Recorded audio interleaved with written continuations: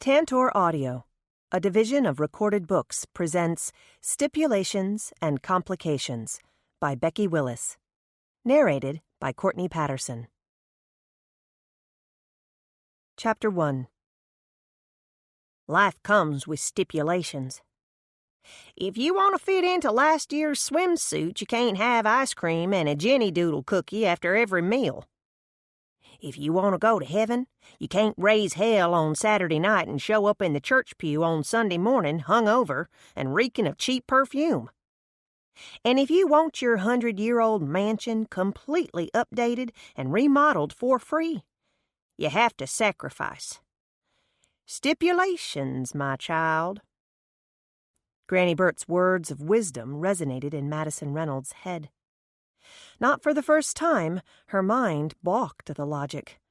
Why did the sacrifices have to include her privacy and what was left of her hard-earned sanity? What had she been thinking? In just 7 short weeks, her life had exploded. Again. And this time, it was on national television. When Madison agreed to the unprecedented proposal 2 months ago, she had no idea of the whirlwind she set into motion. Tornadoes were known to touch down with less disruption than the ruckus caused by a TV reality show filmed in the Sisters. For the price of baring her soul in front of millions of viewers, Home TV's new makeover series was bringing the old house into the 21st century. It would give her a better-than-new, because it was historically old, home, all without spending a dime. All the network required was her life story, splashed across the television screen. Her secrets. What was left of her dignity. Stipulations, Madison reminded herself. There are always stipulations.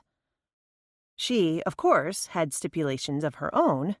No filming inside the bedrooms, no filming of private conversations, no disrupting school or church, no encouraging the dramatic exploits of the town and members of her own family, no sneaking in footage without her consent.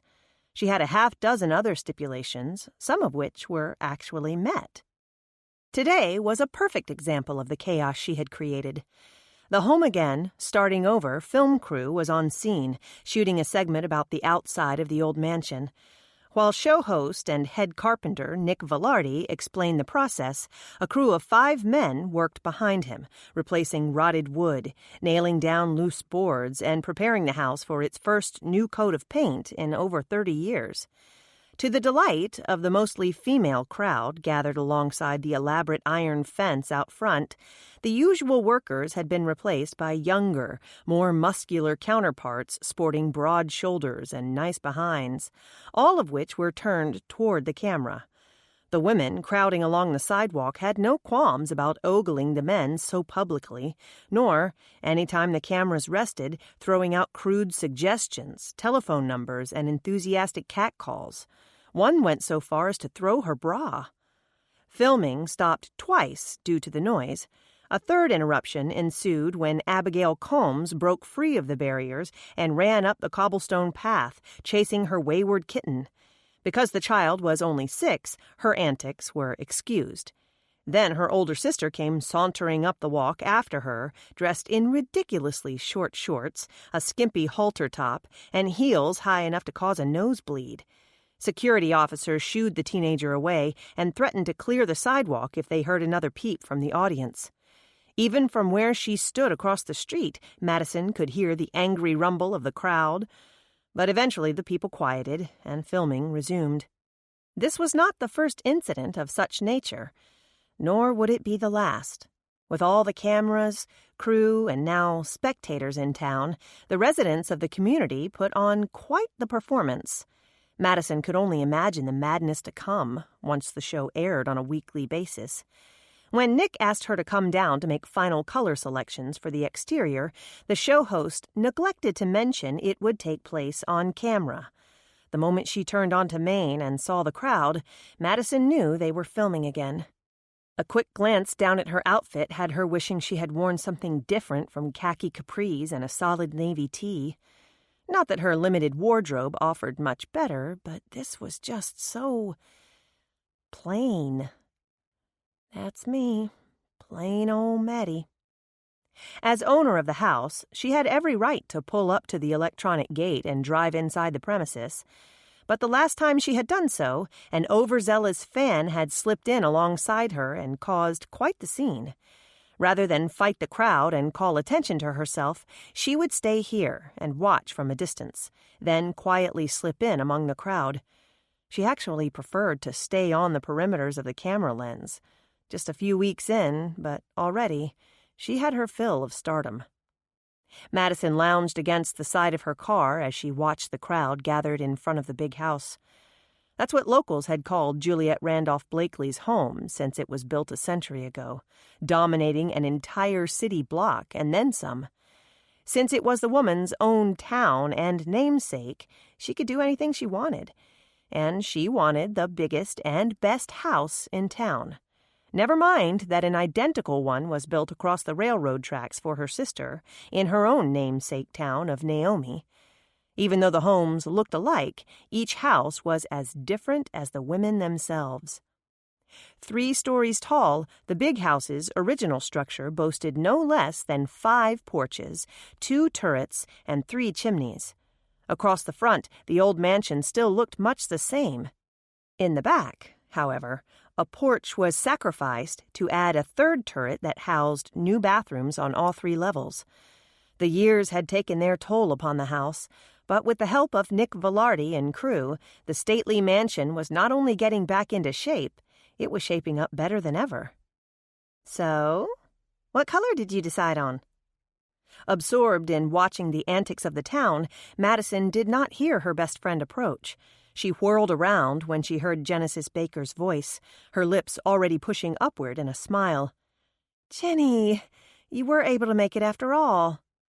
What's the point in owning your own business if you can't slip in and out at will?" Her friend gave a nonchalant shrug, as if escaping the busy restaurant so close to noon were no great feat. "I know it's bad timing for you, but I appreciate the support. You know I've always got your back, girlfriend." Jenny flashed her dimpled smile as she hooked her arm through Madison's. They stood along the perimeters for a long moment, watching the filming. "Where did all the hot bods come from?" Genesis asked after a moment. "Those aren't the usual carpenters, are they?" Madison's bark of laughter lacked amusement. "Hardly. These are the on-camera carpenters, the ones that look best with their shirts off and their pants cinched up nice and tight. At least we don't have to worry about saying no to crack," Jenny quipped. She eyed a few of the men more closely. You gotta admit, though, they are one fine-looking crew. I wonder if we could get these to come every day." After a long and wistful moment, the women sighed in unison and dismissed the notion. "Too distracting," Madison murmured, "and too tempting. As much as I'd like to, I can't leave every day to come down here and ogle the men. I do have to work, after all. Speaking of work, I have a couple of new clients." "Oh? Who this time?" Even though they carried on a normal conversation, their eyes were on the handsome crew parading around the mansion. With uncanny precision, each time the camera panned toward the house, one of the buff carpenters would strategically bend at the waist or flex his bulging biceps. Even from this distance, it was far easier to focus on the men than on the house. "Miss Sybil was so pleased with the backyard fence Darren built that 2 of her neighbors have hired us to continue the fence along their properties." Jenny bobbed her blonde head. "Hiring Darren was a good move on your part." This time, when Maddie laughed, there was genuine humor in the sound. "To be honest, I'm not sure if I hired him or he hired me. And even though in a pinch temp services is barely solvent at the moment, having Darren has been a tremendous help. I wouldn't know the first thing about building fences." "And he came with his own tools," Genesis reminded her. "Definitely a plus. And in a roundabout way, he's also responsible for another potential client, Alan Wynn. Even though Darren closed his mother's business when she died, he still has access to her files. and one of the last properties she surveyed was Alan's. Alan wants to pursue the boundary dispute between him and Hank Adams, and he's hinted at hiring me before going to a lawyer. That's wonderful. See? Things are starting to fall into place. We'll see about that, she murmured skeptically. Speaking of Darren, with all these good-looking carpenters strutting around, I'm really surprised he's not here himself, getting an eyeful. Madison stood on her tiptoes and stretched her 5'7" frame, trying to get a glimpse of Darren Mullins. I think you spoke too soon. Isn't that him? Where? Up there. With a wide grin, Genesis pointed to an old pecan tree with low, sweeping limbs. In the tree. Oh, Lordy, that is him. The women burst out laughing, amused by the younger man's antics. He enjoyed watching the buff carpenters as much as any female in attendance. It looks like they're wrapping up this particular segment, Madison noted. I guess it will be my turn next. Don't sound so excited. Madison nibbled on her lower lip. Sometimes I think I made a huge mistake, agreeing to all this. She swept her arm toward the milling crowd. With the cameras off, the jovial heckling began again. Maddie, look at that place. Even though Granny Burt practically gave you the house, there's no way you could have fixed it up on your own. You needed a place for you and the twins to start over. You did the only thing you could do under the circumstances. I guess. But I didn't just do this to myself. I dragged all of you along into this mess with me. You, the twins, Granny Burt, the whole town, really. Sometimes I feel so guilty. For what? In case you haven't noticed, the town is lapping up all this attention like a starved puppy. Blake and Bethany are adjusting, and I've never seen Granny Burt this happy. Not even the time Willie Nelson wrote a song about her. She may have retired as mayor, but your grandmother is a people person, and she loves being in front of a camera. Which is a problem unto itself, but we won't go there now. But honestly, Jenny, I'm sorry if this has made your life harder. I know people are swarming into New Beginnings now, hoping to be on camera. Hey, it's good for business, the cafe owner shrugged. I will admit I'm still getting used to having the camera in there all the time. Reality television can be a little unnerving, never knowing what they'll choose to broadcast to 1 million or so strangers. But the cash registers are keeping up a nice steady cha-ching. She tossed her head and flashed another dimpled smile. So it's all good. Genesis owned New Beginnings Cafe, a popular eatery that resided on the Naomi side of the railroad tracks. Even before fame came to the neighboring communities, collectively known as the Sisters, the cafe had become the prime gathering spot for both towns. People came for the good food, eclectic menu, friendly atmosphere, and scrumptious desserts. The possible chance at television fame was like getting a delicious side order for free. You know, when Nick and Amanda first mentioned the idea of doing a reality television show, I laughed in their faces. There are only 2,000 residents in both towns combined. We don't have a Starbucks, there's no McDonald's, not even a Walmart. By all rights, the Sisters is a boring little rural community. Why would anyone want to watch us on TV? Madison gazed at the array of cameras and technical equipment scattered across the lawn, all a necessary part of broadcasting her private life to the eyes of the public. Who knew it could be so entertaining? The pilot episode broke some sort of record for the network. I think that's part of the charm. We're just a normal, boring little town with normal, boring little people. But Amanda Hooper is a brilliant producer. She did a ton of promoting for the new season. She knows exactly what to play up, exactly what to exploit. If occasionally one of our people becomes famous, it gives hope to all the other little towns out there filled with their own normal, boring citizens. If it can happen to us, it can happen to them. I noticed she artfully downplayed how Caress, our most famous citizen and daytime star, was just brutally murdered at the hands of her secret lover. Madison commented wryly. Ah, but did you notice how she played up the fact that John Paul Nobles was heartbroken over her death? Interviewing him on the set of his latest movie, in Paris, no less, and having him share memories of the sisters was a nice touch. Except for the part about him and Caress almost buying the big house, Madison frowned. The house has never been on the market, not once in its 100-year history. Miss Juliet built the house, left it to Granny Burt when she died in the 80s, and now I'm only the third person to ever own it. He and Caress may have wanted to buy it, but Granny Burt would never have considered selling to them. What is it they call that? Artistic license? Sort of like pretending Glitter Thompson was originally from here when everyone knows her Vegas ceremony husband met her at a show and dragged her back here after their second date. That famous showgirl has roots in Milwaukee, not the sisters. Details, Madison said breezily. Why clog the issue with pesky little details? She put a nice little all-shucks spin on Brash, too. Local football hero hits the big time when he's drafted by the NFL, gives it up to marry his high school sweetheart, goes on to coach at premier universities, then gives that up, too, to come home to the sisters and pin on a shiny silver star. She batted her eyelashes for dramatic emphasis.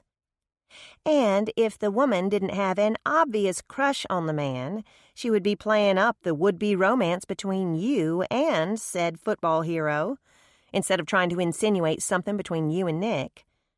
This time when Maddie blinked her lashes, it was in genuine surprise. You think she has a crush on Brash? Dismay colored her voice with a husky tone. Oh, please. The minute she heard he was divorced, her eyes lit up like neon. I genuinely like Amanda, but I'm telling you, she genuinely likes your man.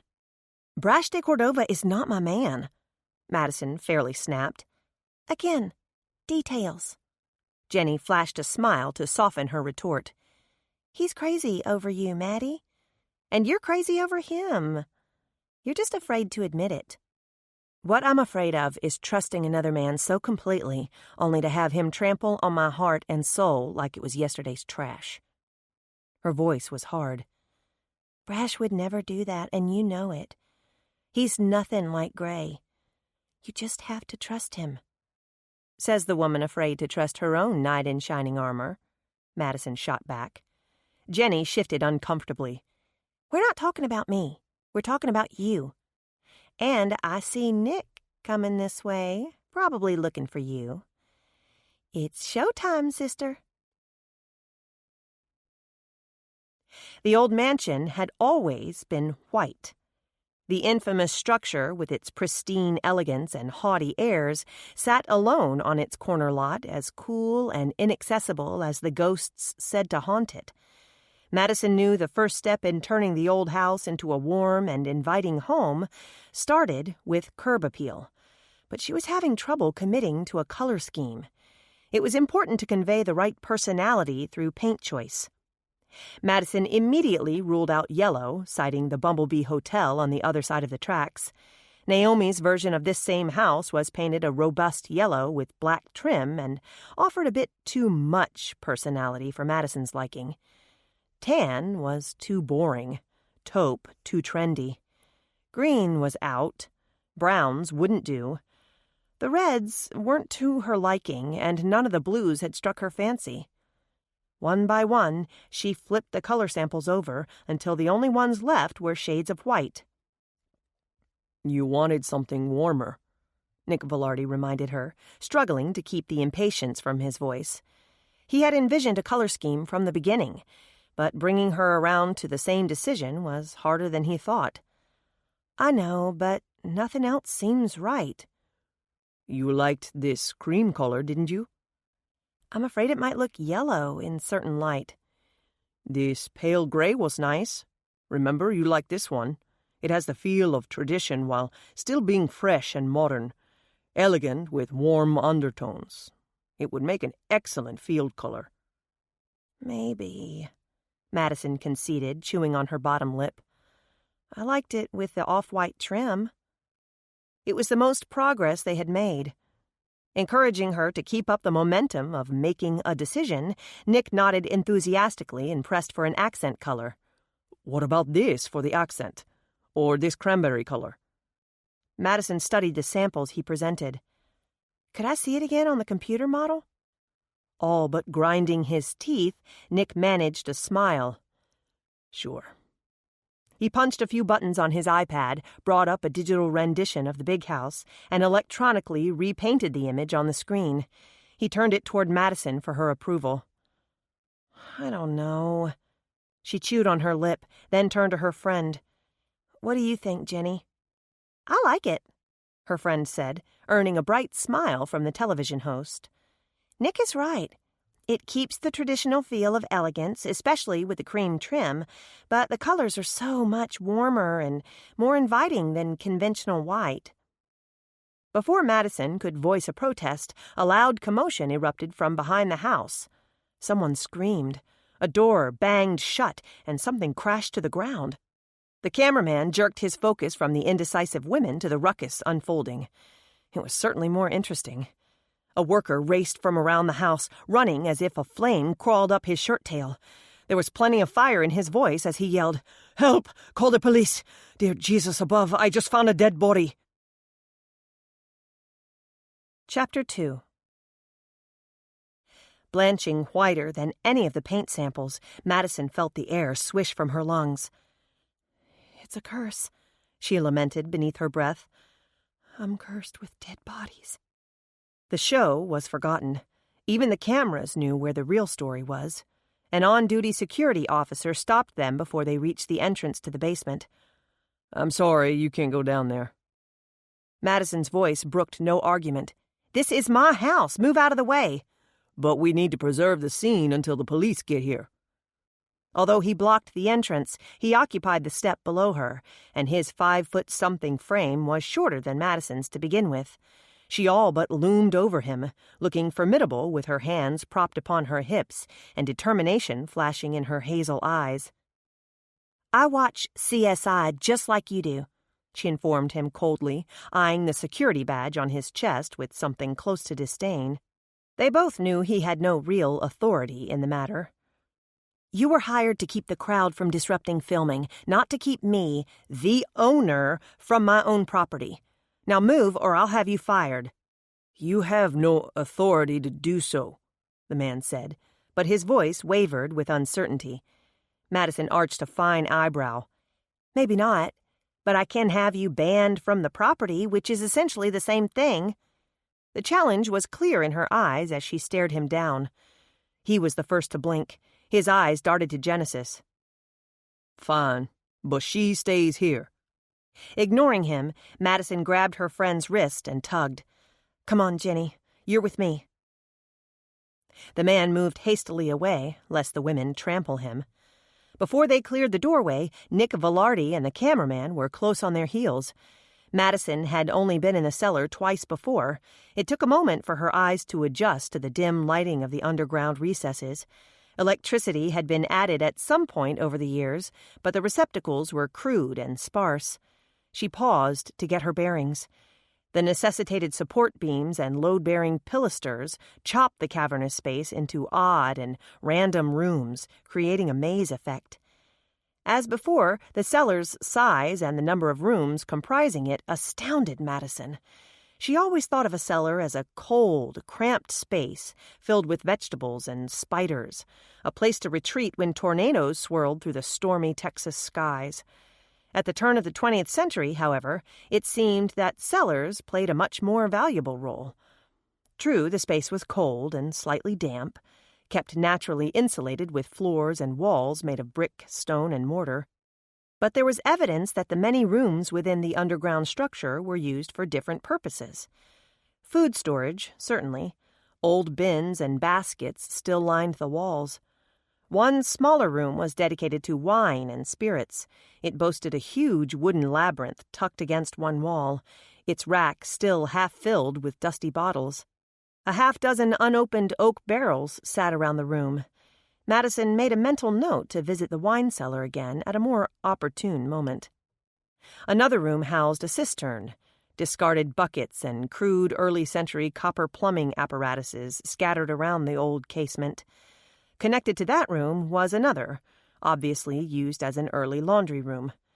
Madison and crew moved into a larger space, a graveyard of sorts where old furniture was brought to die. Jenny nudged her friend and pointed out some of the antiques littering the area, but there was no time to dawdle over the would-be treasures. The worker who had discovered the body led the way, clearly still distraught. He wrung his hands as he mumbled a mixture of prayers and panic, words of praise interspersed with vile curses. Half came out in English, half in Spanish. A second cameraman rushed to get in the lead, eager to capture the looks on the group's faces as they advanced into the cool recesses of the cellar. Have they no shame? Madison wondered. No sense of reverence? She wanted to shout at them to turn off the cameras, but the truth was that she appreciated the additional light proffered. She stumbled on an uneven stone in the floor, barely missing a low overhead beam, but Nick caught her arm and helped her to remain steady. "Are you sure this is the right way?" she asked their leader. They approached a brick wall that looked like a dead end. "Si, yes, there's a hidden room." The man kept moving forward, slipping into a shadowed recess. The passageway narrowed, forcing them to move through the space in single file. The floor beneath them dipped. "Cuidadoso. Watch your step," he warned. Maddie and Jenny alternately clung to the narrow walls and each other as they took the slippery path to access the lowest level of the cellar.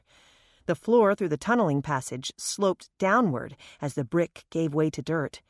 The air became close, the cloying smell of dank earth crowding in around them.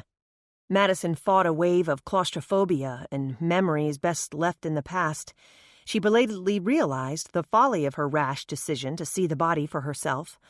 Wasn't the sight of 2 dead bodies, in 3 months, no less, enough for anyone? "This is just a room beneath my house," she reminded herself, "not Ronnie Gleason's incinerator.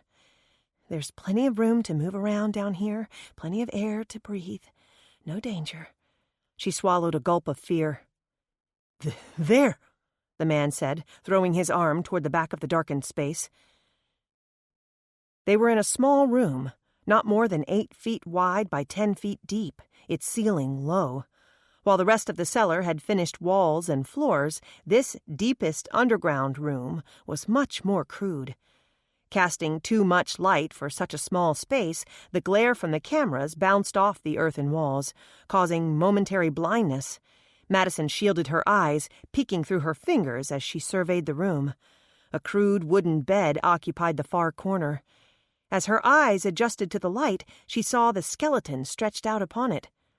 Beside her, Jenny gasped softly and moved closer in. Nick Velarde moved behind both women and put an arm around their shoulders. "It appears to have been here for quite some time," he murmured. Madison managed a nod. "Thank goodness," she said weakly. "Still, I wish Brash would hurry." What was taking him so long? She would feel better when the chief of police arrived, even if their questionable relationship was strained at the moment. "I called Cutter," Jenny offered. "He's on the way." Confusion creased Nick's brow. "Cutter? Isn't that the guy from the fire department?" Jenny's blonde head bobbed. "The volunteer fire department helps with a lot more than fires, you know." "I think it's too late to help our friend here." He nodded to the pile of bones on the platform before shifting his attention to the distraught worker. "Enrique, how did you find this room?" Still visibly shaken, the man pointed to a narrow step that all but blended into the wall. "I was finding pasadizos secreto, like you said, boss. Circle down to here." He made a circular motion with his finger. "A secret spiral staircase? Si. Can I go now, boss?" "You may go up, but don't leave. Chief de Cordova will want to talk with you." "Gracias, boss." Already halfway out of the room, the worker tossed the hasty parting over his shoulder. "What is this room?" Madison breathed, venturing forward a few steps. In addition to the bed, it had a narrow table, a set of rickety shelves, and the hidden staircase. None had been touched in recent decades. "I think someone lived down here," Jenny guessed. Her eyes zeroed in on the collection of bones. For the most part, the skeleton was still intact. Perhaps the person had died in their sleep, or been sick, or wounded. "It looks like they died down here, too," Madison murmured. The air grew thinner, and the walls seemed to inch inward. She was relieved to know the body was decades old, already fully decayed and rotted. Still, being in the room with any dead body was disturbing, particularly when that room was underground, small and dark. For all she knew, the person had suffocated for lack of air. "I think I'd like to go up, too," she announced abruptly. She suddenly could not escape soon enough. As they stepped back into the blessed, fresh air, Madison noted the crowd out front had grown. When 2 fire department trucks arrived, a half-dozen vehicles followed. People in their small community were just naturally curious. If there had been an actual emergency, they would have gladly pitched in to help, and if there was anything to see, anything to pass along in the form of gossip, well, they would be happy to help in that regard as well. "You look rather pale," Genesis told her friend. "You find a spot to rest. I'll show Cutter and his men down." "Thanks." Without arguing, Madison made her way out to the side yard. She could watch the chaos unfolding from there.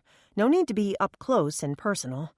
She knew it was ridiculous, but the thought of being in the house right now, even on one of its porches, gave her the willies. This was the house she would eventually live in, and that body had been there for ages.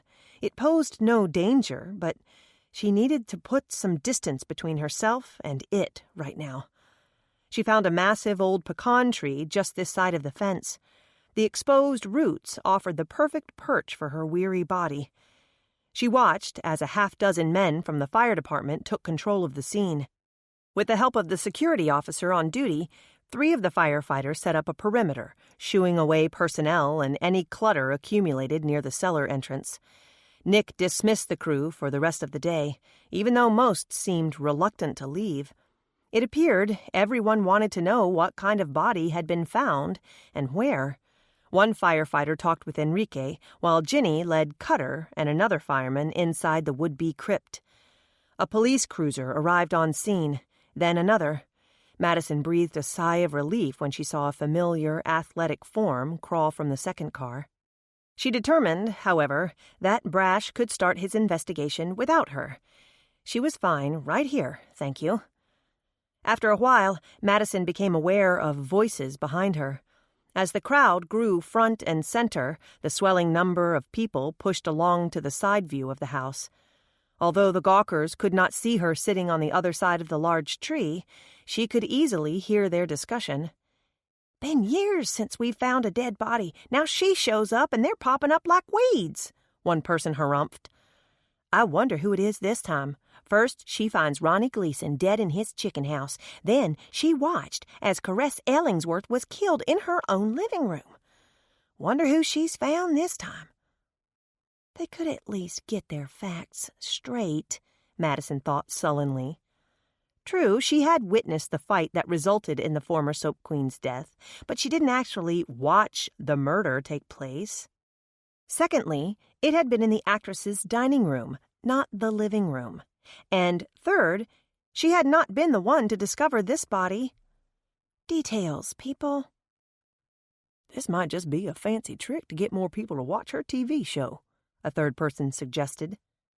"I hear she didn't have a penny to her name till those TV folks came around and offered her $10,000 to do their show." There was a discernible sniff. "Why would they pay her $10,000? She's nobody special. I heard she and her husband were some sort of fancy socialites in Dallas. Lived in a house almost as big as this one, with a maid for every floor and a cook, too." Nope, a few thousand feet smaller than this one. No maids, unless you counted the once-a-week cleaning service Gray insisted upon. Definitely no cook. Gray would be pleased with the socialite comment, though, even though it was never my style. "If she had it so good in Dallas, what's she doing here in Juliet?" one of them asked. "I heard she's planning on fixing up the big house and then selling it to a Japanese couple she knows from Dallas," someone replied. "Huh? Humph. That's not what I heard," the sniffing woman said. "I heard her husband had an investment company, but when the housing market went down, so did they. Hard." A fourth voice spoke with an air of authority. "I heard he was involved in one of those Fonzie schemes, swindled a bunch of people out of their money. Big, important people, people that were supposed to be their friends. Then the whole pack of them turned on her and she came running back home." "Okay, getting warmer.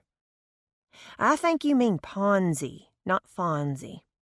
Anyways, Luann Snell said she was fixing up the house on her father's behalf so he can turn it into a home for troubled youth. Her folks are moving back so they can run it." Who would have ever thought Charlie Cessna would become a missionary? This from the first voice, sounding a bit odd. He wasn't exactly a bad kid, but he was the only one of Miss Bert's boys to stir up trouble. He tried a little bit of everything before he found his calling with the Lord. Another sniff. "If you ask me, it's just a good excuse to run around, traveling the world. Sounds better than to say he gets itchy feet the minute the grass starts to grow beneath them." You might have a point. "I hope they don't bring in troublemakers," one woman fretted. "They had one of those homes over in Navasota, but it closed down after only about a year. They tried to be self-sufficient, but folks got tired of those kids walking around town, trying to pawn off their baked goods and crafts, always trying to sell you something or get you to pay for them doing odd jobs around the house. When folks finally gave in and did let them fix the fence or paint the porch or cut the grass, they would later notice how things came up missing." "I certainly hope we don't have to deal with those sorts of shenanigans here." Still another voice spoke. "I don't think any of you are right. I watched the pilot for the show. It looks like they're fixing up the house for her to live in." "It's just her and 2 teenage kids. Why do they need a house this size?" "To keep it in the family, so to speak. You know Miss Juliet thought of Bertha Hamilton Cessna as her own child. Why else would she have practically given her town to the woman?" "You're new here. You don't know the whole story."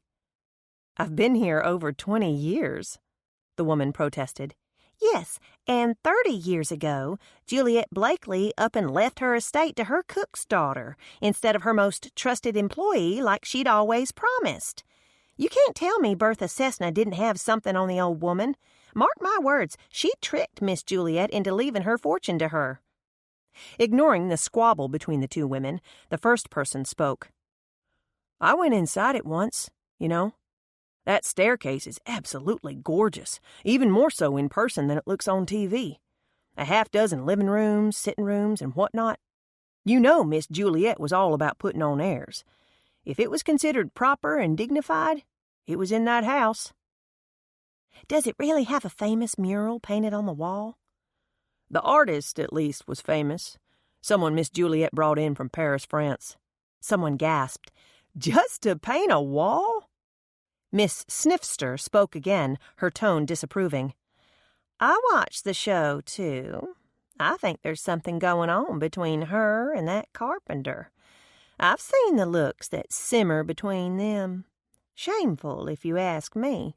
She's a widow, after all, and still in mourning." Madison strained to hear the turn of conversation, her face coloring. "I thought she and Brash de Cordova are supposed to be an item."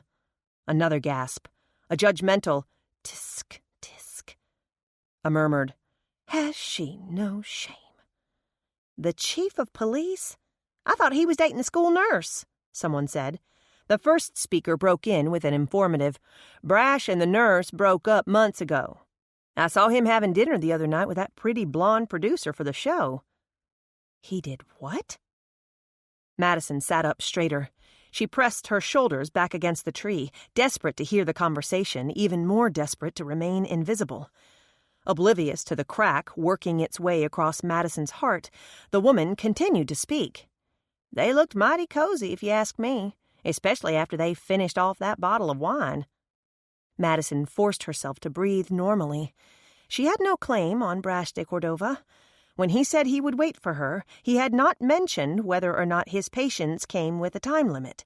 And even though the man said he was not interested in any woman other than her, he had the right to change his mind. "I don't have time for a man in my life right now," she reminded herself for the 100th time. It normally took just one look into the chief's soulful brown eyes to forget that fact. Even his affection came with stipulations. "I have to trust him explicitly. No halfway," he said. "But I have Blake and Bethany to think of. They are my whole world, and the only thing I need to be concentrating on. Them and this house. If Brash de Cordova can't respect that, he can go jump in a lake. No, make that a wine barrel, and he can take Amanda Hooper with him." Brave words, but her heart still smarted. Chapter 3. Brash de Cordova propped both hands upon jean-clad hips and stood back to survey the scene before him. Cutter Montgomery and his team of volunteer firefighters slowly worked their way toward the waiting coroner's van, carrying the stretcher with the skeletal remains upon it. A sheet covered the bones and shielded the disturbing sight from curious eyes. Even though the show called it a wrap and sent their crews home for the day, it hardly meant there was no longer a crowd. News of finding a dead body spread like wildfire through the sister towns of Juliet and Naomi. With just 2,000 residents between them, the combustion did not take long. Now dozens of people crowded along the street, pushing against the ornate fence, hoping to get a glimpse of something gossip-worthy. The gorier, it seemed, the better. Along with the cameras from Home Again, reporters from the local television channel chronicled the event via a live newsfeed. Reporters from several nearby newspapers now trampled the grass around the big house, pushing their way in front of the crowd gathered out front. Shaking his head in disgust, Brash perused the dozen or so people still scattered about the front of the mansion. He saw Genesis on the front porch, which meant Madison was sure to be nearby. His eyes warmed as he located her off to the left, solemnly watching as the doors closed on the coroner's vehicle. Brash's mouth tugged downward as he noticed the celebrity carpenter hovering close to her side. But there was no time to storm to the porch and take his claim. Cutter was already calling his name. Did he even have a claim?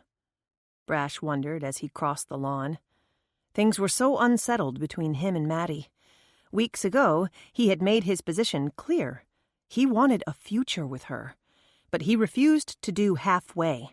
He told her to go home, get her head together, and let him know when she was ready to trust him. He was still waiting for her call. Maybe she would never call. Maybe she would never trust him. Apparently, her deceased husband had done a real number on her. Maybe the scars went deeper than he imagined. Maybe he was wasting his time, waiting for a call that would never come. Reluctant to believe that, Brash half listened to what Cutter had to say. The younger man assured him the fire department had secured the area and would continue to keep the crowd at bay. If Brash could offer a few words to the press, Cutter and his men would take care of the rest. Showing less enthusiasm than if he faced a firing squad, Brash made a very brief statement in the impromptu press release. Steadfastly declining to answer any questions, he encouraged the reporters and the crowd to go home and await further information as it became available.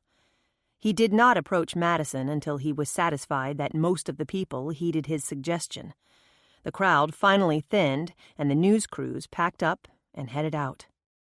Nick Velarde noticed his approach before the women did. He shot off the porch railing and met the police chief as he started up the steps, bombarding him with questions. Do you have any idea how long we'll be delayed? We have a very tight schedule. Will we be able to work tomorrow?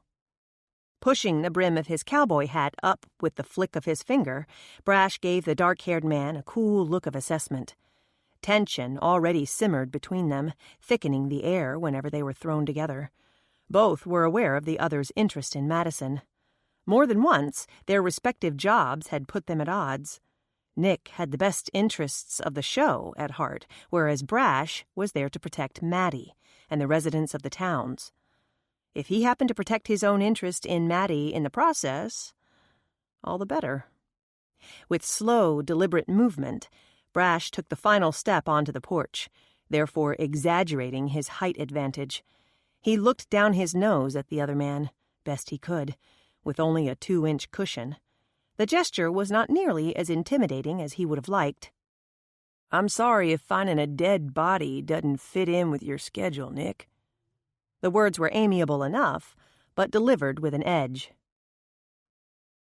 "It's a skeleton, Brash." Nick's voice was every bit as condescending as the officer's. "A good 30 or 40 years past the dead body." "Yes, but it belonged to someone. It's my duty to find out who that someone was, and I don't need a dozen or so extra people milling around, hampering the process." "Surely you don't expect to find any evidence after all this time?" In answer, Brash crooked his brow in his signature expression, half frown, half arched eyebrow, nostrils slightly flared. He had perfected the look years ago, during his days as a college football coach. One crooked brow could silence the most vehement outburst. The imperial gesture had served him even better as an officer of the law. To his own credit, Nick met his domineering gaze straight on. "Brash?" Madison's voice broke through the men's silent standoff. "Maddie." Other people surrounded them, but something in the low timbre of his voice made the greeting intimate. She rewarded him with a shy smile. Mindful of the other 2 women on the porch, Brash forced his hungry gaze off Madison's pale face as he moved their way. "Hello, ladies. Genesis, Amanda." He nodded to each woman as he spoke, but his eyes soon returned to Madison. "It's been an eventful day. I suggest you all go home and relax for the rest of the day." Madison's hazel eyes flew to his. "Relax? There's a dead body beneath my house." "Not anymore," he reminded her.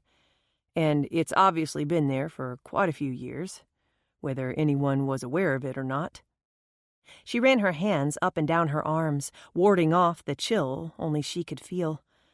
Someone had called her to the porch earlier, so here she still sat, above the spot where someone had died. "I know," she conceded, "but it's still rather creepy knowing someone died down there, and knowing that the secret staircase led up to Miss Juliet's bedroom."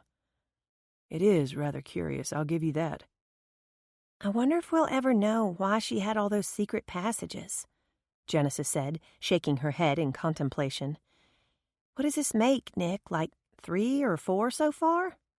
"At least," the carpenter agreed. Amanda Hooper joined in the conversation. "This house was built in 1915, far too late to be a part of the Underground Railroad. I'm not familiar with Texas history, but was there anything happening in the state around that time that would have warranted hidden passageways and secrecy?" Brash searched his memory banks. "Nothing major that I can think of," he said. "Oil production was growing, cotton was still king, and railroads couldn't lay tracks fast enough. If I remember my history right, the biggest issues of the day were pushing for prohibition and the women's right to vote." "Prostitution and the Klan were still big then," Madison added. She was a bit of a history buff. "And there was some sort of threat posed by the Mexican Revolution, where there was a radical scheme to kill all white men over a certain age, but most of that trouble was down along the border, not here in Brazos Valley. I can't imagine Miss Juliet being affected by any of the issues of the day. Certainly not enough to put in all these secret passageways." "She must have had her reasons, imagined or otherwise," Nick rationalized. He turned to give Brash a direct look. "The real question is, how is this newest discovery going to affect our schedule?" Brash barely contained his sigh. "I have more investigating I need to do, more photos I want to take. He glanced Madison's way, noting the worry written upon her face. He couldn't care less about disrupting Velarde's tight schedule, but it was Madison and her twins who would suffer because of a delay. Besides, the sooner Nick Velarde finished this job, the sooner he would be gone from their lives. Hoping to reassure her, Brash offered Madison a wink that the carpenter could not see. Then he elaborated. The master bedroom, staircase, and cellar will be under strict quarantine. But if you can guarantee your workers will not interfere with the investigation, I see no reason why work can't resume tomorrow morning. Nick was not appeased. We're scheduled to start work in the bedroom by the end of the week. Then reschedule it. You obviously don't understand how the remodeling process works. We have coordinated specific workers, deliveries, even television crews, all based on a very carefully constructed schedule. One change in that schedule can disrupt the entire thing. Brash was unaffected. With another crook of his brow, his reply came out with a note of finality. And you obviously do not understand how the process of the law works. I can shut down specific portions of the house, or I can shut down the whole thing. Your choice. A nerve twitched in Nick's tightly clenched jaw. He stared at the lawmen for a long moment, trying to find a chink in the granite facade. Fine, he said at last, his tone clipped. I'll see to it that your investigation is not disturbed. Excellent. Brash turned toward Madison, all but dismissing the other man. Maddie, may I have a word with you? She glanced down at her watch. Sure. I want to pick the kids up from school anyway. We can talk on the way to my car. He offered his hand as she stood from the chair. He knew cameras were rolling in the background, recording their every move. He knew Genesis watched the process with a twinkle in her eye. The light in Velarde's gaze was not nearly as friendly, nor was the slightly wounded look in Amanda Hooper's pretty face. He knew the producer had a bit of a crush on him, even though he had never encouraged her. Dinner last week had been strictly business. In spite of it all, Brash very deliberately wove his fingers through Madison's and guided her off the porch. He could not worry about the consequences. Public or not, he was staking his claim. Earlier declarations to herself aside, it felt so right when Brash took her hand. His touch steadied her nerves and made her feel grounded.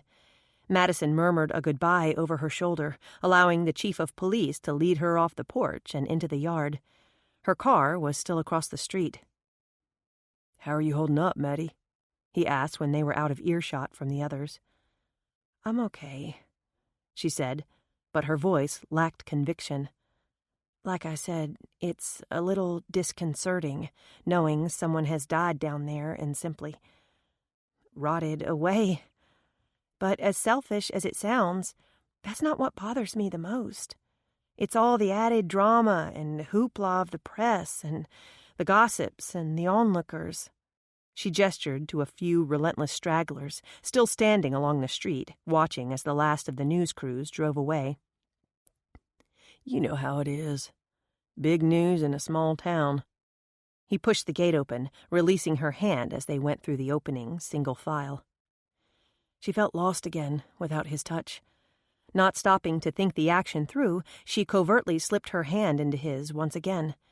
She refused to look his way or to acknowledge the surprise she knew would spring onto his face. Brash made no comment, but he gave her hand a gentle squeeze. "Did you find any clues at all down there?" she asked.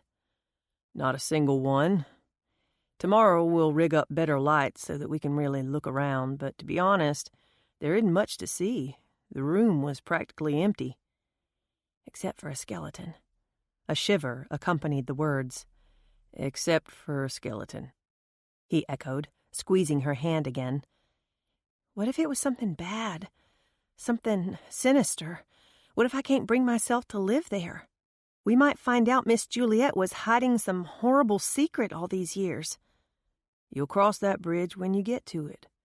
Remember, that body has been there for a very long time. If I thought for a single minute you were in any sort of danger, I'd never let you live there.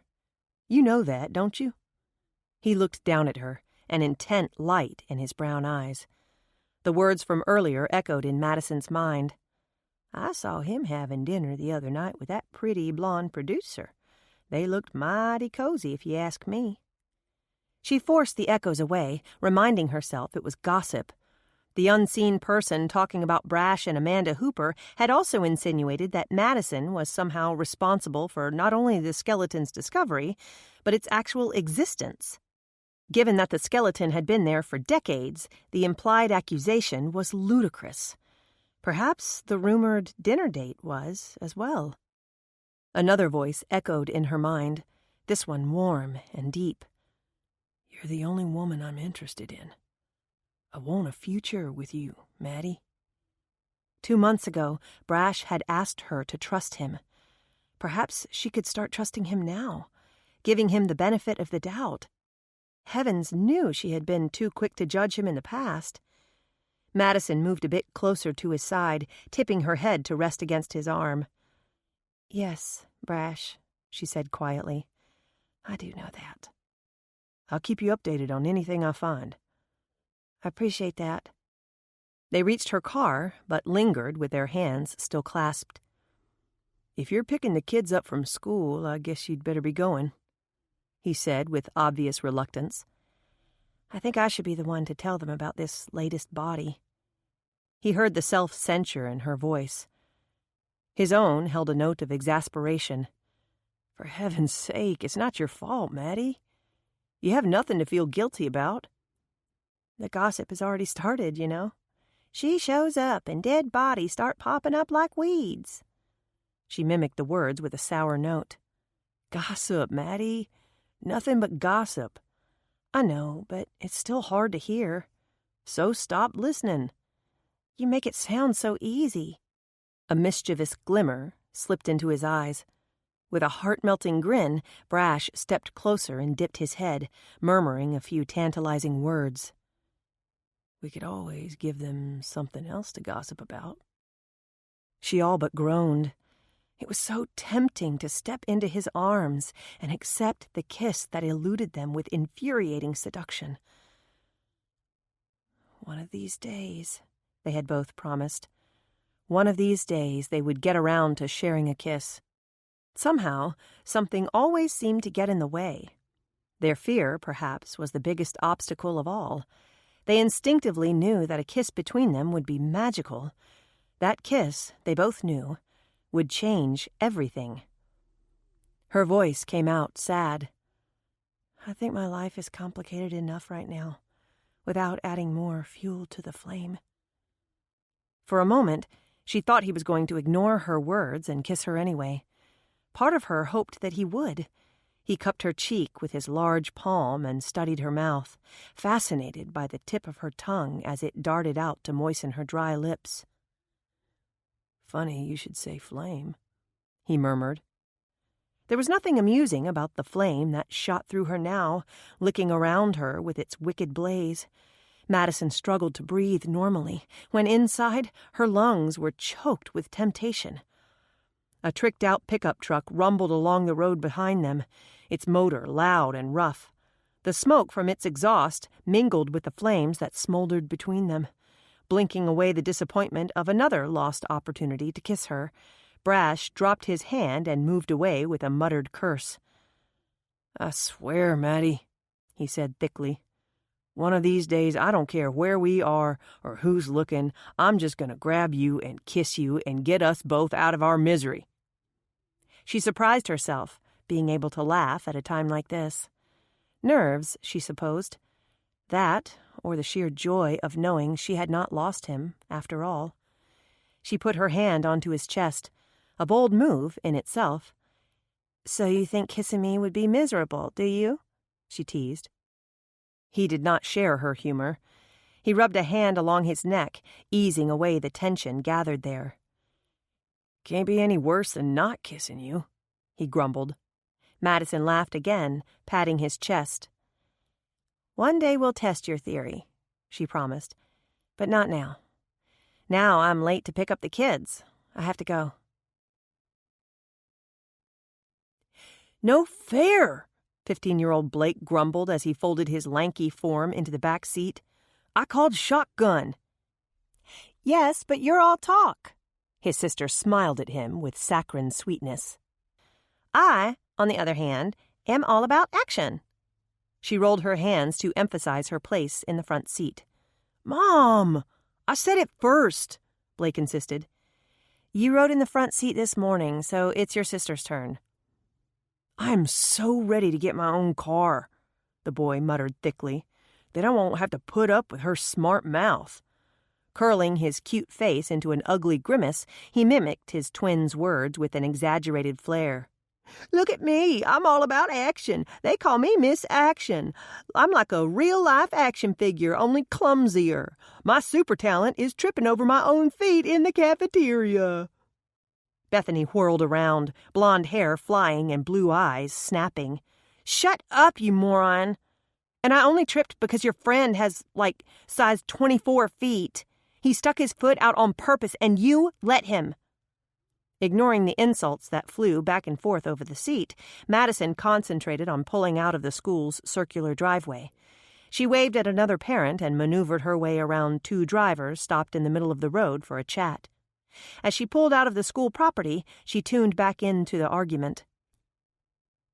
"I can't wait until we move into the big house so that I can have the entire third floor to myself," Bethany declared, stuffing her arms across her chest as she flounced back around to face the front. "Yeah, the crazies always live in the attic," her brother retorted. "What's wrong with you two?" Madison demanded. "This isn't like you two to argue. What's going on?" They immediately launched into their own animated version of the problem, both talking at once. Madison could only pick out a few words here and there. Most of their complaints were wide and varied. She finally interrupted with a shrill whistle, a tactic she had not used since they were 12. "One at a time," she insisted. "Ladies first." "It's like we live in a fishbowl, Mom," Bethany whined. "We can't even have a good, decent argument at home because cameras are everywhere. I'm sorry, but I can't live with a goofball like your son and not let off a little steam now and then. It's just not natural." "At first, I thought it would be cool being on television," Blake pitched in, "but I didn't know it would turn all my friends into jerks. They keep asking if they can come over, hoping they'll wind up on TV.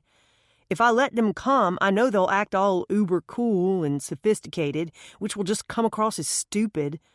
But if I don't invite them, they accuse me of being stuck up and hogging all the fame for myself." Guilt riddled Madison's heart. "I'm sorry. I guess this is all my fault.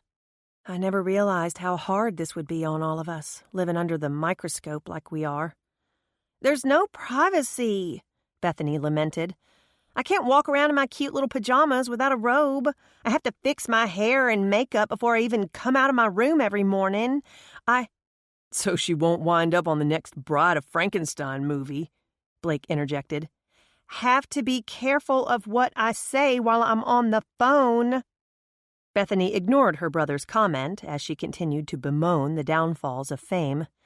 "I almost let it slip the other day that Kevin Johnson asked me out, when everyone knows he's supposed to like Casey Gill. She's breaking up with Jeff just so Kevin will ask her to prom." "You are not going to prom, young lady. You are only a freshman." Madison was quick to set the matter straight. "I would never do that to Casey. We're cheerleader sisters, and, by the way, I heard the movie comment, moron. They'd never cast me as your bride. That would be sick." They bickered again, requiring more interference from their mother. "Do the cameras really make you this tense?" Madison asked. "Maybe I can talk to Amanda. Have her take them down at home. Surely they can get enough footage from the cameras at the big house. I'm sorry. I had no idea how miserable you two were with this." "It's not your fault, Mom," Blake admitted grudgingly. "We all agreed to this. We all decided this was the best way to get the house remodeled." "It was the only way," Madison corrected softly. "But you're right. It's hard to act natural when you know anything you say or do might end up on national television. And whether I like it or not, arguing is a natural part of being brother and sister." So are you saying you'll pull over on the side of the road and let us duke it out? Bethany grinned, her blue eyes twinkling. Because I can totally take him, you know. I didn't say a thing about fighting, just arguing. But enough of all that. There's something I need to tell you two. Something happened at the big house today while we were filming. What? You found another secret passageway? Her son asked. Actually, yes. And that led to the discovery of well, we discovered a dead body, a skeleton. Another dead body? Blake all but shrieked. Are you kidding me? I've heard of chick magnets. I mean, you're looking at one. He indicated himself, of course. But you've got to be like some kind of corpse magnet. Seriously, Mom, this is the third time. Yes, dear, I am aware of that. Bethany was much more subdued. A skeleton? Like a real, live, but not any more people skeleton? Yes, Beth, a people skeleton. The teen crossed her arms in front of her again. If you found it in the attic, I'm switching rooms with Blake. I swear, I'm not staying on the 3rd floor that close to the attic. We didn't find it in the attic. We found it in the cellar, in a hidden room, more or less under the cellar, in fact. A hidden room? Cool. Blake's blue eyes lit with interest. What's with all the crazy secret passages? Was Miss Juliet like a spy or something? Bethany asked. Madison laughed. No, I don't think she was a spy. Did it reek? Did it smell like a dead rat? Blake wanted to know. It was a skeleton, Blake. Decades past the reeking stage. So why was there a body down there? Bethany asked. That, my dear, is the million-dollar question. Maybe Granny Burt remembers something. Looks like we can ask her. Her car is home. And it looks like Miss Sybil is here, too. Please, Lord, don't let them be doing granny aerobics again, Blake said, pressing his hands together as he issued the brief prayer. My eyes are still scarred from the last time. Bertha Cessna came to the door, watching them pile from the car as she sipped on one of her infamous smoothies. Her shrewd eyes were trained on her granddaughter. Is it true? She asked before Madison even came through the door. Huffing out a sigh, Maddie nodded. It's true. One of the workers found a skeleton in a secret room accessed from Miss Juliet's bedroom. Male or female? Madison lifted one shoulder. Who knows? So maybe the old prude wasn't as prudish as we all thought, eh? She definitely had a thing for secret passages. Blake, don't leave your backpack in the middle of the floor. Technically obeying his mother's directive, the 15-year-old shoved the bag against the edge of the sofa with the toe of his shoe. I'm starved, he announced on his way toward the kitchen. There's a little of my smoothie left in the blender if you want it, Granny Burt offered. Thanks, but I'll leave that for Beth. By the way, what's for dinner? All this talk about skeletons have made me hungry for ribs. You are so gross, Blakely Grayson Reynolds, his sister declared, following him from the room. They've been like this since I picked them up from school, Madison sighed. She dropped wearily into an armchair, lifting her hand in greeting to the elderly woman on the sofa. Hey, Miss Sybil. And hello to you, Miss Dead Body Collector. Her grandmother's best friend half snickered, half snorted at her own witty attempt at humor. I don't think I've ever known anyone with quite such a talent as yours. Why does everyone keep saying that? Madison moaned. I didn't even find this body, a worker did. And it's not really a body, it's an old pile of bones. Still, it's the 3rd time you've been at the scene of a discovered body. I think it's more of a curse than a talent, she muttered. Granny, did you know anything about a sub-cellar? Miss Juliet didn't like us playing down in the basement, her grandmother recalled. There was an old cistern down there, and she said it was dangerous. I remember going down there a few times with Mama to gather root vegetables and to store foods for the winter. When I was very young, the maids still did some of the laundry down there, and I got to watch a few times when they boiled sheets. That was before Miss Juliet went high-tech and bought a wringer-type washing machine. Boiling sheets. There were times, like now, when Madison forgot that her grandmother had lived through 8 decades of modern invention. Back when Bertha Hamilton Cessna was a child, doing the laundry must have been quite the chore. Lucky for Madison, renovation plans called for a state-of-the-art washing machine in not 1, but 2 new laundry rooms, complements of Valco Incorporated. It was at the back of the cellar, behind the cistern, in a big area used as storage, Madison explained, hidden behind a wall and apparently dug at a later date. Compared to the rest of the space, this room was very primitive. Madison shivered, recalling the cold earthen walls and the crude bed bearing bones. Never knew it existed. Apparently few others did either, or the body would have been discovered long ago. Remember those grand parties Miss Juliet used to throw on Founder's Day?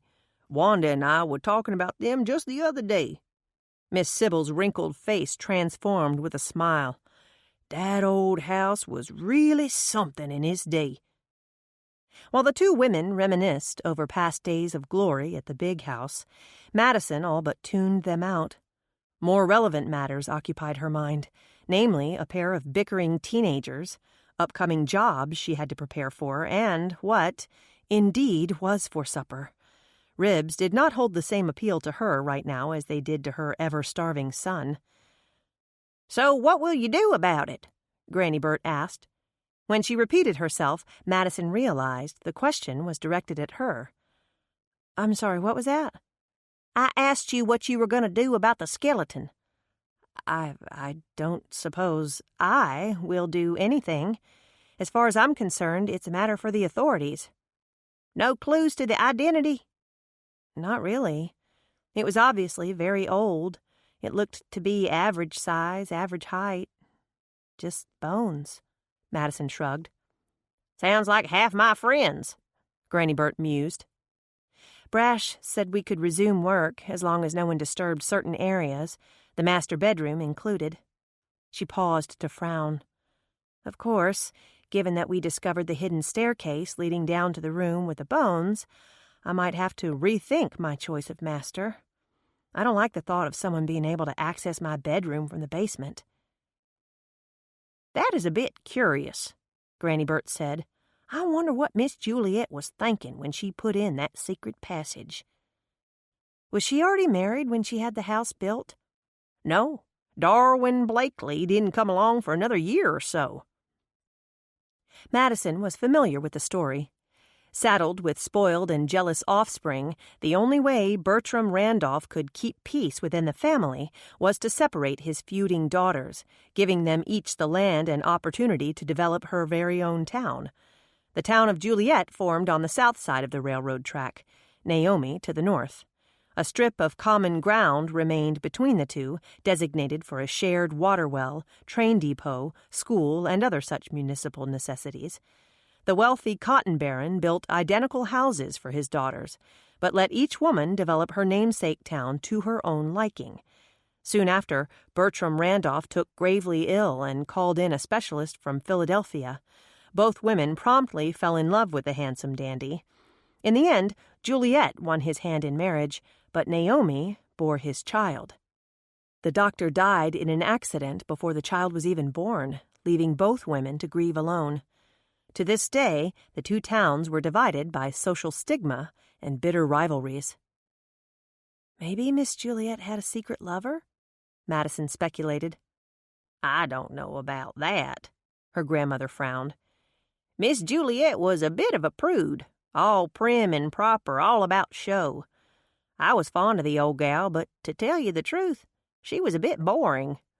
I don't think she had it in her to do anything as daring as take a lover." There had to be some reason for all the hidden passages. "True, but I doubt it was to sneak in a lover." But it was definitely to sneak something, or else there was no need for secrecy. "I guess you'll never know. The men who built that house are long since dead and buried," Miss Sybil ruminated. "Or they might be stuffed in some other secret room we haven't found yet." Granny Bert's voice sounded surprisingly hopeful.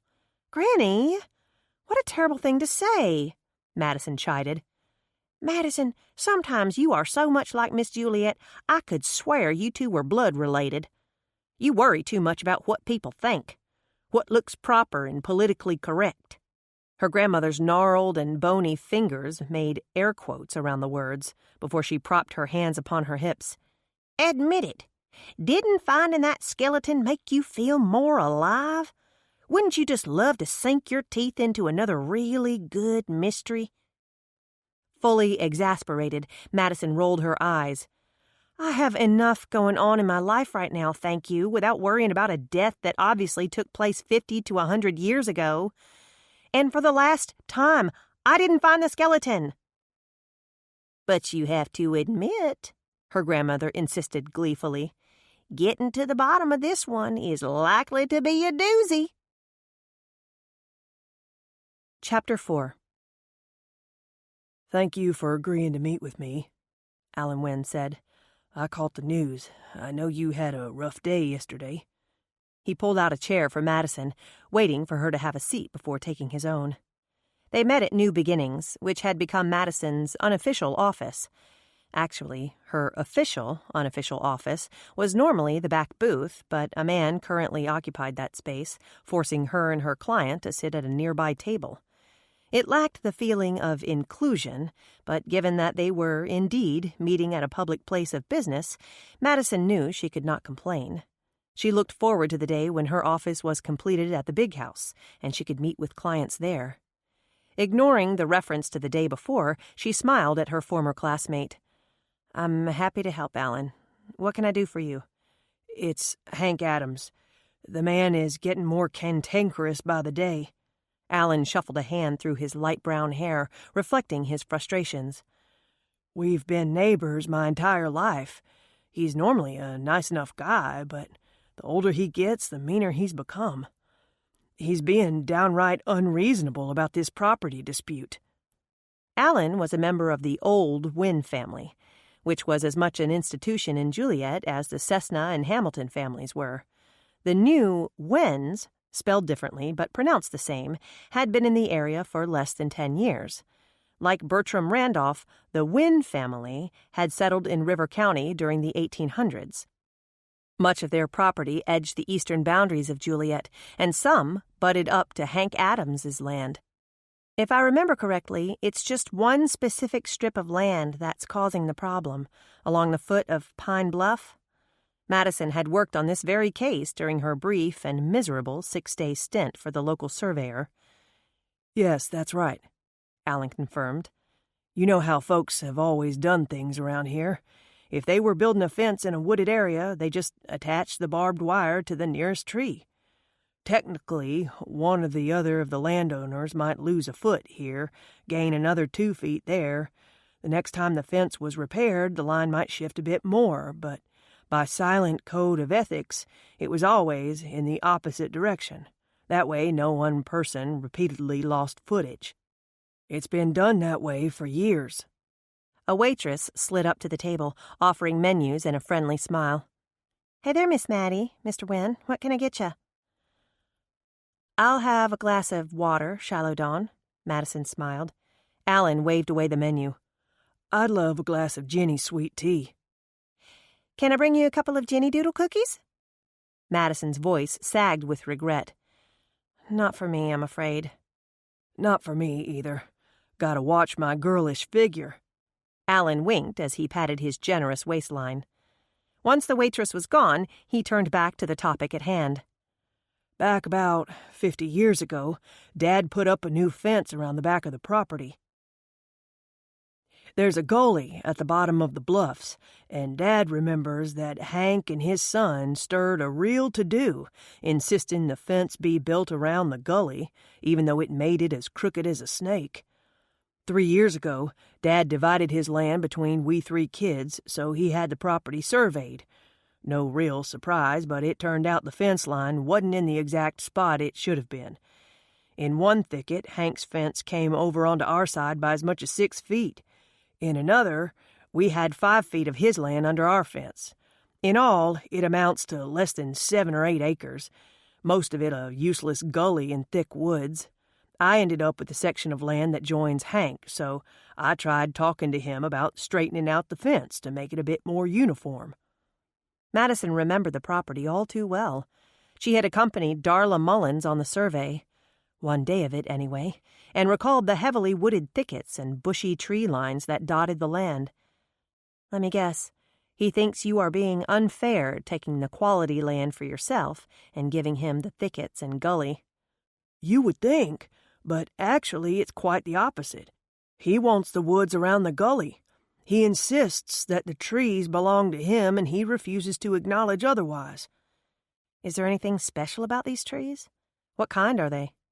Alan shrugged. Just like the rest of the trees on the place.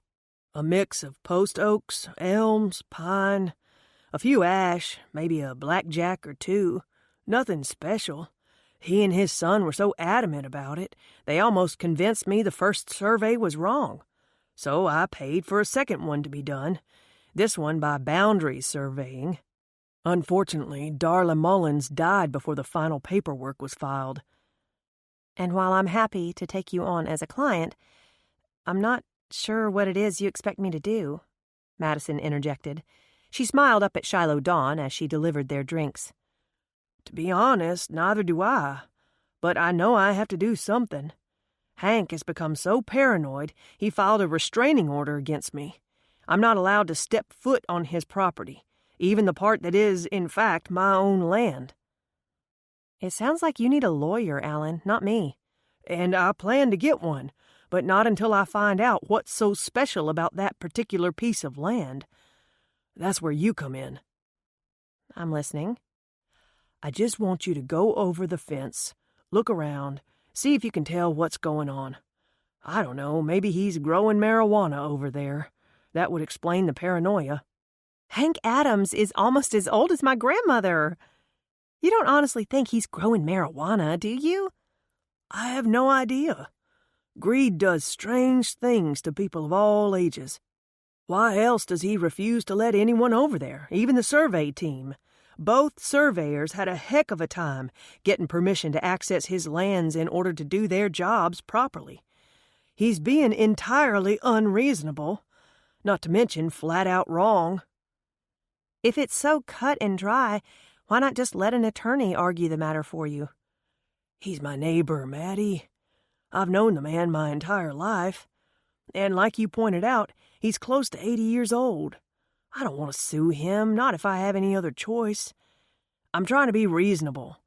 If he would give me a legitimate reason, or even just talk to me, I would drop the whole thing. It's not a lot of land in question, after all. But most of our correspondence is done through his son and grandson. According to them, Hank has dug in his heels and refuses to budge. They discussed strategy as they sipped their cold beverages. Several people spoke as they passed their table, reminding Madison that she really needed an office. It was one of the first rooms scheduled to be finished in the renovation. Given that a television show would be filmed all around it, though not inside the office once completed, Madison wondered if it could offer more privacy than meeting here at the cafe. She hated to admit it, but she might be forced to rent an office somewhere in town, even though she had no budget for such a luxury. So we're set? Alan confirmed with a smile. He pushed the signed contract toward her, the all-important check for the down payment lying on top. You think you can do this? I can tell you that I'll give you my best efforts. And that's all anyone can really ask now, isn't it? Alan tapped the table. Good meeting. I'll be in touch. Before Madison could gather her paperwork and leave, an unfamiliar woman timidly approached her table. Madison Reynolds? Yes, that's me. The woman tucked a string of brown hair behind her ear and shifted from one foot to the next, then back again. She was small, thin, with pale skin and watery blue eyes that skittered away when Madison's gaze made contact. Her lackluster hair hung around her gaunt face in dejection. Although the woman was well-dressed, Madison's first thought was, drug addict, begging for money. A long moment stretched between them, before the woman finally blurted out, I need your help. Madison bit back a sigh. Definitely a druggie. To her surprise, the woman continued, I need to hire you. Hire me? A flash of bravery flared in the woman's eyes as she looked directly at Madison. That's what you do, isn't it? Take on odd clients? Well, yes, we are a temporary employment service. Her chin lifted a notch and her voice grew stronger. I have the money, if that's what you're worried about. No, it's not that. I was simply surprised. Realizing she fumbled matters, Madison stood and extended her hand. I'm sorry. Let's start over. Hi, I'm Madison Reynolds, and you are... Lisa Redmond. She recognized the last name, if nothing more. Ah, please have a seat and tell me how I can help you. Once settled, Lisa Redmond dropped her eyes again and studied her bitten nails. Madison prompted the conversation with a friendly, So, are you related to the Redmonds here in Naomi? I don't believe I've seen you around before. Oh, I live in Naomi, the woman confirmed with a nod. And yes, I'm related. In a way, I'm married to Barry Redmond. Madison tried to hide her surprise. She had gone to school with Barry and remembered him as being quite the jerk. A typical misfit with money. He liked flashy cars and flashy girls. Back in high school, he would never have given a second glance to the pale, washed-out woman before her. Lisa caught the look Madison unsuccessfully tried to disguise. A sad smile flitted over her face as she misinterpreted. You're remembering his first wife, Vivian, the blonde bombshell. No, Or his second wife, Melanie. Same figure, different coloring. No. Third wife? Kilala, the one that spoke no English? He met her in Japan and brought her home for 3 months of wedded bliss. No talking, just... well, you know. She blushed before repeating the crass words she no doubt heard too often. With a resigned sigh, she explained, I'm wife number 4. Actually, I lost track of Barry after we graduated from high school. I doubt he's changed much in 20 years. He's still into fast cars and women.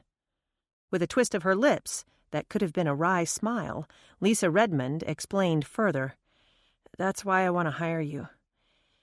I think Barry is looking for wife number 5. I'm not sure how I can help you, Mrs. Redmond. I just confided a very personal matter to you. Please call me Lisa. Thinking this conversation sounded too familiar, much like the one with George Gale Burton 2 months ago, Madison felt the need to explain her company's primary goal. In her head, she shuffled through previous assignments, trying to find her focus area. Unfortunately, she was desperate enough to take on the oddest of jobs, meaning there was not a single common thread among her previous clients, other than the paycheck in the end. Before she could start to feel sorry for herself, Lisa pushed an envelope toward her. Lucy Wen and George Gale Burton both say $1,000 is hardly enough for the excellent work you do. So I put twice as much in there.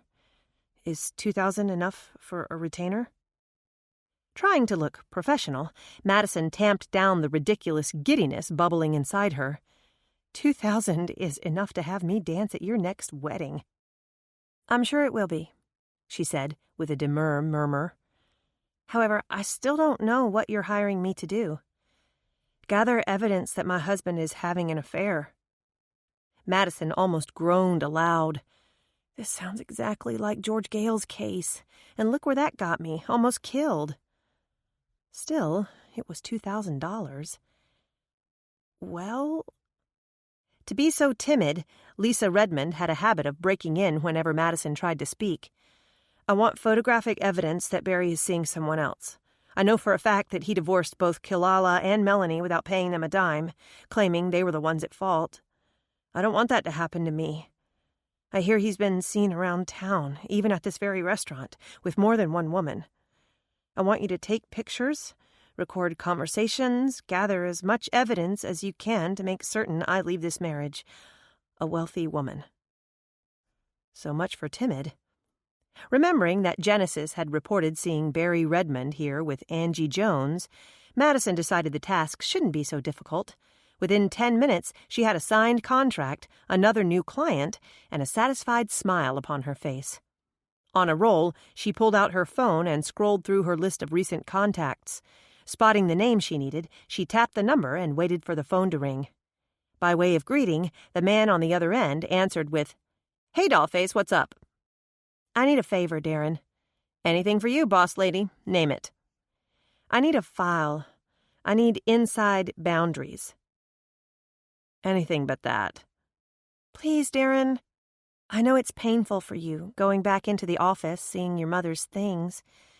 But you know that sooner or later, you have to do something with all those files." There was a heavy sigh on the other end of the line. "Yes, I know.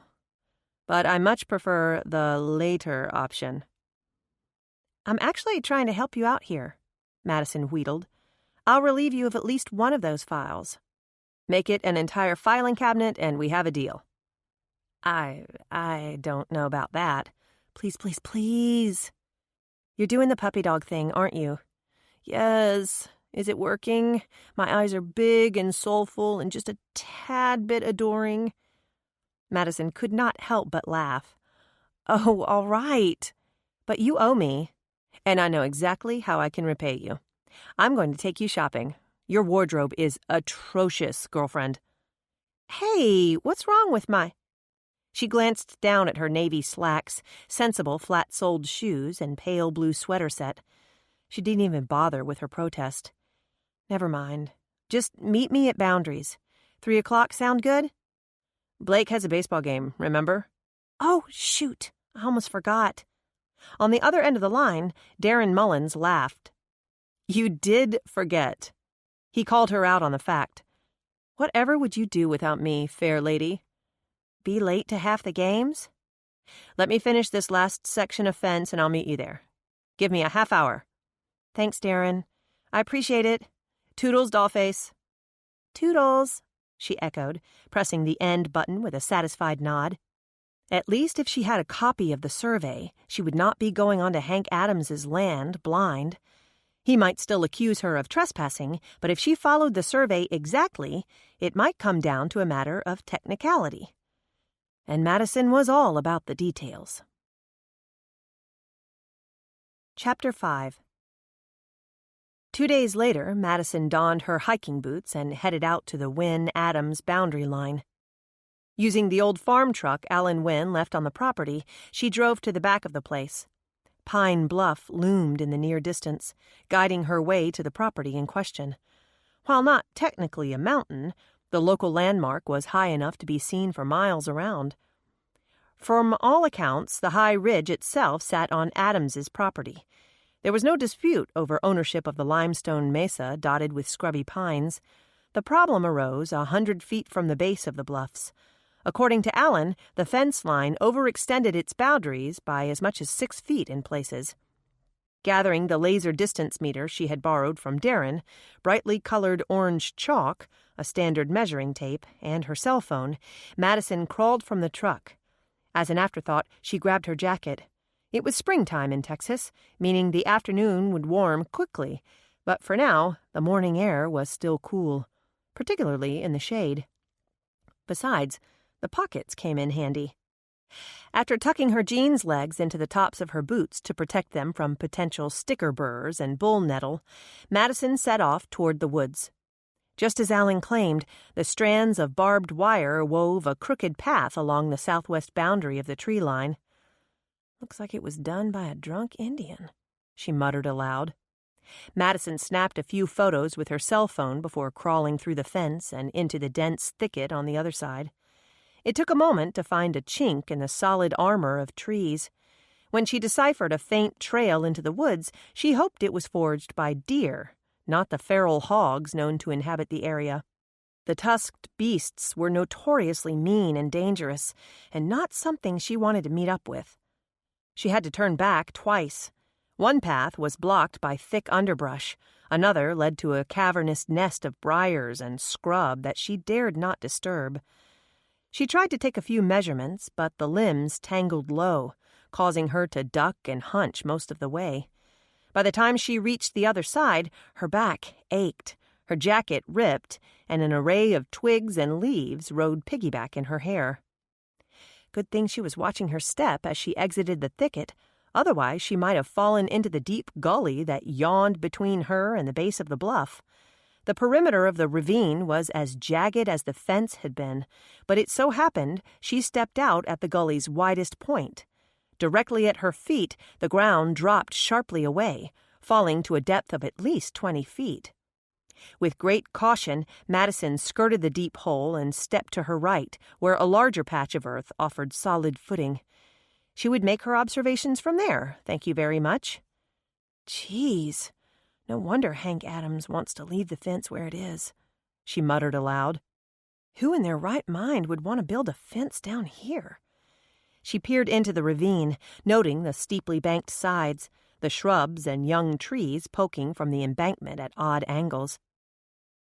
The boskage of crooked trees and bramble that littered the floor of the cavity. And why would Alan care about the gully anyway? Madison took a few more measurements, making her way along the crooked line of the gully. True, in places there was plenty of room to build a fence. So why did Hank Adams refuse to give up his claim to the trees? She had seen nothing special about the thicket, other than it being dense and prolific. According to the survey and her amateur skills with the meter, the copse definitely fell on Wynn property. Personally, she did not understand why either man would want to claim the wasted acreage. Between the washed-out earth and the thick undergrowth, the disputed property was unusable. Did it really matter which man had it under fence? After taking a few more measurements and a half-dozen more photos, Madison decided she had done all she could. There was no readily visible reason why Hank Adams wanted the disputed acreage. No marijuana plants in sight. No secret outbuildings, no hidden treasure boxes that she could see. The most interesting thing she spotted was a small, cave-like den on the far side of the gully, tucked beneath the limestone walls of Pine Bluff. Most likely, the home belonged to a bobcat or fox. She should go before the occupant of the den came out to stake its claim.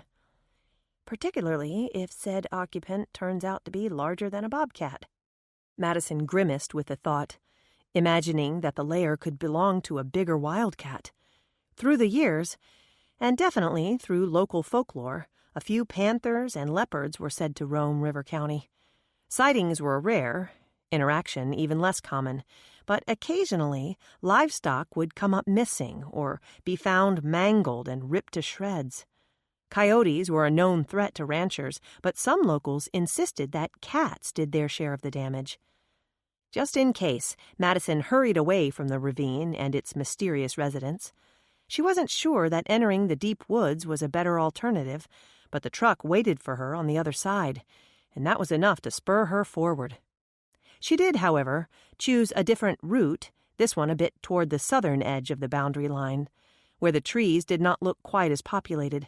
It would be a longer walk back to the truck, but hopefully less resistant. As an added bonus, she was able to walk almost the entire way without stooping and bending, other than to dodge an odd limb or two. Without fighting the undergrowth and thick foliage, Madison could enjoy her walk through the woods. She remembered traipsing through similar woods as a child, joined by her cousins and a grand sense of adventure. Before her grandfather passed away, he taught them all how to identify some of the native trees and plants. To this day, Madison knew to be wary of the deceptive beauty of plants with shiny, pointed leaves. Granny Bert's antidote for poison ivy was to slather the victim in a thick coat of calamine lotion. Madison often wondered which was worse, the itchy whelps left by the plant or the pasty, pink, crackled coating her grandmother applied. As the trees thinned even more, a quick look down at her GPS coordinates told her the tip of the property line ran roughly where she was standing. She marked the nearest tree with her chalk on the side that faced Allen's property. You could build a fence through here easily enough, she determined aloud. Yet there it is over there, a good 10 feet from here. Maybe Allen is right to pursue the issue. There's no good reason why Hank Adams should have Wynn property under his fence. A rabbit darted across her path, interrupting her narrative as she squealed in surprise. As she laughed at her own foolishness, she heard a snap to her left. The sound was out of place in the woods, echoing with a distinct electronic swish. Madison stopped mid-step, looking around cautiously. There, up in the tree almost directly above her, a red light blinked on the game cam as it captured the rabbit's escape. Madison glanced around, looking for signs of a deer stand. Why else would Hank Adams have a game camera set up in the woods? She followed the projected scope of the camera, realizing it aligned directly with the path of least resistance to the fence line. So it's not a game cam. It's a spy cam. He's trying to catch Alan Wynne if he comes onto the property. Jeez, maybe the old man really is paranoid after all. Madison recalculated her path, choosing to push through a denser stand of trees to the right, far from the reach of the camera. She scanned the tree for additional cameras, but the one device seemed to be the extent of the old man's paranoia. Or not. With the next snap, this one distinctly louder, Madison cried out in pain as she wrenched to the ground. Confusion raced through her pain-riddled mind. Had she turned her ankle? It throbbed like the devil. She did not remember a misstep, yet she heard the snap. Was the bone broken? Her palms hurt where she caught herself, and she was fairly certain a stick punctured her knee. But none of that compared to the pain and pressure around her left ankle. Madison managed to turn herself around and sit up so that she could take stock of her situation. She was vaguely aware of dropping the distance meter and cell phone when she fell, but she would worry about that later, after she assessed the damage to her ankle. "You've got to be kidding me!" she cried in disbelief. A shiny steel trap clamped securely around her booted foot. A bear trap? More likely a panther trap. She tugged on her foot, but there was no give in the smooth steel jaws. She pulled harder. The only thing she succeeded in moving was the trap itself, pulling it from the hole in which it hid. Her eyes searched for the chain, finally spotting the first thick links as they disappeared into a small trench in the ground, covered well by fallen leaves. After that, the chain seemed to disappear. She overlooked it twice before she finally realized the thick vine wrapped around the perimeter of a sturdy oak 5 feet away was actually the chain, cloaked in disguise. Were panthers smart enough to decipher the threat of a chain? A shiver of apprehension worked its way down her spine. Instinctively, she knew. This trap was meant for a person, not an animal. She knew it was fruitless, but she reached for the chain with both hands and tugged with all her might. Her reward was a slight rattle, nothing more. Certainly not freedom. "Don't panic." Madison kept her voice calm and steady as she instructed her brain to stay focused. "There's got to be a way to open the trap and get your foot out." She looked around, spotted a sturdy-looking stick, and tried to use it as leverage to pry the trap open. It snapped as easily as a pretzel. "Okay, still no reason to panic." She tugged on her foot again, realizing that the trap had snagged her foot on an angle, catching as much of her heel as it had the leather uppers of her boot. If she kept thrashing her foot around, she might make the situation worse. If her heel slipped, the steel would tighten even more around her ankle. Worse, a sudden shift might cause the mighty jaws to snap again, this time breaking the bone. "How do you do it, Madison Cessna Reynolds? How do you get yourself into these predicaments?" she chided herself. For some reason, her mother-in-law sprang to mind. Wouldn't Annette find this latest situation distasteful? The wife of her beloved late son, wallowing around on the forest floor, bound like a wild animal to a tree? Madison had no idea why she thought of the woman now, not when there were more pressing issues at hand. Namely, how she was going to free her wild animal self. She spied her cell phone, half buried in the leaves several feet away. She could probably reach it if she tried hard enough, but she hated the thought of calling for help. And whom, exactly, would she call? She may or may not be trespassing, depending on whose legal side you were on, Wynne or Adams. The possibility, or probability, of breaking the law ruled out calling brash. Dear Jenny would gladly come to her rescue, but the baker knew no more about throwing traps than Madison did. That excluded her best friend. Cutter would come, but that would more than likely involve sirens and fire trucks, which would, in turn, involve the law. So calling Cutter was out. Granny Bert would come, of course, but she would probably be too busy laughing to offer any real help. Darren was her most likely source of help, but he was out of town today. As she ruled out her options one by one, her ankle continued to throb. It's probably swelling, too, she thought. She leaned forward to unlace her hiking boot, loosening the tongue. She tested her ankle, wiggling it a bit to see how badly it was swollen. When her foot moved easily within the confines of the leather, an idea took shape. Still seated in the dirt, she searched the ground around her until she found a suitable stone and a chunk of hard, dried wood. She squeezed them into the trap alongside her wedged boot. It took additional twigs and more rocks, but after 5 minutes of intense effort, Madison had the space around her boot packed with trash. Satisfied that the trap was wedged wide open and could not tighten around her, she gingerly began to work her foot free. Lips pressed into a grimace, she made the slow and painful withdrawal. A final tug, and her foot slid free, just as the packing gave way and the trap snapped again. Exhausted, as much mentally as physically, Madison lay flat out on the twig-littered ground, allowing her muscles to relax. She might have lain there longer, but the sounds of movement in the underbrush brought to mind the hogs and rumored panthers of the area. Even when she spotted the harmless armadillo rooting noisily among the leaves left from autumn, she knew it was time to go. Worse than the wild animals, what if Hank Adams found her here, on the side of the fence he claimed as his property? She managed to stand, even though it hurt to put weight on her left foot. With a suspicious eye, she scanned the area in front of her for more hidden traps. Earlier, she had been too concerned with cameras to think about booby traps. But now, it seemed she had to search from top to bottom, just to navigate the remaining 4 feet to the fence.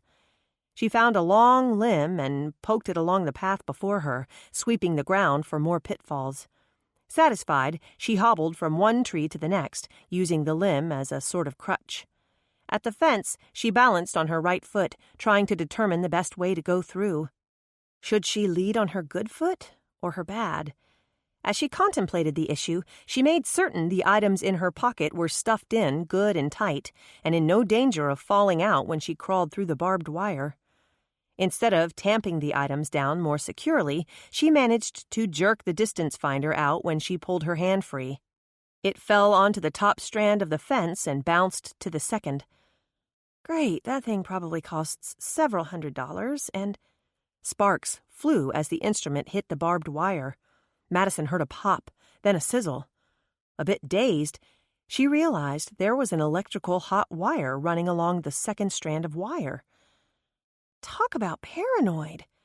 Electrical fences, spy cams, traps. Hank Adams was either psychotic, or he definitely had something to hide on his side of the fence. But what? She hadn't seen a thing worth defending. Judging from the smoke wafting up from the wires, the meter had shorted out the electrical fence, leaving Madison free to cross the boundary. She got down on her belly and crawled beneath the wires. It was hardly dignified, but she was fairly certain she lost all pretense of dignity the moment she stepped into the thicket. Her hair was littered with trash, her clothes were torn and dirty, she was missing a boot, and she had probably just broken the law. She could see the truck parked a good 50 yards away. At least the terrain on this side of the fence was fairly flat. It was a slow go, but with help of the pilfered limb and the fine art of hopping, Madison managed to make her way to the vehicle. The slow journey gave her plenty of time to think.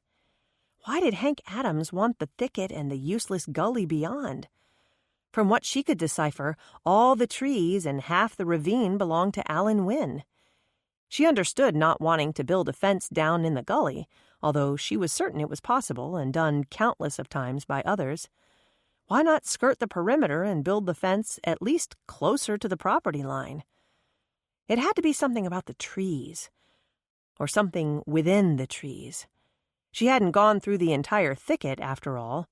She entered at the densest point, the part closest to the gully and the point least protected. She had exited several yards down, in Rambo territory apparently, leaving the middle section of the trees undisturbed. "Wonder what pitfalls awaited me there," she muttered aloud. "A snare? I might have been snatched up and left hanging from a tree. That might have been fun." She wondered how she avoided electrocution upon entry into the property. Did the electric fence not reach that far? And why no traps or cameras? Because, you fool, no one else is feeble-minded enough to take the animal trails. A normal person would take the path of least resistance, proving once again that you, Madison Reynolds, are not normal. As she hobbled alongside the fence, careful not to touch it, she discovered why she had been spared an electrical shock going in. The wire was broken at a coupling, rendering that section of the hot fence impotent. At least one thing had been going in her favor today. She tried to appreciate the small blessings as she hobbled the last few feet of the way. Her ankle throbbed. Her insides were all shook up, and she was exhausted. But she was finally, blessedly, back to the truck. "What happened to you?" Instead of warm concern, Granny Burt eyed her with suspicion when Madison bumped her way up to the front door.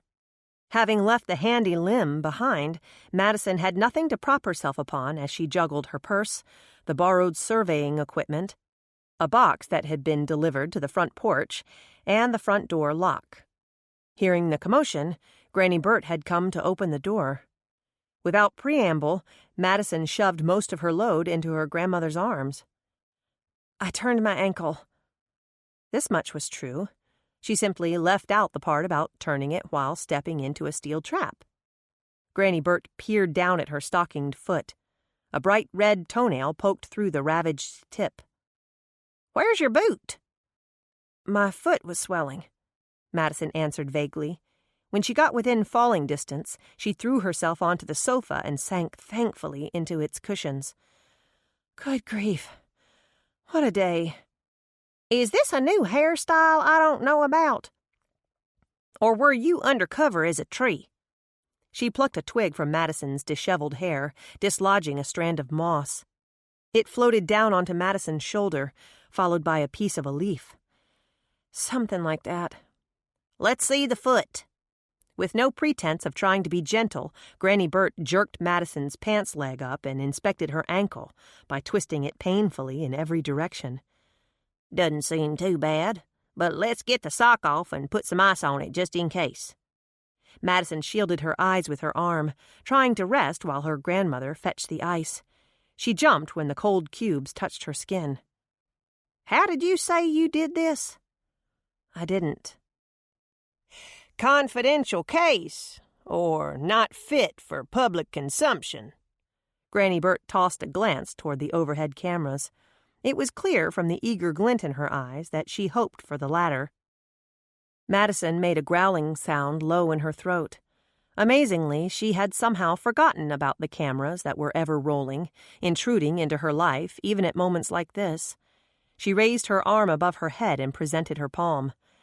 Speaking to the room at large and its multiple audio devices, her voice was weary as she said, "This segment is strictly forbidden from the cameras and mics. Under no circumstances do you have my permission to air any of this." The camera was allowed in the common rooms of the house, its purpose to capture conversations pertaining to the remodel. There was a loose agreement that no other scenes would be kept, but already a snippet or two had made its way into the final cut. So far, the random shots had been harmless enough, no more than brief, general scenes that showed a normal family doing normal, everyday things. But Madison knew it was only a matter of time before that changed. Also, by loose agreement, any member of the family could opt out by voicing a disclaimer as Madison had just done.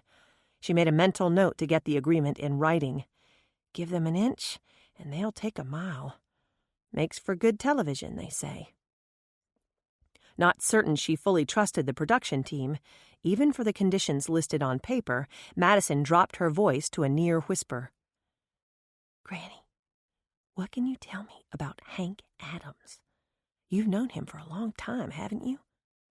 Only if you call 80 years a long time. Well, maybe 79. I think he's a few months younger than me." She frowned as she readjusted the ice pack on Madison's ankle. Why are you asking about him? Thinking of firing your carpenter and hiring a local team after all? She flashed a wrinkled smile, reminding her granddaughter of her previous shenanigans. The shrewd older woman had used the threat of hiring Hank Adams and his ragtag team of helpers to remodel the big house, claiming it would be far cheaper than allowing Nick Velarde to do the job. By the time she had finished, the celebrity carpenter was ready to agree to any terms to secure the job. After just a few weeks, he returned with an offer none of them had seen coming: to remodel the entire house at no out-of-pocket expense. Just out-of-mind expenses, Madison reminded herself. Stipulations. Deliberately speaking loud enough that the mics could hear her, she had a wry comeback. "Replacing them might make life easier." "What does this have to do with your ankle? Hank is getting hard of sin. He didn't cause you to have another wreck, did he? Because I don't know how much more your insurance company is willing to overlook, even if your cousin does own the agency." No, I didn't have another wreck, Madison snapped testily. I told you I turned my ankle. He bumped into you at the grocery store. Knocked you off the sidewalk trying to get a Jenny Doodle cookie hot out of the oven. I swear he's gained 10 pounds since Jenny opened up. Nothing like that. I was just asking how well you know the man. Granny Burt shrugged her bony shoulders. About as well as you know anybody, I suppose, without living with them or being family. We grew up together. Our mamas both worked at the big house, so our paths crossed even before we started school. There was only a dozen or so students in our grade most years, sometimes as many as 20, but not enough that you didn't get sick and tired of seeing the same old faces day in and day out. Hank dropped out around the 10th grade, but he ended up marrying one of my best friends, so it seemed there was no escaping him. Not that I ever wanted to, mind you. Hank and Virgie have been good friends through the years. Jimmy Adams is his nephew, right? That's right, Neville's son. Jimmy is partners with your uncle at the Sisters' Sale Barn and ag teacher at the school. One of Hank and Virgie's daughters teaches 4th grade. Their son owns the Gold and Silver Exchange. The Adams family has been in the area for years. So what's this about a boundary dispute with Alan Wynne? Normally, full of all the latest gossip, for a moment her grandmother seemed to falter. "I'm sure it's just a misunderstanding. Both men claim ownership to a small section of land. I doubt it's enough to cause too big a ruckus." "I wouldn't bet on it," Madison murmured. "From what I can tell, the land belongs to Alan, but Hank is being unreasonable." "The man can be as stubborn as a mule, that's for sure and certain. But sooner or later he'll come around." "I don't know about that. He seems determined to keep Alan off the property in question. But for the life of me, I can't see why. It's nothing but trees and a huge gully that backs up to Pine Bluff." "Sounds like you've seen the property," Granny Burt observed wisely. "I worked that week for boundaries surveying, you recall. We were surveying that very piece of land when, well, you know." She did not want to relive the events that led to her overnight hospital stay, nor did she want to mention them with the cameras rolling, disclaimer or not. "Didn't think you made it quite that far into the place." Granny Burt always could see straight through her. Madison's shrug was noncommittal. "I take it Hank Adams is hard to get along with?" "Not at all. Why would you think such a thing?" "Just an observation." "Wouldn't have anything to do with the twigs in your hair and the swelling in your foot, would it?" "That depends. Would you say he's a vindictive man?" A bit of worry seeped into Madison's voice. "What have you done, child?" Her eyes darted to the camera. "Nothing." Lifting Madison's injured foot unceremoniously, Granny Burt held it aloft as she plopped down on the couch. Madison scrambled to move the other leg out of the way as Granny Burt settled in beside her. Only then did she drop Madison's leg to rest upon her lap. "Might as well tell me about it," she said, but she kept her voice conspiratorially low. I will. But first, tell me more about Hank. Granny Burt considered her words before speaking, something she often neglected to do. Hank grew up poor but honest. The Adams family had lived in River County for years, long before the sisters existed. When the towns were formed and boundary lines drawn, the Adamses' land fell on the outskirts of Naomi. His family, though, worked for Miss Juliet at the big house. His grandfather, Truman Ford, was the butler and one of Miss Juliet's most trusted employees. There was always talk that Miss Juliet would leave her estate to Truman and Lily Ford, or at least to their offspring. They died long before her, of course, but Ruth Adams was still living, and so were her boys, Hank and Neville. Fact is, Hank expected to inherit the house. He did odd jobs for Miss Juliet all the time, tinkering around here and there, fixing what was broken, but he never allowed her to pay him. Some say he was doing it because he thought it would all be his one day. Others said he was repaying an old debt his family owed. I never asked. But I do know that when Miss Juliet passed on and her will was read, leaving most everything to me, Hank took it mighty hard. Said a few things he later apologized for. Took years, mind you, but after a while, he forgave me for inheriting what he thought should have gone to him. What sorts of things did he say to you? I don't exactly remember, not after all these years. To be honest, Hugh Redmond and his bunch were making more noise than Hank, insisting the estate belonged to them. But Hank did say something about past deeds. He insinuated that I had something on Miss Juliet and bribed her into leaving her estate for me. I had no idea what he was talking about, and he refused to elaborate. For the first couple of years, it seemed Hank did everything he could to undermine your grandfather and me. So, yes, I would say that he could be a vindictive man, but his anger only lasted a couple of years. He cooled down, apologized, and we picked up our friendship right where it left off. You might recall he was a pallbearer at your grandpa's funeral, and if he outlives me, I want him as one at mine. She winked as she added, honorary, of course. He's getting too old and feeble to carry even a box of bones. Don't want him dropping the casket and causing a scene. Speaking of bones, have you thought of any possible explanation for Miss Juliet having a secret staircase in her room? Particularly one that led down to a secret room in the basement? Sybil and I have been chewing on that one. We've racked our brains, but we can't come up with a plausible reason for any of the hidden passages. In fact, we were thinking of talking to Hank to see if he had any notions on the matter. Other than me, he probably knows the big house better than anyone. That's a thought. I also know that Miss Juliet kept a journal, but I've never come across any of them. Of course, I hadn't looked through all her books. She was a voracious reader and had a huge library, which is now yours, by the way, to do with as you may. But some of those books are quite valuable. Her grandmother shrugged. So sell them and collect the money. When I sold you the house, I sold you the contents as well. There was censure in Madison's stern, Granny. The old woman was having none of it. Get that tone out of your voice, and stop making that face. It might freeze that way. It had been a favorite saying of hers when her boys were young, and it had worked while raising her granddaughter as well.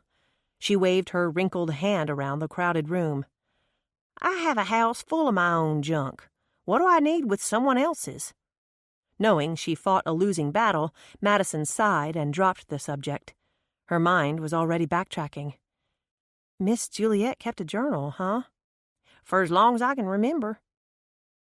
I'm sure there must be several volumes stuffed somewhere in that behemoth of a house.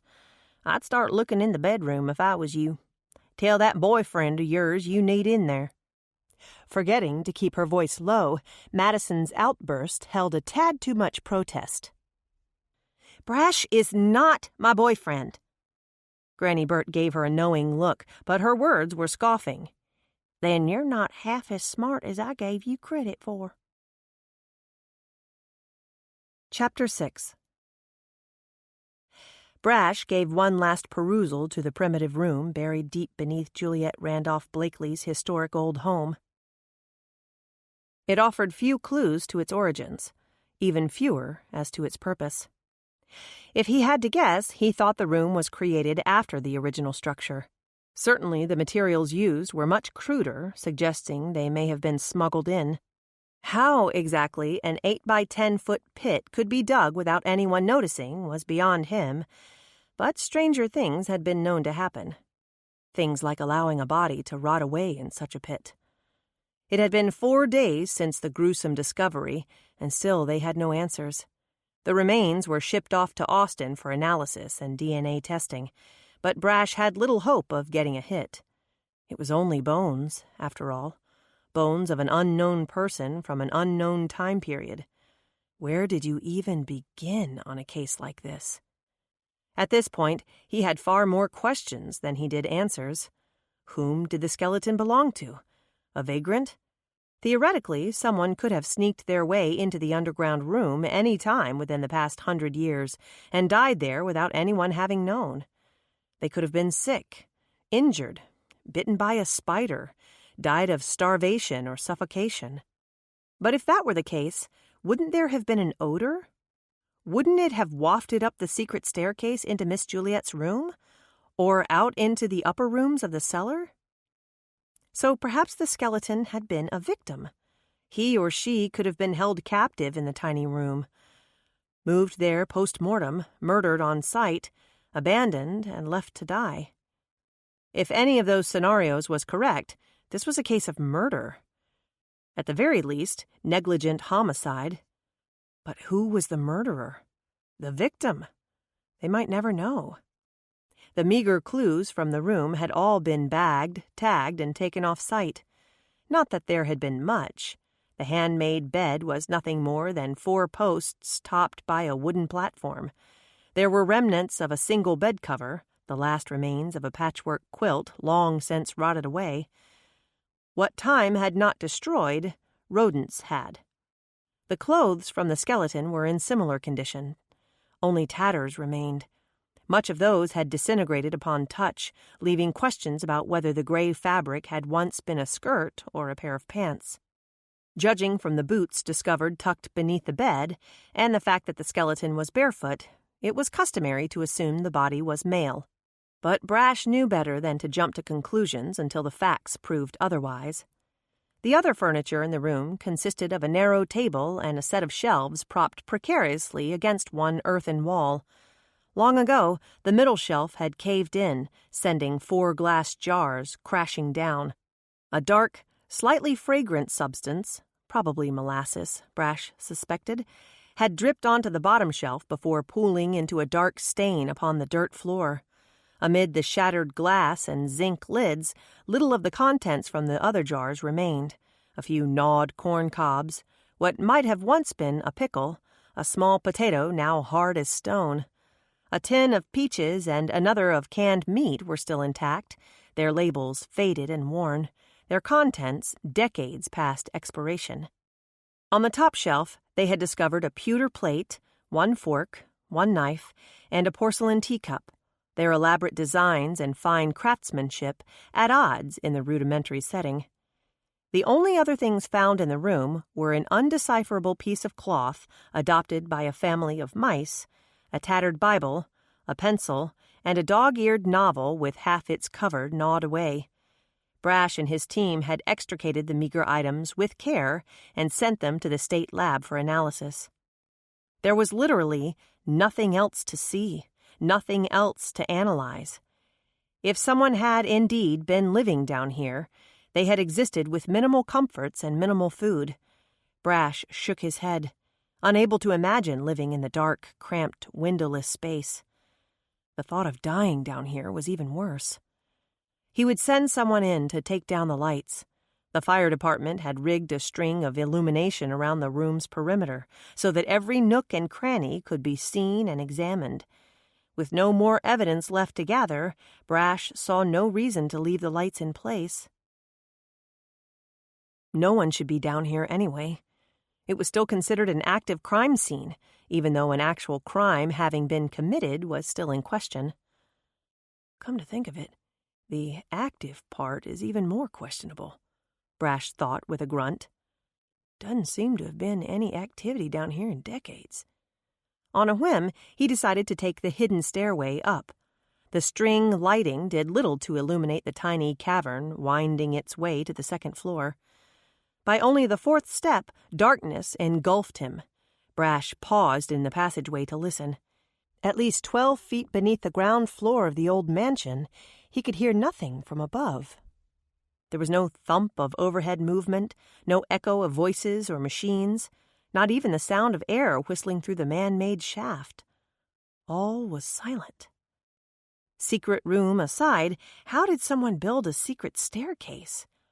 In the darkness, Brash put out his hand, feeling the rough planks of wood that lined the narrow chamber. He was still in the subcellar, still a few feet below the actual basement. Constructing a secret passage down here was conceivable.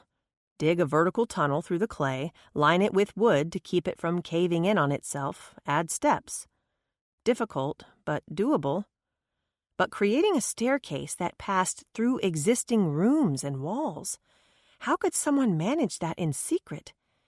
Brash was not convinced it could be done. That meant Miss Juliet was aware of the hidden staircase, had probably traveled the steep and narrow passage herself. If that were the case, when was the last time she had come down to the cellar? Before the mysterious person had died down there? Or after? Brash frowned.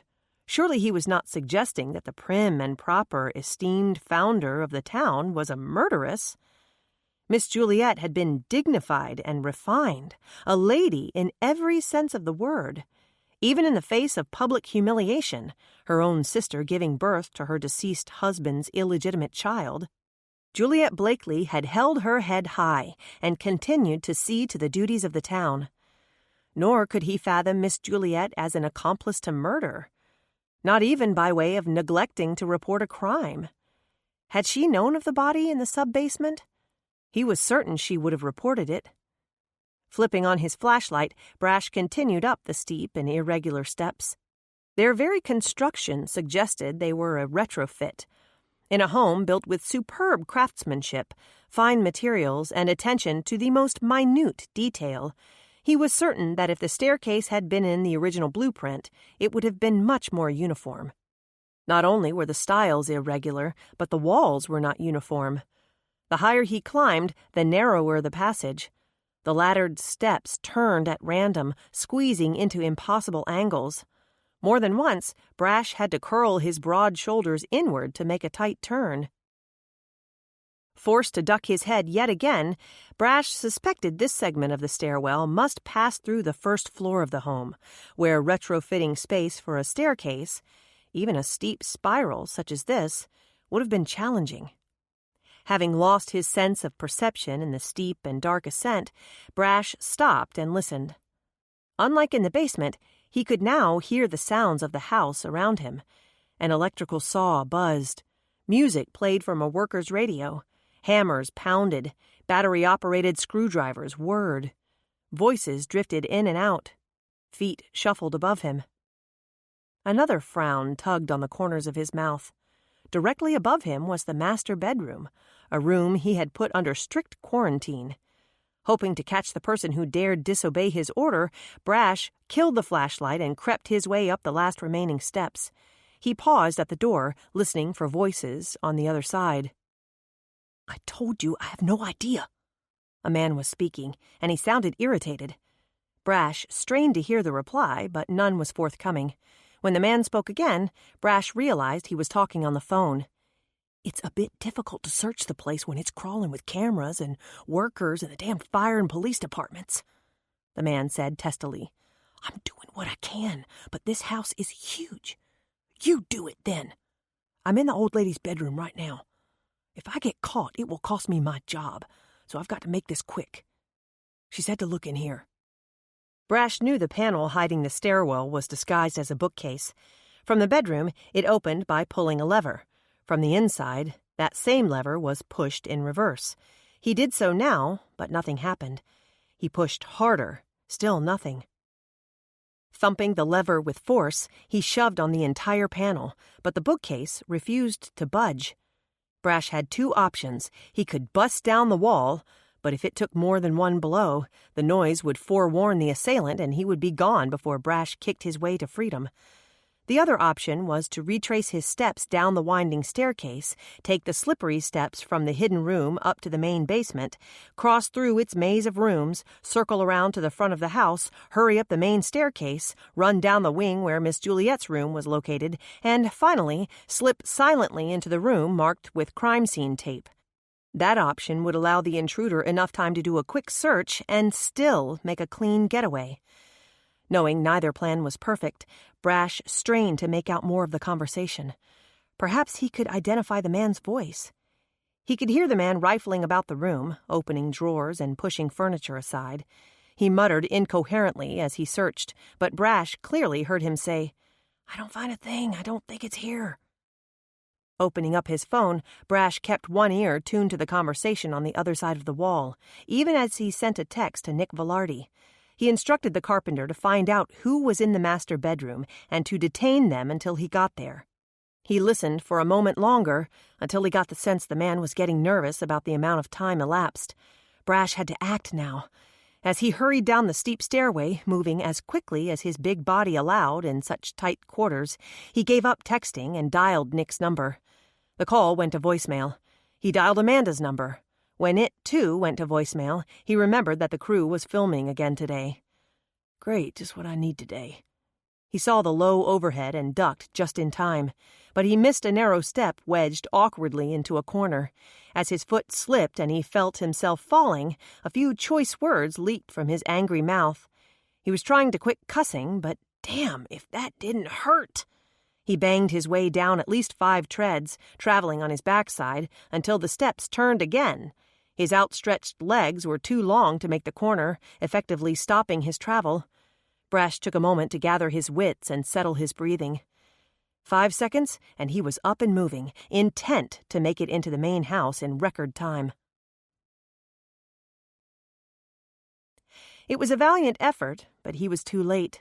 By the time he ran through the basement into the house, directly in front of the filming crew, despite their cries of protest and Amanda's obvious distress, up the grand stairway and into the master bedroom, the unknown man was gone. In fact, nothing seemed to be disturbed. After clearing the room for an intruder, Brash searched the rest of the second floor, finding only a handful of workers in a far bedroom. Covered in drywall dust and each in various stage of taping and floating the walls, the men looked fully engrossed in their work and surprised to see him. Since no trace of white dust led from the room, Brash marked the men off his list as preliminary suspects. Back in Miss Juliet's room, he looked for evidence left by the intruder. Nothing was out of place. There was a slight disturbance in the dust pattern on one dresser. A jewelry box shifted a fraction of an inch. Using the tip of his pen, he flipped the lid open and found it full of costume jewelry. He supposed it was fake, but it looked valuable. It was a wonder no one had stolen it before now. He would make a note to talk to Madison about it. He looked around again. Come to think of it, why was anything still in the house? Most of the rooms were as Miss Juliet left them, still cluttered with furniture, curtains, rugs, even knickknacks. With the mess of construction and all the different workers wandering in and out, wouldn't it make more sense to clear the house, putting the contents in storage until the renovation was done? Another thing he should ask Madison. He would have to call her, warn her of the possible security breach, alert her to the probability of theft. Even though his heart lightened at the thought of seeing her again, he hated to be the bearer of bad news. But he had promised to keep her updated, and Brash was nothing if not a man of his word. Even if, no, make that especially since, Maddie had trouble believing it. First, however, he had to contend with the angry Home Again team. What the hell was the meaning of that? Nick barged into the bedroom, his handsome face flushed with anger. Brash turned and gave the television host his imperial look. That, he said coolly, was me doing my job. What I would like to know is, why haven't you been doing yours? I was trying to, when you barged through like a 2-ton truck. Nick, Amanda murmured, trying to diffuse the tension building in the room. She tugged on his arm gently, but her big violet eyes tried to connect with Brash's. I'm not talking about filming. I'm talking about controlling your workers. Someone has ignored the do not cross line and been snooping around in here. Nick's sharp gaze darted around the room, looking for signs of disturbance. Nothing appears out of place. Exactly, meaning they had ample time to go through things without making a mess. I'll need to see the camera footage for this room. There isn't any. Brash frowned. I thought you had cameras rigged all over the place. Amanda was the one to answer, drawing the police chief's gaze her way. Only in the areas where we're currently working. We move the cameras as needed. Is there a camera on the stairs? Yes, we keep that one running. Then I'll need to see it. Hopefully the intruder took the main staircase and not the one designated for servants, but he wasn't betting on it. Why do you think someone has been in here? Nick asked. I heard them talking on their phone. Not only were they in here, they were searching for something. Nick bristled immediately. Are you accusing one of our crew of stealing something? Not yet, but I do know they were in here looking for something. How do you know it was a worker? Nick challenged. Maybe someone else came in. Maybe one of the local looky-loos slipped through security and came up here to snoop around. I overheard the man say if he got caught, it would mean his job. So why didn't you catch him? I was in the hidden stairwell, but the latch wouldn't work from the inside. When the other man started toward the bookcase, Brash warned, "Don't touch anything. I'll have to dust for prints." I suppose this is going to delay us even longer? Nick was clearly not pleased, his mouth curling down into a scowl. Brash's shrug was anything but casual. Control your men. Do your job in keeping them out of my hair so I can do my job and get out of yours. When Nick would have made an angry comeback, Amanda stepped in. She said a few low words to Nick, who frowned again but nodded. He threw a reluctant gaze at the police chief. I'll talk to the foreman. See if all their men are accounted for. And I'll have them reiterate the consequences of crossing the police tape. That's a good start. If this happens again, I'll have no choice but to declare the entire house off limits.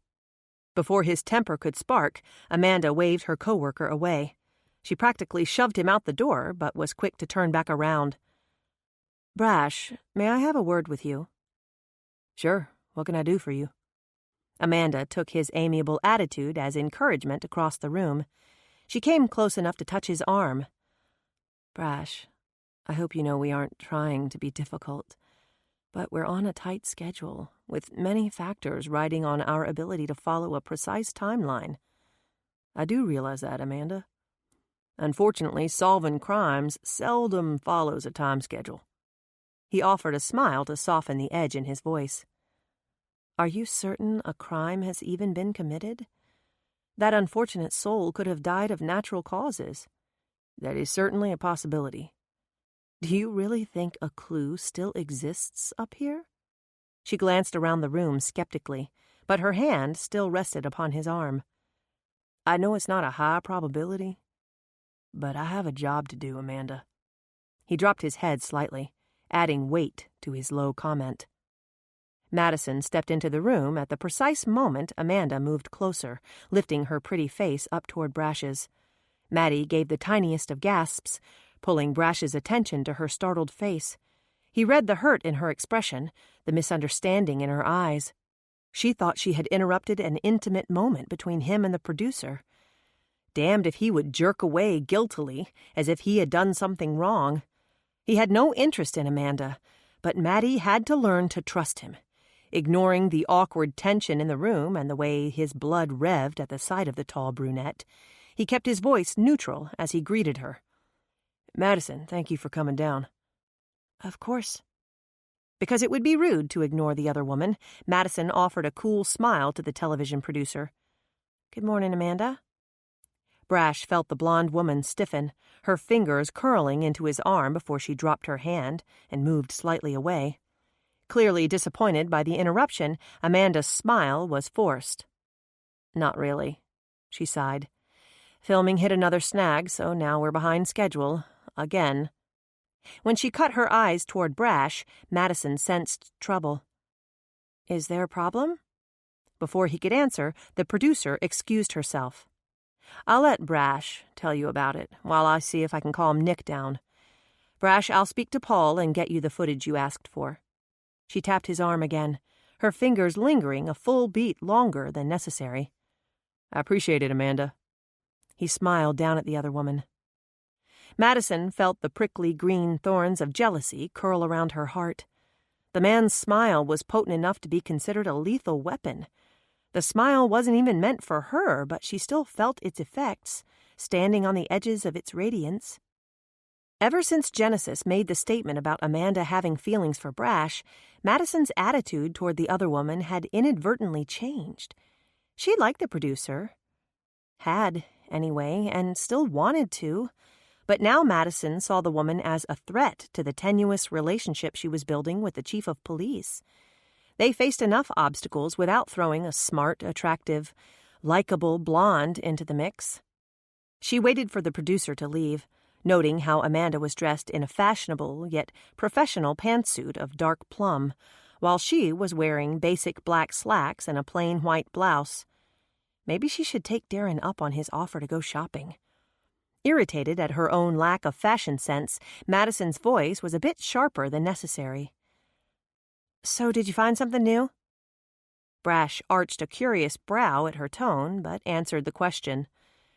"No new evidence, but I did discover we have a new problem." "I think I've already met my quota for the week."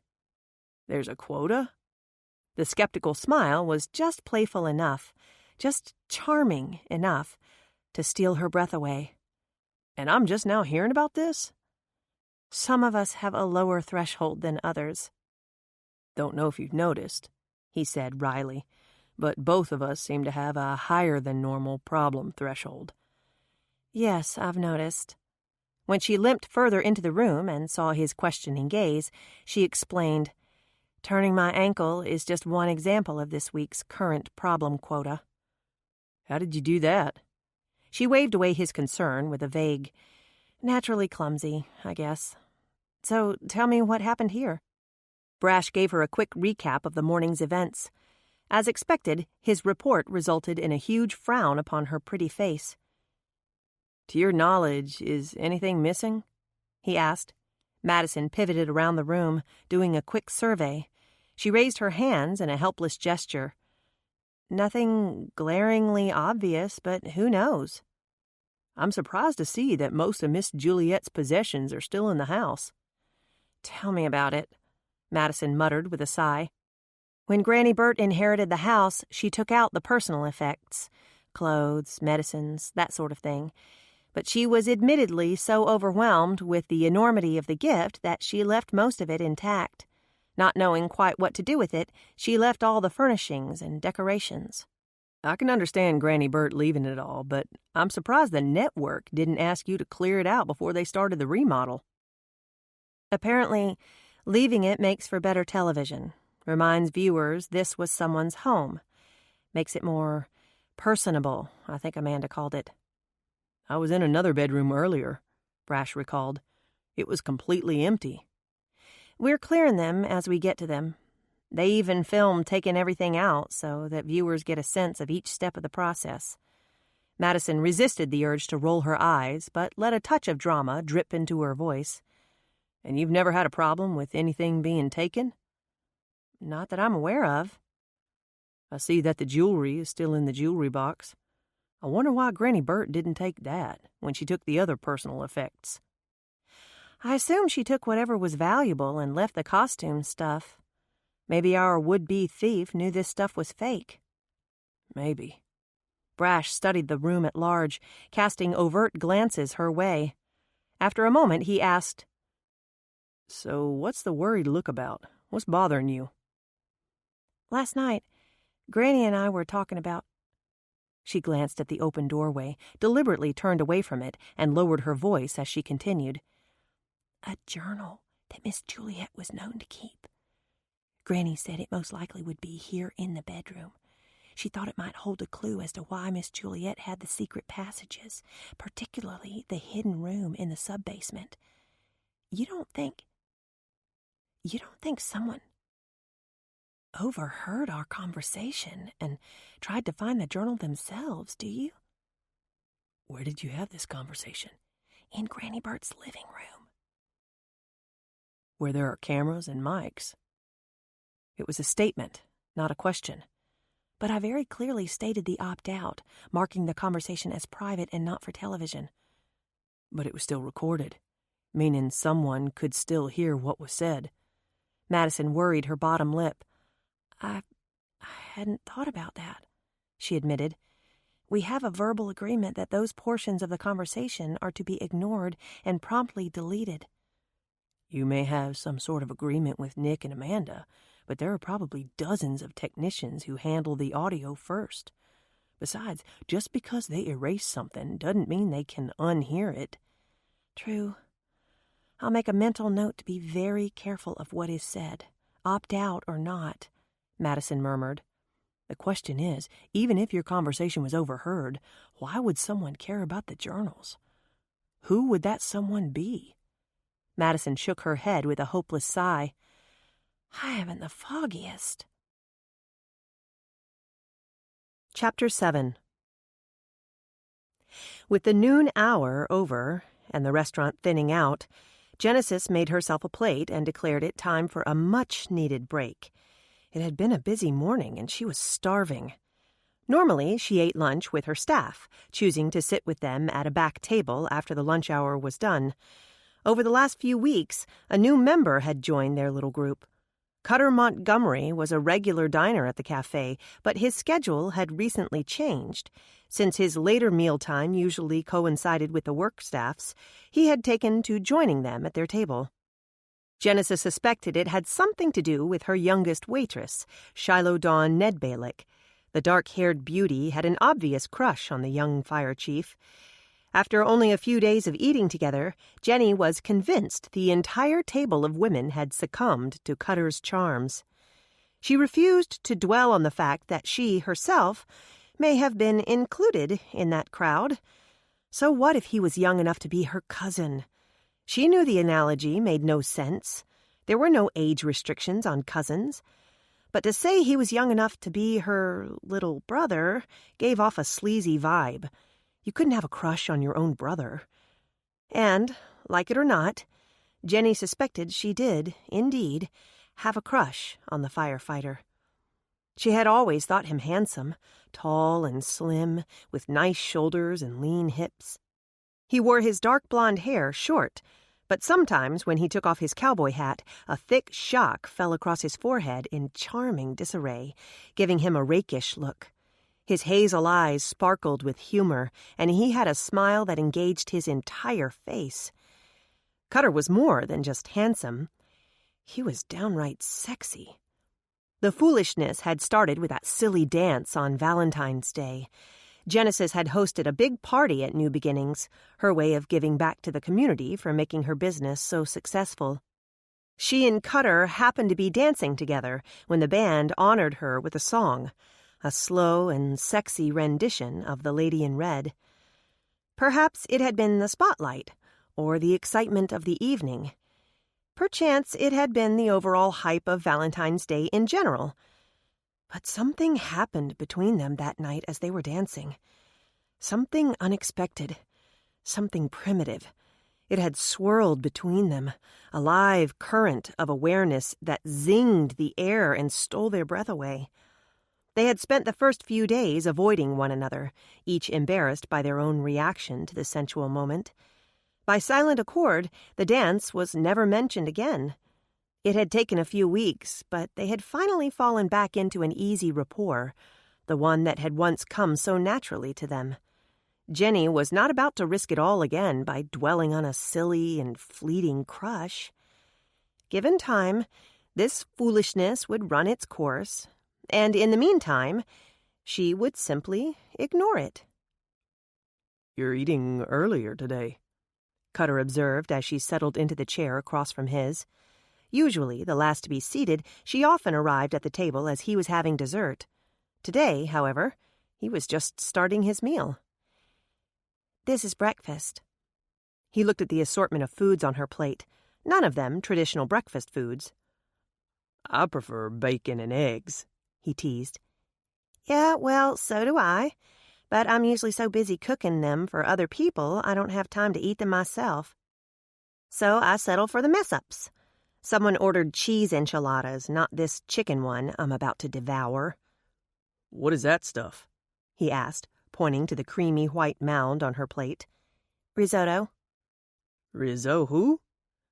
Jenny laughed at the expression on his face, ignoring the fact that even twisted in mock horror, his face was gut-wrenchingly handsome. These were hunger pains flipping around in her stomach, not a reaction to him. "Risotto," she repeated. He jabbed a fingertip into the mixture, curiously testing the texture. "What is it?" "Sautéed bits of vegetables cooked into rice and heavy cream. It's delicious. You should try some." He still looked skeptical. Jenny laughed again. Scooping a bite onto her fork, she held it out for his inspection.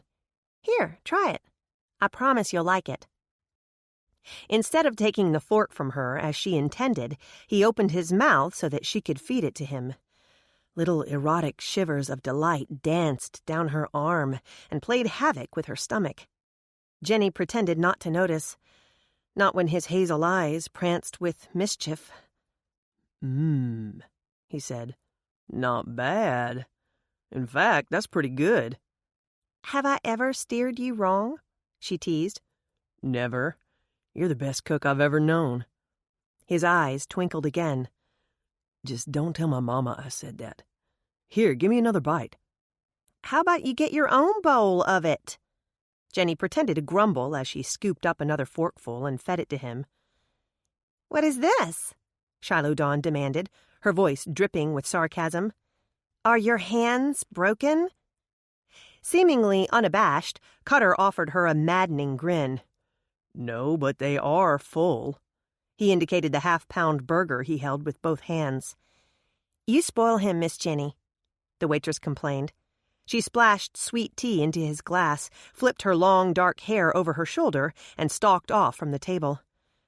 Jenny knew that Shiloh Dawn had a strange way of flirting with Cutter. Half the time, it seemed, she was angry with him, or took offense with something he said or did. She had a cute, pouty face, after all, and most men seemed to like that. Cutter, however, usually seemed baffled by her behavior, and seldom took the bait. Instead of coaxing her into a better mood, he normally argued back or, like now, simply ignored her. Shiloh Dawn was probably mad at him now, Genesis realized, because of his antics with her. She did have to admit, his casual sharing of her food, by her own hands, no less, did suggest something intimate between them. With a frown, she belatedly remembered the cameras. She hoped they had not caught the silly moment on tape. She certainly hoped they would not air the meaningless gesture and make more of it than warranted. "Why the frown?" he asked. "I forgot about the cameras.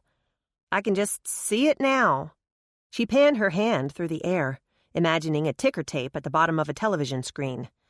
"Local eatery force feeds its customers," she intoned. "Or it could be a good thing," Cutter shrugged.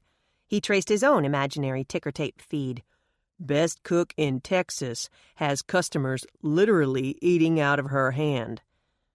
Jenny grinned, showing off the dimples that she deplored, but everyone else adored. "Okay, I like that one. We'll go with that." She dug her fork into the enchilada and took a bite, stringing cheese from her mouth to the plate. They both laughed at her messy endeavor and Cutter's clumsy attempt to help with a napkin. After several minutes of eating in silence, Cutter nodded to the camera discreetly blinking in the corner. "So, how's life under the microscope?" Believe it or not, I actually forget it's there. Those first few days, we all walked around on tiptoes trying to pose and primp for the camera. But that grew old really quick. A busy lunch rush has a way of making you forget about smiling pretty for the cameras. She flashed another dimpled grin. Now, I don't give it another thought. Funny how quickly you can become accustomed to something. I've noticed a lot more strangers in town since they started filming. Guess it's good for businesses around here, but we've already had an increase in traffic accidents. Seems like we go on twice as many calls these days. The price of fame. Stipulations, as Maddie calls them. Speaking of Miss Maddie, any word on the skeleton? For months, Cutter had used the same respectful label with her, referring to her as Miss Jenny. Somewhere along the way, perhaps even before the dance, he had dropped the moniker, symbolically narrowing the age distance between them. Now he simply called her Jenny. Not really. Brash turned it over to the state lab, but who knows how long that will take. She did ask me to come over to the big house this afternoon to help her look for some sort of journal Granny Burt remembered Miss Juliet keeping. They're hoping it might have a clue as to why she had all the secret passages in the secret room. She glanced at the clock on the wall. I hope Rudy hurries with my car. He's putting new tires on it. I'll head over there as soon as he brings it back. I can give you a lift. You don't have to do that. I don't mind. Jenny pursed her lips as she considered his offer. I may just take you up on it. Maddie seemed a little anxious when I talked to her. No problem. He flashed his charming smile, doing that thing to her stomach again. All you have to do is ask. By the time Jenny arrived at the mansion, Brash had finished dusting for fingerprints and turned the room over to Maddie for her search. When she saw her friend, the homeowner broke out in a smile. Ah, reinforcements. And I come bearing gifts. Jenny rattled the white bakery bag with the Jenny Doodle cookies inside. In the other hand, she had 2 disposable cups of coffee. As always, you are a lifesaver, my friend. Sipping on her coffee, Genesis surveyed the room at large. At one time, the room had been the height of fashion. Thick carpets covered the gleaming hardwood floors. Heavy drapes adorned the windows, their large rose pattern identical to that of the fluffy duvet. Everything in the room was color-coordinated and artfully arranged, the dark burgundies and forest greens, softened with splashes of cream and pale pink. It looks like Miss Juliet must have had this decorated right before her death, Genesis mused. This matchy-matchy color scheme has all the hallmarks of the 80s. So do the ribbons and roses sprouting all over the room. She motioned to the walls and winced. They're even on the wallpaper. Miss Juliet was nothing if not fashionable. So, what's the plan? Where do we even start? I don't know. But if you come across anything that looks valuable, box it up to take with us. I thought Amanda wanted you to clear the room on camera. I'm more concerned with preserving Miss Juliet's legacy and the contents of the house than I am about being personable for the camera, Madison retorted. Jenny grinned. I think I detect a hint of green in your voice. Not amused by her friend's astute observation, Madison denied being jealous. A reflection off all these climbing vines, I'm sure, she said with droll sincerity. Jenny's blue eyes twinkled. Why, yes, I'm sure that's it. After an hour of fruitless searching, the twinkle had dimmed. I don't know about you, but I'm not finding a thing, Genesis declared, shutting the bottom drawer of an antique oak chest. Me neither, Madison huffed out a sigh. She was seated in an upholstered wing chair, resting her swollen ankle. Where else could we look? One or both of the libraries would be my best guess. I assume the one on the second floor was more for her personal reading pleasure, the larger one downstairs more for reference. And, of course, for show. Of course. The sad thing is, who did she show off to?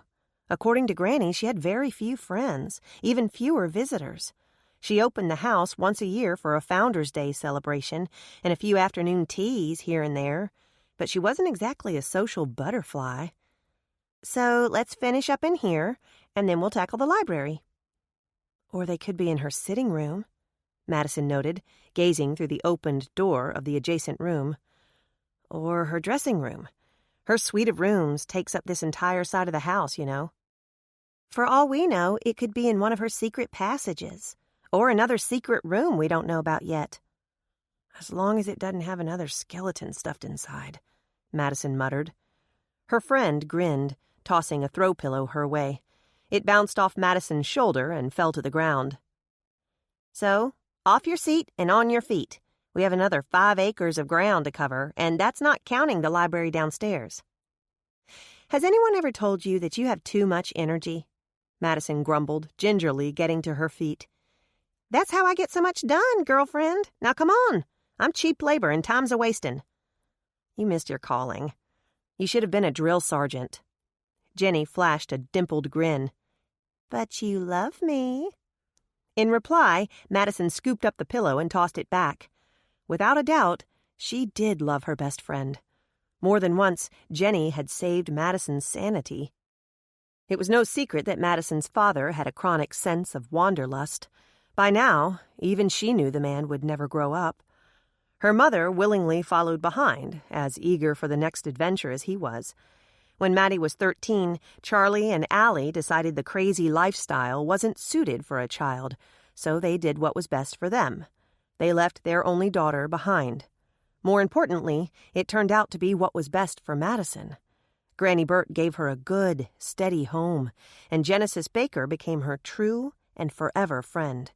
Without Jenny, Madison was certain she would have gone mad. The friends were inseparable. They even went off to college together for another 2 years of side-by-side adventures. After that, Genesis took a break in traditional study and went to France to learn to be a pastry chef, and Madison met and married Grayson Reynolds. Even as Jenny began a career and Maddie started a family, they remained close.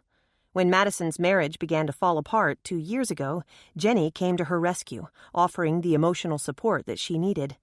Last summer, Jenny moved back to Naomi and opened a cafe. When Gray was killed in an automobile accident a few months later and left his family penniless, dear Jenny convinced Madison to join her back home. Once again, Jenny was her salvation. So here they were, both living in the sisters again, both starting over. Madison returned with decidedly more baggage than her friend did. Gray's betrayal cut deep, stirring up old insecurities of being unloved and unwanted. If anything, she depended on her friend now more than ever. You finish up in here, Madison decided. I'll start on the library.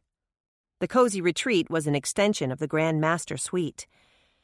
Boasting its own balcony at the front of the house, it opened off the grand staircase with elaborately carved double doors. A smaller set of doors, tucked into an alcove, connected the repository to Miss Juliet's private domain. As difficult as it was to comprehend, all of this was hers now. Every inch of the huge old house, every pompous piece of furnishings still inside, every outdated piece of floral wallpaper, all hers, even though little of it suited her tastes. True, Nick Velarde had grand plans for the master suite of rooms. Convert the original dressing room into a huge closet, complete with custom built-ins. Create a new master bath extravagant enough to fulfill her every fantasy. Update the sitting room nestled into the turret. Add double French doors leading onto the balcony. Allow in plenty of natural light. New floors, new paint, new bedding. With spectacular ideas of her own, Amanda was already talking about decorating the room. She had the perfect person in mind, too. Kiki Peretta, a Texan with her own popular show for the network. Amanda was excited about the possibility of a huge crossover audience for Home Again. It would be wonderful for their ratings, she gushed. Reality home makeover television at its finest. Without asking what Madison had in mind for the rooms, Amanda arranged for Kiki to visit next month. She then accidentally leaked word of it on social media. Fans were already delirious with anticipation. If I think it's crazy now, just wait until Kiki hits town, Madison bemoaned silently. Maybe I'll just hole up in here. She could stay in here for days, Madison decided. Although quite a bit smaller than its formal counterpart downstairs, the room was impressive. The private sanctuary was a treasure trove for the written word. Hundreds of books lined the walls, everything from hardcover classics to modern-day paperbacks. There were books of every genre, mysteries and love stories, poetry and sonnets, self-help books and autobiographies. Just as Granny had said, it was obvious that Juliet Randolph Blakely had a voracious appetite for reading. Maddie sighed. She planned to look through each and every book, searching for the missing journals. The task was daunting. Chapter 8. The oddities began that week. Throughout the years, there had been rumors of ghosts within the old mansion. It was said Miss Juliet encouraged the rumors, perhaps starting a few of them herself. Granny Burt claimed it was done to keep noisy visitors away. Once Madison's grandmother inherited the house, she found the rumors to be a great deterrent for looters and would-be squatters. Only the bravest daredevils were adventurous enough to sneak onto the grounds and break into the house. The few who did break in seldom took anything. It was one thing to defy the spirits and walk among them. It was another to steal from them. Over the past decade or so, the rumors had died away. Madison liked to think it was an indication of maturity. After all, ghost stories were fun for teenagers, offering harmless entertainment on a small-town Friday night. Many a teenager from her generation had kept the legend alive and, well, often based on tales passed down from their parents and grandparents. But the arrival of the new millennium had brought new families into the sister cities, most of whom knew nothing about the rivalry between the Randolph sisters and the man they both loved. Rumors of ghosts and disgruntled spirits had slowly faded away. Content to let the legend of the so-called ghosts lie, Madison never mentioned it to the Home Again team. She was afraid Amanda Hooper might exploit that aspect of the home's past. The first few weeks of filming had gone smoothly, but soon after the skeleton was discovered, unexplainable things began to happen around the mansion. Madison suspected some prankster was at work, reviving the old superstitions of ghosts for the benefit of national television. The public seemed to love that sort of thing, after all. It started with the tools. When the workers arrived in the morning time, things had been tinkered with. It was harmless enough. Saws unplugged, batteries turned backwards, things moved from one spot to another. But it cost precious time on a schedule already stretched thin. After a couple of days of the pesky inconvenience, they arrived another morning to discover a wall had been painted overnight. The paint of choice had been bright red, reminiscent of blood, particularly when it was splashed upon the walls with long, dripping tendrils. The cameras were of no help. The permanent cameras, the ones left running 24/7, had been disabled or realigned to record blank space.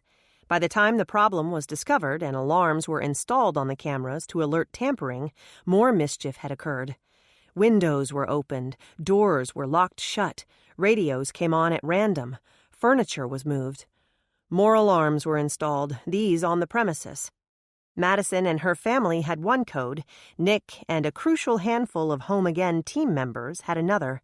The electronic tattletale recorded each entrance and each person engaging the alarms. Yet still the oddities occurred. Today's event had been the most disturbing of all. Nick was the first to arrive for the morning, only to find several messages written on mirrors throughout the mansion. The blood-red paint gave a chilling tone to the ambiguous words. "Leave well enough alone," demanded one message. "Get out," said another. "No more." A fourth mirror's message was the most ominous. "Stop before you're sorry." Officer Perry had come to investigate. Madison would have felt better with Brash there, but he was out of town for the day. Official business, dispatch said, but she could not help but notice that Amanda was missing today as well. "Stop it, Madison. You promised to give him a chance. You're learning to trust again, remember?" She kept reminding herself of that fact as she made another sweep through the upstairs library. After almost a week of looking for the journals, possible places to search, and her patience grew thin. Add the cryptic messages and Amanda's sudden absence on the very day Brash was out of town, and her nerves were on edge. It had been difficult enough this week, conducting a clandestine search in a house filled with dozens of extra people and cameras in various locations. As owner of the house, Madison had every right to be there each day, but she felt uncomfortable doing so. She found it easiest to come after the workers were gone and she had the house to herself. She brought the twins with her one evening to search the library. As comedian of the family, Blake found amusement in the titles, particularly the British love sonnets and Edwardian-era poetry. With his flair for dramatics, he acted out titles such as Whither Thou Goeth and The Death of a Toad. Between laughing at her brother and discovering her own proclivity for romance novels, Bethany was of no more help than her twin was. Another evening, Granny Bert offered to help, but that, too, proved fruitless. Caught up in memories of days past, her grandmother spent more time reading favorite passages from books and relaying old stories than she did looking for the journals. Her grandmother's stroll down memory lane was interesting, but Madison could accomplish more when she worked alone. So here she was this evening, giving the library one last opportunity to produce the journals. If she still came up empty-handed, she would move on to another room. She was at the desk, making certain she had not overlooked a false bottom in any of the drawers. Nothing. She sat back in the elaborate executive chair, running her hands over the soft burgundy leather with its delicately rolled arms and decidedly feminine design. Miss Juliet had excellent taste, she thought distractedly. The chair fit Madison's weary body like a glove, coaxing her to sit back, relax, stay a while. She gave in, but just for a moment. It was almost dark out. Even though she would soon be living in the house, she avoided being here late at night by herself. She was not exactly afraid, but the recent mischief had her uneasy. Would-be ghost aside, there was the matter of the trespasser Brash heard in Miss Juliet's room. Madison swiveled the chair from side to side, absently contemplating the matter. Perhaps it was all connected. Perhaps the intruder Brash heard was their prankster. Perhaps she or he had a trick planned for the master bedroom, but was frightened off before implementing it. It could be kids. Madison wasn't sure how they were getting around the alarms, but most kids these days were geniuses with electronics. So far, the ghostly incidents had been innocent enough, a bit juvenile, in fact. So definitely the work of kids, she decided. Or was it? A whispered thought echoed in her mind. It could be a marketing ploy. For all she knew, Amanda might even be behind it, trying to boost ratings for the show. Nothing like throwing in a little ghost action to intrigue people. In case her deal with Kiki's show fell through, a good ghost story might appease the masses, Madison realized.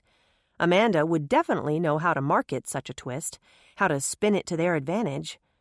Why, with only a 2-hour pilot and a barrage of sneak peek commercials, the producer had already stirred interest for their upcoming premiere to a fevered pitch.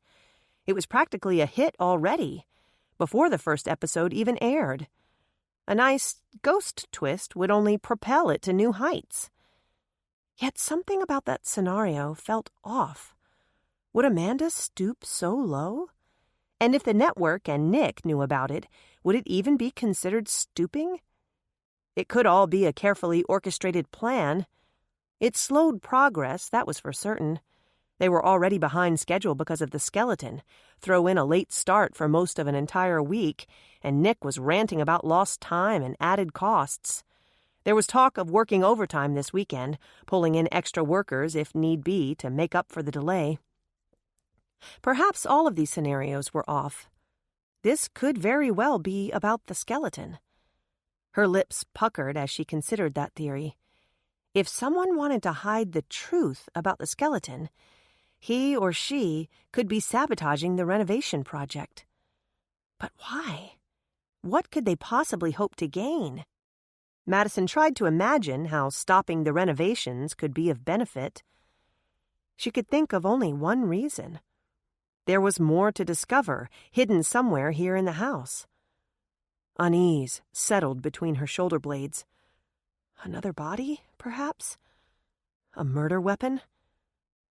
or information.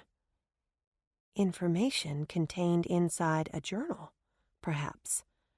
Madison nibbled her upper lip. Were the messages meant for her? No more. No more searching for the journal, perchance? Stop before you're sorry. As far as scare tactics went, the events so far had been rather lame, but they did seem to be escalating. Was it because she was still looking?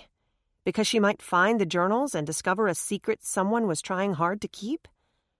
A new thought occurred to her. Did that make Miss Juliet somehow guilty? Not necessarily, she reasoned, but the journals might offer some insight into the secret room and its purpose. Madison drew in a deep, calming breath. There was a chance she was completely wrong. The incidents might have nothing to do with one another. It could be coincidence that one day after Granny Burt mentioned the old journals, the intruder defied police orders and rifled through Miss Juliet's bedroom. It could be mere chance that the oddities started immediately after that. Random occurrences that just happened to coincide with one another.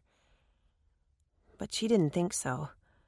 Her eyes traveled around the room, more of a mental exercise than a visual one. What was she missing? Not physically, although the obvious answer was the journals themselves. She was missing something else, something that could explain the sudden appearance of their message-writing, work-disrupting ghost. The saccade of her hazel gaze swept the room, snagging on a far corner near the window. Madison spied one last cubbyhole she hadn't searched. The small cabinet was tucked between a large bookcase and the heavy folds of the drapes. Thinking it would be a perfect place to hide personal items, her hopes soared. She tugged on the lower cabinet door, only to find it locked. Seeing no keyhole, she determined it was merely jammed. She pulled and tugged, twisted and turned. The small knob refused to budge. After several minutes of trying, she banged the top of the cabinet in frustration. Maybe she needed a hammer. Or not.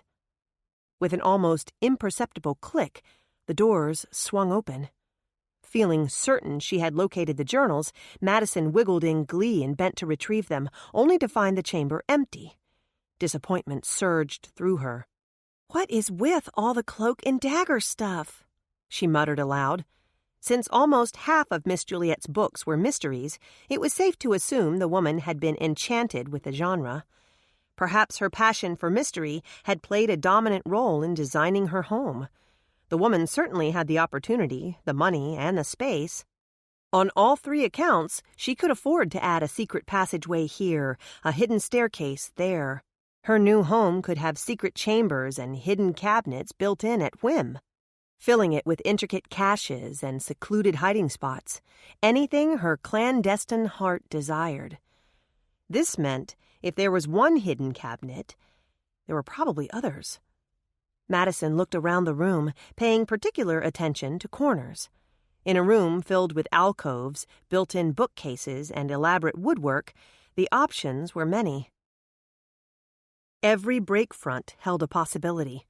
A solid panel taunted twice the opportunity. For the next 30 minutes, Madison retraced the room, tapping and shoving, trying to trigger hidden mechanisms and the secret spaces they protected. She discovered 3 more. A slim vertical panel between 2 bookcases held an old gun, a single-barrel shotgun if she was not mistaken. Leaving it as is, she made a mental note to ask Brash of its worth. A secret drawer tucked beneath a shelf of books protected a stash of old letters and loose papers. These Madison removed for later perusal. Lastly, she discovered another small cabinet, this one high overhead, hidden behind an alcove's fur down. She needed a chair to reach it. She was climbing atop the seat, stretching upward, when she heard a noise from downstairs. The workers had gone for the day, so who did she hear rummaging around down below? With a glance out the windows, Madison belatedly noticed that dusk had fallen. When the uneasy feeling between her shoulders returned, she found herself abandoning the newly discovered cabinet to sneak her way to the door. She tiptoed out onto the landing and peered down. Darkness crept in from the windows. With no lights left burning, the area below was dark and shadowed. Another shuffling sound. Someone was definitely in the house. Most likely Nick.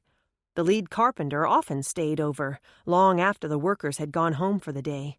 He was, after all, meticulous with details. Madison suspected he was a workaholic, always finding something else that needed doing, something that needed fine-tuning. "Nick, is that you?" she called out. No answer, just a distinctive thump from below. Without stopping to question her reasoning, Madison quickly crossed the second-floor landing, bypassed the grand stairway, and made her way to the servants' staircase at the rear of the house. She kept her footsteps light. Checking that her cell phone was still in her pocket, Madison quietly crept down the stairs. The staircase was decidedly less ornate than its showy counterpart at the front of the house. Strung from the first floor to the third, the steps here were simple and steep, the walls narrow. The back stairway had none of the polished banisters and exquisite details of the grand centerpiece, just a simple handrail along one wall. Nor, Madison breathed thankfully to herself, did it have the stark but crude spiral of the hidden passage down to the sub-basement. Just one turn on this steep descent. Madison was halfway down the flight, almost to the landing, when blackness engulfed her. The overhead bulb went off, snuffing the already dim light from the passage. She stopped mid-step, gripping the narrow handrail.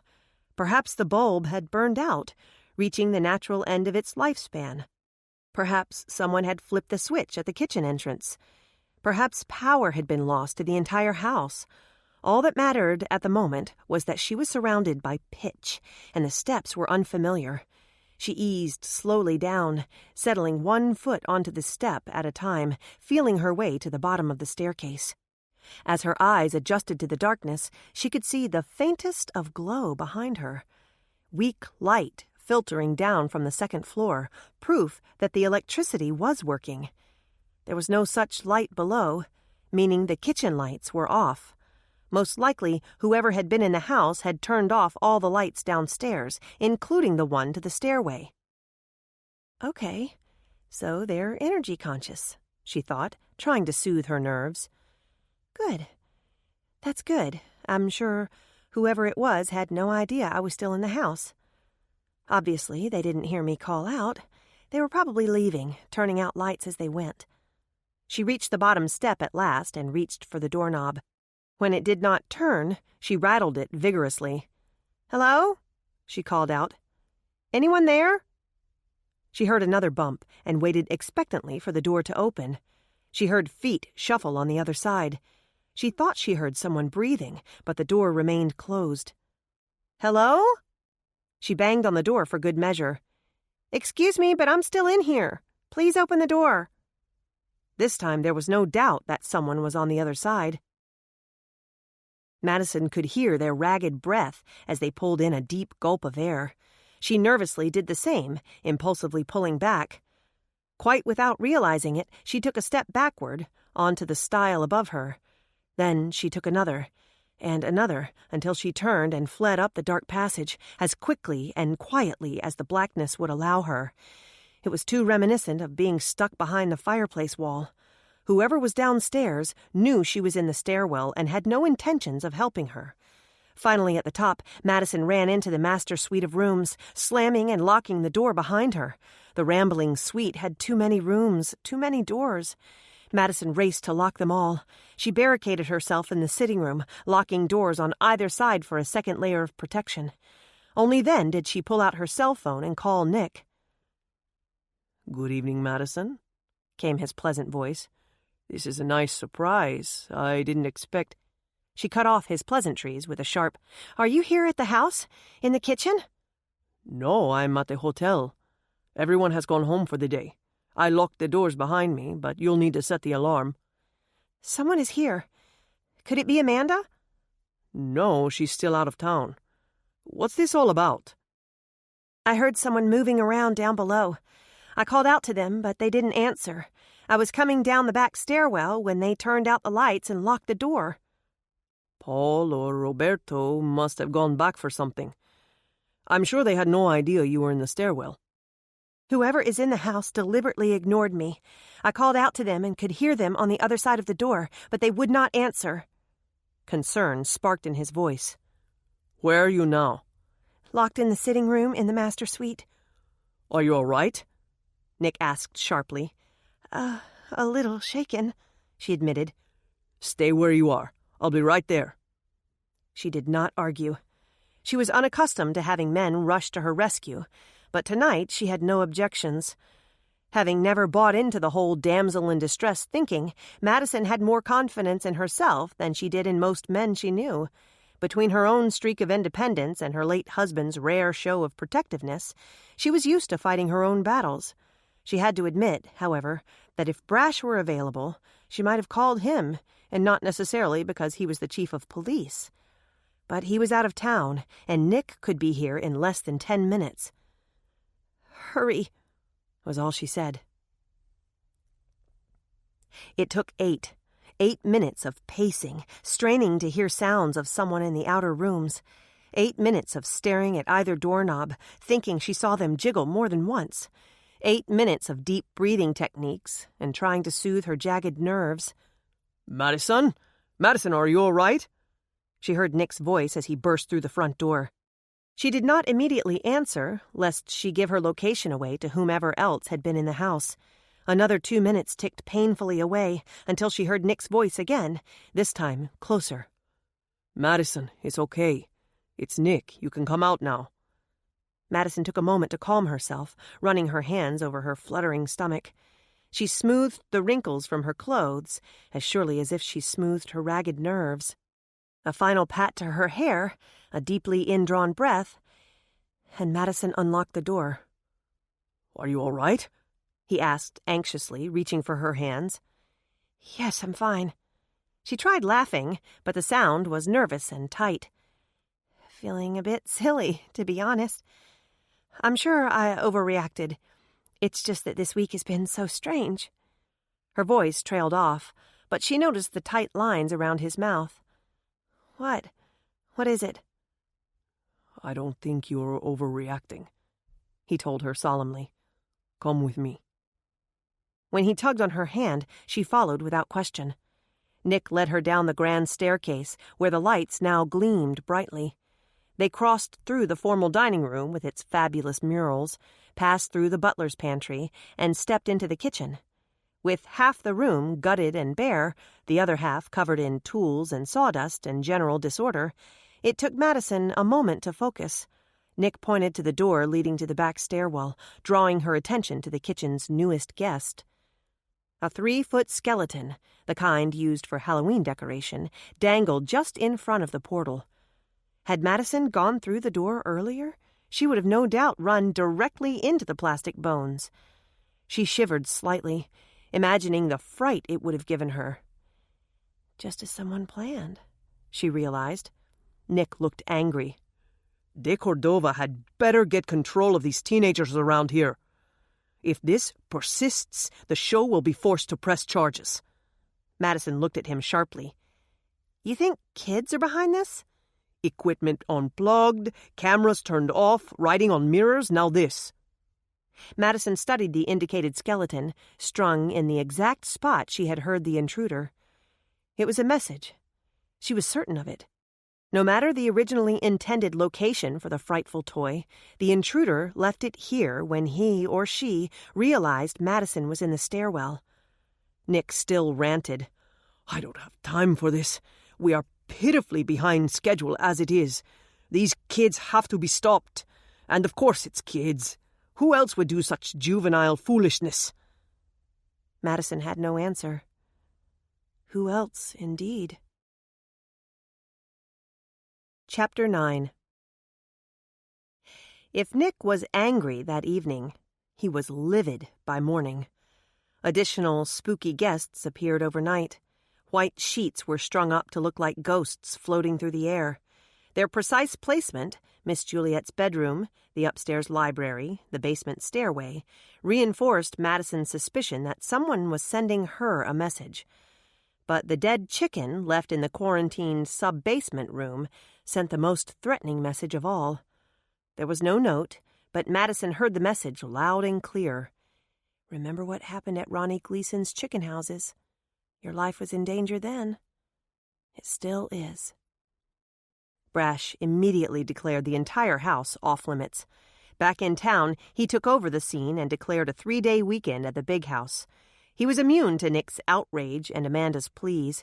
He ordered everyone off the property. Even the cameras were ordered turned off. Banished from the premises, Madison had no choice but to obey. While Brash and his crew did a thorough search of the old estate, she abandoned her search for the journals and turned her attention to duties at In a Pinch. It was Friday, the day she ran errands for Miss Sybil.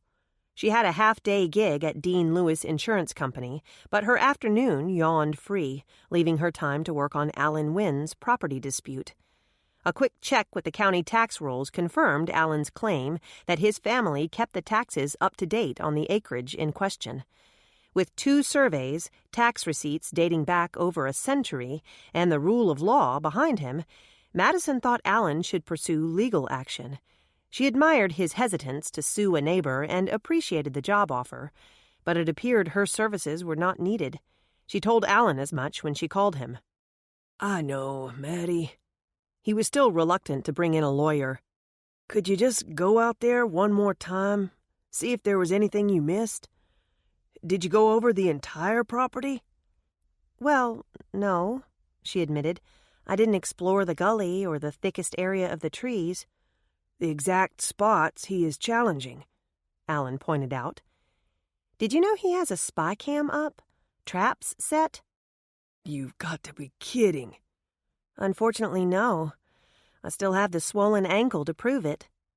Obviously, the man is out of control. Maybe I should call the sheriff and let him handle it.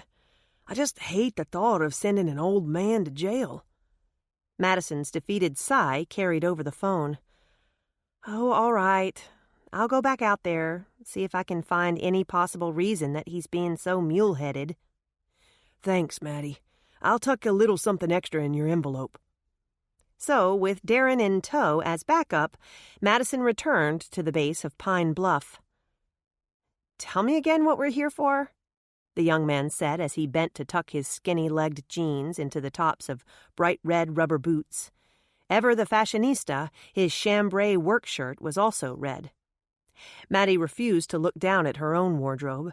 Now, minus one boot of her own, she was wearing an old pair of Bethany's. The turquoise leather uppers clashed with the mostly blue T-shirt she wore, mostly because it sported 2 large bleach spots down the front. She had on the same torn jacket from her first visit, not wanting to subject any more of her wardrobe to prickly vines and limbs. Because I obviously missed something before. Something that makes this thicket of woods worth protecting, even by nefarious means. Darren studied the dense woods directly before them.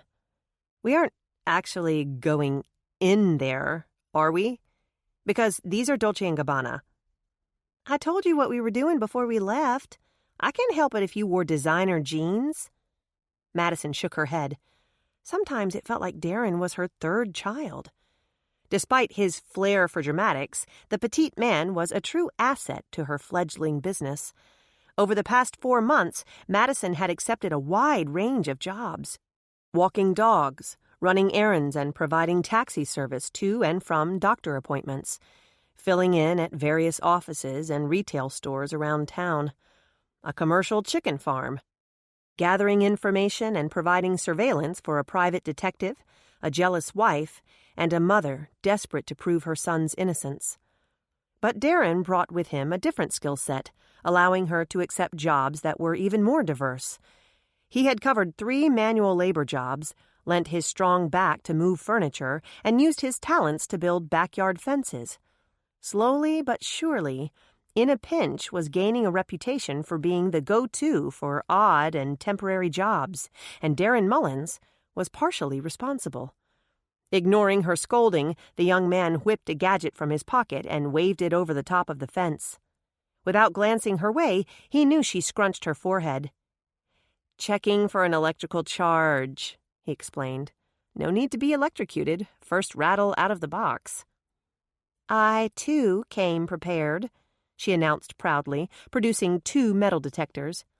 Handy for discovering traps, hidden treasures of gold, and any other metal secrets these woods hold in store. Plus, she dug in her jacket pocket and pulled out a small device, this snazzy little bug detector. Camera variety, not insect.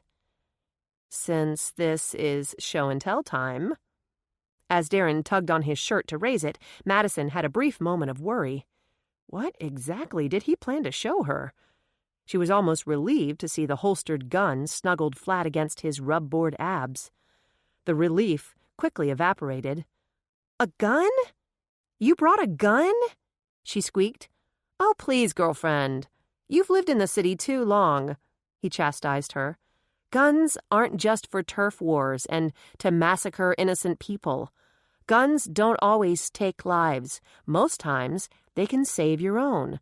What if a wild boar rushes us? What if we see a skunk or a snake? And don't forget the rumors of big cats around these parts." "Is it legal?" "I'm not a moron, Madison. Of course it's legal. Legal, registered, and backed by a safety course."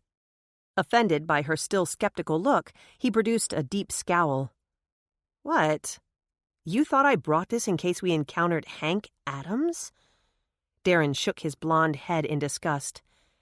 "And you thought I was melodramatic." Duly reprimanded, Madison offered a meek smile. "I'm sorry. Guns make me nervous." "You're a woman living alone.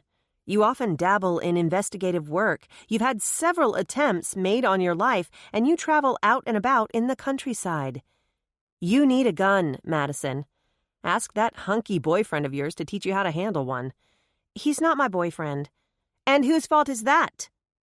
When he turned his back to her, Madison childishly stuck her tongue out at him. "Saw that," he claimed. Bickering put aside, they slipped through the strands of barbed wire and made their way into the thicket of dense woods. "Here." Madison handed Darren one of the metal detectors. "Look for anything other than a normal forest. Flag it with tape if you find anything."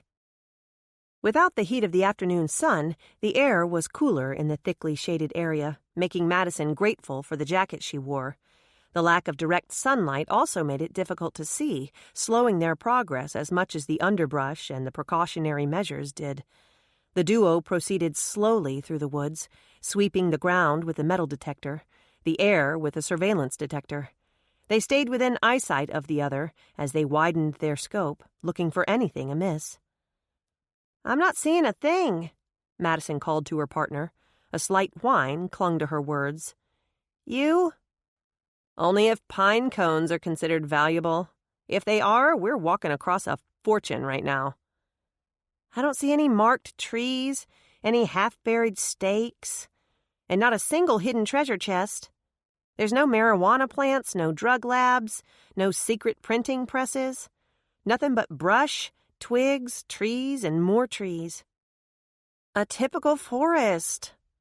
Her voice was definitely whiny as she added, "These trees aren't even that special. So what's the big deal?"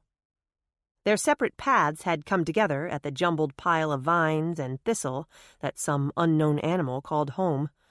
Darren pursed his lips, studying the prickly mess. "If I had something to hide, I'd choose somewhere like this." "Especially if that something was a litter of baby piglets or a den of wolves," Madison fretted. Her worries gave him pause. After a pregnant moment, he ventured with a hopeful, "I don't see any recent tracks." "Maybe because you're standing 10 feet away." Darren edged closer. He waved the metal detector through the air rather uselessly. When nothing stirred within, he moved in another few feet. "Stand back," he said, but his voice lacked conviction. It felt rather odd allowing a man to protect her, particularly this man. After all, she dwarfed him in size. Against a blank background, the first thing noticeable about Darren Mullins was his handsome face and his nicely sculpted physique. But in real-life setting, his size came into focus. His body was well-proportioned and in excellent condition, but the blue-eyed man had an unusually petite build. Madison felt as if she were allowing a 13-year-old to defend her.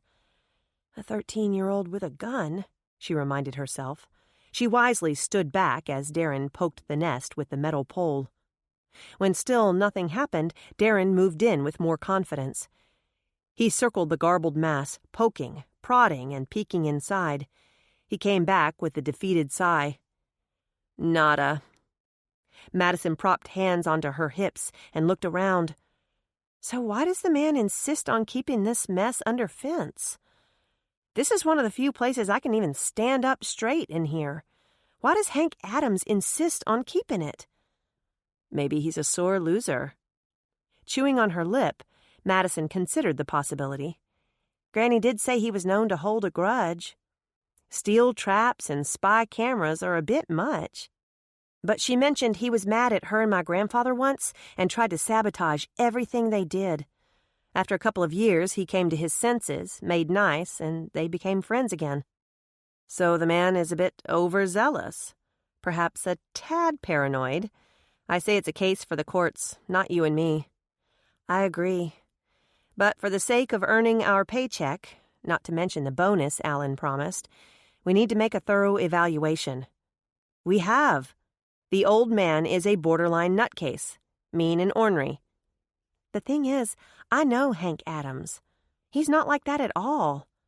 Your ankle begs to differ, Dollface, Darren pointed out. Because he had a point, Madison continued to nibble her lip. So if it's not the trees themselves or something hidden among them, it could be what's on the other side of the trees, she speculated. Which is a deep gully that backs up to Pine Bluff? Unless the gully is deep enough to be standing in oil, I doubt that's it. There's only one way to find out. This time, Darren whined. You're just determined to ruin these jeans, aren't you? Wondering if he would even notice additional rips, she picked her way around the thick undergrowth. This way, Madison instructed, ducking beneath a low branch. But be careful coming out of the woods. The ground drops off almost immediately. Fall into the gully, and those fancy pants of yours will be history. Brash knew dusting for prints was a long shot. Taking into account the carpenters, show personnel, crew members, Maddie, her family, and all their visiting friends, literally dozens of people had access to the house and its grounds. He would give it a shot, but he had little hope of being successful. Despite Nick's insistence that kids were behind the pranks, Brash had his doubts. This didn't seem like the work of teenagers. Known to instigate a prank or two of his own during his youth, Brash knew that most teens lacked the attention span to pull this one off.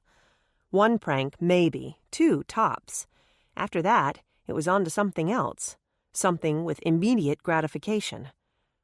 Something like turning a young wild boar loose overnight in the cafeteria at school. Something like listing the principal's home phone number on Craigslist with the photo of an underpriced vintage Corvette for sale. Something like spray painting the trees around town blue and white to boost school spirit. Those were the pranks local kids favored, not the series of low-key events that had taken place at the big house.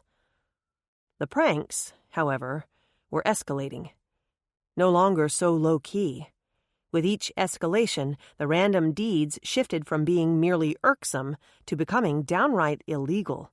Tampering with a police investigation and trespassing were only the beginning. With the messages left on the mirrors, the pranks had suddenly escalated to terroristic threats. Not the work of kids. Brash was sure of it. Brash had already made a running list of possible suspects, but he kept the list confidential for now. It was still a very fluid investigation. Whoever was doing this knew something about electronics. He or she was able to bypass alarms, redirect circuits, and disrupt video feed. Instinct told him it had something to do with the overheard conversation about the journals. So the person had access to the cameras and audio inside Maddie's house. The very thought tightened his gut and brought out all sorts of protective instincts. Most had little to do with his job as chief of police. Every one of them had much to do with his feelings for the homeowner. By now, it was obvious that the old mansion harbored a secret. The perpetrator, Brash hypothesized, had one of two reasons for wanting to keep the secret buried: to protect the past or to ensure the future. If it was about the past, exposing the secret must mean the potential for dire consequences. Brash's mind raced as he tried to imagine what those could be. The skeleton suggested a murder. A murder meant a victim and a perpetrator. They were already working the missing person angle, but it was a daunting task. They were working with a 100-year time frame, after all. While there was no time limit on pressing murder charges, there was a time limit on lifespan. Logic told him that if the deeds were about protecting a murderer, then that murderer was still alive. He did some quick calculations in his head. Even if the murderer had committed the crime at the age of 15 and was now in his or her mid-80s, the crime could have taken place as many as 70 years ago. It wasn't much, but it meant they could narrow their search to missing persons during and after the mid-1940s. The condition of the body and the deterioration of the clothing suggested the corpse had been down in the basement for years, probably decades. It would probably be safe to overlook the last 25 years, concentrating on earlier disappearances. That left a rough window of between 1945 and 1990, give or take 5 years or so. Still a daunting task by any standards. Of course, it could still be about the past and not include a murder. There could be another secret hidden in the journals, something potentially damaging to... whom? An entire community came to mind. As matriarch of the town, Juliet Blakely more or less screened every resident who resided here. No unsavory characters were allowed to rent or buy property in her namesake. Not only did she know each family who called Juliet their home, but she also knew their past. That had to amount to at least a few juicy secrets. Miss Juliet died in 1983. Brash could pull records, cross-reference the families who lived here then to those still in the area. That would narrow it down somewhat, but not much. Most families had deep roots in the community and chose to stay. Nor could he rule out residents of Naomi. On more than one occasion, Miss Juliet had ruled a family non-worthy of citizenship, only to have that same family settle across the railroad tracks, warmly welcomed into the town of Naomi. Reasons for rejection could be recorded in those journals. Brash groaned, knowing the numbers just doubled. Potentially, Juliet Blakely could have recorded secrets about anyone in the Twin Cities. And if this was about the future, those secrets meant someone had something to lose. He would need to give special attention to anyone with political, social, or financial significance. He made a few notes on his list, thinking of names to jot down. The list was getting impossibly longer, and he had not even touched upon the more obvious possibilities. This could be a marketing ploy. Any one of the Home Again team, but most likely Nick or Amanda, could be behind the pranks, trying to drum up interest for the show. What was that saying in Hollywood? Any press is good press. People loved ghost stories. Throw in a little danger, and it made for great news coverage. He had managed to keep things under wraps so far, but any day now, Brash suspected the media would get wind of the incidents at the old mansion and swoop in like vultures. The first episode of the show was due to air soon. With help from the media, ratings were sure to soar for that all-important season premiere. The lines tightened around his mouth as he jotted yet more names onto his list. Just the background checks could take weeks, months. He only had 2 officers.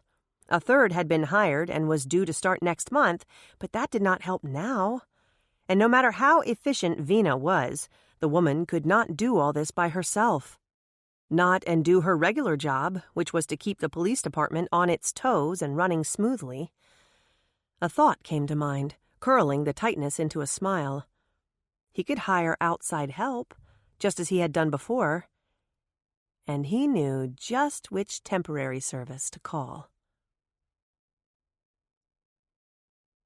Having successfully avoided falling into the gully, Madison and Darren skirted the perimeter of the ravine. They went opposite the direction Madison had previously taken, looking for anything amiss. See anything, Dollface? Darren asked. A healthy crop of bull nettle. My grandfather once taught us kids how to harvest the nut, but unless that's become the latest health food sensation, I don't think these plants are what we're looking for. Agreed. So now what? I suppose there could be something down in the gully. Her voice was rife with reluctance, not wanting to admit that might be their next course of action. Darren pointed toward the bottom of the bluff. Or in that cave over there. What cave? You mean that animal den? He shrugged his delicate shoulders. Cave, den, tomato, tomato, whatever you want to call it. I call it insane if you think I'm going to crawl off in a hole where some cougar might live. We're not dressed to crawl inside a cave. He glanced over at her wardrobe with thinly concealed disdain.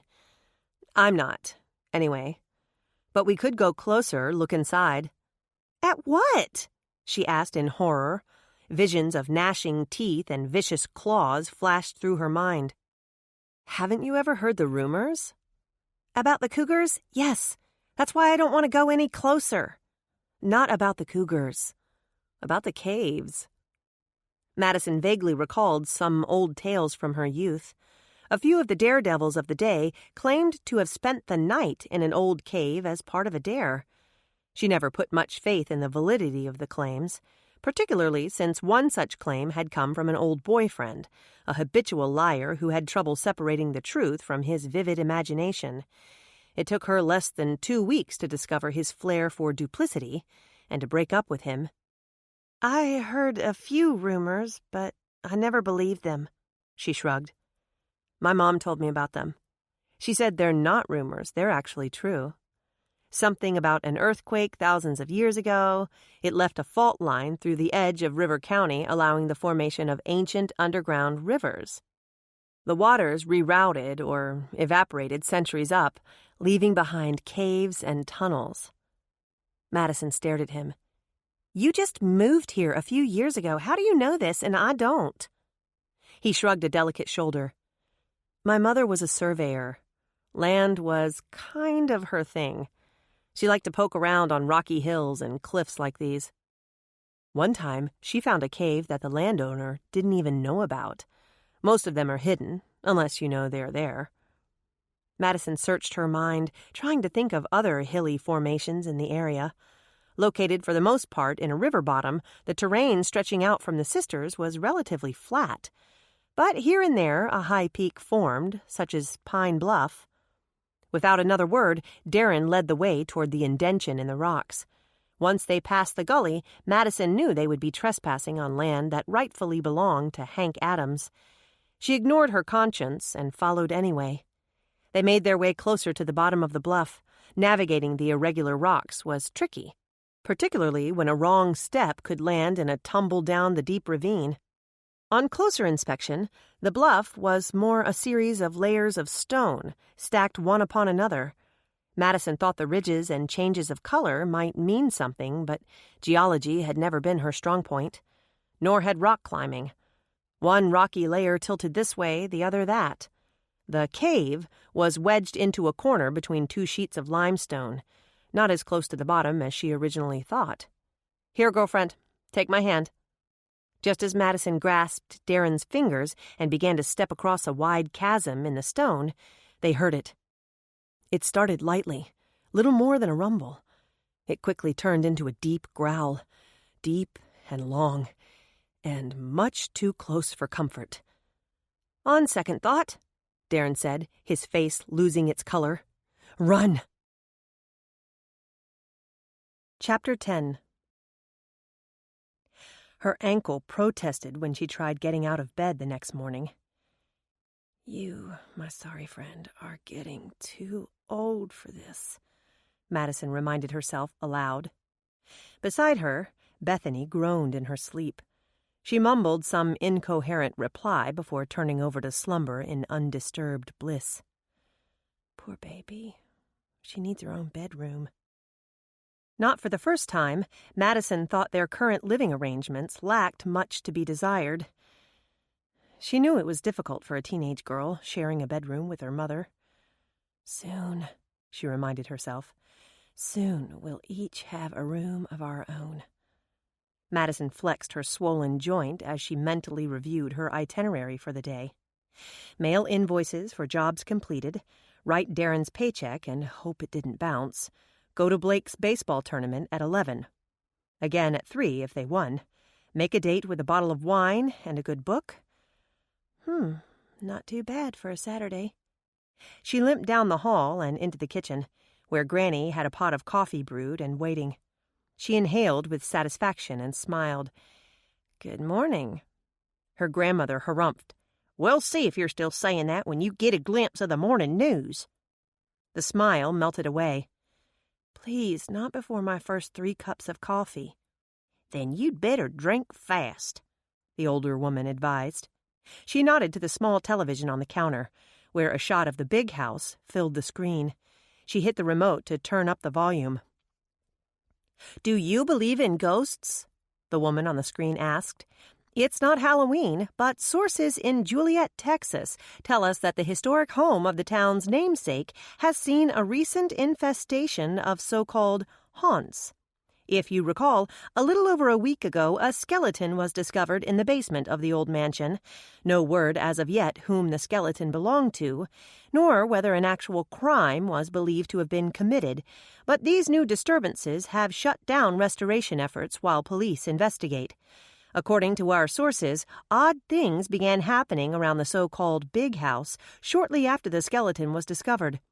Urban legend has it that the old house is haunted, and this week, ghosts have started to appear.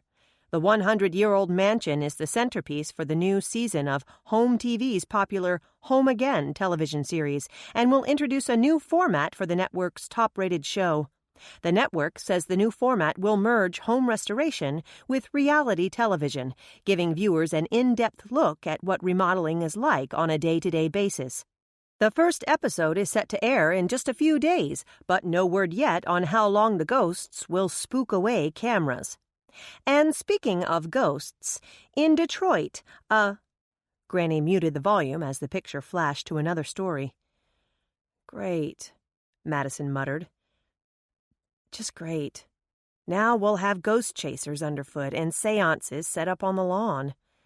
"Don't look now, but there's already a van out on the curb. Ghost buffers, I believe it says." 5 minutes, she mumbled. 5 minutes was all it took, and my nice little Saturday is shot to smithereens. The stipulations of fame, my dear. The stipulations of fame.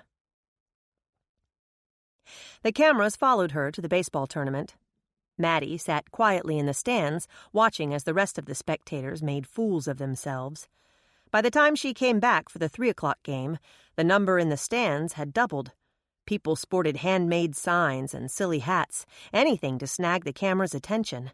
Cheerleaders appeared, decked out in their cutest outfits, eager to cheer their team on to victory. Never mind that it was the first baseball game they had attended this year. What better time to support your team than when you could appear on national television? A portion of the high school band showed up, blaring their horns and beating their drums in an off-balanced rendition of the school song. Countless people stopped to greet Madison with enthusiasm, the very same people who snubbed her on the street when the cameras weren't rolling. And all around her, the air buzzed with talk of ghosts haunting the big house. A news crew conducted interviews under the bleachers. They snagged people as they went to the concession stand to get their cheese nachos and overpriced soft drinks, speaking with anyone willing to share their version of local legend.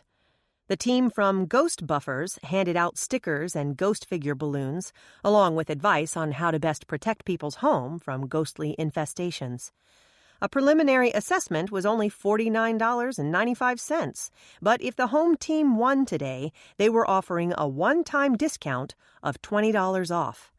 Another camera from Home Again took it all in, gathering plenty of footage for their ongoing background story. Overall, there was a festive spirit in the air, more like that of a carnival than of a high school baseball game. "Perfect," Madison bemoaned silently as she went to her car. "My life has become a carnival sideshow." She pretended not to notice Myrna Lewis waving at her with a fake smile plastered across her round face. The woman never came to games, and she was never friendly to Madison. Funny how the chance to be on television could change all that. "At least we won, and Blake made 2 home runs right there on camera," she muttered aloud. Glimpsing Sadie Beals getting into her truck, Madison's lips dipped downward. Not that it will make the cut. I'm sure they'll be much more interested in how Sadie once saw a ghost float through the window of the big house right as she was driving down Main Street. My son played brilliantly, but that won't make the news. No, sir. Not when they have some really juicy news, like the time Dolly McCrowder was having tea with Miss Juliet and saw a saucer float through the air. That, I'm sure, will make the headlines. When her phone binged with a message, she saw a link to another news story that ran this morning on a Dallas station. After mentioning the ghosts, the commentator rehashed discovery of the skeleton and showed an unflattering picture of Madison from that day, huddled beneath the old pecan tree, her face pale as death itself. He went on to mention that she was the widow of Dallas's own Grayson Reynolds. Viewers might remember the investigation that surrounded Reynolds' investments and his sudden death last November in an automobile accident. "It was so kind of everyone to send me the link," Madison grumbled, erasing the message with a jab of her finger. "This is only the 5th person to do so. Not a single one of them bothered to call after I left Dallas, yet they are all sweet enough to send me this link. So thoughtful." By the time she wove through traffic and pulled onto the road, Madison's nerves coiled into a tight knot. Her plan was to go home, open that bottle of wine, and have a nice, quiet evening to herself. No phones and no television. The twins were both spending the night with friends, and Granny had bingo. With any luck, she might salvage what was left of the day. The dream of a peaceful evening died a quick and sudden death as her phone rang. When she saw the caller ID flash across the screen, she took it as an omen. "Mother Reynolds, what a surprise." Her mother-in-law had not called in weeks. If she put her mind to it, Madison could probably count on one hand the total times Annette had called since Gray's death. 2 hands would cover the past 24 months, which suited her just fine. Madison's relationship with her mother-in-law had always been strained. Annette Reynolds had lofty plans for her only son, and they had not included a headstrong college girl with no pedigree. Much to her dismay, Grayson married the girl and brought her home to Dallas, where Annette was forced to act the proper mother-in-law.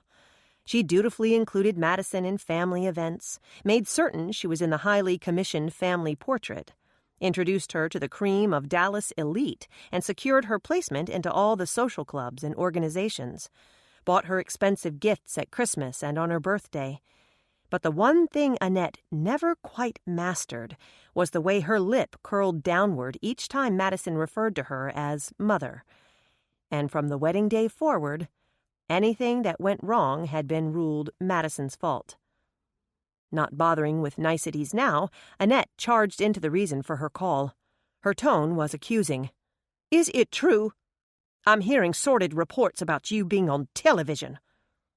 Not certain if her horror related to the ghost sightings or the scandalous fact that her daughter-in-law was the star of a reality show, Madison hedged. "Oh? What exactly have you heard?" "Why, it's all over the Dallas stations. You have been implicated in some sort of murder mystery, and it is hardly the first time. You have only been there 4 months, Madison, and apparently this is the 3rd scandal you've been involved in. What sort of environment have you taken my grandchildren into?" "And we're all doing fine, Annette. Thanks for asking." "You do not have to be snide, Madison. It hardly becomes you." Madison could picture her mother-in-law sitting on one of her plush designer sofas, most likely in the salon, as she preferred to call the pretentious room. Perfectly coiffed hair, tinted a flattering shade of pale gold, sprinkled with just enough silver frosting to look natural. Impeccable makeup, a neat and stylish wardrobe. Madison could also envision that sharp patrician nose undoubtedly stuck into the air. Even now, the disdainful sniff carried over the airwaves. "And you have not answered my question. It is bad enough that you took the children away from us and everything that was dear and familiar to them. Their home, their friends, their school. You dragged them to the ends of the earth, to some backwoods town in the middle of a cotton field, and now I am learning that there is a decided criminal element there, with which you are apparently quite familiar. I must insist that you bring the children back immediately. They can live here at Ivy Hall." She was spoiling for a fight. That was the only explanation for the haze of red appearing before Madison's eyes. After a stressful week filled with pranks and ghosts and elusive journals, a ridiculous day filled with posturing fans and phony friends and pushy reporters, and a long history of snide remarks and ridicule from a woman who presumptuously named her 4,000-square-foot home Ivy Hall, Madison was primed for a fight. Maddie whipped the car onto the side of the road. She ignored the car behind her, let them blare the horn. She shoved the gear shift into park and prepared for battle. Out of respect for her husband, Madison had never confronted Gray's mother head-on. She stood up to the other woman in her own quiet, dignified way, admittedly allowing small matters to slide in the name of family unity. Throughout the course of her marriage, Madison had learned to choose her battles wisely. But Gray was gone. There was no family unity left. And yes, she was spoiling for a fight. Madison kept her voice deceptively cool and steady. "First of all, Annette, I did not take the children away from their home. The bank threatened to do that when your son failed to make the mortgage payments on time. I was fortunate to get out from under the staggering debt he left me with, even though I sold our home at a loss." The coolness sharpened into frost. "You remember the house, don't you, Annette? I wanted the smaller, more affordable one in another neighborhood, but you insisted we needed a house befitting Gray's status as an up-and-coming mover and shaker, I believe you called him." "Grayson was a brilliant businessman. The markets turned on him, but he would have seen his way out of the slump. I'm certain it was only temporary. And he chose that house, not me. I merely put him in touch with my agent." "We both know you pushed him into buying it, Annette." "Not that it mattered in the long run.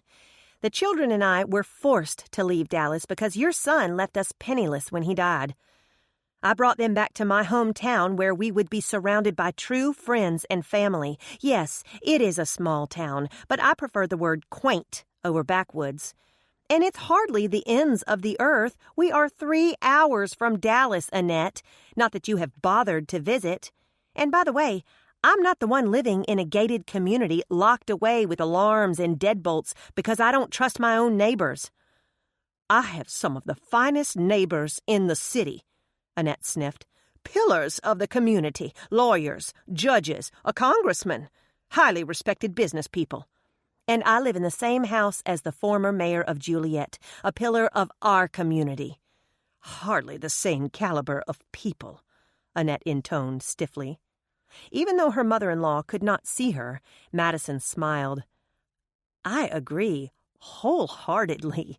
There are few people in this world with the honesty and integrity of my grandmother." Annette ignored the comment and continued with the tenacity of a bulldog. "Dead bodies, Madison, ghosts. Whatever have you gotten yourself involved with? Are my grandchildren in danger?"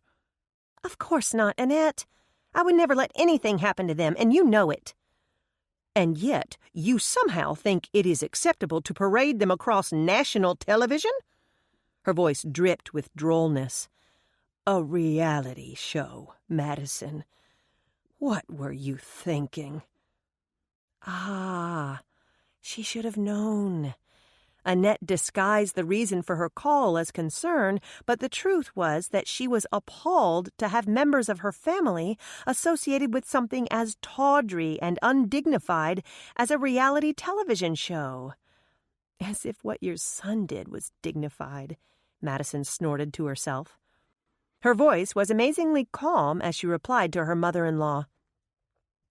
"I was thinking that I needed to provide for my children, since your son did such a poor job in that department.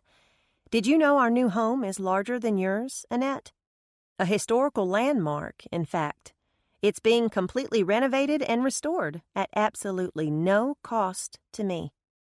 There is always a cost, Madison. I think your children's safety is far too high of a price, don't you? If you are implying that I have put the twins at risk by being on television, I am not implying anything. I am saying it outright.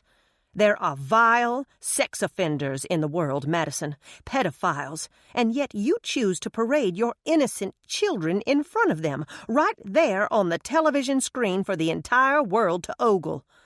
Charles and I will not stand for it. I insist that you end this ridiculous nonsense this instant. Her control began to slip. Madison's voice wavered ever so slightly, anger causing her growled words to tremble. You and Charles have no say-so in the matter. I believe a judge may see things differently. Madison clutched the steering wheel with enough force to turn her knuckles white. The blood draining from her face surged sure and strong throughout her flushed body. Are you threatening me, Annette? Of course not, Madison. I am merely expressing concern for my grandchildren. Naturally, Charles and I want what is best for them. We happen to believe that we could provide a much more stable and secure environment than the one they currently live in.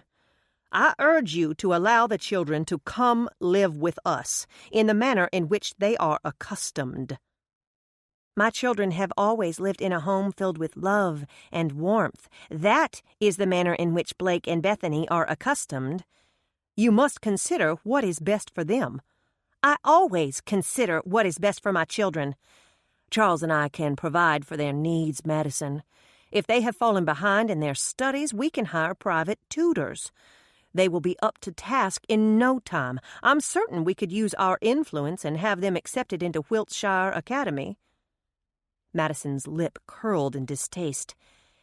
And I'm sure you would hire a 5-star chef to prepare their meals, and a maid to prepare their rooms, and a chauffeur to drive them back and forth to their fancy school. Her voice took on a hard edge. Allowing employees to raise your children may have been good enough for you, Annette, but it's not good enough for me, and it's certainly not good enough for my children. They deserve better. They deserve home-cooked meals and a mother who is there for them. Feeling particularly malicious, Madison hit below the belt. Having had neither himself, that was something Gray insisted upon when we started our family. After a sharp intake of breath, Annette repeated, "Consider what is best for the children, Madison. You are practically living in squalor, and now you have sold your soul to national television. Why, you might as well have prostituted yourself." The haze of red thickened. It's true what they say. The vague thought registered somewhere in her rage-filled mind. I can literally feel my blood boiling. Lordy, I hope I don't have a heart attack right here on the side of the road. Madison chose to ignore the inflammatory remark. She could have said something like, Your son might have preferred that. Perhaps then he would not have cheated on me. It might even have been true, but she refused to dignify the horrendous insult with a reply. Instead, she concentrated on what was important, Bethany and Blake. Madison's voice trembled with the rage that built inside her. The children have names, Annette. Not once during this conversation have you referred to them by name. Not once have you asked how they were doing, how they are adjusting without a father. That's because they are nothing more to you than a possession, something pretty to set upon a shelf and look at once in a while, something to show off to your friends and neighbors while you play at being a grandmother. Madison stopped to pull in deep, ragged breaths, as spent as if she had fought a physical match. Why, you... Accustomed to having the upper hand, Madison knew her mother-in-law could not abide dismissal. That knowledge became her most powerful weapon. Before the other woman could launch a counterattack, Madison delivered her final punch. Goodbye, Annette. Madison ended the call with a decisive click. She sat on the side of the road for a long moment, knowing she was unfit to drive. She tried deep breathing techniques. She tried counting to 10, 50. She tried running her hands through her hair until it spiked in all directions. She tried massaging her neck and tense shoulders. Her hands still trembled on the wheel. After only a moment's hesitation, she picked up her phone and made a call. Hello? The deep voice warmed her. She spoke quickly before she lost her nerve. Does your offer still stand? Offer? You once offered me use of your thinking spot. Does the offer still stand? He countered with a question of his own. Have you had supper? It's barely 5 o'clock. Why are you asking me about supper? Have you or have you not eaten this evening? No, Brash, I haven't eaten, she replied testily. She heard the smile infuse his deep voice. I'll pick you up in 30 minutes. And don't spoil your appetite. Brash, what does... Details, Maddie. Let me take care of the details. Details. A smile touched her lips. She liked details. Chapter 11. She refused to acknowledge her sudden change of mood. Her nerves were calmer now, calm enough to drive herself home, where she changed from her slacks and sweater set into something more suitable for the outdoors. Sliding into her borrowed boots, a pair of soft jeans, and a simple cotton shirt, she grabbed a light jacket in case the evening turned chilly. Resisting the urge to reapply her makeup, this wasn't a date, after all. She ran a comb through her sassy new haircut, added a low-luster gloss to her lips, and waited nervously for Brash to arrive. Had she acted in haste? He might misinterpret her call. What if Brash thought this meant she was ready to start a relationship with him? Perhaps she had not stopped to think this through. Perhaps, she grudgingly admitted, that is the point. I didn't stop to think. Determined not to overthink things now, Madison met him at the curb, away from the prying eyes of the camera. Best not to get this on film, after all. She slipped into the truck before it came to a full stop. I'd like to think you're eager to see me, the police chief said, his dark eyes twinkling with wry humor. But judging from the worry lines, I'd say it's been a rough day, and you're just using me as a means of escape. As she struggled for an appropriate comeback, he gave a light-hearted laugh. I'm just kidding, Maddie. I figure if anyone deserves an escape, it's you. I'm honored you chose me as your partner in crime, so to speak. She started to warn him not to read too much into her call, but she wisely bit her tongue. Besides, her curiosity was piqued. You mentioned supper? Ah, so you're hungry, he teased. That's why you jumped in while the truck was still moving. If you absolutely can't wait, there's an energy bar in the console. A note of impatience slipped into her voice. She was hardly in the mood for his teasing. What exactly am I waiting for? Well, neither of us have had supper yet, so I figured we could have a bite to eat while we're solving all your problems through my highly scientific method. I'm not dressed for dinner. She glanced down at her faded jeans in dismay. If she had known this was to be their first date, she would have made more effort with her wardrobe, and she definitely would have touched up her makeup. Don't worry. You look as beautiful as ever. His brown eyes caressed her, warming her with their sincerity. And as far as I know, there's no dress code for a picnic. A goofy grin took over her face. A picnic? He was obviously pleased with her reaction, but his shrug was casual. Nothing fancy, just a couple of sandwiches I threw together. She leaned her head back and closed her eyes, the smile lingering on her face. She had been right to call Brash. Somehow, he knew exactly what she needed. They drove in silence until she opened her eyes again, curious to see De Cordova Ranch dressed in a different season. When she was here 2 months ago, winter had stolen the leaves from the trees and painted the ranch in shades of gray. With spring's arrival, those same trees were now adorned with crowns of green. Young cotton plants pushed up through the rich river-bottom soil, dotting the neatly plowed rows with early color. Cattle and horses roamed through the fields, munching on tender grasses that swayed in the gentle breeze. Most spectacularly, the once dormant fields popped with color, now a masterpiece painted with Texas wildflowers. "I had forgotten what spring looks like here," Madison murmured, gazing at the beauty around her. "We do seem to have a bumper crop this year," Brash agreed as they drove through the colorful fields.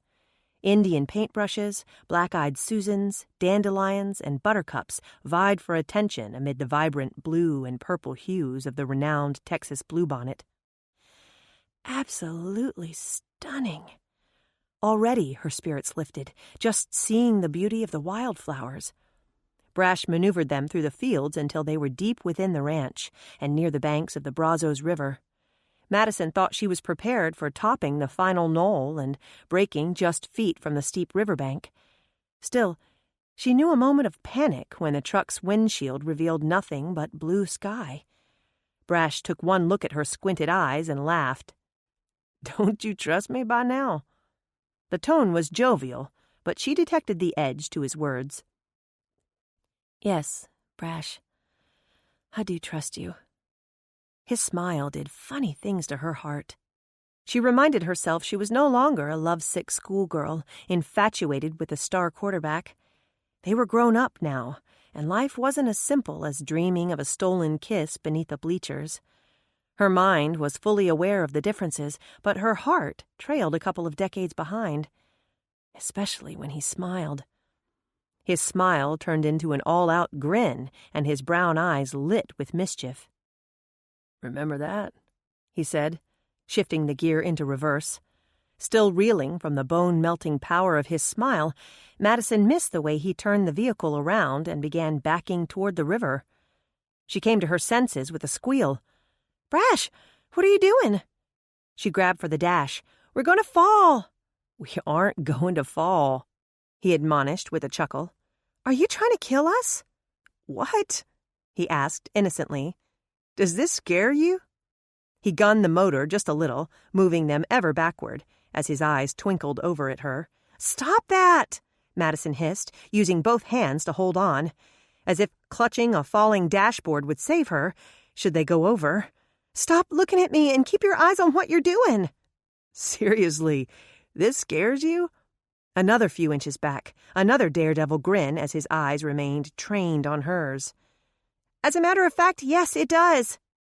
"Oh, ye of little faith." "Oh, ye of show-off attitude," she grumbled beneath her breath. To her relief, he consulted the mirror as he made a final push toward the river's edge, set the emergency brake, and killed the motor. As he opened his door, Brash informed her smugly. "We were never in danger of falling." Madison took perverse satisfaction in hearing his knee pop as he unfolded his long legs from the truck and got out. He was definitely too old to be showing off like some teenage daredevil. Brash opened the tailgate and helped her climb atop. She would never admit it, but he had done an excellent job backing them close along the riverbanks. Silence settled between them, broken by the sounds of tumbling waters below and the stir of the breeze. Madison took a deep breath of the fresh country air, allowing its calming powers to settle into her lungs. She released her breath slowly, pushing tensions out along with the air. Only then did Brash take her hand and ask in a quiet voice, "So, what brings us out here today?" She liked the way he said us. "There's so much," she admitted. "I don't even know where to start." He waited. After a moment, she took another deep breath and whispered sadly, "I hardly recognize my life anymore. It's out of control." He offered a tender smile. "So, take it back." He scooted closer until their legs were touching. He leaned in and pointed to the water below. "You remember how this works?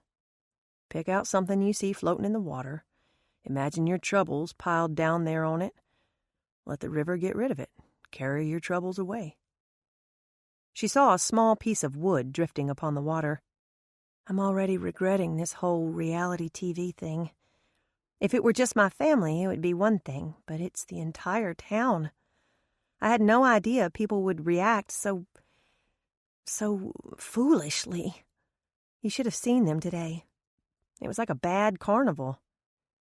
You're not responsible for how other people act, Maddie. But I brought them here. I'm responsible for the fallout.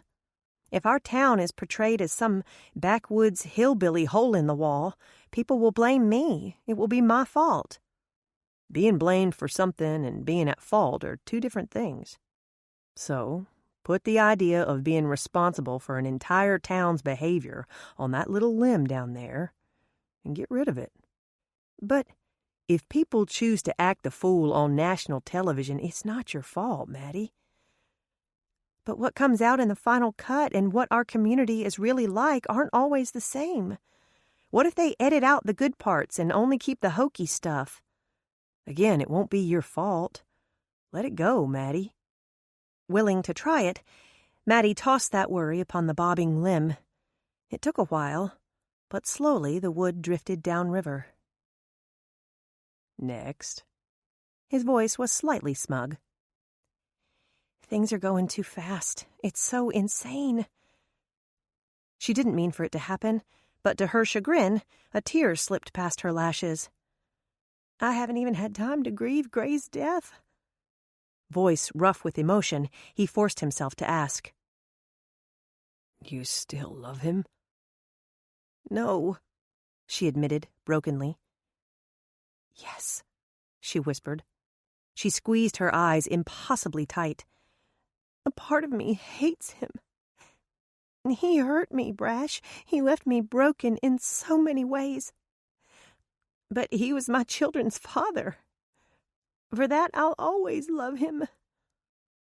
I can understand that. Can you? Because I'm not sure I do.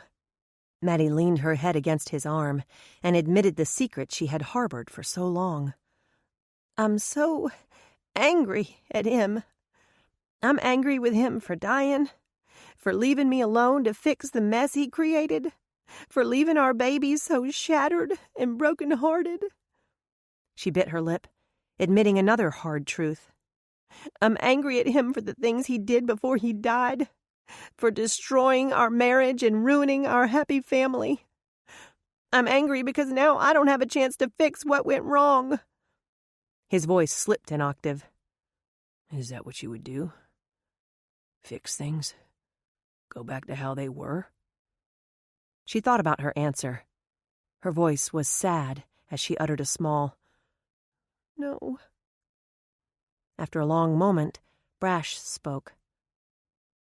You have to let your anger go, Maddie. She shook her head stubbornly. I deserve to be angry. He destroyed our marriage, Brash. He destroyed everything, our marriage, our family, our business.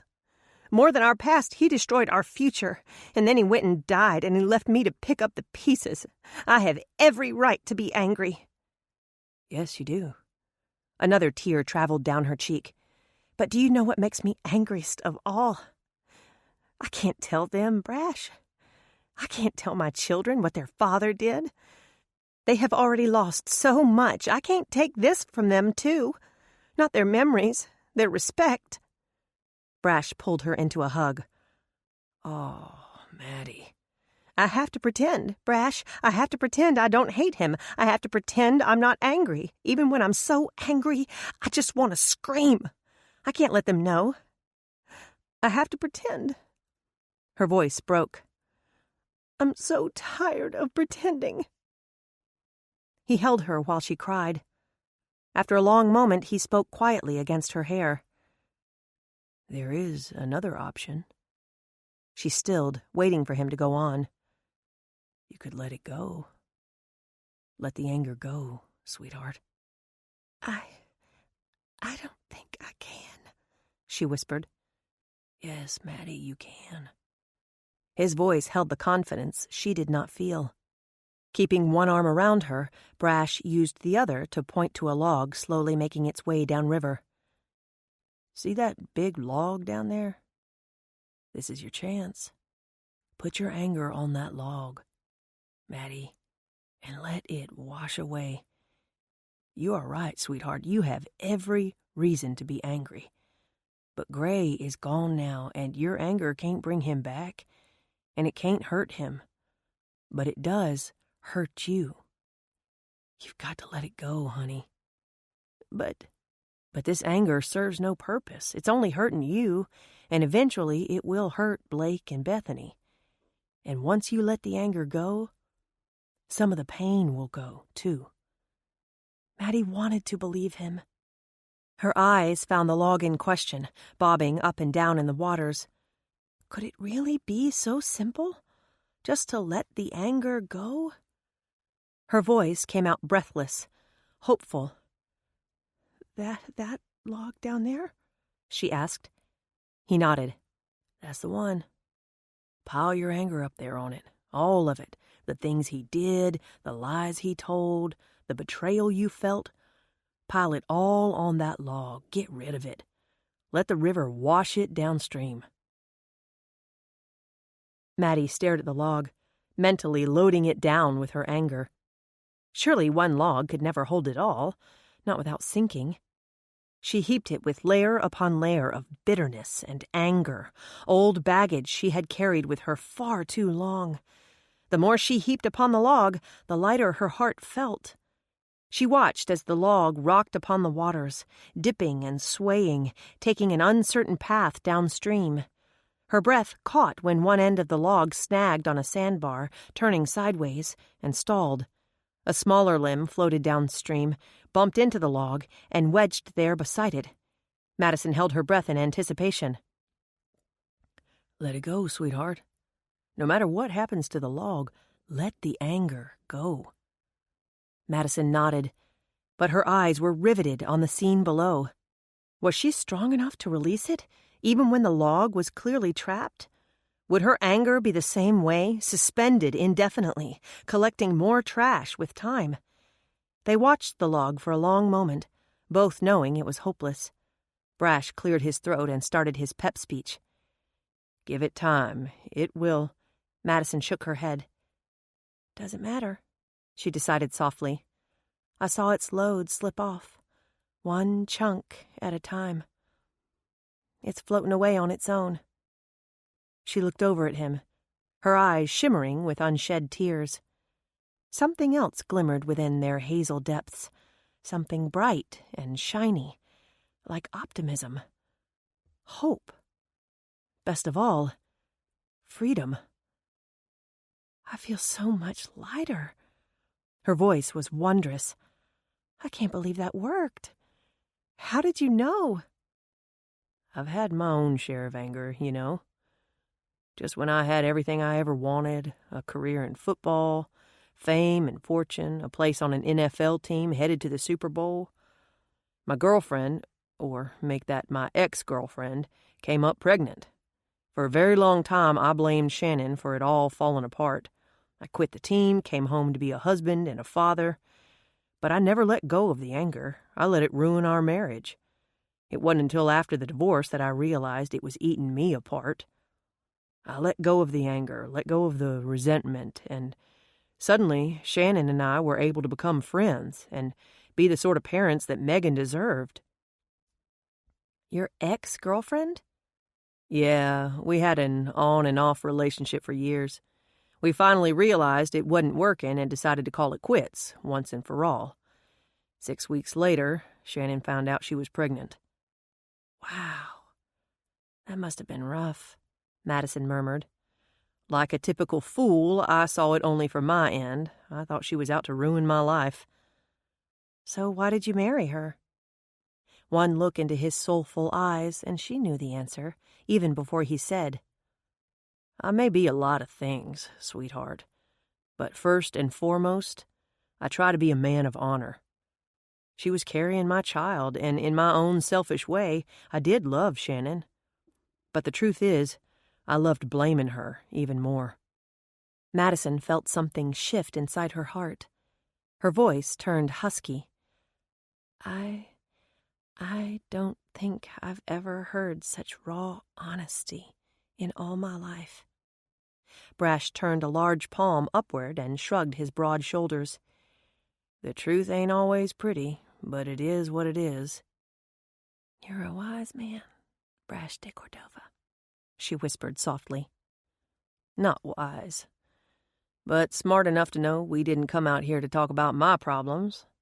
We're here to solve yours. So what's next, pretty lady? What other troubles do you have?" She sighed, her heart burdened once more. "I have so many. You pick. My life is under the microscope, scrutinized by reporters who don't know the first thing about me. A murder may or may not have been committed in my new home. The house may or may not be inhabited by ghosts. And now, with the rumors of ghosts recirculating, the crazies are coming out of the woodwork. I don't know that I'm strong enough for all that." Brash took her hand again. "First of all, you are one of the strongest women I have ever known. You've been through a lot in the past few months, but you've managed to hold your life together, not just for yourself, but also for your kids. And second, while you raise some valid concerns, most of them involve the case. And I try never to discuss a case while on a date." Is this a date?" The look he gave her sent goosebumps all the way to her toes. His eyes settled on her mouth. "Oh yeah, sweetheart. This is definitely a date." Madison put both hands to her cheeks and tried to soothe her destroyed makeup. "Now you tell me," she grumbled, but her heart soared. He merely laughed, the sound deep and warm and free. Their legs dangled over the edge of the tailgate, swinging in the breeze. Brash shifted one long leg and hooked a booted foot around hers. Madison leaned into him, slipping her arm through his as she rested her head on his shoulder. They studied the rippling waters below, both lost in their own thoughts. Something still troubled her, something she needed to get off her heart, something she wanted to share with Brash. "She threatened to take my kids away, Brash." She whispered the horrible words, somehow afraid that speaking them aloud would make them come true. "Who?" he asked sharply, looking down at her ashen face. "My mother-in-law. She called today. She insinuated I was an unfit mother. She said I was putting my children at risk, allowing them to be on TV and exposing them to the world. She said they would be better off with her and my father-in-law." "Maddie, I don't mean to make light of this, but believe me, you have nothing to worry about. You are a wonderful mother. No one would ever take your children away from you." "You don't know these people, Brash. They have money, power. They know a lot of influential people, judges." "Again, no judge would take your children away from you, sweetheart." He moved his arm to place it around her, curling her into his warm embrace. She picked at a thread on her shirt. "Gray did something not quite legal. My in-laws pulled a few strings, called in a few favors, swept the entire mess under the rug. What if they do that again? What if they use their influence to take my children away from me?" "It will never happen, honey. Trust me." "But what if she's right? What if I am putting them in danger?" He put his other arm around her, pulling her close. Brash rested his chin atop dark hair that was tossed and tumbled by the breeze. For a long moment, he just held her. "Every parent grapples with that, sweetheart. Are we doing the right thing? Can we protect them from all the evil in the world? And the answer scares us to death because the truth is, we can't. We can't protect them from everything. We can only do our best. And that's what you're doing, Maddie. You're doing everything in your power to give them a good life, a safe life. So don't let anyone ever make you doubt that. You're a good mom, Madison Reynolds." She nodded, trying her best not to cry again. Not now that she knew this was a date. She tucked her curled under lips together, just as Brash lowered his head to kiss her. Their noses bumped awkwardly, and what was to be their first magical kiss fell woefully short. It became a lopsided effort, but when they tried to correct it, they only made it worse. Madison pulled away in disappointment. "Not so fast. Brash murmured, his breath still warm on her cheek. I think we can do better. I certainly hope so, she whispered with a wry smile. His mouth covered hers, smile and all. Gently, but with purpose. He masterfully tugged her lips together, molding them to fit exquisitely against his own. His kiss was slow and thorough, almost methodical, had it not been pure magic. He increased the pressure through a speculative test of push and pull. Tiny sips that turned into nips. Queries that became answers, answers of the delicious, toe-curling variety. Another masterful move, and he had nudged her mouth open again, easing his tongue inside. His hands slipped into her hair, cradling her face close as he kissed her so deeply and so completely that Madison's world tilted and spun and found a new axis. Brash. Before the kiss became too heated, before he lost himself completely to the heady taste and feel of this woman, Brash tempered the kiss to a low simmer. He forced himself to pull away, dipped back in for one more taste, tried to settle his ragged breathing as he rested his forehead against hers. That, he whispered hoarsely, that was... He tried to find the words, failing miserably. There were none. The kiss was everything he dreamed it would be, everything he feared it would be. After this, there was no going back. He peered down at Maddie to see her reaction. His heart stalled in his chest. For him, it had been nothing less than magic, life-altering. But, are you crying? Maybe. Her voice was small. His heart hurt, thinking she did not share the same feelings of wonder, the same sense of rightness. Devastated, his arms dropped from around her. I'm sorry, he said stiffly. That's not the response I was going for. I thought we got it right that time. We did. Then why are you crying? She lifted her gaze, tears swimming in the bright hazel of her eyes. Because it was so perfect, she whispered. Relief washed over him, settling into his weakened knees. He had never felt so relieved, nor so exposed in his 42 years of life. He wanted to celebrate. He wanted to shout to the world that he and Maddie were... What? Perfect together, that's what. Before he could swoop her into his arms, she continued, That's what scares me. Perfect never lasts. Perfect's not real. He tried to make light of the situation, but the warble in his voice was heartfelt. Give me another chance. I promise not to do so well this time. She reached up to finger the sharp line of his jaw. A tiny thrill shot through her when she felt him quiver beneath her touch. How could he possibly understand? She had dreamed of this kiss for over half her life. She had been half in love, half in awe of this man since she was 15 years old. The kiss had been everything she had dreamed of, more than she had hoped for. It fulfilled her every teenage fantasy. Her eyes fell to his mouth. He saw the desire in her eyes, the temptation. Find out, he challenged softly. She jerked her eyes back to his. What? You're wondering if it was a fluke. The one and only perfect kiss. You're thinking a second kiss couldn't possibly be as good as the first. So, find out. Madison drew in a sharp breath. Did she dare? And what if it weren't? What if it destroyed her fantasy? The romantic girl inside her heart begged that she be satisfied, to leave well enough alone. She could savor her one perfect kiss. Let it be enough. But the red-blooded woman inside her body accepted his challenge. Maddie raised her face to his, pressing her warm mouth against his, willing to take the risk. As she threaded her fingers into his dark russet hair and pulled his face to hers, she knew one kiss would never be enough. A long moment later, Brash lifted his head. A confident smile tickled the corners of his mouth.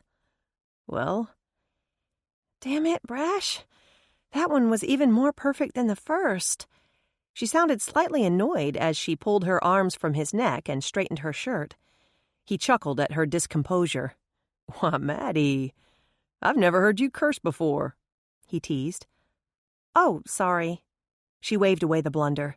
Beneath her breath, she grumbled, "I can barely remember my name right now, much less my manners." It thrilled Brash to see the normally cool Madison Reynolds so flustered. Does wonders for a man's ego, he thought, his chest puffed with joy. Not to mention his heart. With a twinkle in his eye, he playfully bumped her shoulder with his. "I tell you what, I'm willing to try this kissing thing over and over until one of us finally messes up. What about you? You game?" She gave him a scornful look and changed the subject. "I believe you mentioned eating?" "That's right. Not a proper date without dinner." He scooted off the tailgate with ease, then offered his hand to help her down. She knew he would use the excuse to steal another kiss. Even short and sweet, his kiss was perfect. "Yep, still got it," he teased. Maddie rolled her eyes. "You're going to be impossible now, aren't you? I should have never opened my mouth." He let his eyes trail wickedly down to the mouth in question. "Oh, but I'm so glad you did," he rumbled. Amazing how one look could burn like fire. Maddie's feet faltered and she felt herself blushing like a schoolgirl. Flirting with Brash de Cordova, even better having Brash flirt with her, was an exhilarating experience. Brash reached into the back seat of his pickup and pulled out the essentials for a picnic. He tossed a ragged but colorful quilt her way as he carried the cardboard box. After selecting a relatively flat spot along the riverbank, they spread out the cloth and pulled their feast from the box. "No picnic basket, I see," she teased. "Baskets are for sissies," he claimed. "This is what a real man's picnic looks like." He pulled out a roll of paper towels and waved them in the air. "Dual purpose, less waste, used as both plate and napkin." Next came a Tupperware container. "Sandwiches. My gourmet specialty, bacon and pimento cheese." He kept digging. "Saltines. Cookies for dessert." Her eyes twinkled. "Homemade, I see." "I just use the fancy printed wrapper to keep them fresh," he assured her. He pulled the final items from his cardboard box. "Red plastic cups, good for sweet tea." He pulled out a thermos. "Song inspiration, or the pièce de résistance, wine from our local vineyard." Not bad for a cardboard box. The sun dipped low as they shared their simple fare. As dusk crept across the sky, the air turned chilly. Brash brought her jacket from the truck and curled it around her shoulders, allowing his hands to linger. He nuzzled her cheek with a kiss. "I'm glad you called, Maddie. I was going crazy thinking you might not." It was a little late to warn him not to read too much into her call. Definitely too late to pretend she wasn't interested. "It's been a crazy week," she opted to say. "Thank you for use of your thinking spot. You might be onto something with your highly scientific method of problem solving." "Just wait until I show you my stress-relieving techniques," he murmured, blowing softly into her ear. When she shivered, he asked, "Still cold?" She looked him directly in the eye and shook her head. "Not at all." Brash swallowed hard and pulled away, readjusting himself as he settled close beside her. "Don't look at me like that, Maddie," he warned. "I might forget that I'm a gentleman and that this is our first date." "I'm not worried," she told him, brushing away a lock of his dark hair. "You are, after all, a man of honor." It pleased him to know she finally thought so. He pulled her against him as they found a comfortable position upon the hard ground and watched the sun sink behind the trees. Vivid streaks of color painted the sky and reflected off the river below. Wildflowers scented the air. The wind lay low, and only a faint breeze stirred the encroaching darkness. In the distance, cattle bellowed and motors whirred, but the evening around them was quiet and still. "Perfect," Madison pronounced. His fingers trailed over her arm, tracing the lazy pattern of a lover's caress. As darkness settled around them, Madison snuggled deeper into his arms. She sat within the curve of his body, her back against his chest, their long legs intertwined at the ankles. "How did you manage to get away from the department tonight?" she asked. "Are you on duty?" "Nope. Told him I was out of service for the night, not to call me unless there was a dire emergency." "Did you remind them that a goat trampling Myrna Lewis's prized begonias did not qualify as an emergency?" "Sure did. Neither does Miss Sybil's dog getting lost in the old sewer tunnels or Everett Howell's horse walking down Main Street because it knows how to open the stall door. I think there's a city ordinance against keeping animals within 300 feet of the railroad tracks, but since he's mayor of Naomi, no one enforces it." "So I have you all to myself this evening?" "Yep. Looks like you're stuck with me, unless you have a curfew." Madison laughed. "Actually, I don't. Not tonight. Blake went home with Jamal, Beth is spending the night with Megan, and Granny had bingo. They usually go out to eat afterwards, so there's no telling what time she'll drag in. Sadly enough, my grandmother has a more active social life than I do." "Granny Bird is a pistol, that's for sure," he said affectionately. He dipped his head to nuzzle her neck, encouraged when she stretched the long column for his nibbling pleasure. "I'd be willing to help you out on that social problem. Can't have your 80-year-old granny going out more often than you, after all." That's thoughtful of you." Brash moved his mouth near her ear, his warm breath fanning over her and sending delightful shivers over her body.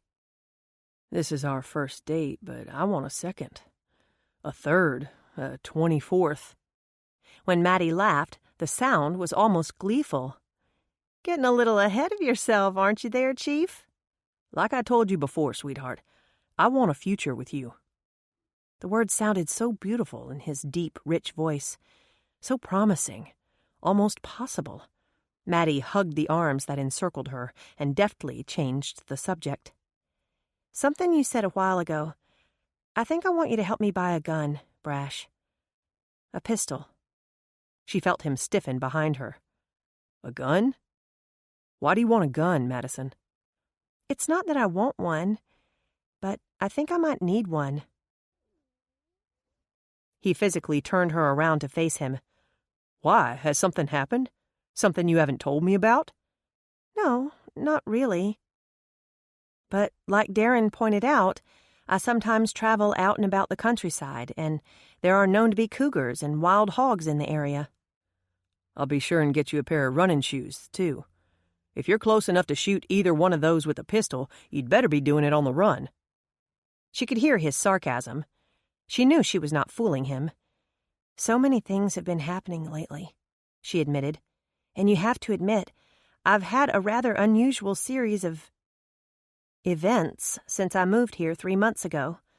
I've been run off the road, rammed into a train, stuffed in an incinerator, locked in a room, and now a stairwell, trapped in a wall, almost run over by a dirt bike." He stopped her before she could go further. "I'd rather buy you a roll of bubble wrap and keep you protected. It makes my blood run cold thinking of how many times I've almost lost you." "Bubble wrap? I haven't thought of that. Wonder if Blake and Bethany would mind if I wrapped them both up nice and tight." "I'm serious, Maddie. I've just now found you. I don't want to lose you." Says the man who faces danger every day. I feel the same way, you know. You're a police officer, Brash. A special investigator for the sheriff's office. What if something happens to you?" She shuddered at the very thought. "I'm glad to know you care enough to worry, but don't. I'm a big boy, and yes, I'll help you get a gun after you take a gun safety course." "Of course." She turned back around and took up residence against his chest once more. She curled her hands over his as he wrapped both arms around her. Being in his arms already felt so natural, so right. "I know I said I don't like to talk shop while on a date, but I have something I want to run by you. I'd like to hire you again." She didn't know which was more promising, the thought of an income or the opportunity to see Brash each day. Either way, it was a win-win situation. "I'm sure I could fit you in," she said in her most professional voice. "What did you have in mind?" I need someone to do a record search, as in plural, over several decades, again, plural. "What are you looking for?" Anyone who might have something to lose if those journals are discovered. You think it has to do with the journals, too, don't you? That's my theory. I don't care what Nick says. I don't think kids are behind this, and I certainly don't believe in ghosts. I think it has to do with the journals, and with that skeleton we found. Any word from Austin? Nah. With hundreds of urgent active cases to process, identifying a 50-or-more-year-old skeleton falls pretty low on the totem pole. But that body belonged to someone, Brash, and I think it has something to do with all those secret passageways, at the very least with a hidden staircase. I agree. But unless we find those journals, we might never know what that is. They shared a mutual sigh. Do you have any more ideas of where to look? I found one promising spot, just as I heard the person moving around downstairs. To be honest, I had already forgotten about it. She felt the tension coil within his body. A few moments ticked by. To give him credit, he tried. He never moved, never shifted. But Maddie detected the faint twitch in his corded arms. "Are you thinking what I'm thinking?" she finally asked. She felt his sigh of relief. He had tried to stay relaxed, but the lawman in him was restless. We have the keys, he reasoned. I declared the premises off limits, but you are the homeowner. And you are the chief of police. They had the picnic tidied up in no time. As he stuffed it all back into the truck, Brash had a moment of regret. Are we sure we want to do this? We have the evening to ourselves. That might not happen again anytime soon. I know, but I don't think either one of us could really enjoy ourselves. Our minds would be on the case. Instead of crawling into the truck, Brash shut the door behind him and hauled her into his arms. You see, he said, our minds think alike. Another reason we're perfect together. It was another 10 minutes before they actually left. One kiss led to another, and then another.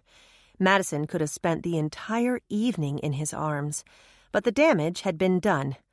Even lost in the magic of his kiss, the thought of the secret location lingered in her mind. I'll call dispatch. Tell them it's us at the house, Brash said as they pulled away from the river. Good idea. I don't want to be called in for trespassing on my own property. Thoughts of trespassing brought to mind her foray onto the Adamses' land. What's the penalty for trespassing, by the way? It's punishable by fine, in some cases jail time, a criminal record, not something to be taken lightly. He assumed she was talking about recent activity at the big house. I made certain there were plenty of signs posted around the property, so that an intruder would have no ground to stand on, claiming they didn't know it was private property. So posting a sign is enough to press charges? Should a person come onto your property? Yes, ma'am. Madison made no comment. She visualized the dozens of posted and no trespassing signs she had seen strung along Hank Adams's fence line. Oops. Chapter 12. Across town, Bethany and best friend Megan de Cordova piled onto the futon, fortified with a barrel of popcorn, Dr. Pepper floats, fashion magazines, cell phones, chocolate candy, and the remote control. Everything 2 15-year-old girls needed for a Saturday night sleepover. "Can you believe it?" Megan squealed with glee. "Connor Evans asked me to the prom. This is so unbelievable. I thought Miley was going to pee her pants when she saw him talking to you. She is so in love with him. She's been telling everyone he asked her to go to prom. Now she has to suck face and admit she's been lying all this time." Some of the joy fell from Megan's face. "My dad will never let me go. He says 15 is too young to go to senior prom." "I heard the same thing from my mother," Bethany commiserated. "Not that anyone has asked me. I was afraid Kevin might, but I sort of brushed him off the other day, so maybe he got the hint. I know Casey likes him, but Connor Evans? You are so lucky, Meg. He's like the Sisters High royalty." "I know, right?" Megan pushed stylish purple-rimmed glasses further up her perky nose, sending a sheet of long, russet hair over her shoulder with a flick of the wrist. Grabbing a frosty float, she leaned back into the cushions and dunked the ice cream up and down with a spoon as she contemplated her situation. He's definitely hot. And maybe if I could go out with him, then maybe Russell might give me a second look. He's the one I'd rather go out with. I'd give anything to catch his eye. That might be hard to do. He's all about Miley. Bethany rolled her eyes at the injustice of it all. Miley Redmond was their arch-rival and a bane to their teenage existence. Savoring the taste of rich vanilla ice cream mixed with her favorite soft drink, Megan closed her eyes in pleasure. They popped back open immediately, and a huge grin lit her face. "You know what this is like?" Bethany shrugged. "Karma? Miley likes Connor. Connor likes you." "That too, but no. This is exactly like our parents. Back in high school." She scooted up on the futon, her face shining with excitement. She loved a romantic story, and her parents spun a sweet one. It even had a happy ending. "Your mom always had a crush on my dad. He was a senior, big man on campus, just like Connor. But my dad had a crush on my mother. She was a cheerleader, like me.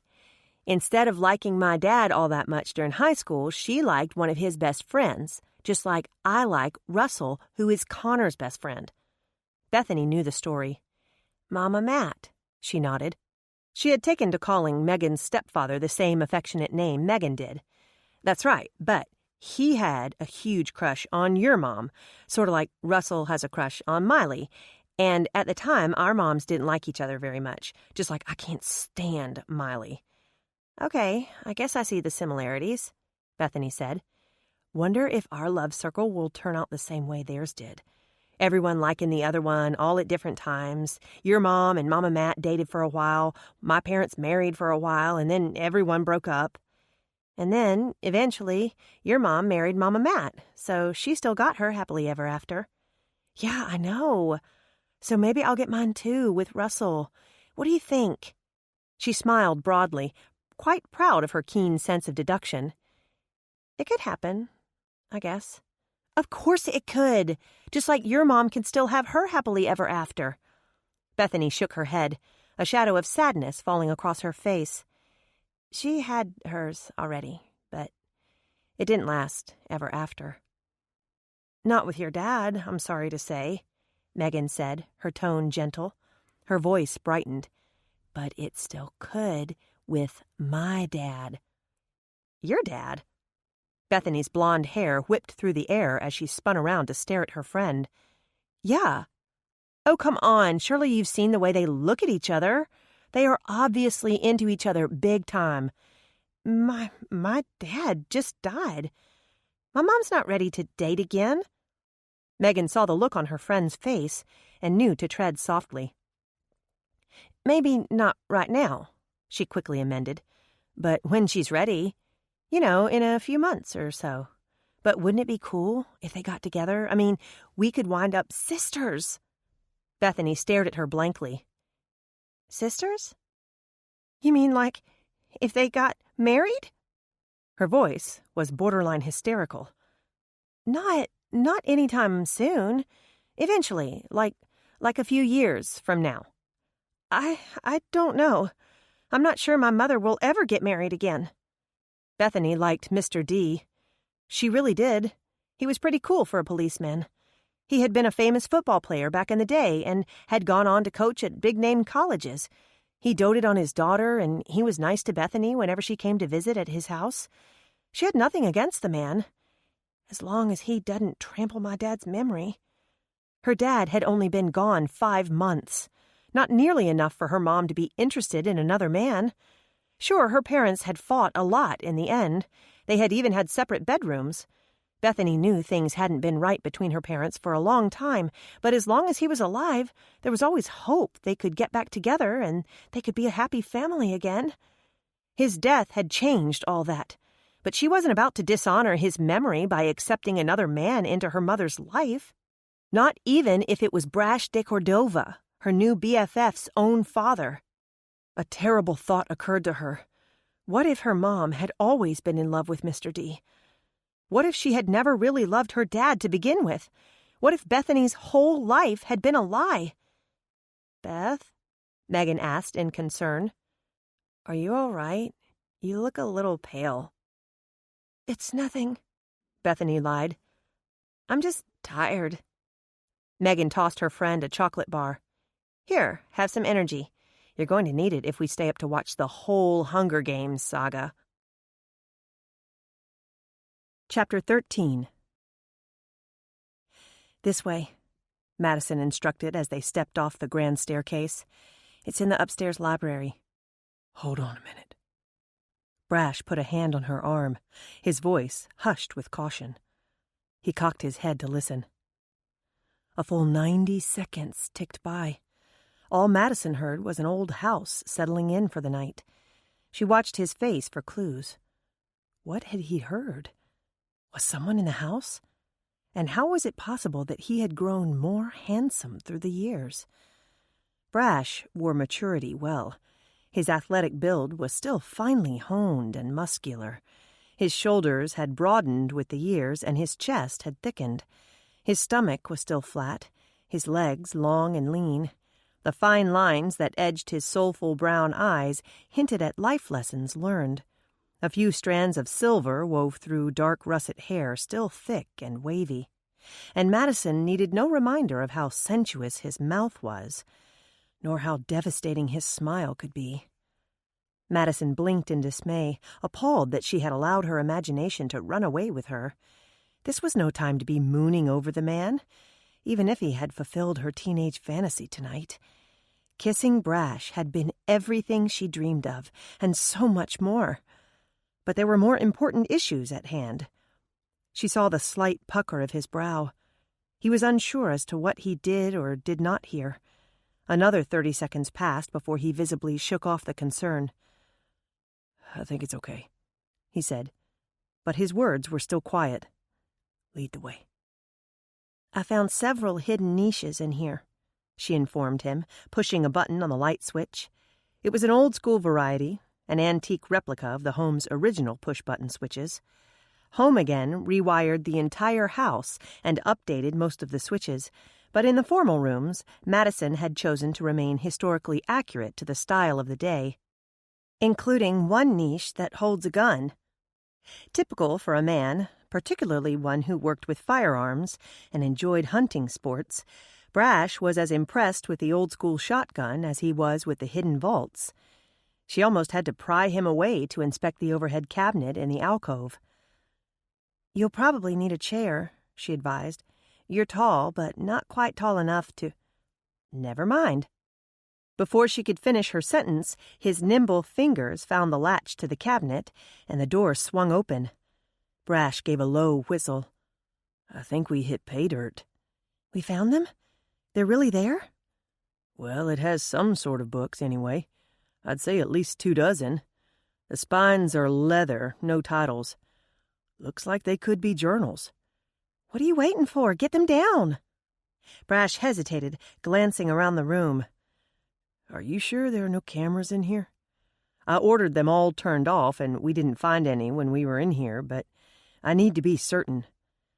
"According to your friend Amanda," even Madison could hear the slight sneer in her voice, "they add cameras on an as-need basis. They haven't started on this room yet, so there's no need for cameras."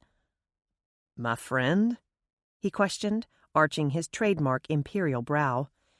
"You two seemed rather cozy the other day, and I heard you had supper with her a couple of weeks ago." She hadn't meant to bring it up, hadn't meant for him to know she still had her doubts. A few kisses, no matter how perfect, could not erase years of insecurity. And a part of her kept thinking that perfect was most always too good to be true. Certainly too good to last. "That's right," Brash acknowledged. "Both business-related." Madison shrugged, but the gesture fell short of indifference. "Like I said, your friend." "It's the way you said it."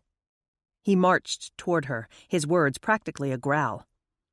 "Let's get one thing straight right now." She expected a fiery speech, indignation. She didn't expect Brash to jerk out his arm and snag her in close. She didn't expect his mouth to plunder hers, stealing her breath away with the intensity of his kiss. She didn't expect her knees to buckle and her blood to catch fire. She didn't expect to melt. He ended the kiss on an impossibly sweet note. His arms released her so that he could cup her face in the palms of his hands.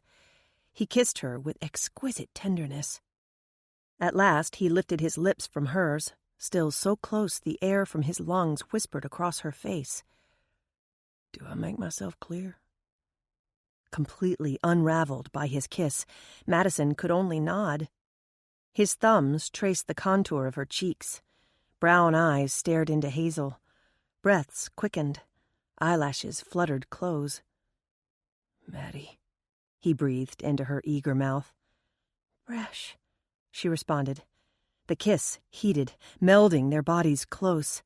Just as his hand began a slow trail of exploration, a sound from downstairs interrupted their moment.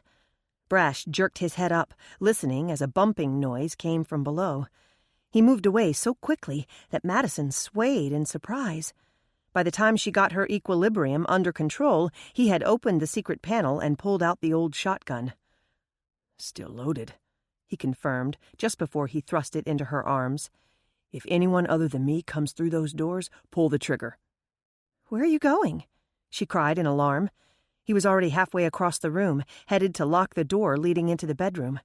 Task completed, he quickly moved to the main entrance. I'm going down. Keep the doors locked and don't let anyone in but me. But it will be okay, sweetheart. His words were so full of strength, she almost believed them. Be careful, Brash. I will be. And, Maddie, if you have to use the gun, hold it tight against your shoulder. It's going to kick like a mule. It seemed he was gone forever. Madison held the gun at ready until the weight of it became too much for her sagging muscles. She lowered it to her side but remained vigilant, alternately watching the doors for any sign of movement. The house was too quiet. Every little sound, no matter how innocent, made her jump. Was that the sound of footsteps on the stairs? Or a clock ticking away each slow, agonizing moment? Was that a limb brushing against the window? Or someone trying to pick the lock? Was that the sigh of an old foundation?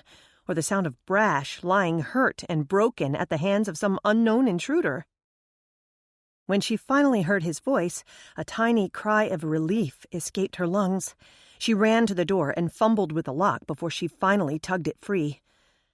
Are you all right? They barked the words simultaneously. What was it? Maddie asked. Did you see anything? Brash shook his head. When he stopped to shut and lock the door behind him, Madison knew they might still be in danger. Brash? Her voice was worried. I didn't see anyone, but that doesn't mean they weren't there. This is a big house, and we both know it's filled with secret passages and plenty of places to hide. What are you doing? Why are you going to the bedroom? I'll be right back. Madison followed him to the door, watching as he crossed to the bed and pulled back the designer duvet. He shook 2 pillows free from their cases and then deftly stripped the bed. He was back by her side in no time, arms full of linens, locking the door behind him.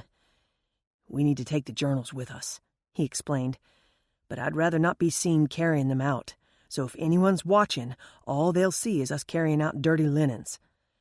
Good thinking, she murmured. His dark eyes twinkled with merriment. I'm glad you approve. How can you joke around at a time like this? He dropped a quick kiss onto the tip of her nose. You're just so cute when you're worried. As he situated the pillowcases to his liking on the floor, he chuckled over his shoulder. Not so much when you make that face. You don't have eyes in the back of your head. To prove her point, she childishly stuck out her tongue to his turned back. Sure I do. I'm a dad, not to mention a lawman. And as fond as I am of your tongue, you might want to put it back in your delightful mouth. He glanced over his shoulder to wag his brow suggestively. Save it for later use. As many times as I've pulled that on my own kids, I guess I deserve it, she grumbled. Let me do that. You start handing down the books. Use both pillowcases. I don't think I can carry them all at once. I'm not helpless, you know. I can carry one bundle. Fine, but make one smaller than the other. Seeing the exasperation on her face, he grinned. What? I was going to give you the bigger one. They worked quickly, transferring the books from the upper cabinet to the linens on the floor. This is them, Brash, Madison said excitedly, but she kept her voice low. These are old journals, written in her hand. I recognize the writing from old letters and papers I've seen. Don't get your hopes up too high, he warned. They may not tell us anything. Maybe, but then again, they might explain it all.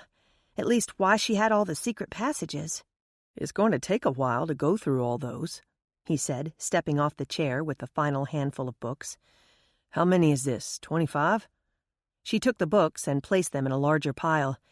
26, 16 in that pile, 10 in this. So each one must cover several years. Maddie nodded. That rose-colored one began in 1980. The last entry was dated 83. I'm thinking we need the early journals, probably those plain black ones. They look the oldest. I can't wait to get them home and start reading. You can't take these home with you, Madison. Why not? First of all, it's too dangerous. Someone has been going to an awful lot of trouble to keep you from finding these. Imagine what they might do to keep you from actually reading them. She bit her lip. I hadn't thought about that. And second, there are cameras at your house. Even if we managed to sneak these out, it wouldn't remain a secret for long. So what do we do with them? We'll take them to the station. If I'm hiring you to do some work for us, no one will question why you're spending so much time there. Again, good thinking. He flashed another charming grin. Again, glad you approve. A twinkle lit his eye.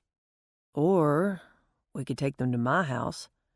Give you a good excuse to be over there, too. Even now, at this inopportune moment, with danger lurking near, his smile did crazy things to her insides. The station would be safer, she muttered, on all accounts. You're mumbling beneath your breath. I said I think the station is the better choice. Unfortunately, I agree. Madison hesitantly turned to face him. She nibbled on her lower lip without quite meeting his eyes. Brash, she began, about tonight. Uh-oh. We haven't even slept together, and here I am getting the morning after speech. What are you talking about? She asked in annoyance. Isn't that what this is? You had a good time tonight, yada yada, picnic was fun, kisses were great, more yada yada, but you don't need any more complications in your life right now. He crossed his arms and gave her a challenging glare. His jaw was set in a square of granite. Isn't that what you were going to say? No, she said stubbornly. A few beats went by. Maybe, but it's not what you think. And what do I think, Madison? You think I still don't trust you, that I'm still hung up on all my old issues and that they reflect directly on you. That's what you told me before, isn't it? Her eyes lit with a challenge of their own. I told you that your distrust reflects on me, on my integrity.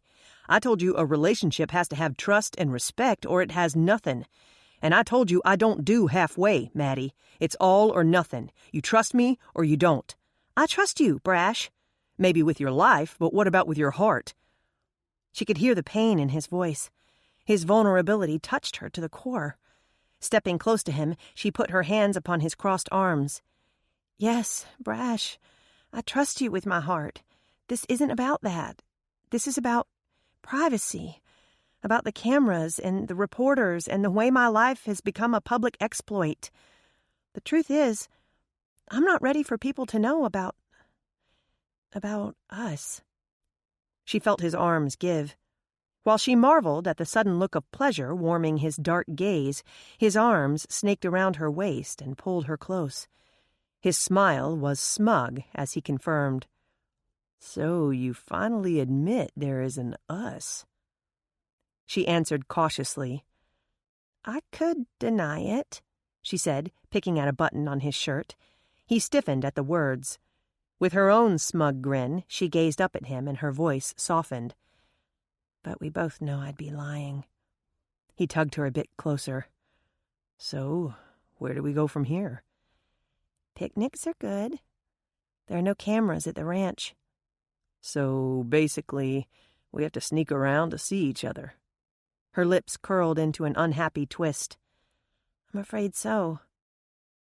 I don't like it, he claimed with a frown. I'm not ashamed of us, Maddie. I'm not ashamed of us either. It's not about that.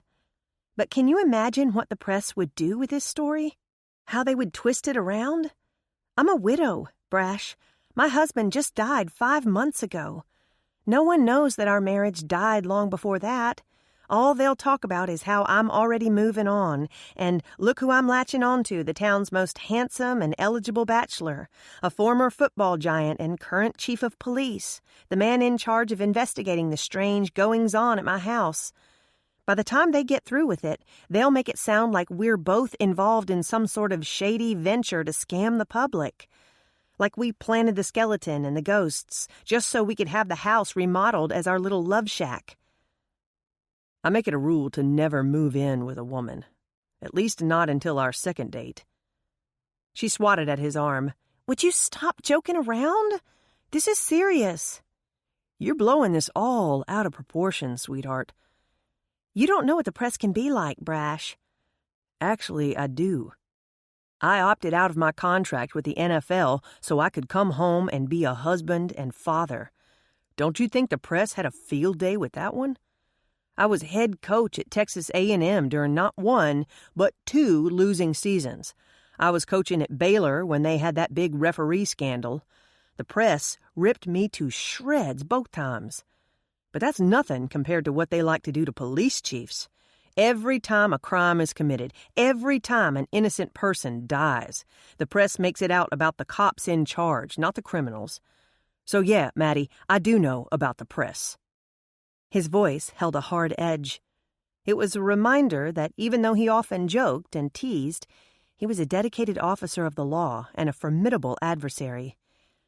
Madison was duly chastised. You're right, of course. I'm sorry. I'm just saying that I have had more than my share of persistent reporters trying to find a story when there is none. They even ran a segment in Dallas this morning, rehashing old news about Gray's failed business and his sudden death. The way they said it implied there was something more to his accident than a blowout on a slick road. I just don't want to give them something else to talk about. It would be like pouring gasoline on a blazing fire. Shh, come here, sweetheart. He gathered her gently to him for a hearty hug. I understand. I don't like it, but I do understand. He gave her another quick squeeze. And while I'd love to stand here and prove to you what an understanding man I can be, we need to get out of here. There still may be someone in the house. Worry sparked in her eyes. So what are we going to do? Brash pulled out his phone. Call for backup. Chapter 14. The last of the customers cleared out of the cafe. Genesis wiped down the counter as she called out a friendly goodbye. She normally did not work on Saturday nights, but Shiloh Dawn had asked for the night off. Even though Genesis had been here since early morning, it was the least she could do for one of her most dedicated employees. Here, Jenny, let me get that for you. Thanks, Cutter, but I can get it. I insist. With no effort at all, the young man took the heavy tray from her and carried it into the kitchen. He stayed for a few minutes to talk with the kitchen crew, and then came out with a pleased smile, nibbling on an apple turnover. I see Thelma tipped you, Jenny teased. Yep. He swallowed the rest in one big gulp and licked his lips. That was good. But you didn't make them today, did you? As a matter of fact, no. I let Shiloh Dawn make them this morning. I can tell. Yours are the best. His blue eyes twinkled conspiratorially. You have a little something right there, she murmured, touching the corresponding place on her own face. Unabashed, Cutter's tongue made a swipe for the sugar still dusting the side of his mouth. Jenny's traitorous eyes followed. He made slow work of it, licking his lips slowly, his eyes tracing the same curves of her own mouth. Jenny turned away, fire burning in her face. It seemed to be spreading to other parts of her, too, but she steadfastly ignored it. It was humiliating, being caught drooling over him like a silly schoolgirl. She was thankful when the busboy came out from the kitchen for the final round of dirty dishes. "Hey, man," he spoke to Cutter. "What are you doing here on a Saturday night? No hot date?" Cutter's reply was smooth, if not vague. "The night's still young, man." "I hear ya. Well, have a good one. Don't do anything I wouldn't do." Jenny saw the men bump knuckles as she turned back around. It suddenly dawned upon her why the young firefighter was here on a Saturday night. "You thought Shiloh Dawn was working tonight." "Sorry, I took her shift. She had a paper to finish." "Yeah, she was complaining about that yesterday. Says your professor gives too much homework." He sounded somewhat resentful. Jenny supposed it was because college classes took too much of the waitress's time. "My professor?" she asked, eyebrows arched. "Yeah, the one that hangs around here all the time. The one with the crazy ties." "You mean Professor Calloway?" "That's the one. Shiloh Dawn says you two are dating."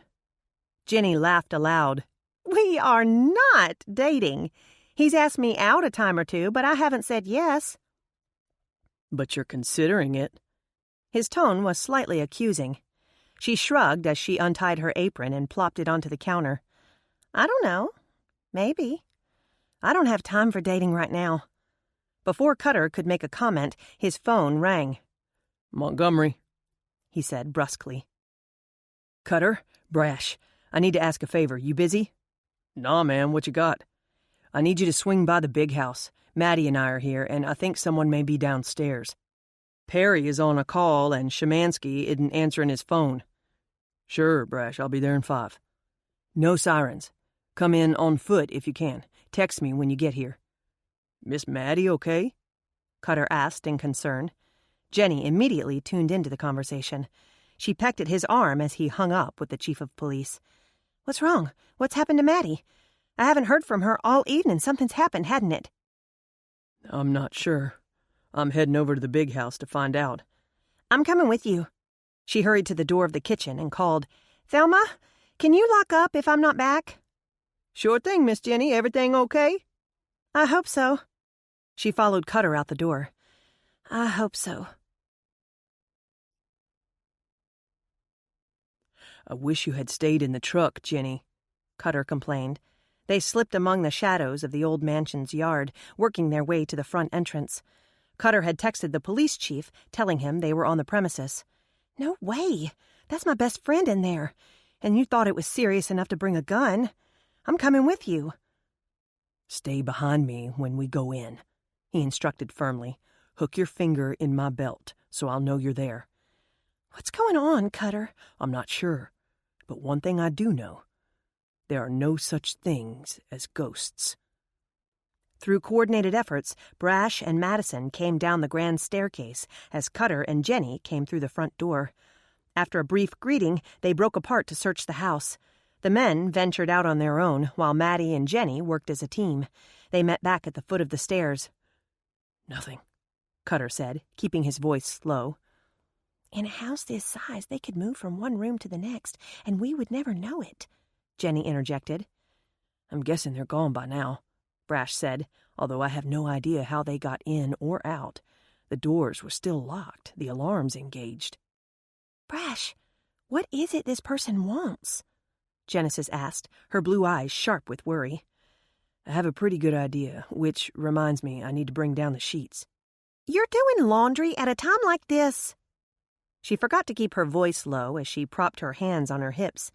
"Don't you think there are a few more important things to worry about right now, like keeping my best friend and her children safe?" Brash merely winked and jogged up the stairs. He unlocked the library door, grabbed up an armful of extra sheets so that the journal-filled pillowcases could not be seen, and came back down while Madison whispered an explanation to their friends. Knowing there could be a covert mic in place, Maddie spoke louder than necessary as the men carried the pilfered journals toward the front door. "I appreciate your help, guys, carrying out the dirty laundry for me. That fingerprint dust left such a mess, and I don't want it to set in on these sheets." "It's the least I can do since I made the mess," Brash replied. "I'll even carry these to your house for you. Ready?" She locked the door and set the alarm, wondering for a moment why she even bothered. So far, this person was able to bypass all their efforts. "I'll call you later, Jen," Madison said as she hugged her friend. "Thanks for coming. You too, Cutter." "I'm glad it turned out to be nothing," the young man said. "You need a ride, Jenny?" Brash offered. "I've got it," Cutter was quick to say. "My truck's over there." As they waved goodbye to the departing couple and started for Cutter's truck, he grinned down at the cafe owner. "Did you see what I just saw?" Jenny made a blind guess. "She locked the gate remotely?" "No. The way he put his hand on her hip. Low. Like this." He moved closer, sliding his large hand along the small of her back, just low enough to suggest intimacy. I missed that." His hand remained in place as they walked. "I think it would be cool if they got together," Cutter said. "They make a good couple." "I think so, too. And so does Maddie. She's just afraid to admit it." They reached his truck, and his hand fell from her waist. As he opened the door for her, he asked suddenly, "It's a nice night. Want to go for a ride?" Knowing she should say no, Jenny heard herself agreeing. "Sure, why not?" Cutter jogged around to the other side of the truck, but instead of starting the motor, he sat staring at the house they had just left. "What?" Jenny asked, following his gaze.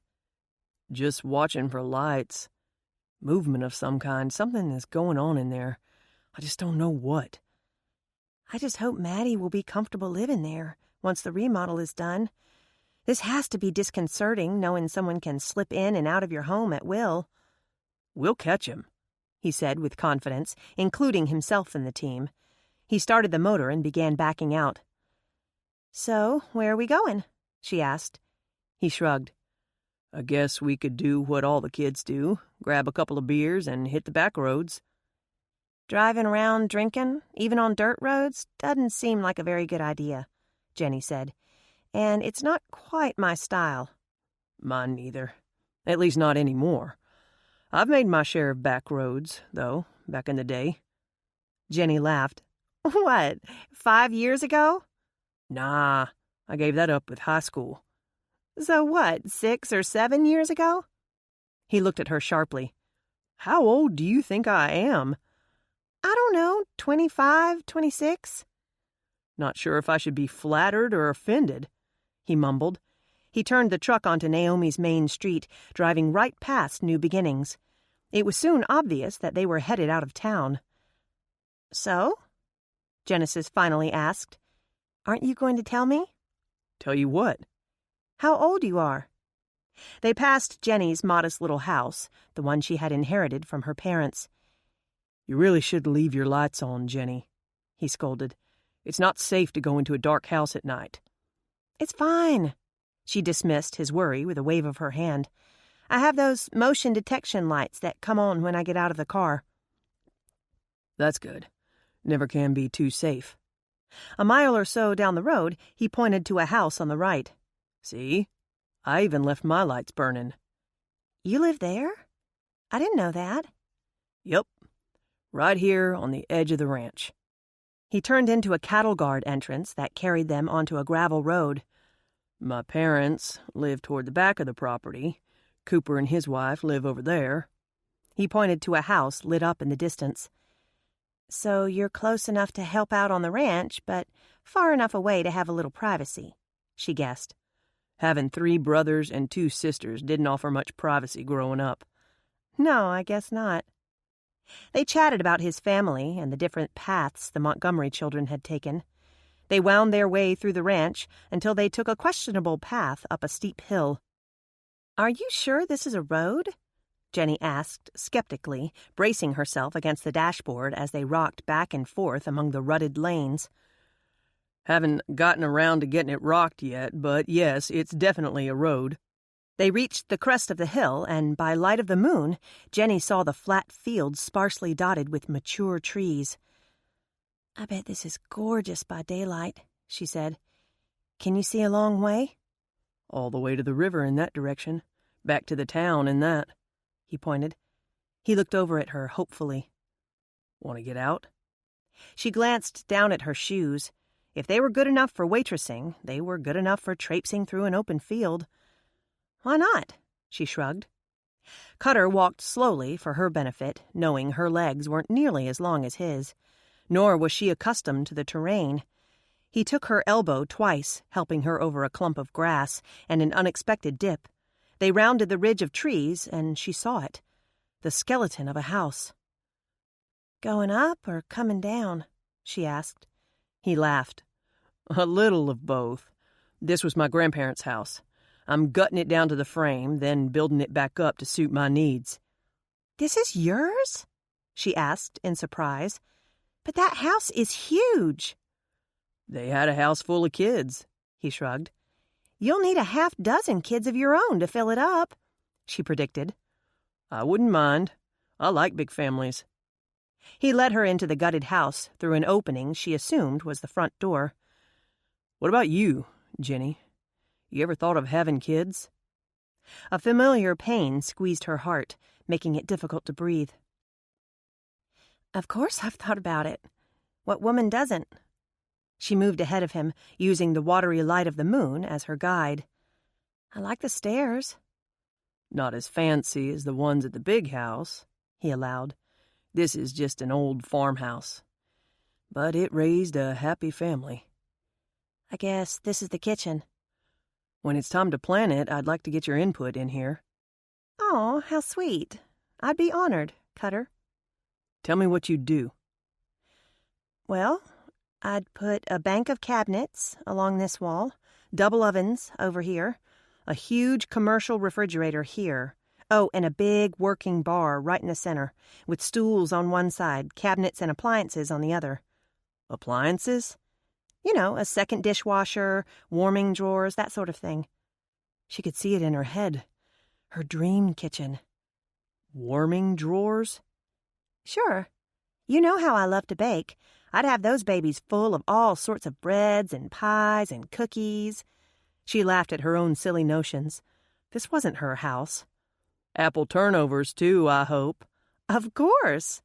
And I won't tell Shallow Dawn that you said mine were better than hers. Her blue eyes twinkled with mischief. Your secret is safe with me. I'll tell you another secret, too. Did you know there's a cave beneath us? A cave? Yep. About 40 feet down, there's a huge open cavern. It's a little tricky getting to it, but once you're down there, you've got plenty of room to walk around. Maddie and I were talking about the caves the other day. I remember some of the kids used to claim to explore them, but I thought they were just full of it. Nope, there really are caves around here. I can take you down there one day if you like. Jenny laughed. No, thanks. When we were down in the basement that day, I realized I might be a tad bit claustrophobic. Maybe it was just the skeleton, he suggested. Maybe. Still, I think I prefer to stay above ground. Then I won't bother showing you the tunnels, he grinned. What tunnels? There are actually a few tunnels around here as well. Some natural, some man-made. Like I said, I believe I'll stay above ground. They wandered through the rest of the house. Cutter told her a few of his plans for the rebuild. Jenny made a few suggestions of her own, most of which he liked. They argued good-naturedly over one of her suggestions until Jenny finally threw her hands up in defeat. Hey, it's your house, your money. I think my way is more economical, but that's for you to decide. If you like throwing away your hard-earned money, far be it from me to stop you. I think it's worth the splurge, he said confidently. As they wandered back to the front of the house, Jenny asked, So how long do you think this is going to take you? Probably a year or so. I'm not in a particular hurry, since it will just be me living here. I'm saving my money so I can build it out of pocket, no mortgage. That's a very wise plan. But I'm not sure how practical it is. What, you don't think I can afford it? She sputtered with her answer. Well, I know how expensive everything is these days. And without a college education— Who says I don't have a college education? he asked sharply. I meant no offense. A lot of people don't go to college these days. There's nothing wrong with that, Cutter. I agree. None of my brothers went to college, and they are all quite successful. One has a taxidermy business, one is part owner in the feed store, one helps Dad run the ranch. I, on the other hand, am the lone son with a snazzy little college diploma hanging on his wall. 2, as a matter of fact. I didn't mean to offend you, Cutter. I just assumed— You assumed I had a go-nowhere job like welding. A second job as a volunteer firefighter that doesn't even pay. So, naturally, I must be uneducated. His tone was defensive. Actually, it was more of the fact that you were still here in the Sisters. Most kids that go to college move away. It's a shame, isn't it? He said, his voice calmer now, more philosophical. Most of the ambitious ones can't wait to get out of here. Which leaves us with the slackers, the ones who are content to do little or nothing with their lives. He looked over at her, the moonlight revealing the passionate glow of his eyes. I'm not one of them, Ginny. I have dreams, ambitions. I want to be more. I just don't think I have to sell out to do it. I can stay where my roots are, plant new ones. I can make the Sisters a better place to live. Moved by his enamored speech, Jenny began to see him in a new light. He was right, of course. He could still live in the Sisters and be successful. She knew he was highly regarded within the community. His dedication to the fire department was admirable. He ran his own successful welding business, which was a testament to his initiative and drive. Now she discovered he was building his own house, mortgage-free. Obviously, the young man was wise beyond his years.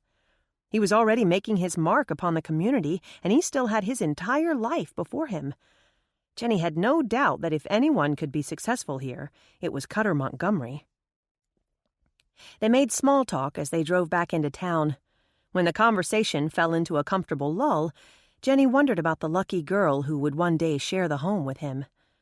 Shiloh Dawn? More than likely, it would be Callie Beth Irwin. They had dated off and on for a while now. Or perhaps it would be someone else, someone he might already be seeing. Shortly after Valentine's, there was a rumor he had admitted to being bitten by the love bug, but so far, she had noticed no one new in his life. Not that she knew very much about him. She certainly hadn't known about his college degrees. Ginny? Yes? We're here. Lost in thought, she had not realized they were stopped in front of the cafe. So we are. She laughed at her own wandering thoughts. As she groped around to find her purse, inadvertently knocked to the floorboard from the rough road up to his house, Cutter came around to open her door. He put his hand on her back to usher her up the walk. I enjoyed that, Cutter. Her genuine smile revealed her dimples. You have a beautiful house. Or, at least, you will. You'll have to keep up with the progress. Come out often and keep me on track. I might just do that. I hope so. They stepped up to the door of the cafe. Jenny tested it and found it locked. Do you have to go back in? He asked. Yes, I still have a few things to do. You want me to wait for you? Thanks, but I'll be fine. I know you have better things to do on a Saturday night than watch me count down the register. Cutter frowned. I don't like the thought of you handling the money so late at night, all alone in there. I don't mind waiting. Cutter, I do it all the time. I'll be fine, really. His reluctance to leave her there alone was obvious. Honestly, Cutter, I'll be fine. She gave him a gentle push. Shoo, go on. Like you told Benny, the night's still young. I don't late date, he told her solemnly. Date? She laughed, realizing he was teasing. She decided to play along. Well, then, thank you for my lovely date, kind sir. I had a nice time. He wasn't laughing. His eyes were thoughtful. So did I. He nodded toward the door. I'll wait for you to go in. Be sure and lock the door behind you. Yes, sir, she said obediently. She twisted the key into the lock, stepped inside, and disengaged the alarm. See? Perfectly safe. She stood in the door while Cutter backed his way down the sidewalk. Thanks for going tonight, Jenny. And thanks for the input. My pleasure. He turned to go, then spun back around. Jenny? He called, just before she shut the door. She looked at him expectantly, waiting for him to go on. I'm no slacker. His words surprised her. Apparently she had offended him more than she realized. Though he stood halfway down the walk, she could hear the emotion in his voice. I have no doubt of that, Cutter, she said sincerely. And you'll make some lucky girl a very good husband. I am certain of that. I don't want to marry a girl, Jenny. I want to marry a woman. With those strange words, he turned around. Puzzled, Jenny watched him go. When he reached his truck door, he stopped to look back at her, still standing there with the door half ajar. And Genesis? He called. Yes? I'm not as young as you think. I turned 31 last fall. Chapter 15. Madison began her new job on Monday morning. It did not occur to her to wonder how Brash managed to get her salary approved so quickly. She had no way of knowing he paid it out of his own pocket, just as he had done before. All she knew was that she was bringing in a paycheck. She was helping with her own case, and she could spend more time with the man of her dreams. I hope you know what you've gotten yourself into, Brash said. He hefted a large cardboard box onto the desk he assigned as her temporary workspace. I don't suppose there's a picnic in there? Nope, just tax rolls for the years 1945 to 1950. You mean they're on paper? She cried in dismay. Not computerized? We're working on it. I know we're back as far as 1972. Not so sure about the other 22 years. 22? I'm working with a loose theory that if the person in the basement was murdered, the crime occurred sometime between the mid-40s and early 90s. Madison cast a horrified glance to the box brimming with files. But this is impossible, Madison sputtered. Nothing's impossible, sweetheart. All you have to do is start with the computerized records, search for families who lived in the area in 72 and remained here in the early 90s. Cross-reference that list with paper records prior to 72. You should be able to narrow it down somewhat. Madison glared at him. I take back anything pleasant I may have said or thought about you since Saturday night. I hereby change my mind. You, sir, are a slave driver. A monster. Brash chuckled, zeroing in on only one part of her rant. He settled a lean hip on the edge of her desk and leaned in. So you've thought about me since Saturday, huh? That's good, because I haven't been able to get you out of my head. I thought we were going to keep this thing secret, she hissed between her teeth. No one's listening, and no one will see us when you meet me in the back interrogation room at noon. Isn't that the room with a two-way mirror? She asked sweetly. Don't worry. We'll keep the lights off. He waggled his eyebrows suggestively. Madison buried her face in her hands and groaned. Brash, how am I ever going to go through all these records? And no foolishness. I have to keep my mind on what I'm doing. When am I supposed to look through the journals? We agreed to a half-day's pay, remember? You'll have the afternoons free to read the journals, barring other jobs you have. Unfortunately, there aren't many of those. See? It's all working out. He flashed her a killer smile, but she felt oddly immune to his charm. Most of it, anyway. I'll be back around lunchtime, he said, moving off her desk with a creak of his knee. Old football injury, he explained. Feeling spiteful, Madison smiled sweetly. Or maybe just old. By lunchtime, she had a partial list of names. She swore her eyes were permanently crossed. Brash brought lunch from Jenny's, and they ate together in the break room. Fortified by the meal and a fresh cup of coffee, Madison tackled the first of the journals. That, too, was a slow process. By the second day, she had found one journal of interest. With Brash's blessing, she disguised it with a paper jacket from one of his procedural books and carried it home as homework. Work had resumed at the mansion on Monday. Running dreadfully behind schedule, Nick kept crews late in the evening to make up for lost time. 3 days of the grueling schedule passed without any sign of ghosts. On the 4th day, Madison awoke to find Granny Bert's house had been wrapped. It was a common enough prank in small towns everywhere. Nothing was safe from the streaming white rolls of toilet paper, particularly trees and yard ornaments. Regarded mainly as a favored Halloween tradition, pranksters could strike at any time.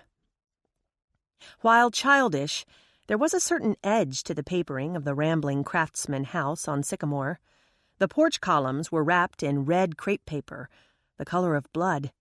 Along with an excess of paper, white sheets were strung across the porch, tied at the neck to resemble a ghost. And as luck would have it, the cameras on the porch had been disabled, failing to catch the perpetrators of the prank. Madison doubted luck was involved, particularly when the news van pulled up at the house at the same time she discovered the morning mess. The reporter confirmed an anonymous tip called in to the station, citing a new development in the case. Mrs. Reynolds, do you have any idea who would have done such a thing or what their motive might have been? The reporter thrust the mic into her face as she went to her car. No comment. Sources tell us you are conducting some sort of search at the mansion, looking for clues to the skeleton's identity. No comment. We understand you've been at the police station every day this week, demanding action from the police. No comment. What can you tell us about the new investigation the IRS is conducting on your late husband's failed business? Madison faltered. This was the first she had heard of a new investigation. No comment, she said, but her voice was weak. Is it true he embezzled millions of dollars from his clients over the past 5 years? You were his partner at the investment firm, isn't that correct? No comment. Were you aware of the duplicity? Has the IRS contacted you personally? Madison's voice gained strength. No comment. She slid into her car, slammed the door with purpose, and jerked the gear shift into reverse. She could smell it before she saw it. Sniffing the foul air inside the car, Madison glanced down at her feet. Had she stepped in dog dew? She looked into her rear-view mirror, mindful of the news van parked behind her. When she saw the pile of dead chickens in her back seat, their blood and worse smeared across the leather upholstery, her foot slipped from the brake. In her horror, she jerked the wheel and her moving car rammed into the side of the van. Not stopping to put her vehicle into park, Madison jumped from her car, screaming vehemently. The news camera was there to catch it all on film. Can I bring you anything else, sweetie? Genesis asked in concern. No, I'm fine. No, you're not, her best friend challenged. You are 2 inches away from having a nervous breakdown. Madison stared up at her bedroom ceiling, willing the tears away. More like 1 inch, but who's counting? Have you taken anything? I don't need drugs, Genesis, Madison snapped. I need a lawyer. Why do you think you need a lawyer? Jenny pushed the covers aside to sit by her friend. The bedroom was one of the few places in the house they could have a private conversation. For starters, Brash is out there right now arguing with Nick and Amanda about the cameras. He's threatening to get a court order to take them down. They are making counter threats, saying to do so would void my contract with them. If my contract is voided, I would have to pay for the work already done on the house, money that I do not have now nor ever. Don't worry, Maddie. They'll work something out. I don't know about that. Nick is livid. His face is all red and mottled, and Brash is so deadly calm and focused that it's scary. Remind me to never cross that man. She shivered. As in, not to break his heart? Jenny asked, her eyes alight with mischief. Come on, Maddie. You've hardly told me a thing about you and Brash. Is this any way to treat your best friend? Don't you know I live vicariously through you? Your love life is my love life. Madison buried her face beneath her pillow. Just smother me. Go ahead, get me out of my misery. If I have to watch that stupid video of myself one more time, I swear I am going to shoot somebody. Then I truly will need a lawyer. Come on, it wasn't so bad. Most of it, anyway. And at least Granny Burt convinced the network to pay for all the damages to both vehicles in exchange for not charging them with trespassing. They just wanted rights to the video so they could play it over and over and over again. But at least your insurance rates won't go up. That's something. What does it matter? Madison groaned. I may be in prison soon. If it's true about the IRS, they may come after me. Annette and Charles won't even try to bail me out. They will if it means saving their precious son's good name. How did this happen, Jenny? How did all of this go so wrong? There was a knock on the door. What's the secret code? Jenny called playfully. Jack Daniels. Jenny grinned at her friend. I love your grandmother. She hustled off the bed and opened the door for the older woman. She took 2 of the 3 glasses from her hands and sniffed appreciatively. Heavy on the Jack, light on the Coke. Good call. Here, Maddie, drink up. She curled her nose sullenly. I prefer wine. This is stronger. Drink, her grandmother ordered. It will soothe your nerves. Madison took a tiny sip. It was strong, but the burn going down was oddly comforting. What's going on out there? Dare I ask? Your man is really giving them the what for. Nick is doing pretty good at holding his own, but the woman has already folded. She keeps staring at Brash with this stricken look upon her face. Granny reported the scene in the living room with relish, her eyes twinkling. The show out there is even more entertaining than watching you jump out of your moving car screaming at the top of your lungs. You can go now, thank you, Madison said drawly, taking another sip of her drink. I came to tell you that your cousin Charlotte called. She'll be happy to represent you should this thing end up in court. Granny cocked her head to listen. Hey, the shouting has stopped. A few minutes later, there was a sharp rap on the door. It's me, Brash said. He didn't wait for an invitation. He came right in. Madison flew off the bed and into his arms. She ignored the look of surprise upon Jenny's face. She also ignored Granny's face, now split with pride, and a smile bright enough to power 5 light bulbs. It's about time, her grandmother crowed. She slapped Jenny on the arm. Did you know about this? Apparently not everything, she said under her breath. How you doing, sweetheart? Brash asked, soothing Madison's hair as he held her. Humiliated, horrified, worried sick? She pulled away to look up at him. Brash, I can't afford to break my contract. The cameras have to stay. The cameras can come back, he corrected. After we find out who is doing this. But we've already worked it out, sweetheart. We came to a temporary solution. Don't you think you should have consulted me first? She snapped. Not really. This is police business, not a personal matter. I think this is where we leave, Jenny said, seeing the standoff about to take place. Brash and Madison were already engaged in a staring contest. Granny, we should go. Why? This is just getting interesting.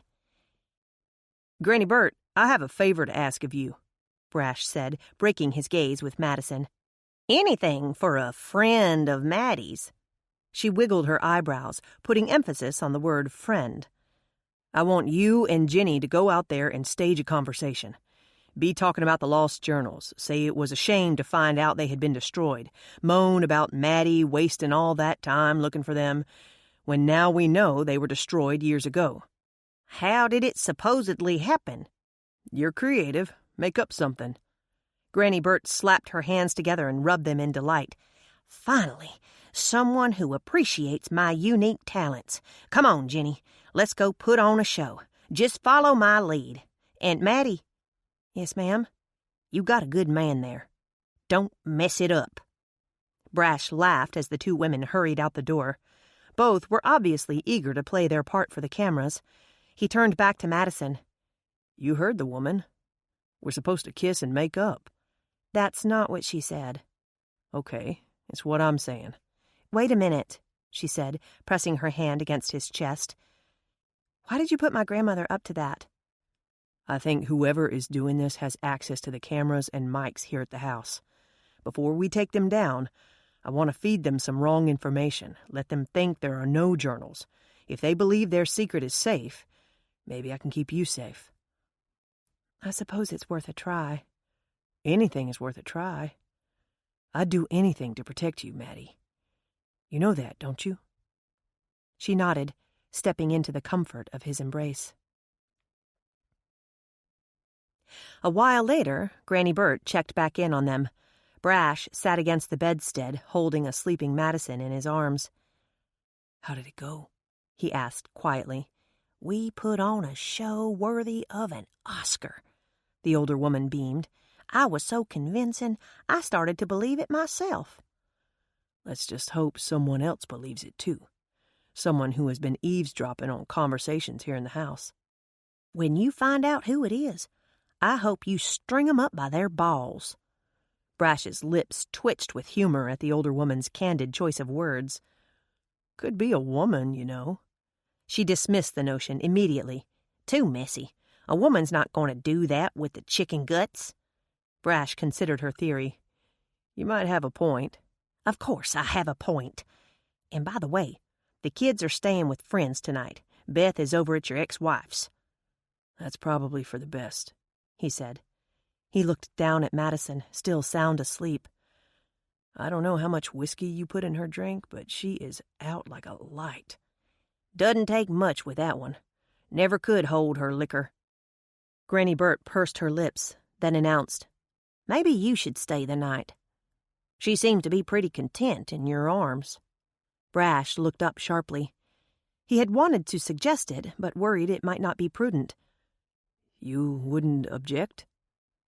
I don't want you to make a habit of it, mind you. But you're both mature adults. I can assure you, Granny Bert, I would never. I know you wouldn't. She winked a wizened eye.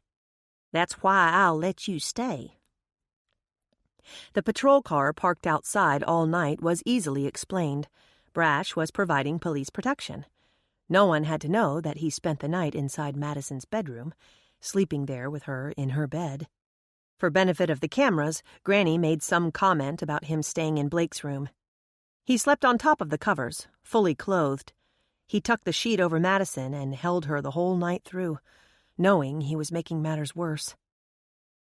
How would he ever sleep again, without her in his arms? Very early the next morning, Madison awoke with a groggy, "Brash, what are you doing here?" "Shh, baby, go back to sleep." She snuggled into his arms and smiled as she drifted back to sleep. "Thank you." "My pleasure." 2 hours later, she awoke again, finding him gone. She felt oddly bereft. There was a note tacked to his pillow. Not the way I envisioned our first night together, but the best night's sleep I've had in ages. Stay home today and relax. I've got this.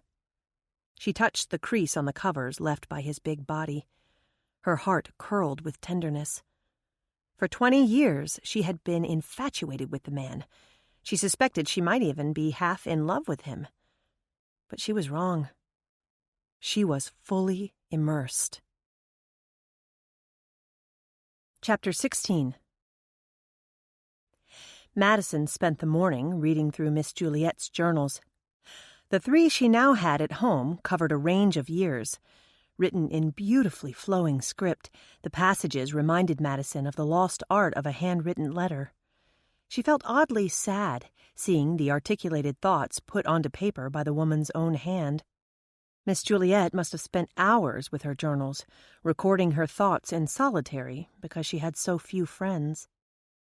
One of the earliest journals started while Juliet still lived at home. Although it was interesting to read about life at the turn of the century, a large portion of the writings were dedicated to the rivalry between her and her sister. Page after page was filled with their petty differences. Madison skimmed over the entries, looking for mention of construction at the new house. She found a few interesting entries near the end of the journal. "Father is so good to me. Imagine an entire town at my disposal. No more sharing milliners with my sister. Those petty women offer Naomi first choice on the latest Paris styles, all because she brings them treats. But no more. No more waiting for the train to carry me to civilization. No more living in the same house with Naomi's temper tantrums. Father is generously building us each our own house in our very own town. I shall have mine constructed in the center of town, so that I might be surrounded with all the conveniences of modern-day life. Clarence is simply brilliant. It was Clarence who first suggested we make alterations. Father brought the blueprints from Atlanta, but I abhor the thought of having the exact house as my sister. Clarence is full of wonderful ideas. A change here, a wall moved there. My home shall be unique. Clarence had the most delightful surprise waiting for me when I arrived today. First, he asked me to read a passage from The Manor. It was my favorite scene, the one in which Theodora slips into the secret passageway to escape Murdoch's wrath. As I finished reading, Clarence gently pushed on a panel beside the fireplace, and voila! The wall slid away to reveal my very own secret passageway. What a thoughtful, delightful surprise my friend has given me. Excitement surged through Madison's veins. Progress at last! Yet who exactly was this Clarence? Madison searched back through the entries, trying to find first mention of the man. Father has hired a talented carpenter to erect my new home. His name is Clarence, and he has done work for Father before. He is actually Truman's son, although the Fords did not raise him. I think there is a scandal in his past, but such things are not spoken of in polite society. Suffice it to say that Clarence is a loner, a quiet soul with thoughtful, brooding eyes. Yet he seems to be brilliant with a hammer and nails, and Father assures me he will do a fine job building my magnificent new home. Today, I made a new but unlikely friend. As I so often do, I took a book with me when I visited the new house.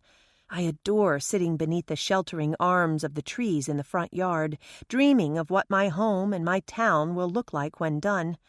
I have such plans for my new city. When I tire of plotting streets and neat city blocks, I often read. I was doing so today when Clarence, the carpenter, stopped to greet me. We have only conversed on matters concerning the house, but I saw no harm in engaging in a light conversation with the man. He seemed genuinely interested when he asked what I was reading. I found myself sharing the plotline of my newest book, the exciting new mystery novel, The Manor. I saw the spark of interest flare in his eyes. I do believe the man enjoys a good mystery as much as I do. Before I quite knew what was happening, he asked me to read the story aloud to him, while he worked on properly aligning an inner wall. He listened with rapt attention and absorbed the story with a sharp mind and eager ear. He may only be a carpenter, and in essence my employee, but by the end of the chapter, I knew Clarence Ford had become my new literary friend. There were a few more scattered entries concerning Juliet's unlikely friendship with the carpenter. Madison discovered that while Juliet Randolph may have been a social snob, she had a different scale of equality for those sharing her love of reading. Intellectually, she considered the man her equal. Madison had no sense of a budding romance between the two, merely shared appreciation for a well-crafted story. The other journals were not sequential, skipping ahead to later years in the heiress's life. Madison skimmed through them, but found nothing of particular interest. She needed the journal written immediately after this one, but she had no way of getting down to the station to retrieve it. Her car had already been hauled away for repair, and Granny Burt was out running errands in the Buick. Oh, darn. Guess I'll have to call Brash. She reached for her phone and dialed the number with a little rush of anticipation. He answered with a brusque, "De Cordova." Her anticipation shriveled like a popped balloon. Oh, sorry. Bad timing? She heard his weary sigh and imagined him rubbing his neck in frustration. You might say that. Szymanski made a drug bust last night. Turned out to be a pretty big stash. That's good, isn't it? Good that it's off the street. Bad that we're no closer to finding the source. Drug labs are popping up all over the county, worse than weeds. I have a feeling this one is close by. I can call back. Nah, I could use the break. What's up? Are you still coming over tonight for the premiere? He could not see the air quotes she put around the word, but he heard the slightly scornful note in her voice. Wouldn't miss it. Megan even made brownies for the occasion. Think you could smuggle me in some more reading material? Yeah, sure. I need a specific one. I found a few promising entries, but the journal ended in early 1915 when the house was first being built. She heard him sigh again. I'll try to find the next one in the sequence, but I'm not promising anything. I have a full day if I want to be out of here in time for the show. If not, it's okay. She tried to sound more genuine than she felt. I'll do my best, Maddie.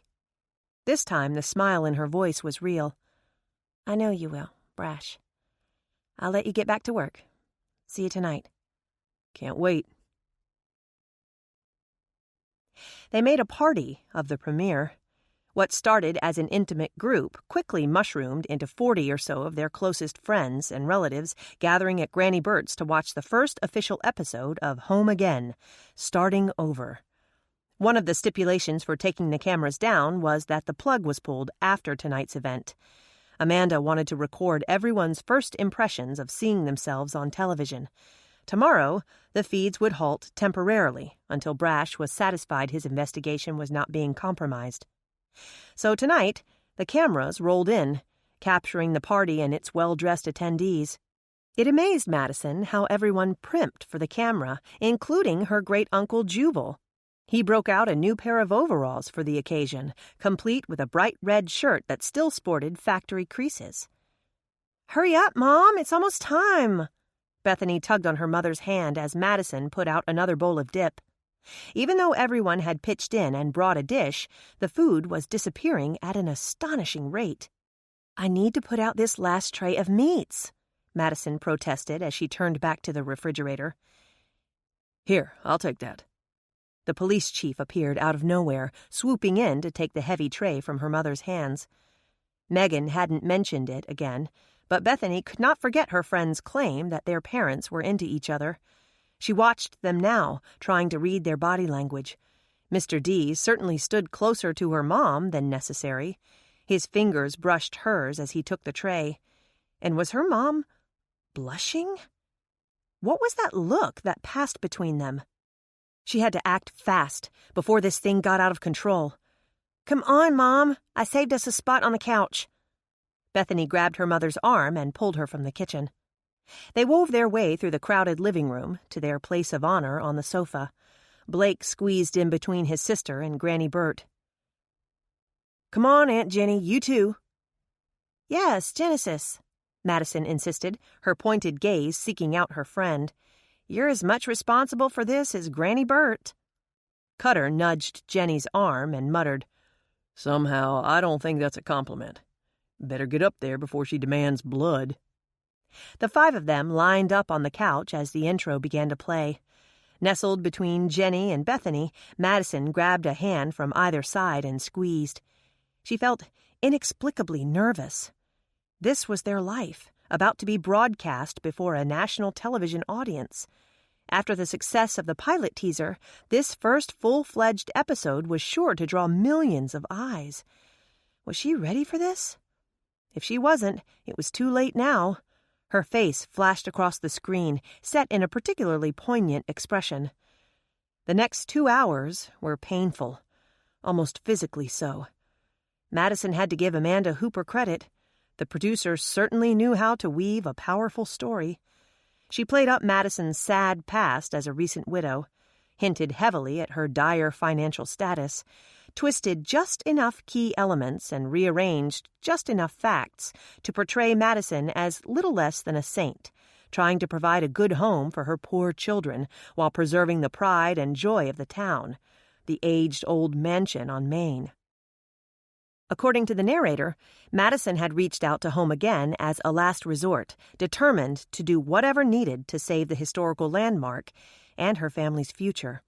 They even had a few unflattering clips of her to prove it. One caught her at the kitchen table, trying to make sense of her finances. The despair was clear upon her face.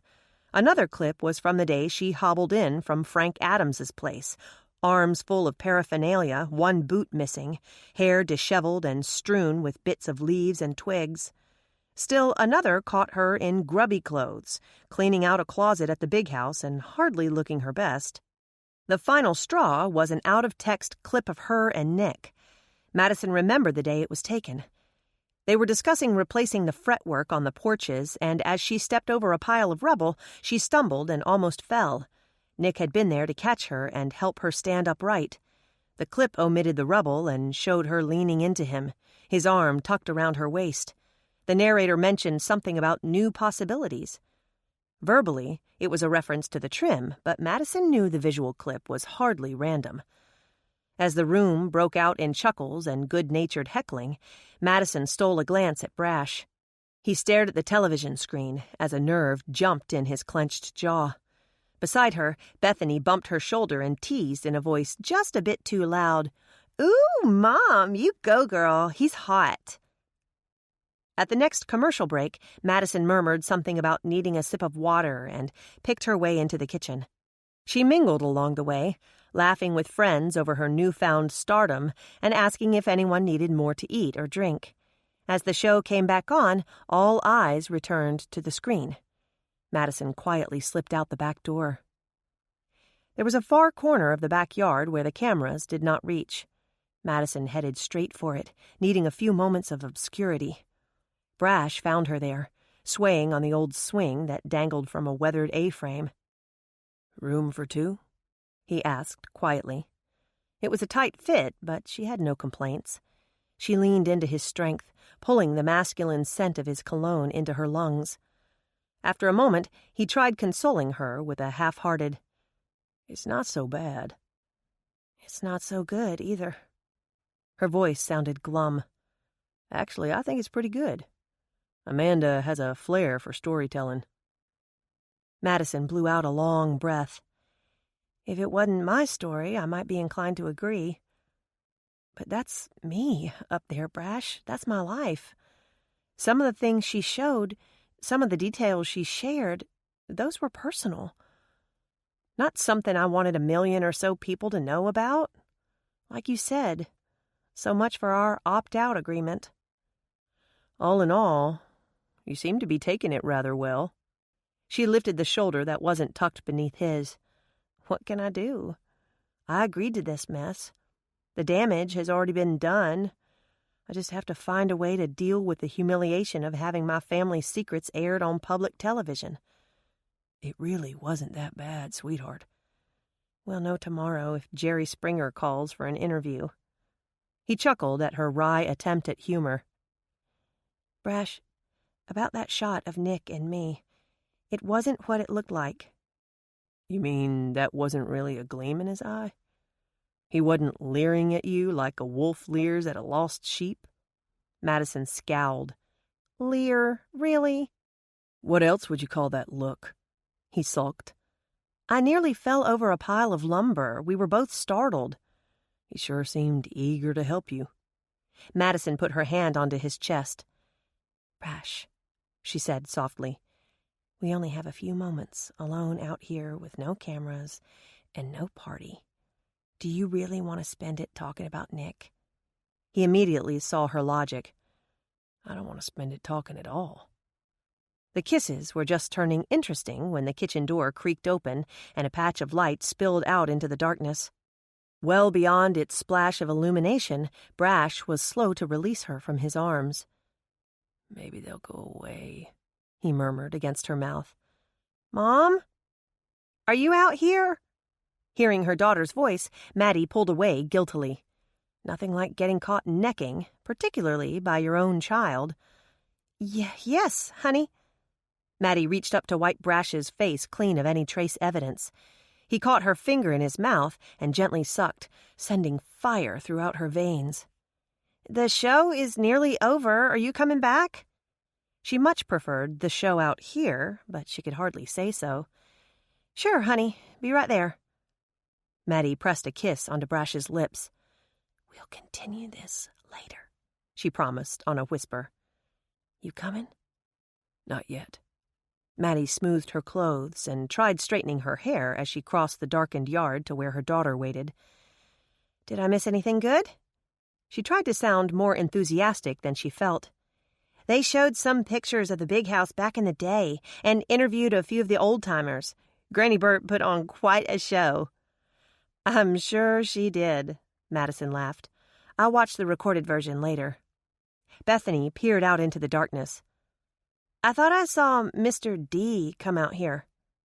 Trying to sound casual, Madison forced another laugh. "There's so many people in that house, how can you keep track of them all? Come on, let's go catch the end of the show. Did they show that segment of you and Megan practicing your cheerleading?" As expected, her daughter's attention was quickly derailed. "Yes, and it was so cool. You know how we do that double flip and split? We nailed it perfectly, and they caught it all on tape."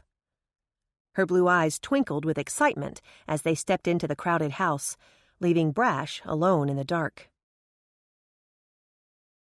Chapter 17. Days passed before the shimmer and shine of stardom began to dim. Everywhere Madison went, people talked about the show. Most were thrilled with the small part they played in the quest for fame, if only by being a part of the collective whole. There were a few, however, who took offense to some remark or some shot captured on film. Those were the ones who made special efforts to seek Madison out and complain. Loudly. Home again, starting over, wasn't just the talk of the sisters. The show had exploded on a national scale. The numbers were in, proving the first episode a bona fide hit. Like the pilot before it, the 2-hour special broke more network records. Amanda was ecstatic. Nick was under more pressure than ever to perform. Eager to be a part of the momentum, Kiki Peretta wanted to push the date up for their meeting. Television stations as far away as Denver wanted to schedule interviews. Old friends from Dallas started calling, eager to catch up with their dear, dear friend. Madison let most of the calls go to voicemail, most of the text messages go unanswered. Where were those dear friends when she needed them most? It was easiest to hole up at the police station, where she could numb her mind with old files and faceless names. Her list was coming along nicely, narrowed down to just a few dozen families. She hoped to pare that down soon, providing Brash a good, solid list from which to work. A week after the fiasco with the chickens and the van, Madison got her car back, good as new. The garage rushed the job, spurred by quick payment from the network and hopes of getting their name on television. With the cameras now turned off at home, at least for the time being, Madison took more of the old journals home to read at her leisure. She still had to sneak them into the house, as before, but once inside, she no longer had to hide them from the all-seeing eye of the camera. Granny Burt helped her pore through the entries, although her grandmother was often sidetracked down memory lane. She enjoyed reliving moments from the past, as told through the pen of her friend and benefactor. "This might be something," Granny Burt said one evening, looking up from a book dated later in the years. She read the passage from the old journal aloud. "I had a visitor today. I am still so angry my hands are trembling. I may be incapable of writing. Hugh Redmond had the audacity to step foot on my property, and he brought the children with him. 2 little stringy-haired children with snotty noses and ragged clothes. He came begging for money. He claimed it was for food, but I could smell the liquor on his breath. He had the nerve to remind me that the children were Darwin's own blood. My dear late husband's grandchildren born by his illegitimate daughter. Naomi may have named her child the ridiculous name of Love, but she was not conceived in love. She was conceived in deceit. Not a day went by that Darwin did not regret his ill-fated night with my hussy of a sister. She tricked him into her bed, seducing him with strong liquor and evil wiles. He never loved Naomi. Never would have wanted her child, nor her children. But I regress.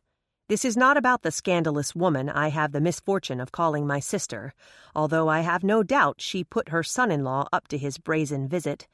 Since her daughter's unfortunate death, Naomi has become more spiteful than ever.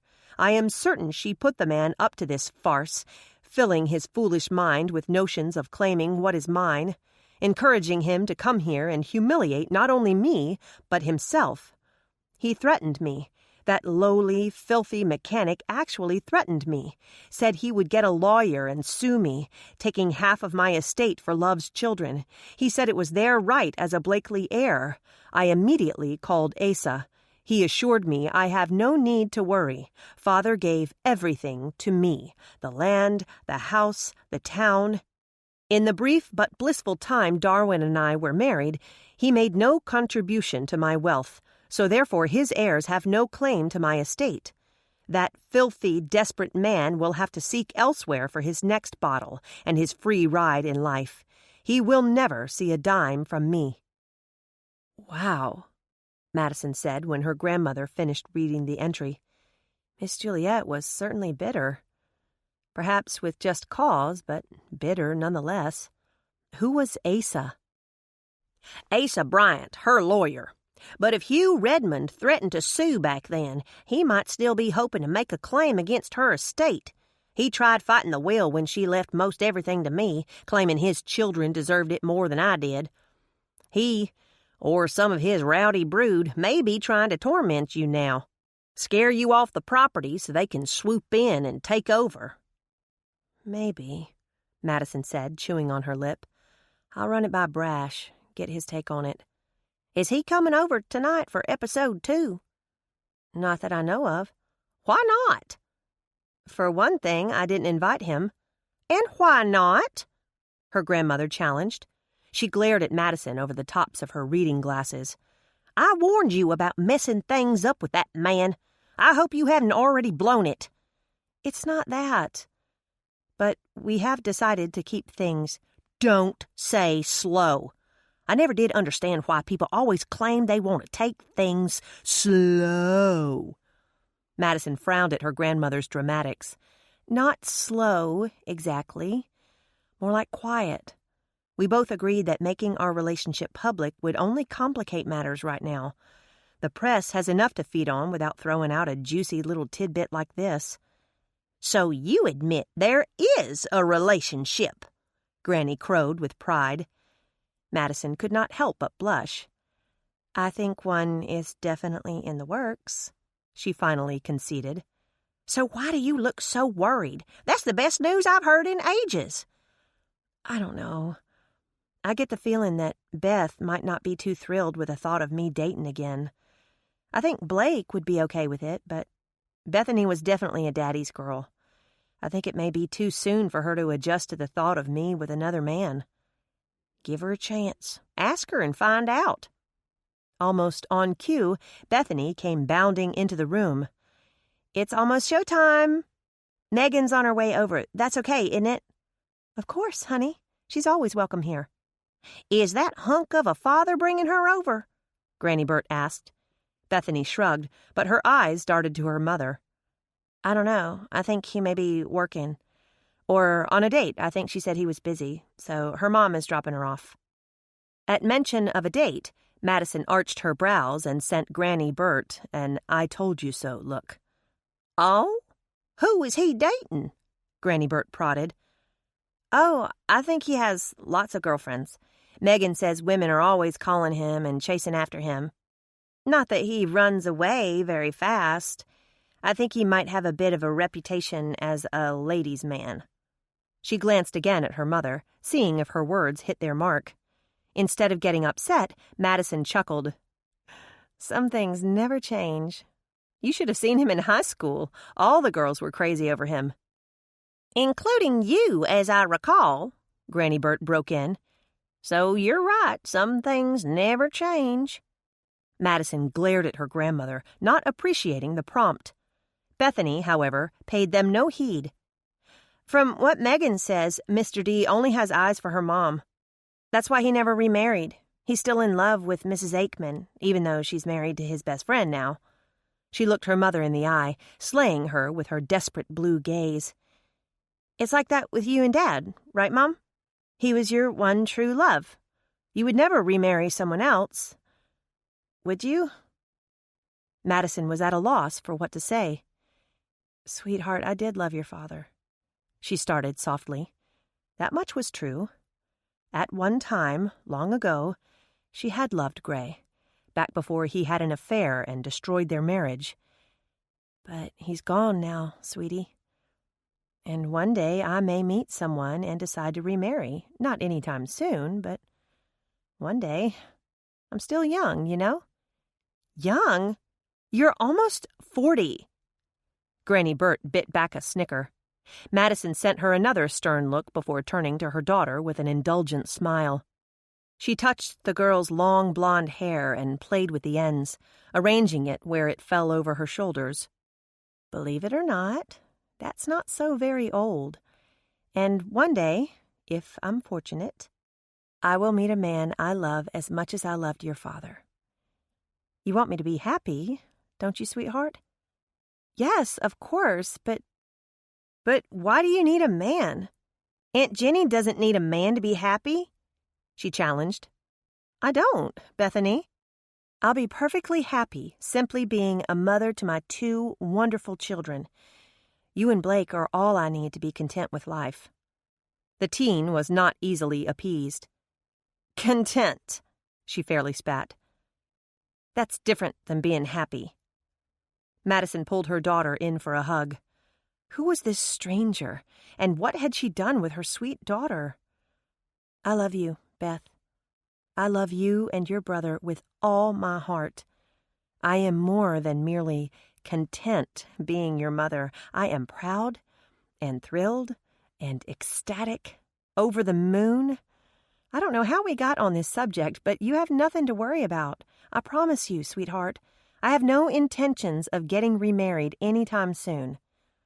But as she made the solemn promise to her troubled daughter, a shadow slipped into her heart.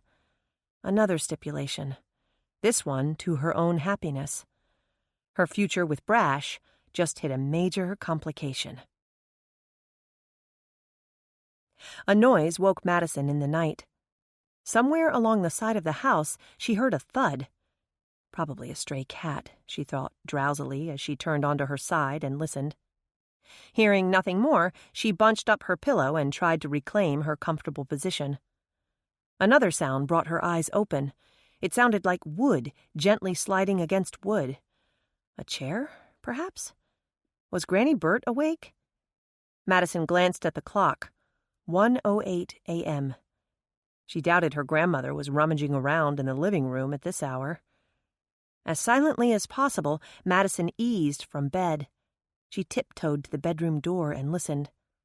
Over the ticking of the ancient mantel clock, she heard a slight thud. Someone was definitely in the living room. It could be Blake, she told herself. Even after eating 2 bags of popcorn during the show, he complained he was starving. According to her 15-year-old son, popcorn was little better than eating salted and buttered air. He might be raiding the refrigerator, tiding himself over until breakfast. She eased through the half-open doorway, stepping cautiously into the hall. Her bare feet made no sound on the hardwood floor as she crept down the darkened path. She glanced at the closed doors along the corridor. If Blake or Granny Burt were up, they had shut their bedroom doors behind them. Trying to convince herself she was being silly, Madison paused when she reached the end of the hall.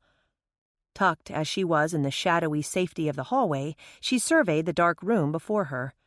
Soft electronic light radiated from a half-dozen appliances, casting circles of diffused light into the darkness. Weak moonlight filtered in through the window blinds and the curtain on the front door. Except for the clock, the room was silent and still.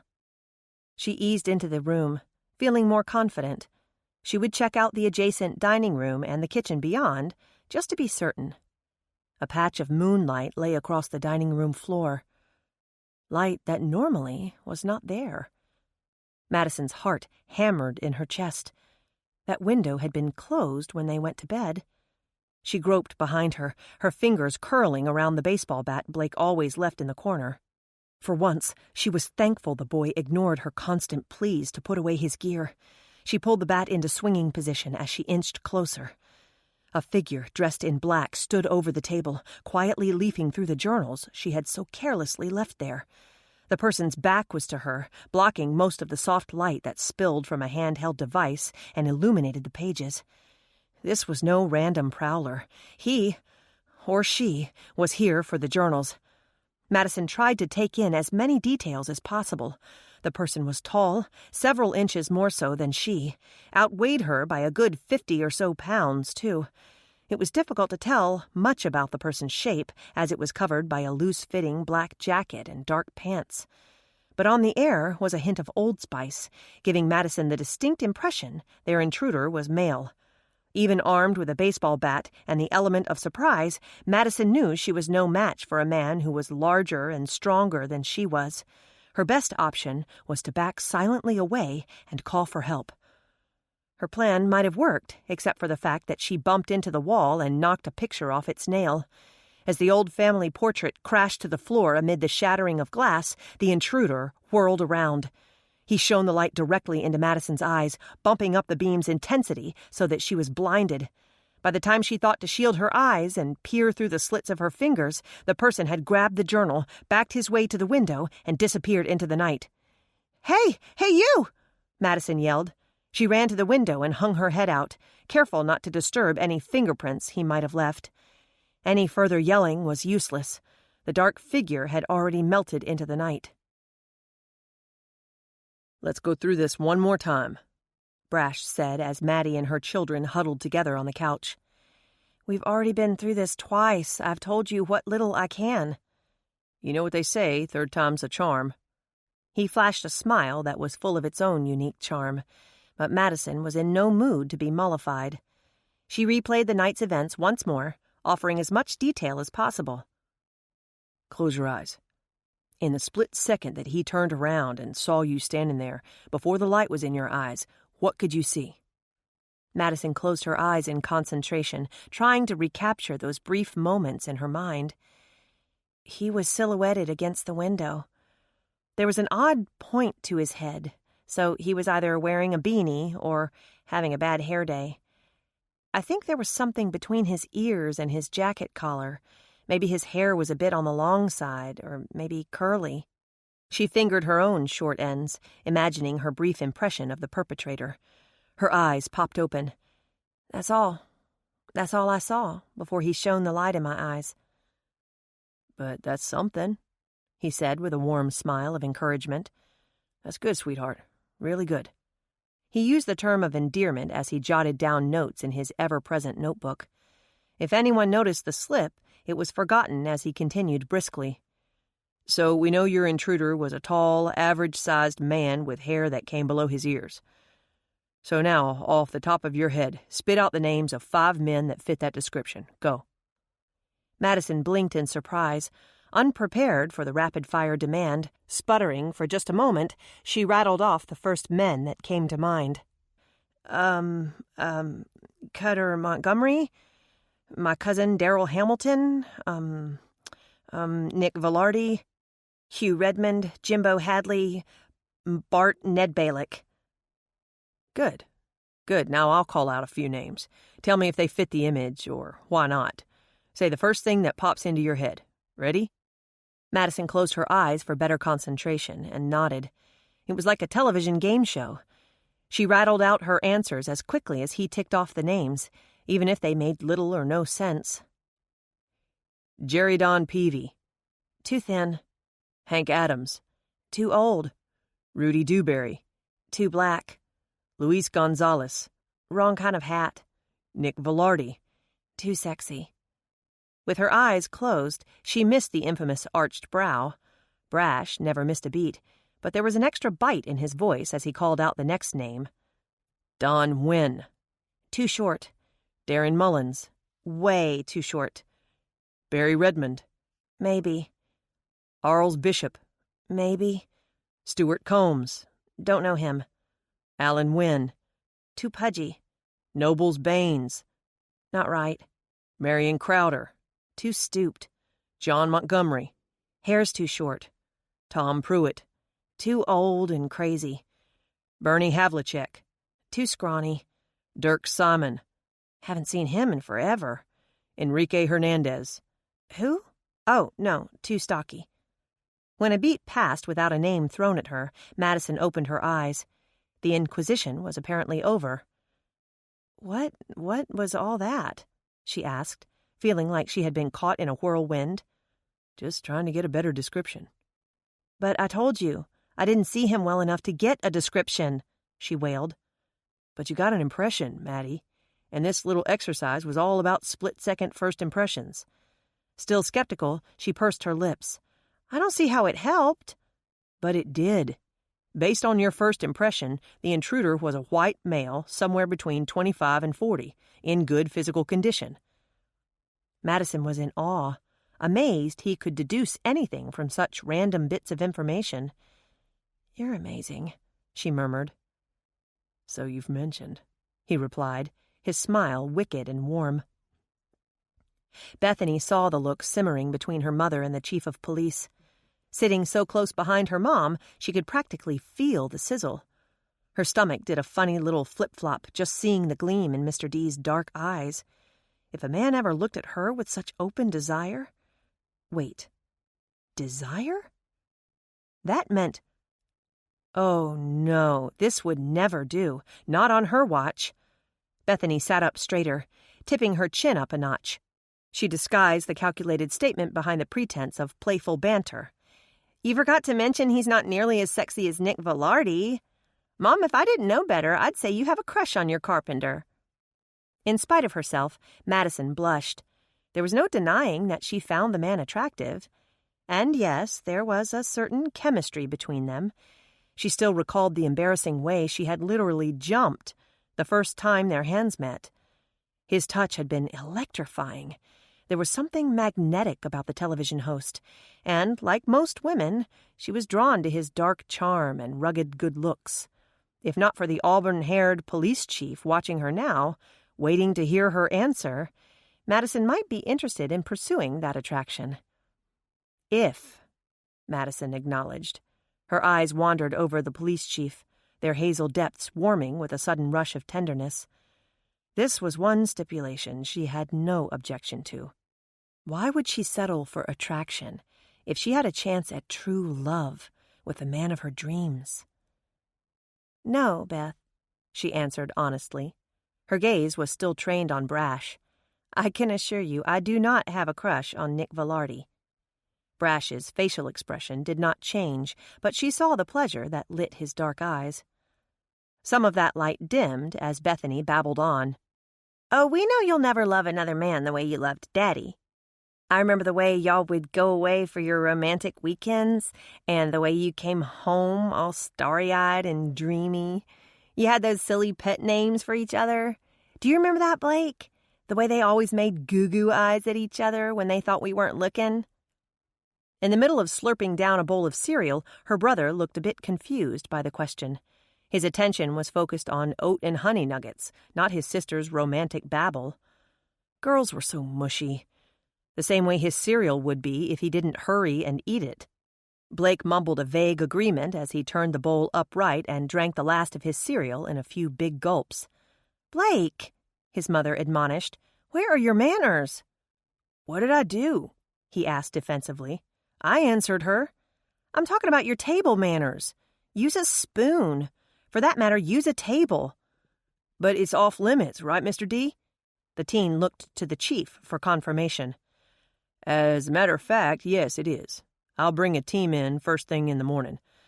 Actually, in a few hours, to take prints. You'll need to avoid that area as much as possible until we're done. That might be hard for our walking garbage disposal, Bethany said, eyeing her brother with derision. Blake will want to eat at least once or twice more before breakfast. What? I'm a growing boy. I need my nourishment. You also need your sleep, Madison interjected. She mussed both their blonde heads. The intruder is long gone. We're perfectly safe now. You kids need to go back to bed. I'll wait for you, Mom, Bethany volunteered. That's sweet, babe, but you need to get some sleep. Don't you have an algebra test in the morning? Not if you write me an excuse, the teen said, batting hopeful eyes at her mother. Not a chance, sister. Now scoot. Off to bed, both of you. She gave them each a kiss and watched them shuffle toward the hall.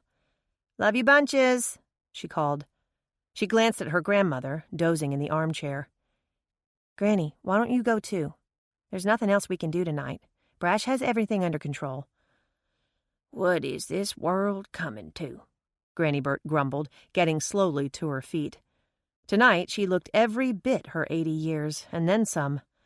"I've lived in this house for over 50 years. Half the time I leave my door unlocked, never lock my car. This is the first time anyone has dared to break in. This world is headed to hell in a handbasket. You mark my words, one of these days." She continued her mumbled rant as she ambled down the hall and disappeared into her bedroom. Brash turned to Maddie as the grumbles faded away down the hall. "I'll get someone out here around 9 to dust for prints. As long as no one disturbs anything, there's no reason to do any more tonight. Why don't you go back to bed too, Maddie?" As if I could sleep. She rolled her eyes, but they stuck somewhere on a threatening tear. His voice turned gentle. "You were right about what you told the kids. The intruder is long gone. He won't come back tonight, especially since he got what he came for." Scrubbing her face with her hands, Madison bit back a moan. "Why is this happening, Brash? I don't understand what it is this person wants." "Obviously, they think there's some sort of incriminating evidence in those journals." "But what?" Brash hesitated for a moment before taking the seat next to her. "Still haven't learned anything reading them?" "Just what I've already told you. Miss Juliet was a kind-hearted woman, but a complete snob. She had a ridiculous feud with her only sister, and she made an unlikely friend in the carpenter who built her house. He may or may not have been illiterate, because she was always reading books aloud to him. They particularly loved mysteries, especially the ones with hidden passages and tunnels and secret rooms. From what I can tell, all the hidden spaces at the big house were built on a whim, as a tribute to her love of whodunits." "Sounds a bit over the top." "From what I gather, Clarence may have had feelings for Miss Juliet, but I don't think they were reciprocated. I don't think she even realized how he felt about her. In her eyes, they were simply friends." "How far along are you in the journals?" "Not nearly far enough. She's met Darwin and fallen madly in love with him, but they haven't married yet. Granny has been leafing through some of the later volumes. In fact, there was one tidbit in the book that was stolen tonight. There may have been more to discover, but I guess now we'll never know." "What did you find?" "A couple of years before Miss Juliet died, Hugh Redmond and his children came a-beggin'. When she refused to offer them money, he threatened to sue her. He claimed half of the estate belonged to Love's children. Granny thinks it could be him, or at least his children, that are trying to scare me out of the house, so that they can claim it for their own." Brash pursed his lips, contemplating the matter. "Actually, might make a little sense," he admitted. "What was with the names, Brash? You called them out so quickly. You already had them in your little notebook, didn't you? And Barry Redmond was one of them." "Let's just say that some are potential persons of interest. Some were purely for comparison measures." "How so?" "You know I can't discuss the case with you, Maddie." "But it's my case." He hesitated a moment before caving to the pressure of her expressive hazel eyes. "I'm not making any accusations, any assignment of guilt. But some of those names are people with connections to the list you have been compiling. These men had family in the area around the time we think the death may have occurred. So, in theory, those people may have something to lose if the identity of the skeleton is discovered." Madison was impressed. "Very smart, Chief de Cordova." He flashed a grin. "I have my moments." Her eyes followed the curve of his smile, tracing his lips with distracted attention. "You most certainly do," she murmured. He all but groaned. "I'm on duty, Maddie. And you should go back to bed." She huffed out her frustration. Okay, I'll go to bed. I just can't promise to sleep." "I'll drive by ever so often, if it makes you feel any safer. But I can assure you the intruder won't be back tonight." He stood to leave and put out a hand to help her up. "Remember, avoid the dining room if possible. Don't touch a thing on the table or around the window. If we're lucky, he wasn't wearing gloves." "Thanks for coming so quickly." "First of all, it was my job. Second of all, you know you can always call me. I'll come, on or off duty." His eyes warmed with a smile. "Professionally or personally. Doesn't matter. I'm at your beck and call, sweetheart." "Thank you." He was about to gather her into his arms when Bethany's voice floated out from the hallway, sounding small and scared. "Mom, I thought I heard something outside." With a rueful smile of resignation, Brash turned Maddie toward her daughter and gently prodded her forward. "Take your daughter back to bed. I'll lock the door behind me. And I'll make a sweep around the perimeter of the house before I go." He smiled indulgently at the teenager lurking in the hall. "Will that help you sleep, Bethany?" She nodded, her blue eyes large and luminous. I think so. Thanks, Mr. D." "My pleasure, ladies. Now off to bed with both of you. I'll check around the house, then I'll drive by every hour. There's no reason to be afraid. I've got it under control." Madison put her arm around Bethany's shoulders and found her daughter was trembling. "Oh, honey, it's okay. Nothing else is going to happen. We're perfectly safe now." Over the top of the teen's blonde head, she sent Brash a woeful look. She hated to see Bethany so frightened. "Thank you, Brash." "No problem.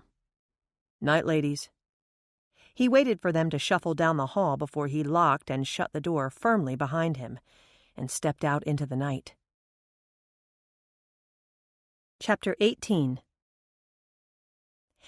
Somewhere between mornings at the police station, afternoons split in a half-dozen directions, and evenings spent with her nose stuffed inside the journals, Madison managed to squeeze in the assorted responsibilities of a mother and business owner, as well as fulfill the promise made to Lisa Redmond. She traced Barry Redmond's movements on more than one occasion, following him to several questionable destinations. He visited more than one bar, spent an hour and a half inside Angie Jones's house late one night, and frequented the adult video store in a neighboring town, dressed in dark clothing and an air of secrecy. The only photos Madison could snap were of him coming and going, and he was always alone. As far as incriminating evidence, she was coming up empty-handed. When her phone binged with a message from Ginny midday on Thursday, Madison's luck changed. "Hurry over here and you'll get an eyeful." Without hesitation, Maddie jumped in her car and hurried to New Beginnings, where she saw Barry Redmond and Angie Jones sitting in a cozy back corner. Although seated across from one another, they leaned inward to keep their conversation private. With few other patrons in the cafe at the odd hour, they were in little danger of being overheard. Genesis was behind the bakery counter, drying dishes with a cup towel. Madison noted none of the plates showed signs of being wet. She arched a brow as her friend encouraged. "Come show me those pictures you were telling me about." Playing along, Madison soon understood. From where Jenny stood, she had a perfect view of the corner table and the activity that took place beneath it. Yeah, here, I'll show you." Madison fumbled with her cover for a moment before she fell into the spirit of the game. Taking out her phone, she opened the camera feature and made certain the flash was off. "Did you see this one? Oh, and look." Pretending to show her friend pictures from her screen, she proceeded to snap off a dozen random shots of the brazen couple in the corner. Angie's shoe was abandoned on the floor as her stockinged foot traveled up the length of Barry's leg.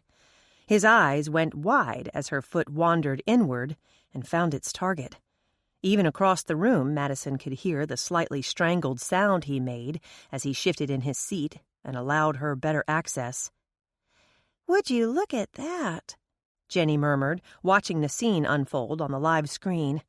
To anyone listening, it sounded as if she found the photos on Madison's camera roll fascinating. "And look at this," Madison said. Barry slipped off his own shoe and began to return the favor, running his own foot up Angie's other leg. "Absolutely stunning. I have no words." Dropping her voice, Madison cautioned, "Unless you want a repeat of the scene from Harry Meets Sally, you'd better break this thing up. And I hope the cameras aren't recording this. This is definitely R-rated, heading very quickly toward X." Genesis glanced up to the Home Again cameras, which were steadily recording the area just past the groping couple. "No, thank goodness. And I'm pretty sure we're the only ones that can see what's happening. The angle is all wrong for Reverend and Mrs. Brubaker, thank the dear Lord. Can't you just imagine what would happen if they knew this was happening? Not 15 feet away from them? But you're right, I need to stop this. Think you have enough pictures? More than enough. Just to be certain, Madison hit another button and cruised through her photos. Oh, yes, plenty. Her lip curled in distaste, and she had to repress the slight shudder running through her. Grabbing a water pitcher, Genesis came from around the corner, her face set with determination. She ignored the way LaVon Brubaker pushed her water glass to the edge of the table expectantly. She was headed to the little love nest in the back corner. Flashing a dimpled smile at the couple, she asked innocently, "Need some cold water?" Barry Redmond jerked his head up and blinked in surprise, obviously having forgotten they were in a public place. Madison snapped off a final picture, but not before he sharply glanced her way. He may have even heard her gaffed snicker at Genesis's remark. Quickly closing her camera app and engaging the lock feature on her phone, Madison pretended to be searching for a good signal. Rudely pushing Genesis aside, Barry abruptly stood from the table and strode Madison's way. Without a word of warning, he snatched the phone from Madison's hand and whipped the screen around for inspection. "Were you taking pictures of me?" he snarled. Madison remained perfectly cool. "What? Who are—" "Barry Redmond? Is that you?" "Don't act like you don't know who I am, Madison Cessna," he spat. "Everyone knows who I am, and certainly you." She continued to play her part with great innocence. "But I haven't seen you in years. Not since high school." "Or since yesterday when I saw you driving in front of my house," he accused. "Oh? Where do you live?" "You know damn well where I live, just like I know where you live." Madison's hazel eyes snapped with fire. "Is that some sort of threat?" "Take it how you like it. I went 20 years without seeing your snooty face. Let's make it another 20, shall we?" "Give me my phone back and we might have a deal." He slammed the cell phone down on the counter, hard enough to do potential damage to the phone and the surface it collided with. "Stay out of my face or you will regret it," he threatened darkly. A third voice broke into the conversation, every bit as dark and menacing. "Apologize to both ladies or you'll regret it." Barry Redmond glanced over his shoulder. "Stay out of this, kid." "I'm no kid, old man," Cutter said with an authoritative air. "Apologize to Miss Maddie for so rudely slamming down her phone, and to Miss Jenny for pushing her out of the way." "Who the hell do you think you are?" Barry raged, whirling around to face the angry firefighter. One look at Cutter's deadly scowl, and some of his bluster died. "I'm the gentleman that demands you show these ladies some respect. Now apologize before I throw you out."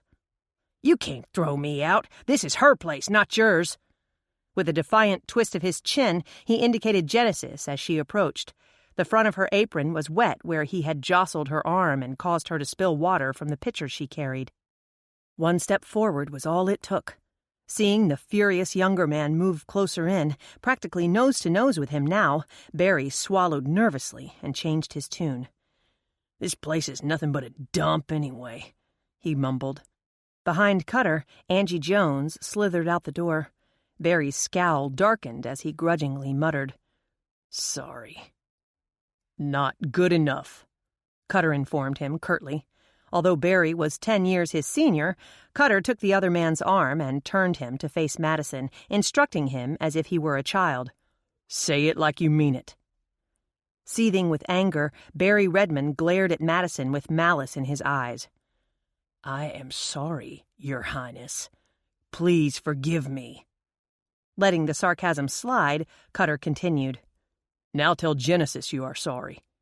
"For what?" Barry demanded with indignation. "You pushed her out of the way and made her spill water all down her legs. And you are disrespecting her place of business." "You weren't even in here." "I came through the door just as you pushed her. Now apologize." His voice brooked no argument. "I'm sorry," he sneered. "You think just because you're her best friend, you're some sort of royalty. But you forget I grew up here, too. I remember your past and your little adventure right out of high school." A gasp escaped Jenny, along with all her color. As the blood drained from her face, she put a trembling hand to her mouth and held in the soft cry. Cutter threw a protective arm around her waist, turning so that his body shielded her from the man spouting hateful jargon. "Get out." Cutter ground out the bitter warning with a deadly gleam in his eyes. "Pay your bill and get out. And don't come back." When Barry pulled a $20 bill from his wallet and would have considered it enough, Cutter plucked another 20 from the folds. Ignoring Barry's blubbered protest, Cutter took the money and handed it to a still pale Jenny. "This should make up for his rude behavior." "That's the last money you'll ever see from me," Barry glowered, wagging his finger dangerously close to Genesis's face. Jenny managed a nonchalant shrug, even though her body still trembled. How dare he bring up the past the way he did? With a very loud snort of disgust, Barry Redmond shot one last glare toward Madison and stormed out of the eye. A small spattering of applause healed his departure. "Are you okay, Jenny?" Cutter asked in concern. "Yes, he didn't hurt me. Just startled me." She leaned into his strength. "He's lucky I didn't beat the snot out of him," Cutter said darkly. Jenny could feel the anger still coiled within him. "Miss Maddie, what about you? Are you all right?" "I'm fine, Cutter." She offered a small smile of reassurance, even though it wavered a bit. She picked up her cell phone and examined it for damage. "My phone survived, too, so everything is good." Cutter gave Jenny's waist an encouraging squeeze before he disentangled his arm from her waist. "I hope you don't mind that I kicked him out permanently," he said as an afterthought. No, not at all. Good riddance." "My thoughts exactly," he grinned, finally beginning to relax. "Come on, I'll buy you two lovely ladies some coffee." Genesis held up the extra 20. "How about some Jenny Doodle cookies to go with it? Barry's treat." He gave her a mischievous wink. "You're on." "I think I found something." Madison blurted out her announcement the moment Brash answered the phone. He picked up on the fourth ring. "Maddie?" he mumbled in confusion. "What other woman calls you this late at night?" she asked irritably. Belatedly, she glanced at the clock and felt a stab of remorse. "You weren't asleep, were you?" "It's after midnight. Yeah, I was asleep." "Sorry. You want me to call back in the morning?" Sheets rustled on the other end of the line. Madison refused to let her mind wander down that path, even though his sleep-roughened voice was so sexy it conjured up all sorts of tempting suggestions. He mumbled something unintelligible as he sat up and swung his feet to the floor. Even over the phone lines, she could hear his knee pop. "Nah, I'm awake now. Tell me what you found." "I'm reading in one of her journals, and Miss Juliet is talking about a trip she and her husband have taken. A sort of honeymoon, I suppose.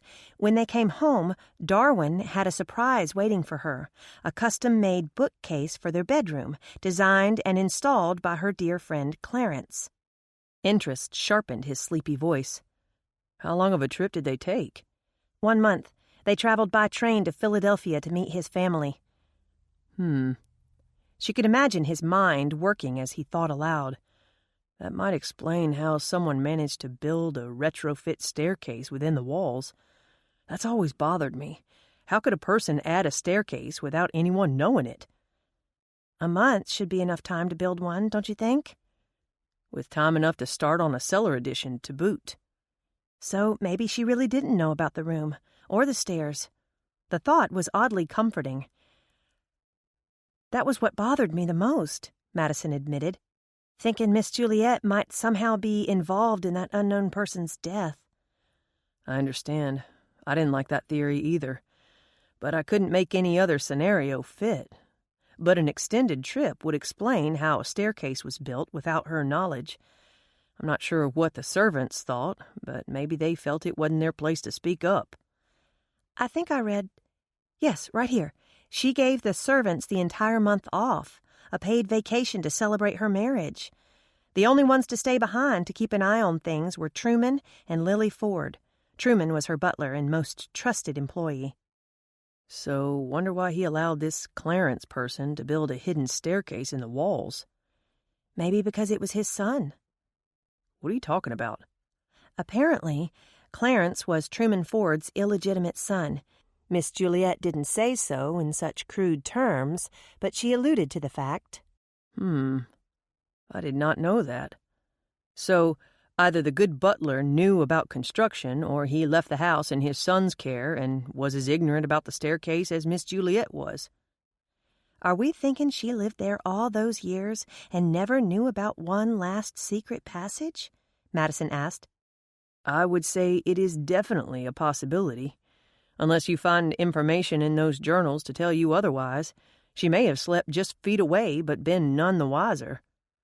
So maybe my instincts were right. Maybe there was a one-sided relationship going on, and Clarence decided to put in a secret passage so he could spy on her. Or maybe the staircase was Darwin's idea. Either way, the whole thing is creepy. A secret passage that feeds directly from the cellar into the master bedroom. Ugh. A shiver ran through Madison's shoulders. If I haven't already given the instructions, I want the staircase boarded off the minute you are through with this investigation. Don't worry, sweetheart. I'll drive the first nail. Any word yet from Austin? These things take time. It's been 5 weeks already. We may have to wait 5 months before we get the official report. Even then, I'm not holding out much hope for identification. There are just too many unknowns, Brash warned. Still, I'd like some sense of closure. That's not always possible, Maddie, particularly in cold cases like this one. I know. I don't like it, but I do know it's a possibility. She paused, only briefly. Changing subjects, guess who I saw today in town? No idea. Barry Redmond. It wasn't a pleasant reunion, to say the least. Madison, I told you not to read anything into those names. I pulled several names at random without making any accusations. Don't make this more than it is. Ooh, I must be in trouble, Madison taunted. You're calling me Madison, not Maddie. You only do that when you're miffed with me. Miffed? Now his voice held a ring of amusement. So maybe I've been reading too many journal entries. Some of the vernacular is wearing off. Be careful. I don't want too much of the prim and proper town matriarch rubbing off on you. The amusement gave way to pure devilment. His voice slipped an octave. Not when I have another moonlight picnic planned. It had to be exhaustion. That was the only explanation for the sultry tone that infiltrated her voice. You don't say. And just when is this picnic taking place? You tell me. You name the time and it's a date. She loved the low timbre of his voice, roughened now with undisguised desire. She closed her eyes and bit back a sigh. Things are still so crazy, Brash. The cameras may be off at the house, but they follow me like a shadow everywhere else. Now we have all these requests for interviews and appearances. The 3rd episode hasn't even aired yet. All the more reason you need a little escape. River therapy. This weekend, maybe? Oh, wait. It's Mother's Day weekend. That's Sunday. We could squeeze in Saturday night. The kids and I have a tradition. We make cookies and watch old home movies the night before Mother's Day. Sounds fun. It is. Can I get a rain check on that picnic? She asked, hopefully. You bet. Like I said, you name the time, I've got the place. Thanks, Brash. I'll let you get back to bed. Sorry I woke you. I'm not. His voice was wicked and low. I was already dreaming about you. Talking to you was so much better. Chapter 19. The kitchen resembled a disaster zone. Mixing bowls and measuring cups littered the countertops, crammed alongside open canisters and an electric mixer. Empty eggshells dripped on the tile counter. Flour dusted the hardwood floors, and a trail of oats scattered from the pantry to the sink. Cookie sheets and cooling racks dominated every inch of the kitchen table. "These smell awesome," Bethany beamed as she took a batch of hot cookies from the oven. With her hair up in a ponytail and flour smudged across her cheek, she looked like a little girl playing dress-up. She wore one of Granny Bert's old aprons, the frills and gingham check at odds with her ripped jeans and rhinestone flip-flops. As she made her way to the table, she inhaled another whiff of pure heaven.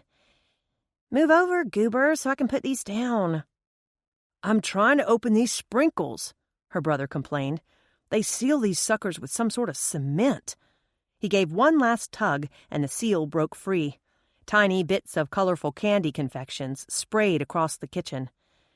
"Way to go, bro." Ignoring his sister's sarcasm, Blake held the jar up in victory.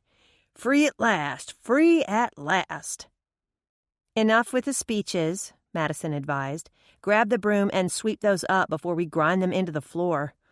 Beth, how many does that make now?" After a quick count, the teen reported 24 Chunky Charlies, 3½ dozen sugar cookies, 4 dozen peanut butter bites, 3 dozen chocolate chips, less the 2 your son just stuffed in his mouth. "So when we finish this last batch, we should be done."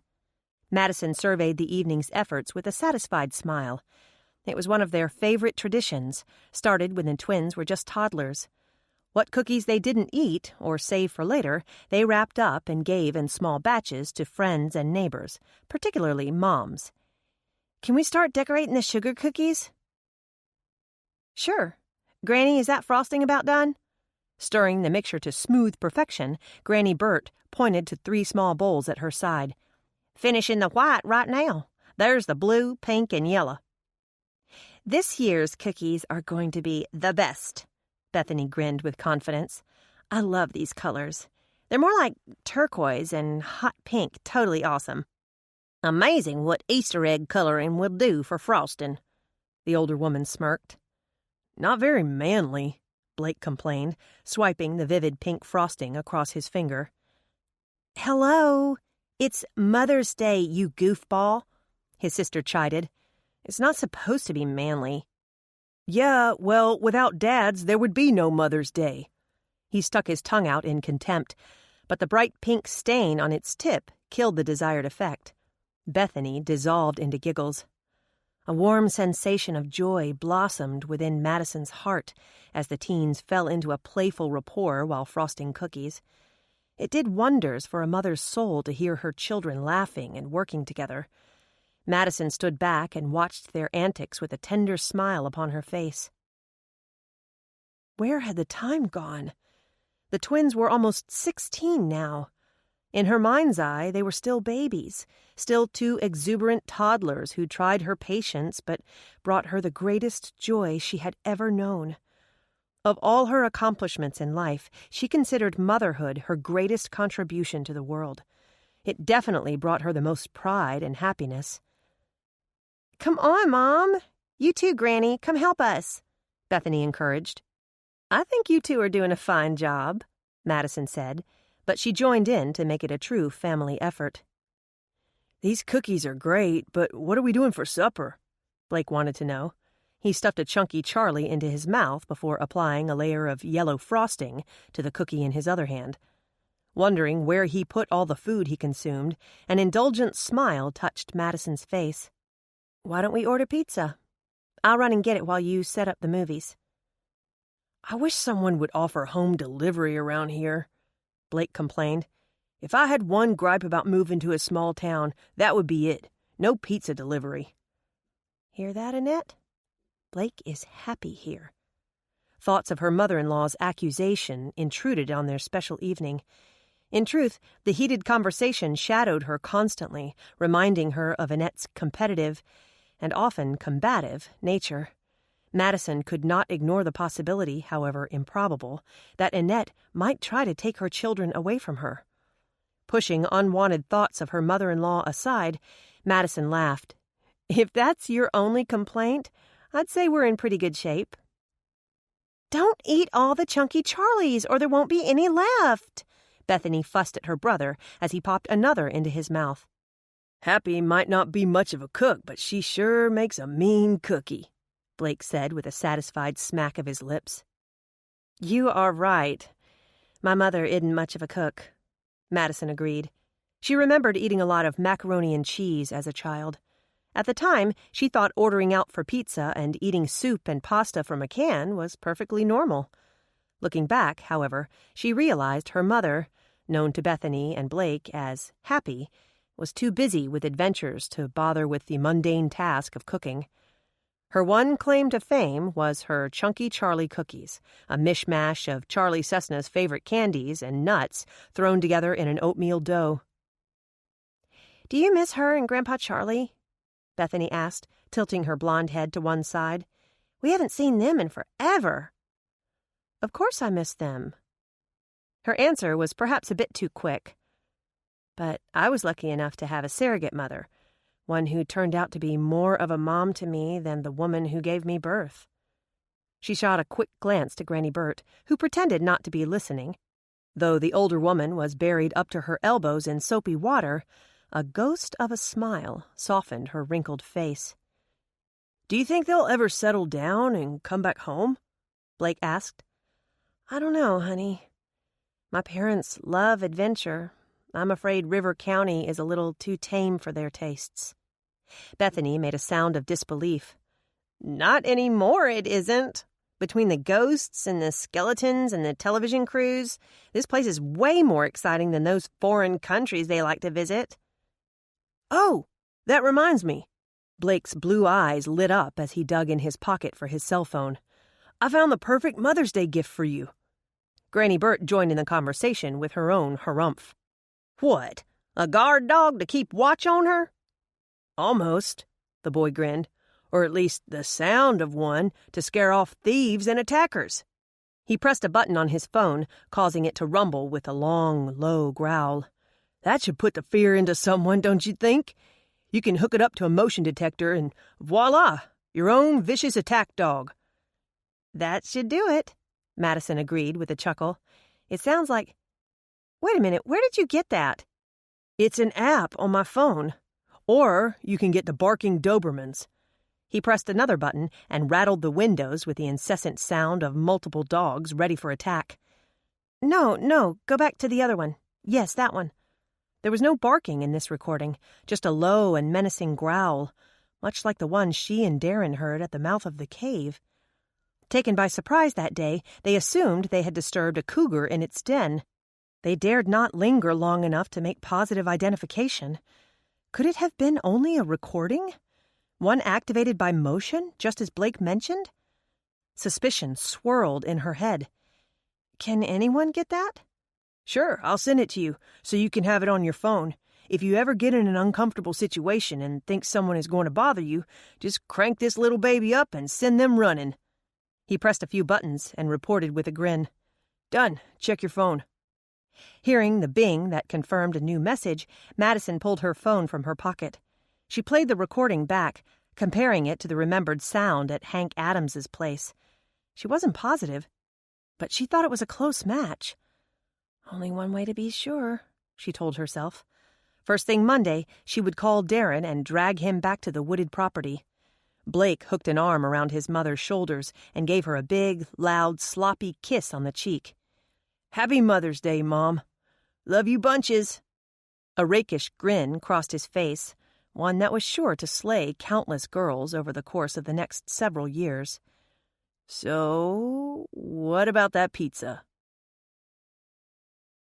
Granny Burt volunteered to pick up their meal while the three of them piled onto the sofa and started the first of a dozen or more home movies. It was a time-honored tradition for their family, an opportunity to look back at the past and remember the good times they had shared. It was particularly emotional this year. The first time Gray's handsome face flashed across the screen, Bethany burst into tears. After watching several clips that featured their father, even Blake brushed away a tear or two. When a close-up of her late husband's face filled the screen, Madison could not deny the catch in her heart. Bethany grabbed the remote and punched pause, freezing the image for a moment in time. "He was so handsome," the girl whispered in a choked voice. "Yes, he was," Madison agreed. "You two look so much like him. You have his blonde hair and his blue eyes. And his smile. Your father had such a wide-open smile. Tell us the story of how you met." "You've heard this story 100 times, Beth, but it never gets old. Please, And tell us about how he proposed, about the way he took you up in the hot air balloon and you almost got stuck in the treetops. Don't leave a thing out." The teen curled against her mother's side, eager to hear the fairy tale of her parents' romance one more time. Madison hesitated, nibbling on her lip. Could she do this? Was she strong enough? "You let the anger go," she reminded herself. "It was a poison inside you, so you got rid of it. You watched it float away in the river, and Brash was right. When you let go of the anger, some of the pain slipped away with it." Brash. A smile touched her face as she thought of the auburn-haired man. One day, she might be able to tell their love story. For now, however, she needed to concentrate on another love story. Despite its bitter ending, her romance with Gray had begun beautifully, and it lived on in the two warm bodies that cuddled beside her. Drawing strength from their presence, Madison allowed herself to remember the magic of falling in love with their father. She stared into the blue eyes on the screen and thought only of the good times. Her voice was soft and reverent as she launched into the tale of her courtship with Grayson Reynolds. "It sounds so perfect," Bethany whispered after the last story. She twisted so that she could stare up at her mother. "You loved him, didn't you, Mom?" Madison found that it no longer hurt to answer. "Of course I did, sweetheart. Do you think if he hadn't died—" Madison knew what her daughter was asking, knew what the girl wanted to hear. The answer, of course, was no. If Gray had lived, their marriage would not have survived. It had suffered a fatal blow when he first started having an affair 2 years ago. But her children did not need to know that. Madison had always tried to be honest with her children, but being honest now would break her daughter's heart. As she contemplated how best to answer, Granny Burt opened the door. The tantalizing aroma of hot, steaming pizza followed her inside.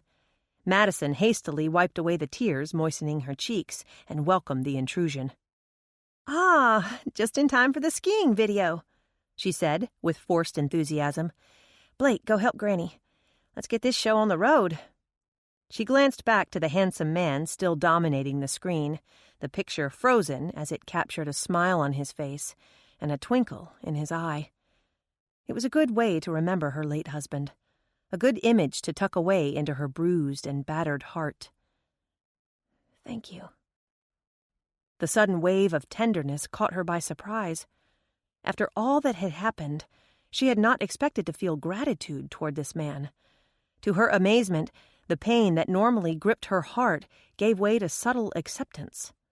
Peace settled into her soul. "Thank you for the good times," her heart whispered. "And most of all, thank you for Bethany and Blake." Gray had been gone for 6 months, yet her anger and resentment had kept the turmoil of his passing alive. Nothing was more final than death itself, but closure had eluded her. Madison felt it now, however. As a calm detachment filled her once angry heart, she knew that chapter of her life was finally over. Renewed strength surged through her. She was now ready to tackle the world. Goodbye, Gray. Chapter 20. Tackling the cave, however, would have to wait for another day. "Sorry, you have that meeting with Murray Archer today, remember?" Darren informed her Monday morning. "Oh, shoot, I forgot." Madison could hear his smug smile over the phone.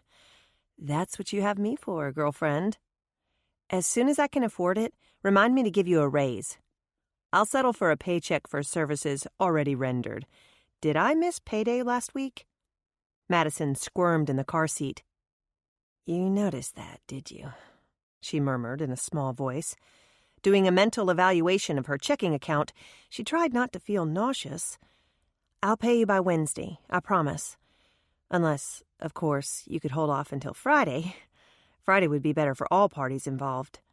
Darren's easy laugh loosened the knot of dread tying up her stomach. Good thing I have my inheritance, he told her.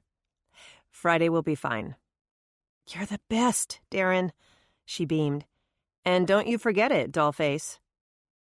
Remember to wear old clothes when we go back to the cave. I have my spelunking outfit already picked out.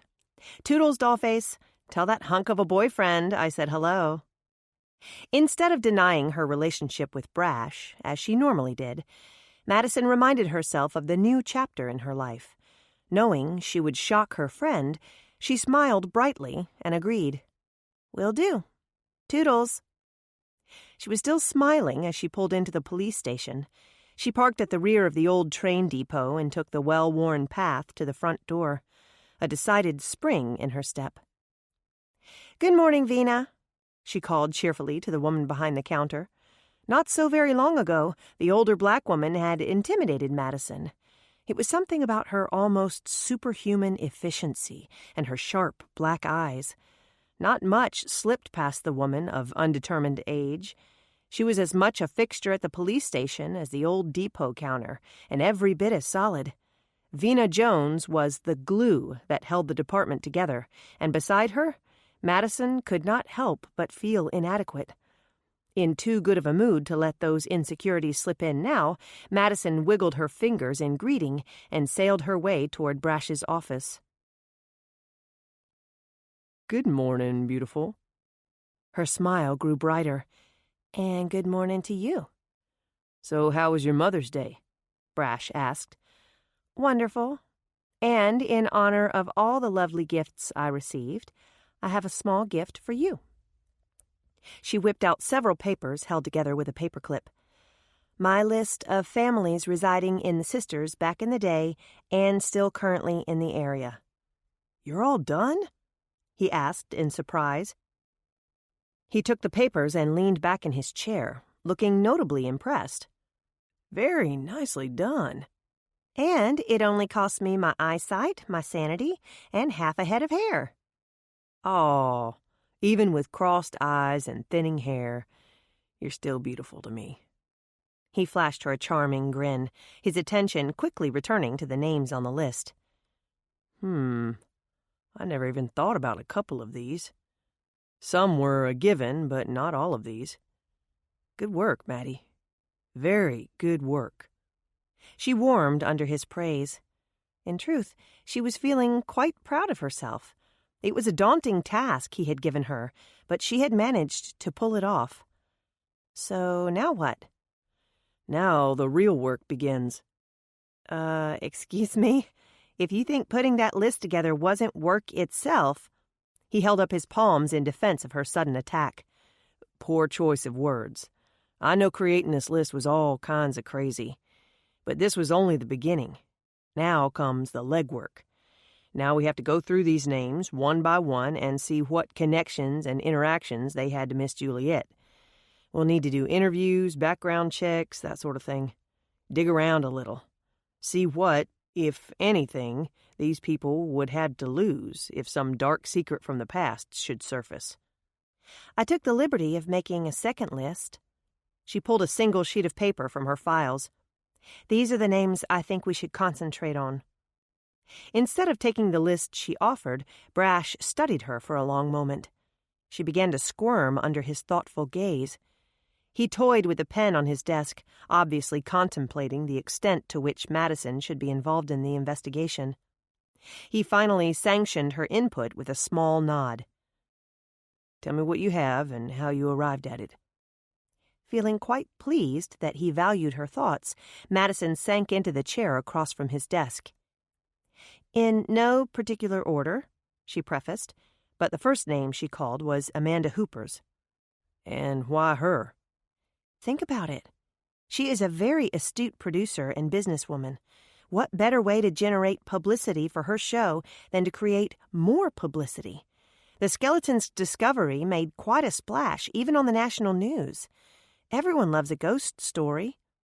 His expression, unreadable, Brash's tone was just as neutral. So naturally, Nick Velarde's name is on the list as well, for the very same reasons. Of course. She squirmed a bit in her seat, neglecting to mention she had added it at the last minute.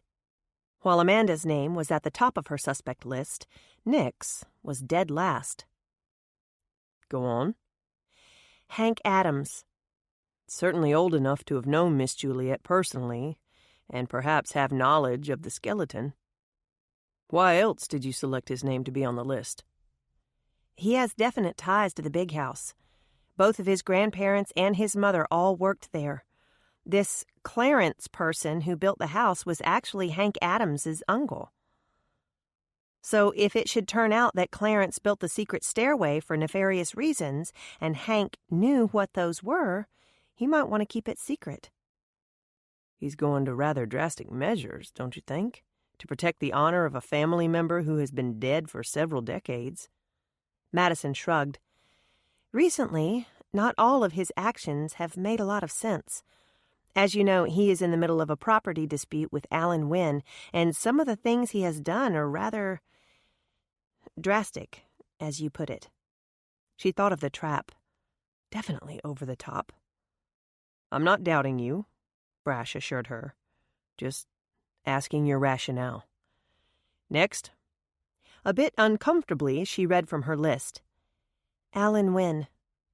Brash was clearly surprised. Oh? It's a long shot, but what if he was trying to frame Hank Adams so that he had a clear claim to the acreage in dispute? Brash looked suitably impressed. Good point. And worth a look. Arles Bishop. Because... Okay, I admit it started because you mentioned him the night of the break-in. No, don't give me that look, she cautioned, waving his protest aside. I looked into it, and his family had a bit of a run-in with Miss Juliet back when the town was first founded. She did not feel they were worthy of citizenship, so they settled in Naomi. But their paths crossed several times after that. At one point, his grandfather worked for the city of Juliet as a gardener. And yes, she had a gardener on the town payroll. Anyway, she had to fire him, something about bootlegging. She mentioned it in one of the journals. After that, the Bishops caused a bit of trouble in town. This pattern seemed to continue for several years, and there was some mention of one of the Bishop women going missing in the early 50s.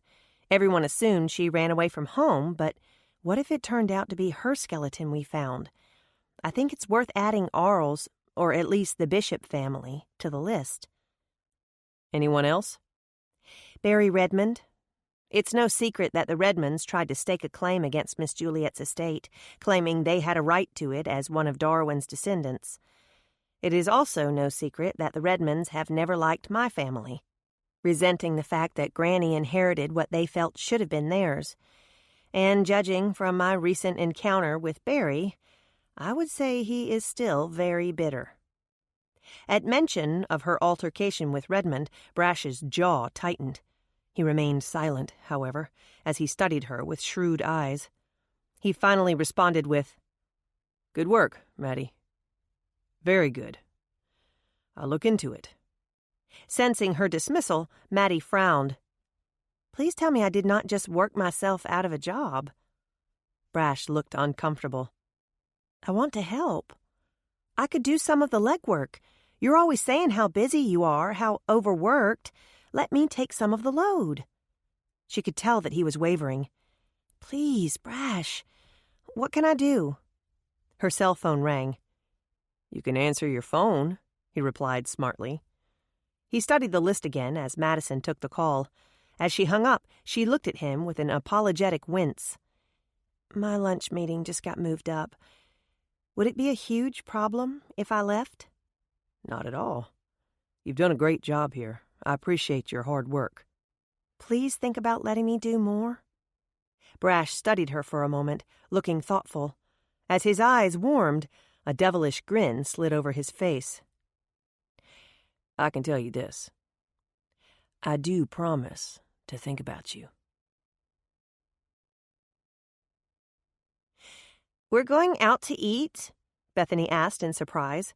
Her mother made the announcement while Blake raided the refrigerator for a pre-dinner snack. What's the occasion? Do we need an occasion? Madison asked. Yeah, we sorta do, the teen said ruefully. You always say we can't afford to go out. Madison was thankful the cameras were no longer rolling at the house, else they would have captured her daughter's reply. Okay, so maybe there is an occasion. I'll tell you about it over dinner. Where would everyone like to eat? Granny Bert was easy to please, but the twins requested their favorite Italian restaurant in College Station. It's a school night, Madison protested. But apparently we're celebrating, Blake was quick to point out. He stuffed the last of a banana into his mouth. We don't know what it is we're celebrating, but surely it's worth a drive. Madison's hesitation was brief. You know what? It is. Let's go. When they reached the restaurant an hour later, she almost changed her mind. Look at this line, Madison said in dismay. They were buried at least a dozen people back from the door. You two have school tomorrow. I don't mind going in late, Blake offered. I'm sure you don't. You're always so thoughtful that way. Madison buzzed the top of his head with a light tap. Hey, just thinking of you, the teen insisted innocently. You could sleep in. Or we could go somewhere without a line 2 miles long. Bethany looked up from her phone long enough to whine. You promised we could eat here. My taste buds are all set on cannelloni, Blake said. Maybe a side of spaghetti with spinach and artichoke dip for an appetizer. After a few moments of waiting in line, Granny began to cough. Madison murmured a small bless you, but the coughing fit continued. The sound was so long and ragged, she was beginning to get concerned. Other people in line turned to look at the older woman. Bending over at the waist, Granny caught her great-grandson's eye and winked as she went into another fit of coughing and hacking. Are you all right? Madison frowned. The older woman waved her hand in the air, presumably to brush away the concern. I will be. I don't know what the big deal is. She stopped to cough again. Her voice was surprisingly strong and loud, easily carrying to the couple in front of them. My fever is not all that high. I have a headache and weakness. I don't know why the doctors are so uptight. As she went into another long fit of coughing, the couple decided they were not in the mood for Italian. 2 down, Granny Bert coughed into her fist. What? Madison was thoroughly confused. What was her grandmother talking about? Moving forward in line, Granny Bert pushed in closer to the family ahead of them. She coughed and noisily cleared her throat. I said calm down. I'll return their calls in the morning. She pretended to grumble beneath her breath, but her voice was plenty loud, especially turned as she was toward the other family. All that nonsense about putting me in quarantine. Can't a mother go visit her sick son in Africa without everyone getting so uptight? And what do those letters CDC stand for? Center for Disease Control? Or Can't Doctors Cure? She dissolved into another fit of prolonged coughing just before the mother tugged on her husband's arm. The family of 5 slipped quietly to the end of the line. Getting shorter, Granny Bert said with satisfaction. Appalled when she realized what her grandmother was doing, Madison chided, You should be ashamed of yourself. Why? Because I went halfway around the world to nurse my sick son? I had to go check on my baby boy? She coughed again for good measure. Then she lifted a wrinkled hand to her forehead, pretending to check for a fever. Do I feel hot to you? They told me the signs to watch for: fever and chills, a cough, weakness and muscle pain, stomach cramps and vomiting, eye troubles. She rubbed her forehead, then bent at the waist as if with sudden pain. Blake, bring me my sweater. It's so cold in here. Amused by her act, the teenager did his part to play along. Will you need your barf bag again? Her voice lost some of its strength. No, not this time. I think I just need to sit for a while and rest. She alternated between gasping for air and coughing until the people standing directly in front of them melted away into the crowd. Granny Bert stumbled forward, brushing against a young mother's arm. Oh, pardon me, sir. I didn't see you there. With a frantic look in her eyes, the young mother clutched her small child to her and stepped back. "Please, ma'am, you go on ahead. We're really not that hungry." 2 more coughing fits, and they found themselves next in line to be seated. As the crowd thinned, Granny Burt made a remarkable recovery. Her cough disappeared, she was able to stand upright, and she no longer switched between shivering from the cold and fanning herself for air. There was no more talk of a sick son in Africa or the CDC. Much to Madison's chagrin and Blake's amusement, the older woman was all smiles as the waitress seated them just moments later. "I cannot believe you did that," Madison hissed. "Did what?" her grandmother asked with feigned innocence. "I had a little tickle in my throat." "What was all that nonsense about Africa?" Granny Burt lifted a shoulder in lame defense. "Your father travels so much I lose track of what country he's in."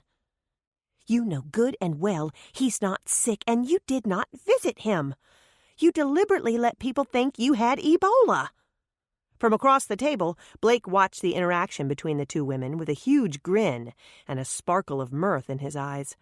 Having his own flair for dramatics, he fully appreciated his great-grandmother's finesse. Turning toward him now, Granny Burt wore a look of complete innocence upon her wrinkled face. "Did I once use that term? I can't help it if people jumped to conclusions. And you know I'm old and getting forgetful. Sometimes my dreams are so vivid." She blinked as if to clear the confusion from her mind, giving Madison a look of lost helplessness. "Are you saying it was only a dream? I didn't really travel so far? Then why am I so weak and tired?" "Because you are a con artist," Madison hissed, leaning forward to scold the other woman. "It must take a tremendous amount of energy thinking up these schemes to trick people with." This time, Blake hooted aloud with laughter. Bethany remained buried in her cell phone. "Don't encourage her, Blake," Madison snapped. "She is simply incorrigible. And don't get any bright ideas about copying her. I expect we might be thrown out of here at any moment." The waitress stepped up to the table just in time to hear her last remarks. With a confused look upon her face, she darted a nervous glance between the foursome. Granny Burt was quick to cover the awkward silence that followed. "She thinks we're underdressed," she explained in a loud conspiratorial whisper. "I told her she looks fine, even though her outfit is a bit dated. Houndstooth went out of style a while back, but you won't kick us out, will you, dear?" Melting into an indulgent smile, the server was quick to put her customers at ease. She even touched Madison's shoulder. "Oh, no, ma'am. You look just fine. My grandma had a blouse just like that when I was little. Don't you worry about that for 1 minute." Her face flooding with embarrassment, Madison made a mental note to accept Darren's offer of taking her shopping. Maybe it really was time to rethink her wardrobe. After they placed their orders and were munching on warm breadsticks, Granny Burt wormed her way back into Madison's good graces. "So, tell us why we're celebrating this evening. You have some good news, obviously." "Yes, as a matter of fact, I do. Bethany, please put away your phone." With a shy smile of pride, Madison made her announcement. "I signed a pretty big client this afternoon. A private investigator out of Houston by the name of Murray Archer who wants to put In a Pinch on retainer." Bethany looked dubious. She had put her cell phone away for this?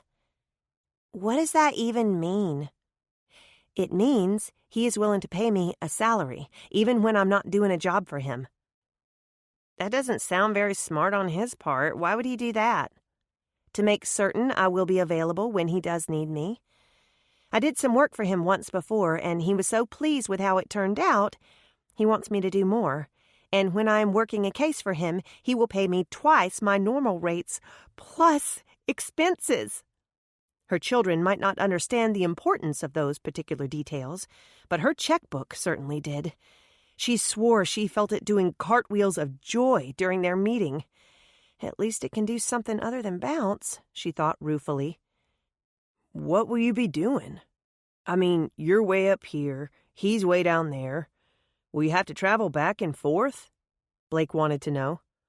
Who will cook dinner every night? Get that panicked look out of your eyes, sweetheart. I will be home to cook your dinner. If I do any traveling, it will mostly be in the general area, much of it here in Bryan and College Station. Mr. Archer says he often gets calls about jobs in the Brazos Valley, but he has to turn them away because he doesn't have the resources to accommodate them. I'm guessing you are the new resources, Granny Burt speculated. That is correct, Madison confirmed with a proud smile. I already have my first assignment. Granny squinted her eyes to inquire. Can you legally spy on people without an investigator's license? According to him, in many ways an average citizen has more freedom and leniency to observe than a licensed PI does. Madison used air quotes. He has over a dozen non-licensed contacts working for him, most in the Houston area. I'll be his only contact here in the Brazos Valley. And get this, he suggested I change the name from In a Pinch Temporary Services to In a Pinch Professional Services. He said it sounds more, professional, not to mention more versatile. Apparently, after working for a year under a PI, I can take the test to become a licensed investigator myself. He said he would be happy to mentor me. You're going to become a private eye? Blake asked, excitement warred with worry in his blue eyes. No, probably not. But it might be something to think about later on down the road. It seems that half of my current customers already want services that fall in that general direction. That might not be a bad idea, her grandmother said, eyes twinkling with excitement. Together we'd make quite a team. Madison blinked in surprise. Together? Team? Sure. Can you think of a single reason I wouldn't make an excellent sidekick for your PI services? Her grandmother challenged. This time, it was Madison who panicked.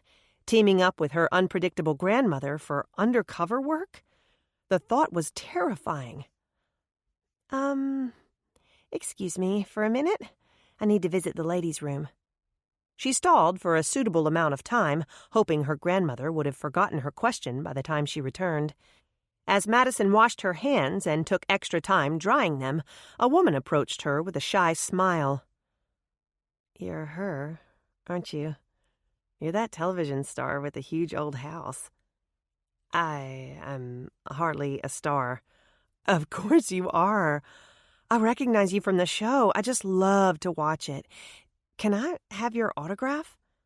Madison shook her head modestly. Oh, I don't think. Please. We watch your show every week. The woman thrust a slip of paper toward her. She even had a pen handy. Well, okay. Feeling a bit self-conscious, Madison wrote a brief note of thanks and signed her name. She laughed when the woman squealed happily and left with the autograph snagged in a tight fist. She returned to the table just as their meal arrived. As they were eating, a familiar couple stopped by their table to say hello. Bertha, I thought that was you and your family. Granny Burt greeted her friends with a big smile. Hank Adams, you old coot. What are you doing over here in the big city? Finally giving your fine wife a night off from cooking? I had to come over and do a bit of shopping at Walmart, wife Virgie acknowledged. They chatted for a few moments before Granny Burt voiced the question paramount on Madison's mind. Her grandmother was many things, but shy was not one of them. So, Hank, what's all this nonsense I'm hearing about you and Alan Wynne? Are you giving that poor boy troubles? Not me, the old man denied. I don't know what bee got under his belt, but the boy has gone plumb crazy on me. Never knew him to be so greedy, but he's demanding I turn 50 acres over to him. Even pressed charges against me. Gone crazy, I say. Just like his old grandma on his mama's side. You remember Miss Gladys, don't you? Loony as a bat. They say she drank too much of her daddy's moonshine as a child. Hank shook his head in an odd mix of sympathy and disgust. "Old man Rupert sure made some mighty fine shine, though," Granny Burt beamed. Madison edged into the conversation. 50 acres? She questioned. Virgie Adams bobbed her gray head. "It's had us so upset. We just can't deal with it," she admitted. "We turned it all over to our son and grandson. When they saw how upset all this was making us, they advised us to not even speak to Alan. Gerald's boy has been away to college, you know, smart as a whip, with a half-dozen awards and degrees to prove it. They said they would take care of everything for us, said if Alan wants to sue us and take our land, they'll deal with him." Virgie patted her husband's arm in a gesture of comfort. Madison frowned. The Adams family told a completely different story than Alan Wynne. Alan claimed the dispute involved less than 10 acres. He also told her it was Hank who pressed the charges. One of them was apparently mistaken or flat-out lying. But which one? Obviously, she needed to do a little more digging. "Mother, we'd best be going," Hank told his wife. "You don't like driving after dark." Virgie sighed. "My eyes aren't what they used to be, and poor Hank can hardly see at all anymore. No matter how strong they make his glasses, we just can't get around like we used to." Someone can certainly get around well enough to set traps and spy cams, Madison thought grudgingly, unconsciously rubbing her ankle with her other foot as the elderly couple shuffled away. Blake turned to his great-grandmother with a speculative grin. "Moonshine? We're studying Prohibition at school and the effects it had on the nation. Some people say there was a big moonshine industry here in the Sisters. Is that true?" Granny Burt slapped her leg with delight, her eyes twinkling. "Hoo, boy, was there ever! It may have cranked up during Prohibition, but believe me, it lasted for quite a few years after that." "Who was the person you mentioned to Hank?" Madison asked. "Rupert Madden. He was one of the better-known shiners. He made some mighty fine corn liquor. I can attest to that from personal experience." She winked a wizened old eye, earning a giggle from the teenagers. "And who did you say he was?" "Alan Wynne's great-grandpappy on his mother's side.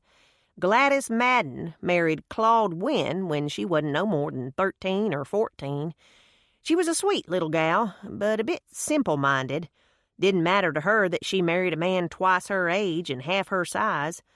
She was happy as a lark, raising a whole passel of young'uns there on the farm." His curiosity piqued. Blake wanted to know more. "Who were some of the other moonshiners?" "Well, the best-known ones were Rupert Madden and Judd Havlicek. Oh, and the Bishops. Their whole family ran a still for years." "As in Merle Bishop, who owns the tractor dealership? And his son Arles?" Maddie asked. "Same clan. Back then, everybody had big families. His grandpappy, old man Howdy Bishop, must have had at least 9 or 10 kids. I suppose selling corn liquor was the only way he could keep 'em all fed and clothed. They had stills hidden in every nook and cranny round these parts, trying to outsmart revenuers." "I read in one of the journals that a bishop worked for the town as a gardener, but Miss Juliet had to let him go." "It was over the moonshine," Granny Burt confirmed. "She said it wasn't proper having a city employee bootlegging on the side. When he refused to give up the still, she fired him." "That must have caused hard feelings." Granny shrugged. "I'm sure he made more money off the liquor than he did the roses." "We go to school with a few Havliceks," Bethany said, her nose wrinkling in distaste. "They're always getting into trouble. It doesn't surprise me someone in their family was a moonshiner." "It was more like the whole clan. Every one of them lazier than the next. Why, the whole lot of them avoids an honest day's work the way a chicken avoids the stew pot." "So where were these stills located, Granny Burt?" She gave Blake a knowing look. Thinking of trying to find them, hoping they're still in business?" His shrug was innocent enough. "Just curious." The more successful ones kept on the move, one step ahead of the law. But rumor had it that many a still was set up in the caves around the area. Then they smuggled their moonshine out through the tunnels. Caves? Blake's eyes lit with excitement. Tunnels? Madison echoed. There are tunnels and caves all through these parts. She cocked her head to one side and mused. I haven't thought about those tunnels in years, except the ones where the sewer lines run. As mayor, I had to think about those a few times too many. Still have to hear about them some every time Sybil's little white poodle gets free of the yard and goes a-wandering. I could use some extra credit in my history class, Blake said, acknowledging his fledgling grades. You think I could interview you? You could tell me what you know about the legends and the rumors? I can do better than that, Granny Bert said, her eyes twinkling. I can give you first-hand knowledge of what it was like to run it. Madison's gasp was audible. Granny, you were a bootlegger? She cried in dismay. Times were hard, Madison. We made a living any way we could. Madison stared at her grandmother in amazement. I can't believe I'm just now hearing about this phase of your life. You have been an elected official several times over. Now I'm finding out you were a criminal first. Unconcerned, her grandmother offered a low harumph. Like the two don't go hand in hand most of the time, she grumbled. Don't act so high and mighty, Madison Cessna Reynolds. You don't know what it was like back in the Great Depression and the days after it. Folks did what they had to do to survive. It took a few decades for the economy to pick up around these parts. Selling corn liquor kept many a family fed and sheltered, including my own. Why do they call it bootlegging? Bethany asked. A bottle would slip down inside your bootleg smooth as silk, or glass, as the case may be. Her wrinkled face dissolved into a huge grin as she made a motion toward her leg. That was my job. I was a runner. Did you ever see the caves or use the tunnels? Blake wanted to know. The only cave I ever saw in action was the one out on the Montgomery place. The Montgomerys were moonshiners, too? Madison was crestfallen. She thought so highly of Cutter. At the time, the place belonged to the Maddens. There was a handy little tunnel that ran from the caves down to the river bottom, a long stretch and mighty dark without a lantern. But it was plenty big. You could even get a wheelbarrow in there to make a nice haul. Blake grinned from ear to ear, delighted to hear of his great-grandmother's nefarious past. Did you ever get caught by the law? Seeing the fascination that gleamed in her son's eye, Madison broke in. I think this is enough talk about moonshining. I'm just glad there are no cameras around to record all this. I could never show my face around town again. Her grandmother gave her a hard look. There you go again, worrying about what other people think, just like Miss Juliet always did. Besides, don't you imagine most folks already know? Madison's only answer was a deep scowl. The server returned, wanting to know if they had saved room for dessert. There's always room for dessert, Blake answered for the group. Dessert? How can you possibly have room for dessert after all you just ate? Madison asked. She turned to the waitress with a firm, No thanks, we're ready for the bill. But I wanted ice cream, her son sulked as the waitress disappeared. I tell you what, if you're still wanting ice cream when we go past the Dairy Queen, we'll stop and get dessert. Celebration or not, even a trademark Blizzard would be cheaper than one of the restaurant's pricey offerings. The waitress returned with the bill and a takeout box for Bethany. Madison glanced at the total and immediately blanched. Excuse me, but I think there's some mistake. Our bill couldn't possibly be this much. Oh, that included the other table, the server explained. What other table? The girl presented her with a broad smile. That was so sweet of you to buy their meal like that. I thought I recognized you when you came in, but the clothes distracted me. I guess you have to dress down to avoid calling attention to yourself, huh? Anyway, some celebrities aren't as nice as you. We get a lot of musicians who play here in town, and you wouldn't believe how stingy some of them can be." The girl rambled on, but the buzzing in Madison's head overrode the chatter. She swallowed hard, mentally counting the meager cash she had in her wallet. She hadn't had time to cash Murray Archer's check yet. "Did Hank and Virgie pull a fast one on us?" Granny Burt fumed. "That sounds about like the cheap old buzzard." Madison always kept a $50 bill tucked away for emergencies. She pulled it out now, hoping to avoid further embarrassment. Only then did she see the second receipt. "It wasn't Hank," she said weakly. "It was the so-called fan in the restroom." Chapter 21. Before starting on the new assignment for Murray Archer, Madison was eager to tie up some of her own work. She confirmed dates for a fill-in position at a business in Naomi and lined up 2 jobs best suited for Darren. She spent the rest of the morning making and returning phone calls and putting together files for her 2 current clients. She would return to the disputed property one last time before giving Alan her final report. The other client she met for lunch, tucked away in her customary corner booth at New Beginnings. "I suppose you have something for me?" Lisa Redmond asked as she slipped into the booth opposite Madison. She looked only marginally better today than she had before. At least her hair was groomed. "Yes, I think I have a rather complete report to offer you." After they ordered their meal and had privacy again, Madison looked her client in the eye. "Are you certain you want to know what I found?" The other woman sighed. "No, I don't want to know. But I need to know. I need to have something to fight back with." Madison hesitated a moment before handing the folder to the other woman. "Please know that some of the photographs inside may be rather upsetting. You might prefer to view them in private," Madison suggested. "I know my husband is cheating on me. I have my suspicions about who she is. All these pictures will do is confirm it for sure." Lisa sounded weary. Still, she did not open the folder immediately. "So, what did you find out?" "Everything is noted inside the folder. I provided dates and times for each incident I reported, other than one rather public display. Just a few tables away, to be exact. I have no photographic proof that your husband is having an affair.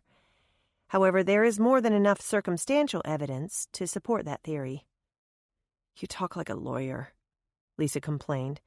"Just tell me outright, is Barry having an affair?" The woman asked for honesty. "In my opinion, yes." A look of resignation settled over her face. "I'm not surprised. It's the kid I feel sorry for." "You have children?" "He does. Miley. She's a good kid, but she's been handed around too many times. I worry what another stepmom will do to her head." Although she did not realize the girl was Barry's daughter, Madison was familiar with the name. She had heard it often enough, spewed with venom from the mouth of her own daughter and her best friend. She made a mental note to have a talk with the girls, explained that Miley's home situation might be responsible for her churlish attitude. "It's not unheard of for a stepchild to choose to live with a stepparent." Madison offered what encouragement she could. Lisa Redmond perked up. "You mean you think I could win custody of her?"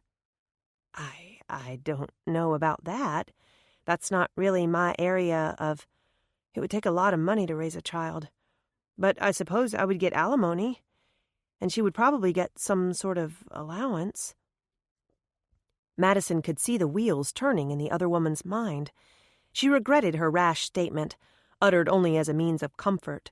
Judging from the look in her eyes, she feared Lisa might use the girl as an income. "I appreciate your help." In a sudden flurry of motion, Lisa swiped the file from the table, stood to go, and tossed an envelope toward Madison. "Here's your bonus for a job well done. I might as well spend Barry's money while I can. But what about your lunch?" "There's enough in there to cover the cost of my meal," Lisa assured her. "I have to go now. I need to contact my lawyer. Thanks." Stunned at the surge of energy the weary woman suddenly displayed, an uneasy feeling settled into Madison's stomach. She had a bad feeling that she had somehow been used. After eating alone and bagging Lisa's meal as an after-school snack for Blake, Madison went home, determined to finish reading the rest of the journals by night's end. With the exception of the stolen book, she had them all at the house, lined up in chronological order. She had yet to discover any earth-shattering news, certainly nothing worthy of murder or even theft. But there were still several entries left to read. She acknowledged that if the answers were not inside the diaries, they might never know the truth. Having read a similar entry in an earlier journal, Madison paused when she read a particular passage in a journal dated 1922. It happened again last night. For the third time this week, I awoke to the oddest sensation. I sensed that someone was watching me. This time I thought I saw a shadow moving near the bookcase, the one my love had built for me as a special wedding surprise. I called out, but no one answered. No air stirred. All was quiet, so it must have been my imagination. Still, I instructed Truman to go round the entire house and make certain all doors and windows were secure. This is hardly the first time I felt that someone was in the room with me, even though I know it is impossible. At first, I drew comfort from the thought that it was Darwin's spirit here with me, watching over me from his perch in heaven. I first sensed I had a visitor soon after my dear husband's fateful accident. I was so certain that he was still here with me, trying to comfort me best he could during those stark, desolate days. But as the days passed, and as the months have slipped into years, I no longer feel comforted by the presence of my nighttime visitor, nor can I admit to feeling frightened. Surely, if someone meant me harm, they would have taken advantage of my defenseless state long before now. The best I can say is that I feel uncomfortable, no longer at ease in my own bedroom. I often lay awake at night, pondering the existence of ghosts. As an intelligent woman, I do not believe in apparitions. Yet as a lonely widow whose only friend has suddenly disappeared and whose sole visitor comes silently in the middle of the night, I find myself wondering, do ghosts really exist? What other explanation could there be? Madison empathized with the young widow. She could not imagine how horrible it must have been for Miss Juliet to lose her beloved husband, only to discover her sister would soon bear his child. With no other family to depend on, she must have felt so alone. With a frown, Madison reread the passage. She had written, "Whose only friend has suddenly disappeared." Was she referring to Clarence? Thumbing back through the pages, Madison did not see his name in any of the entries. She went back 2 months before she found mention of the carpenter. She read the passages in reverse order, reviewing the latest ones first. When Clarence returns, I will ask him to repair the squeaky board. I hear it most often at night, when the house is settled and still. If I did not know differently, I might think someone else was in the house, but I know that I am the sole occupant of this big, lonely mansion. I have not seen my friend in days. He borrowed my copy of The Manor while away on his business trip. Clarence has been a good friend to me over the years, and I am not ashamed to admit how much I miss him. I know I would never have survived the loneliness and desolation of losing first my father, then my beloved Darwin, had it not been for his friendship. I miss our talks and our long discussions about books. If not for sweet Rose in the kitchen, I might truly go mad without someone to talk to each day. Today, Clarence told me he would be leaving on a trip. He called it a business trip, although I am not certain of its nature. To my knowledge, the man is a talented carpenter, but he has no particular business acumen. I fear this impromptu trip may be the result of the awkward moment that occurred between us last week. I am afraid that my dear, sweet friend, the man who has become like a brother to me in my heart, may harbor romantic feelings toward me. However, my heart will always belong to my one true love. There is no room for another. So Clarence did have feelings for Miss Juliet. Madison twisted her mouth in a self-satisfied smirk. She had suspected as much all along. She finished the journal through to the end and started on another. Clarence's name was mentioned only a handful more times in either book. Twice she mentioned that he had not returned yet from his trip, but most entries referring to him were written in past tense. She recalled when Clarence built a new shelf for her, repaired something around the house, surprised her with a new book of mystery and intrigue. The final mention of her friend was written with a heavy heart. I fear something dreadful has happened to my friend.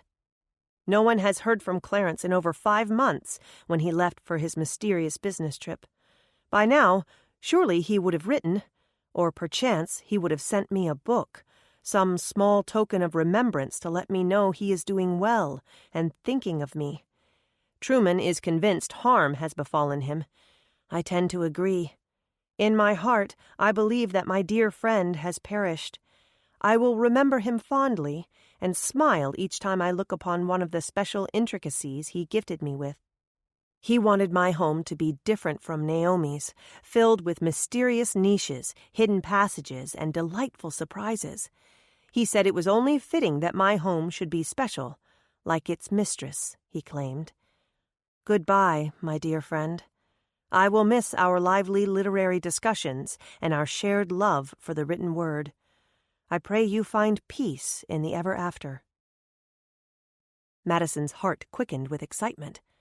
Could it have been Clarence's body they discovered in the secret room? Instead of going away on a business trip, what if he went to live in the cellar, where he could be close to his requited love? What if the man had a sick obsession with Juliet, spying on her at night by way of the secret staircase? Before Madison could grab her phone and discuss her theory with Brash, her phone rang. Nick's name flashed across the screen. Hello? He did not bother with a greeting. Madison, I need you to come down to the house. Can it wait? I'm in the middle of something. Drop it. You'll want to see this. Nick led her into the far recesses of the cellar, into a corner opposite the secret room. The lighting was dim, and the wooden wall in front of them absorbed what little reflection there was. You wanted to show me a wall? She asked in confusion. Guessing at its significance, she all but groaned. I can see it's not quite flush. Don't tell me this is a load-bearing wall that's eaten up with termites. Dismay slipped into her voice. My entire house is going to fall in, isn't it? A smile stole over Nick's handsome features. No, Madison, nothing like that. Despite its age, this house is surprisingly sound and sturdy, as is the foundation. His smile faded. Even with all its secrets. This time she did groan. Not another room, she protested. Well, not exactly. Then what? One section of wood jutted slightly forward, not quite flush with the rest of the wall. To Madison, the wood appeared buckled, perhaps due to age, or worse, due to moisture. While she worried there was a water leak somewhere in the cellar, Nick tugged on the section in question. She braced herself, expecting to see faulty pipes or evidence of water damage. She did not expect the wall to slide away and reveal a gaping hole in the earth beyond. What is it? She asked in amazement. Nick's voice was grim. A tunnel. A tunnel? But why? Where? I have no idea why. This house just keeps getting stranger and stranger. I don't understand. Why haven't we found this before? How did you find it now? Why on earth is there a tunnel in the cellar, and where does it go? She peppered him with questions as she ran nervous fingers through her hair. It's well disguised as part of the wall. The lighting is dim enough, and the workmanship good enough, that we never suspected a hidden door. Although, given the many hidden passages throughout the rest of the house, I suppose we should have. I can't believe this, she murmured, still stunned. I discovered this passage quite by accident. I noticed how the wall appeared buckled when I tried to secure it with a nail, I realized there was nothing behind it. Venturing a step forward, Madison craned her neck to see inside the dark hole. It was surprisingly large. This is uncanny. We were talking about tunnels just last night. I never dreamed there could be one here, right beneath my own house. Here's your flashlight. My flashlight? She questioned. I thought you'd feel better having your own light. Wait a minute. Where are you going? Already half swallowed by the dark cavern, Nick turned back to flash her a charming grin. It's perfectly safe. I've already been through it. Follow me. But... She felt a moment of panic. There was something spooky about being left behind, standing at the mouth of the big cavity. She had no idea what danger lurked beyond. Yet the thought of Nick proceeding without her was every bit as frightening. She wanted to be involved in the adventure, no matter the danger it posed. It's all right, Madison. The tunnel is safe.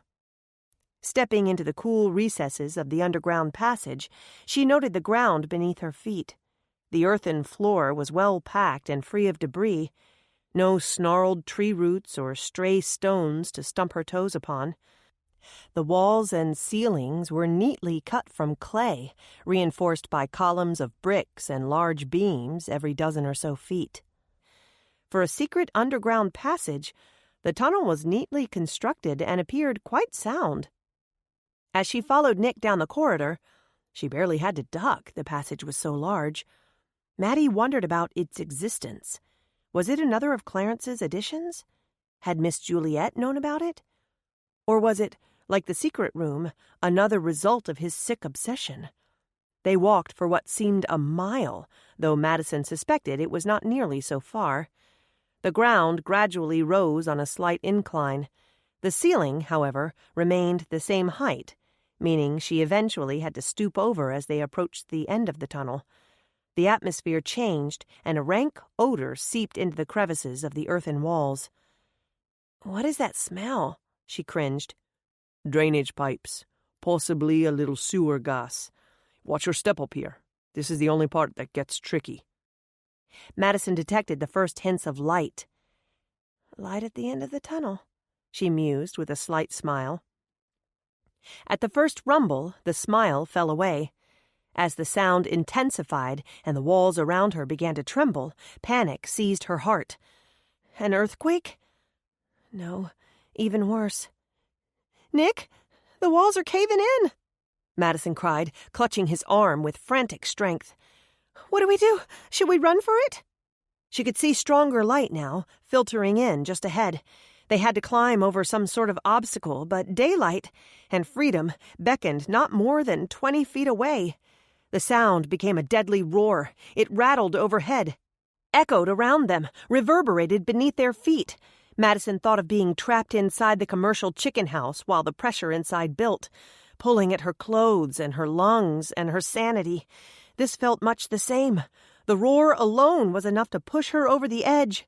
"Nick!" she screamed, tugging on his arm. "We have to go!" Why was he simply standing there? "It's a cave-in!" she cried, pulling him toward the faint light. "Hurry!" "It's not a cave-in!" He had to yell to be heard, even though he stood so close she felt his hot breath upon her ear. "It is!" she insisted. "No, it's a train." She stopped tugging. A train?" "Yes," he yelled. "Just wait." The echo was horrific. The walls shook with intensity, and the roar continued to consume her. But Madison no longer cared. She sagged in relief against Nick. He gathered her close, offering shouted words of consolation. They reached her no stronger than a whisper. Her body stopped trembling about the time the walls stopped quaking. The roar of the train finally retreated, chasing the cars down the rickety tracks and slowly fading into the wind. Madison whimpered in relief. "Oh, my poor ears," she moaned. "They're still roaring." "I know," Nick yelled back in empathy. He was slow in releasing her. "Are you okay?" "I will be." She was still yelling. It was the only way to hear above the ringing in her head.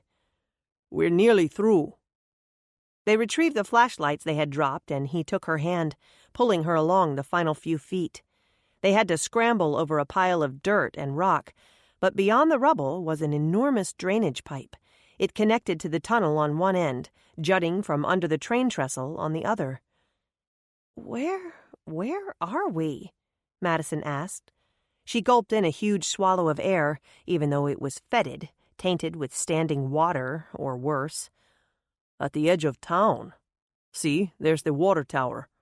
He pointed to the landmark, helping her get her bearings. "So we did come a long way," she murmured. She turned to look back into the mouth of the huge culvert. If she hadn't just come from it, she would never guess the dark recesses led to a tunnel. As they retraced their steps, Madison stopped more than once to marvel. "This is absolutely amazing." She walked a few more feet, then stopped to shake her head. "I just can't believe this." She repeated the pattern all the way back to the house. Before they reached the door to the cellar, Madison held Nick back, placing her hand upon his arm. "Please, let's not tell the camera crews about this. They don't know, do they?" "No, I wanted to tell you first, even though I'm sure Amanda will read me the riot act." He winced as he imagined that conversation. "I just ruined the perfect reveal on reality television." "You have no idea how much I appreciate that," Madison told him with heartfelt sincerity. Amanda would, no doubt, be furious, having missed capturing Madison's stunned reaction on live footage. "We need to keep this between us, at least until I've told Brash and he's had time to investigate." "He'd better hurry," Nick grumbled thickly. "Not only is this costing us in delays, but this is becoming increasingly dangerous. I'm worried about you, Madison." She wanted to brush his concern away, but it wasn't so easy. Madison was every bit as worried. Instead of getting closer to the truth, they seemed to be sinking in deeper, discovering one layer of mystery upon another. Nick reached out to tuck a strand of hair behind her ear. His hand lingered along her cheek. "I worry you may be in danger," he confided. Her heart thumped at his tender gesture, but Madison never hesitated. "Brash will keep me safe," she said with confidence. She knew that to be true. "He may want to, but can he?" Nick challenged. "He hasn't been a police officer all that long, Madison. He's a football player, a coach. He may be a force to reckon with on the field, but how effective is he against criminals? He and his men shut us down for 3 days so they could do a thorough search of this cellar. They obviously didn't do such a good job." Madison pulled away from his touch, wanting to be free of his accusations, free of the doubt he tried to plant within her. "Like you pointed out, you and your team of experts missed it, too, while doing your structural examination, so let's just agree to keep it quiet for now." Clearly displeased, the carpenter gave a jerky nod. "For now," he agreed. "But you'd better call your chief of police and get him down here. If this is going to cause another delay, I need to know about it now. At the rate we're going, we'll never make our October deadline." Chapter 22. Maddie hurried past the cameras and waited until she was in the seclusion of her car before calling Brash. "De Cordova," he barked into her ear. She faltered. "Bad timing?" He answered with a sigh. "You could say. There was a fender bender in the Gas and Go parking lot. The out-of-towner is squawking for a lawyer and a neck brace, and the local jokel is showing definite signs of being high. I have a city council meeting in an hour and 2 reports to finish up before I go." "Then I won't keep you. There was something I needed to tell you, but it can wait." "Are you sure?" "You have your hands full enough without this." "Sounds pretty important. How about I stop by the house this evening? Maybe I'll be caught up by then, but I doubt it." "That sounds fine." She hesitated for only a moment, then ventured, Why don't you come for supper?" "Are you sure? I thought we were incognito." She could hear the teasing smile in his voice. "It's just supper. We all have to eat, right? He wasn't fooled by her deliberately casual reply. Right. Listen, sweetheart, I have to go. I'll call you later. She loved it when he called her sweetheart.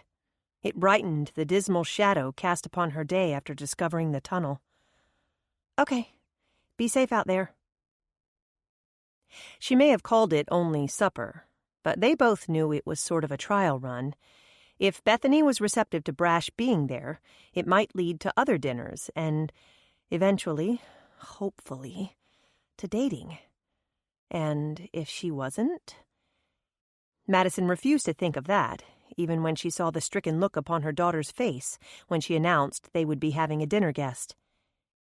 "You have a date?" the girl practically hissed. "Mother, how could you?" It's not a date," Madison was quick to say. "Brash is coming over to discuss the case. While he's here, he might as well eat dinner with us." "But you put on makeup and fixed your hair." "I did both of those this morning, Beth, before I left for the day." "That is fresh makeup and fresh perfume," the girl insisted adamantly. "Okay, so I freshened up. I did last night, too, before we went out to eat. But you're wearing even better clothes tonight than you did last night," she wailed. "Yeah, well, apparently I wasn't dressed so well last night."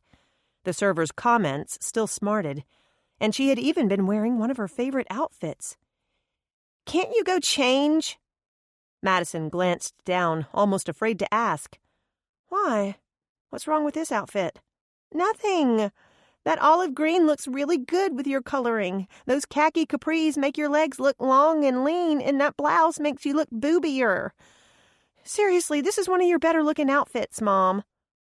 With an amused look on her face, Madison questioned, "Boobier?"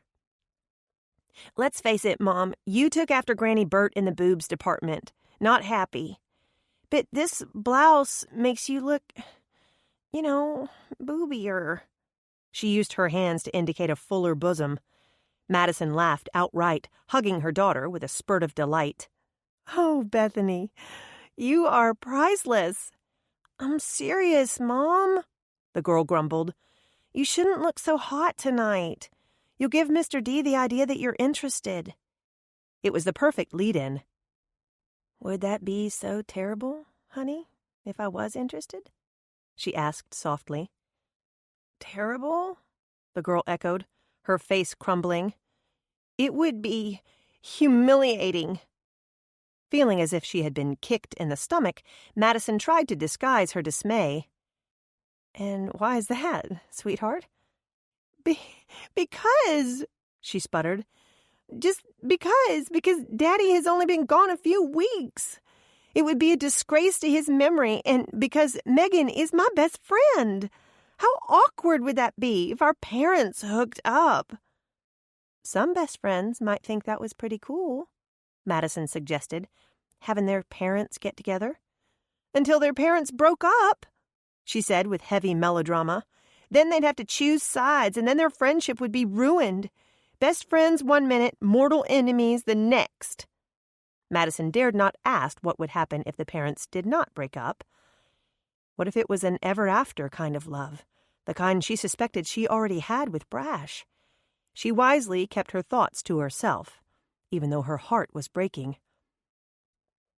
"Beth, I think you're being a tad bit—" "Just tell me this isn't a date," the teen broke in. "This isn't a date." "I don't believe you. This is terrible, just terrible." "Wait, honey, where are you going?" "To my room. I've suddenly lost my appetite." Madison watched in stunned silence as the teen flounced down the hall, blonde hair swinging adamantly in her wake. She was still staring after her daughter when the doorbell rang. "Are you going to get that?" Granny Burt called from the kitchen. Sure." She made her way to the front door, her heart fluttering when she saw the handsome man on the other side of the threshold. His eyes lit with appreciation when he saw her. "New blouse?" he murmured, eyes lingering on her boobier silhouette. "I like." The warm words slid over her, creating a thrill. Her laugh was only marginally forced as she pushed the argument with Bethany from her mind. "Come on in, Brash. Supper's almost ready." "You really didn't have to feed me, Maddie," he said. Then he gave her a heart-melting grin. "But I'm sure glad you are." This time, her laughter was genuine. "Wait until you taste it first. Blake is such an indiscriminate eater, I sometimes forget to test my culinary skills." 10 minutes later, they gathered around the dining room table. Granny Burt looked at the empty chair beside Blake and asked, "Where's Bethany?" Madison sighed. "She's not in a very hospitable mood this evening. I believe she decided she wasn't very hungry." "Seemed okay earlier," Granny Burt said with shrewd observation. Blake was clearly unconcerned about his twin. "More for me," he grinned. Brash's forehead gathered in a wrinkle. "Is my being here a problem, Maddie?" he asked quietly. "You're raising a teenage daughter, Brash. You should be familiar with the mood swings. Perfect angel 1 minute, complete monster the next." Madison tried to make light of the situation, even though her heart smarted. How could she be happy in a relationship with Brash, knowing her daughter was miserable? "This is never going to work," she moped. "Too many stipulations and complications." The conversation remained light throughout the meal. Blake offered comic relief and kept the adults in stitches. His retelling of Granny Burt's Ebola act was so hilarious that even Madison had to laugh. After supper, they all helped with the dishes, and Blake carried a plate to his sister's room, while the adults settled around the table for coffee and serious conversation. "So what did you want to tell me about, Maddie?" Brash asked. When he turned his eyes upon her, they lingered longer than necessary.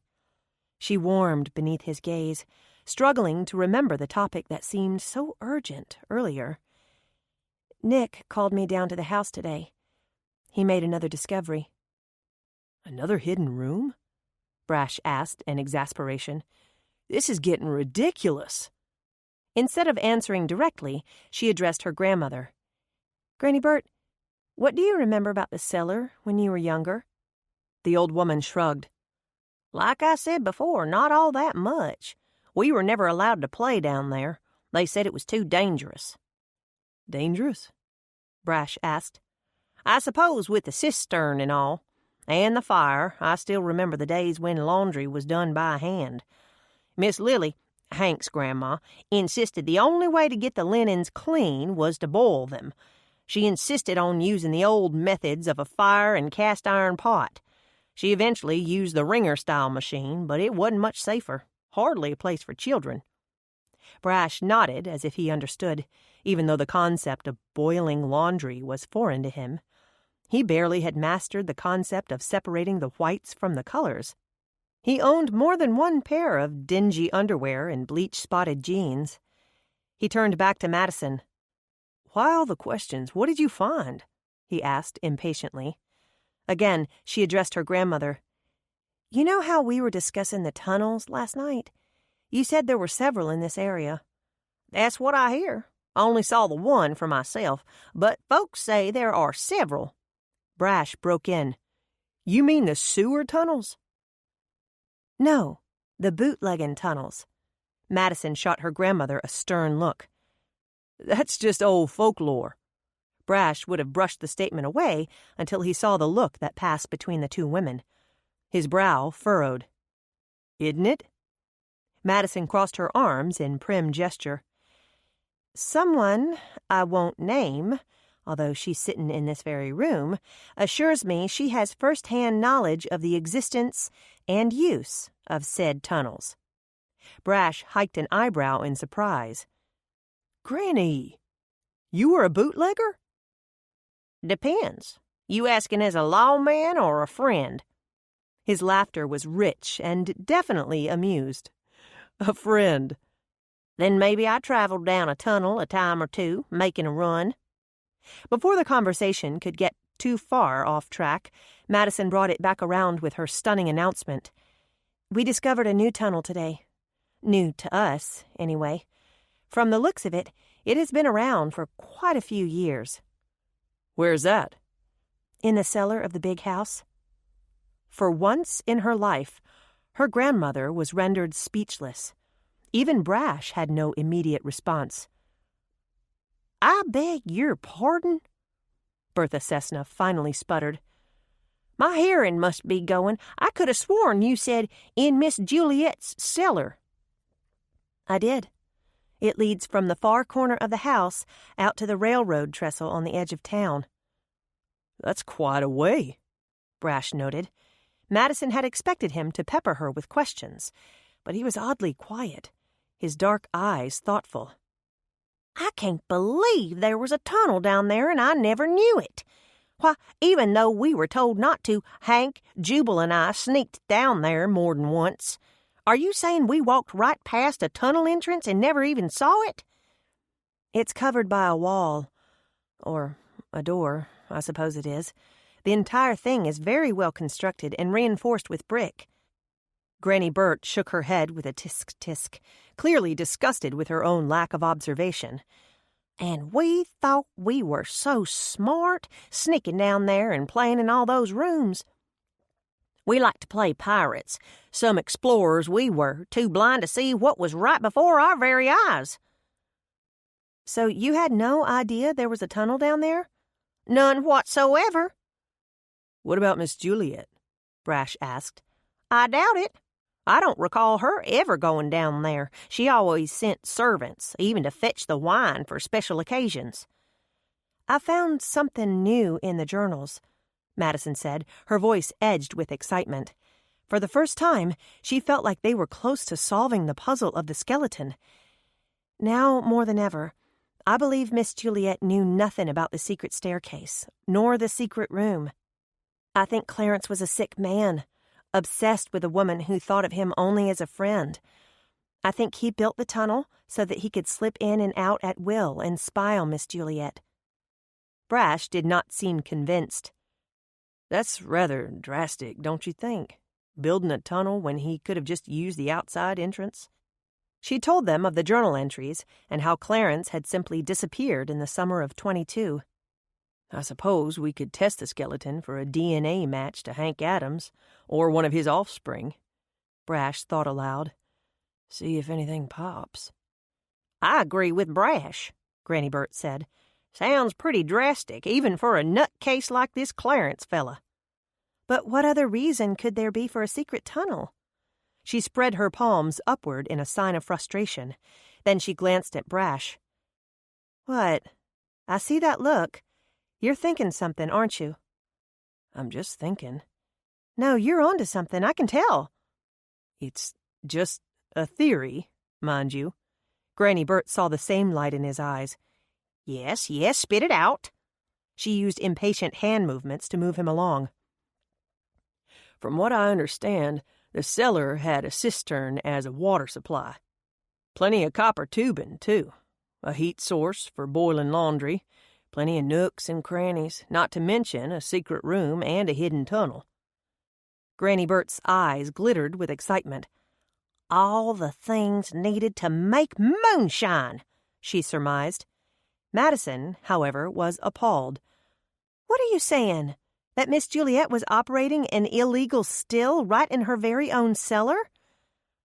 "I never mentioned Miss Juliet." That's even more insane. You think it was someone else operating it under her nose? Right here in town in the cellar of the city's most prestigious home? "You know what they say, hide in plain sight and no one sees you." "But that's crazy." "About as crazy as a brick-lined tunnel and a hand-dug room." His words gave her pause. Madison frowned as she considered them. "It would have been the perfect setup," Granny Burt mused. "They had everything they needed right there. They could have brought the corn in through the tunnel, literally by the trainload." "And smuggled the finished product out the same way. The tunnel leads right to the train track, where it could have been loaded and shipped to parts unknown." "But who would have done such a thing?" Madison posed the question to no one in particular. "Could have been anyone. Maybe it was someone who worked for her, or someone with a twisted sense of justice. Miss Juliet offended a lot of people with her highfalutin ways." "But the servants would have seen. Great-Grandma Rose would have seen." Granny shrugged. "I'm telling you, girl, times were hard. Folks did what they had to survive." "But your mother, Who do you think sent me out to deliver the shine, girl? I did my fair share in making a living for the family. No one suspected a little girl with an elfish smile and braids in her hair." Her grandmother flashed a smile that still looked young and mischievous, and completely guileless. Madison, however, knew better. Overwhelmed and completely frustrated, Madison slapped her hands onto the table and stood. She ranted quietly as she paced the room. "I can't believe this. My own grandmother was a bootlegger. The woman who taught me right from wrong grew up breaking the law. There are secret passages and hidden rooms in the house I'm going to live in, and now we discover a hidden tunnel. I have ghosts and unwanted visitors and a mystery that just keeps unwinding. And cameras are everywhere, recording every little thing I do and say. I think I'm going insane. Definitely having a nervous breakdown. Maybe a heart attack. Maybe both. Who knows? Maybe there's a hidden cemetery down there, too, and they can just toss my body in with the rest of them." Before Madison could come fully unwound, Granny Burt disappeared into the kitchen and came back out, thrusting a wine bottle into Brash's hands. "Here, take her out on the porch and calm her down." Madison stopped her rant long enough to stab her grandmother with a hard look. "I'm not a child that needs to be mollycoddled, you know." "If you were a child, I wouldn't be sending you out with wine. The night's still young," Granny Burt said, a devilish grin stealing over her features. "I'm headed to my room to watch some television. I won't hear a thing. Blake has his music playing, and Bethany is bound to be buried in her phone. You two go on out and enjoy yourselves. The backyard might offer more privacy," she suggested pointedly. Still keyed up, Madison snapped, "We're not teenagers, Granny. I think we can control our baser instincts." Beside her, Brash offered a charming but maddening grin. "Speak for yourself." Granny laughed with glee as Madison opened the front door and led the way out to the porch swing. Even though it faced the street, it tucked into a cozy little corner, shrouded by climbing roses and lattice panels.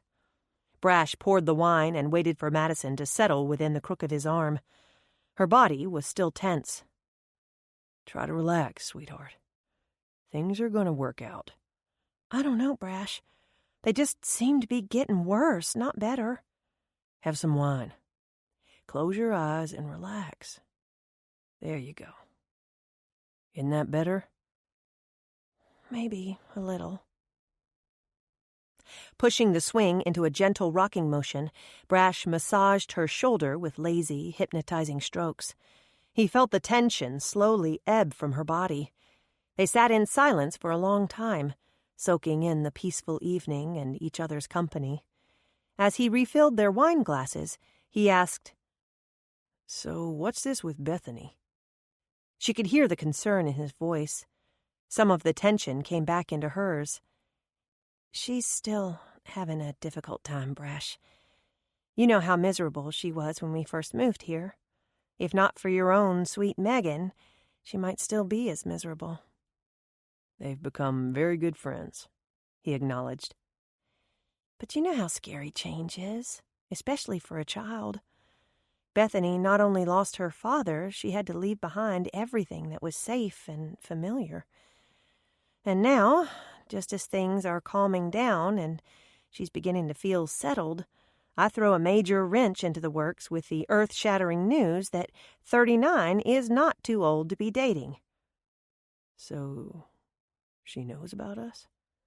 The low timbre of his voice, the way he said us, was deliciously intimate. "I think she suspects." "So does Megan. She's thrilled, by the way. She thinks the world of you." "This has nothing to do with how Beth feels about you, Brash," Maddie was quick to point out. "Please understand that. It's nothing personal." "Feels pretty personal," he admitted lowly. "She's young, Brash. Confused." Madison felt compelled to defend her daughter. She adored Gray. Naturally, she sees me dating again as an affront to her father's memory. She's at the age where she has such romantic, idealistic notions. One forever love and all of that. She still wants to believe in fairy tales, even though she knows, deep in her heart, that they don't exist. Brash nuzzled his face against her hair. I beg to differ. She closed her eyes as warm sensations flooded her body. You and I are both too old for fairy tales, Brash, she whispered. So are you saying I'm not your knight in shining armor? His breath was warm against her ear, teasing her senses as surely as his words teased her mind.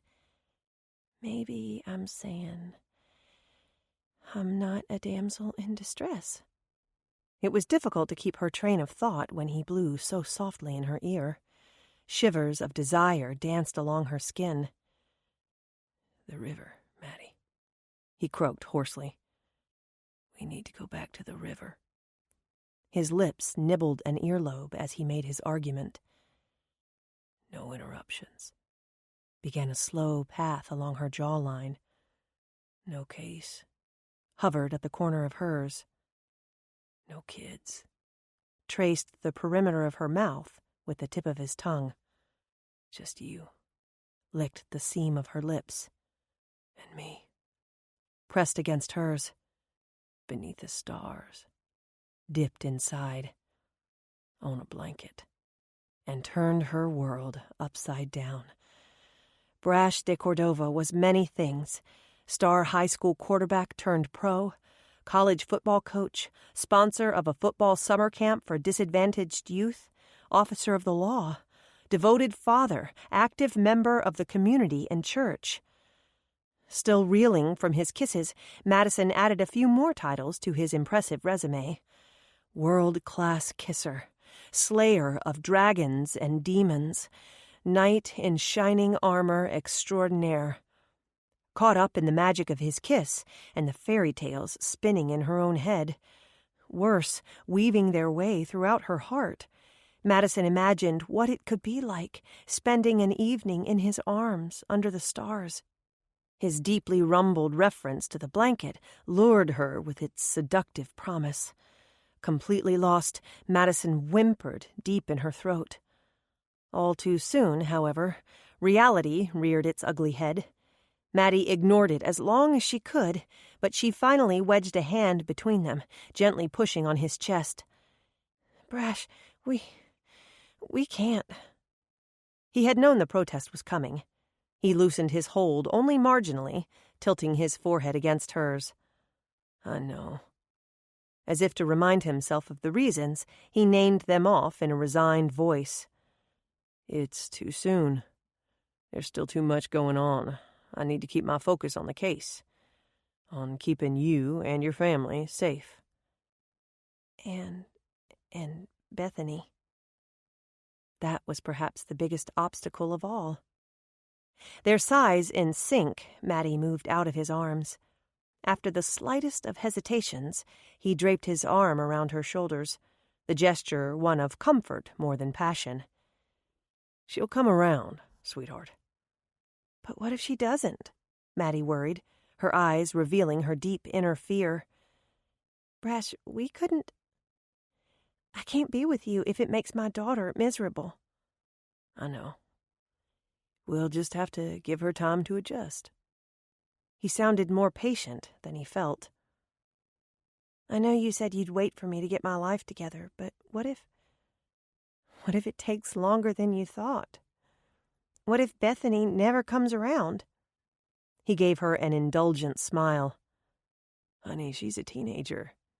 Her never won't last nearly as long as ours. I can't expect you to wait on me forever. The misery in her heart leaked out in her voice. I see the way other women look at you, Brash. You could have your pick of them, including Amanda Hooper. They all throw themselves at you, practically begging you to have sex with them. How can I expect you to ignore them and wait for me, when I have no idea how long it will take before we can be together? Brash looked mildly amused at her sorry little rant. I imagine I'll get through it the same way I manage to walk past the bank every day." His calm reply was so outrageous that she pulled away to stare at him. "What?" she asked, blinking in confusion. "What does the bank have to do with anything?" "Yes, Maddie, I like sex. I like money, too, and the bank has plenty of it just sitting there, begging me to come in and take it by way of loan or theft. Right or wrong, either way can tempt a man. Yet every day I manage to control myself. Somehow I walk right past the temptation." His tone turned serious. "It doesn't matter what other women are offering, Maddie. I don't want them. I want you." "But," he broke in, ignoring her protest, "Darling, since the day I stepped foot on Ronnie Gleason's chicken farm and saw you there, covered in chicken poop and mud and so much worse, there has been only one woman in my whole world. You." He was writing poetry again. Tears welled in her eyes. "Brash." "I'm crazy about you, Maddie. More than crazy, No, don't say it." She clamped her hand over his mouth, squelching the beautiful emotions she saw in his eyes, silencing the magical words she longed to hear. "You can't say it. Neither of us can. Not until—" Brash drug his eyes away from hers, staring beyond her with a troubled expression on his face. When he spoke, his voice was resigned. "Bethany." The teen stepped out onto the porch, allowing her eyes to adjust to the darkness. It was past 10. Surely Mr. D had gone home by now. Surely they weren't out here on the porch making a spectacle of themselves. But she would check, just to make sure. "Mom?" she asked, tentatively. "Are you out here?" Swallowing a gasp of dismay, Madison quickly ran her palms over her face. Teardrops moistened her fingertips. "Yes, honey, I'm here." Her bright voice cleverly hid the pain that invaded her heart. "Why are you out here in the dark? Did he finally go home?" Brash made a face that only Maddie could see. "No, honey, he's still here. We were out here talking." "Oh." After a weary sigh, Brash brushed a soft kiss on Madison's lips and stood from the swing. "I was just about to leave, Beth," he said, stepping into the light. "Good thing you came out and reminded me of the time. I'm going in early in the morning, so I can get off in time to watch Megan's track meet. You'll be there, won't you?"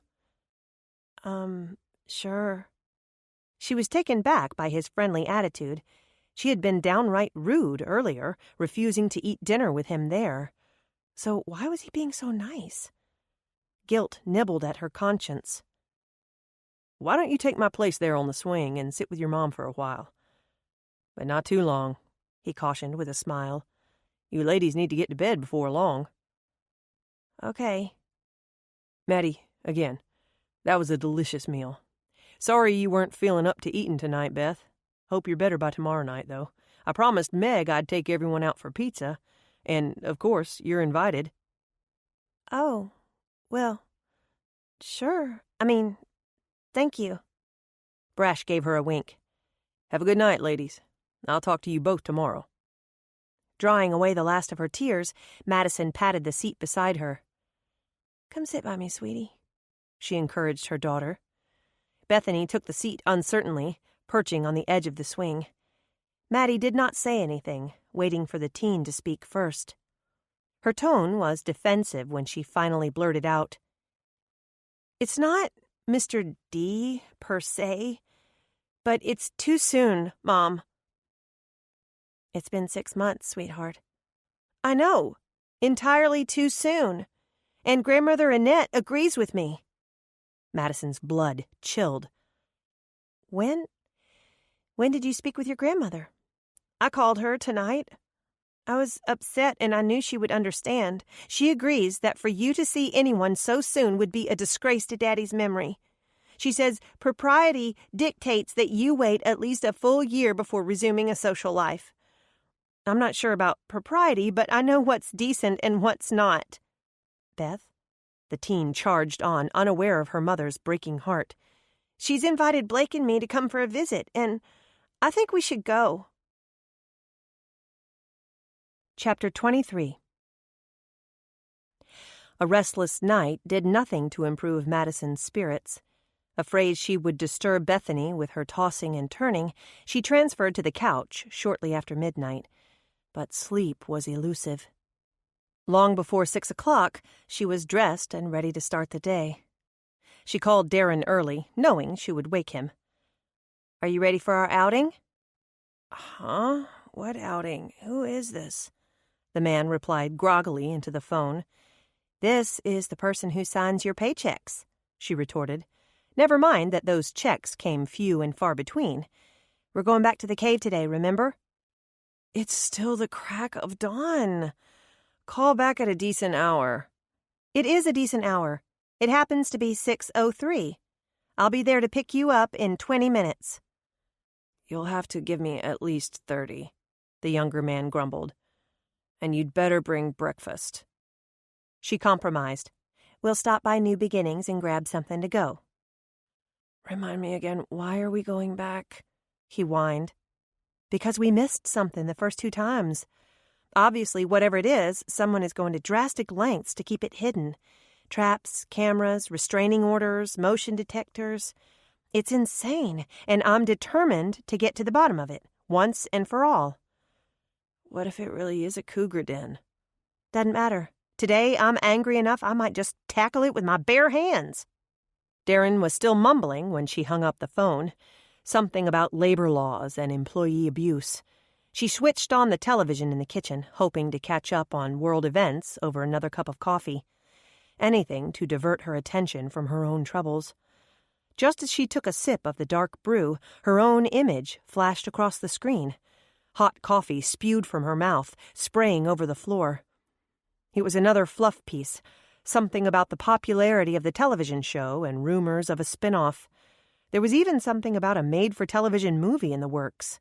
It was the first Madison had heard of the ridiculous rumor, but the television station already had a survey started, asking viewers who they thought should be cast in the lead role.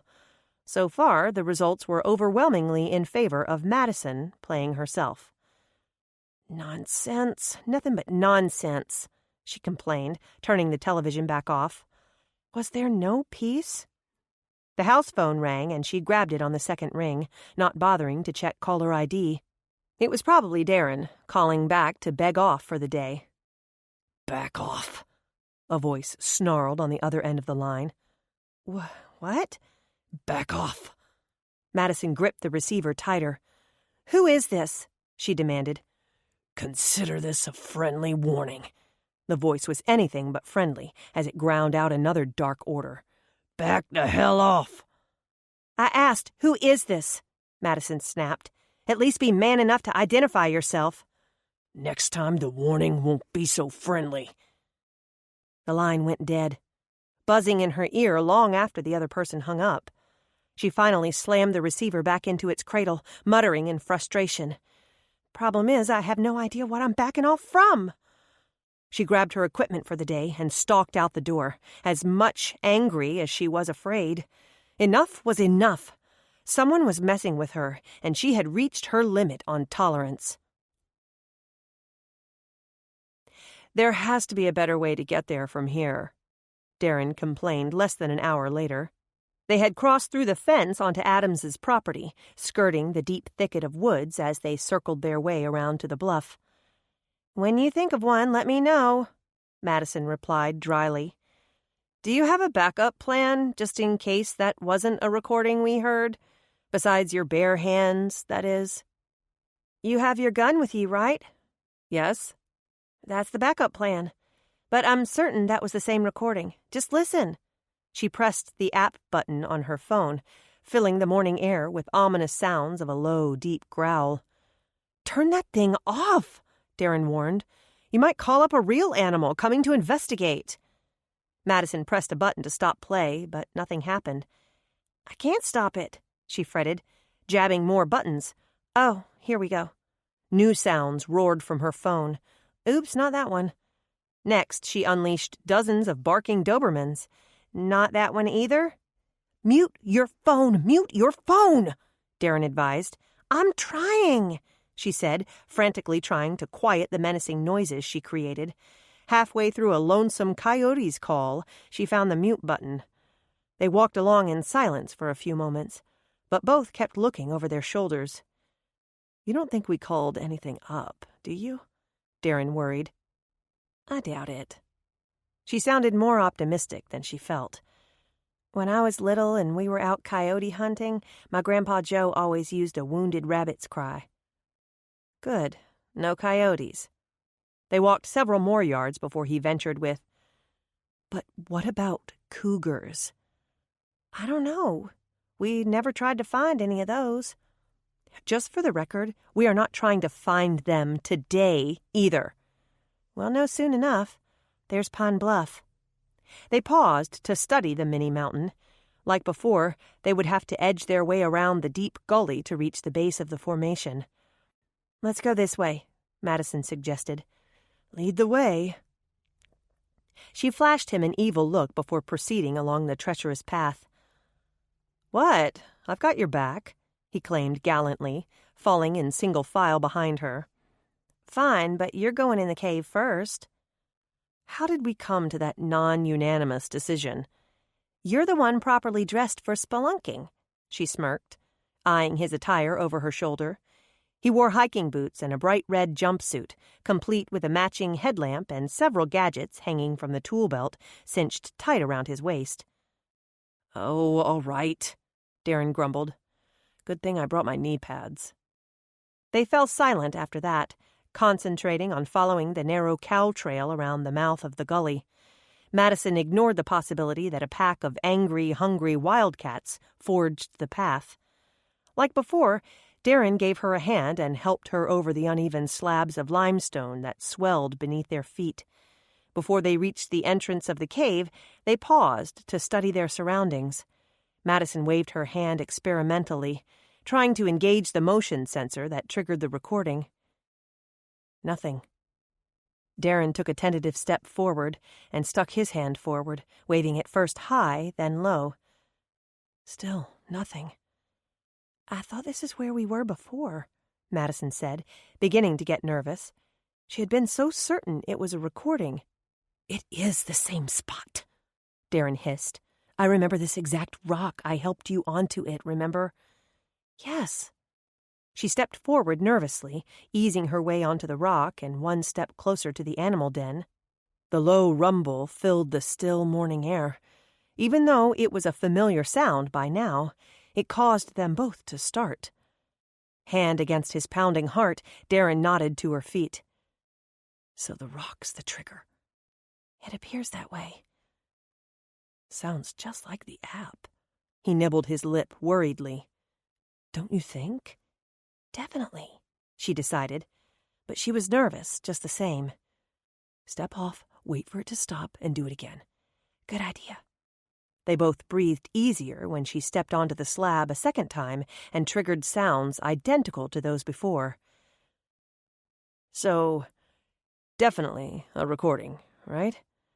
A trace of doubt lingered in Darren's voice. Right, she confirmed. So, what now? They looked toward the mouth of the cave's opening. The entrance was low, wedged into a crevice where two large boulders came together.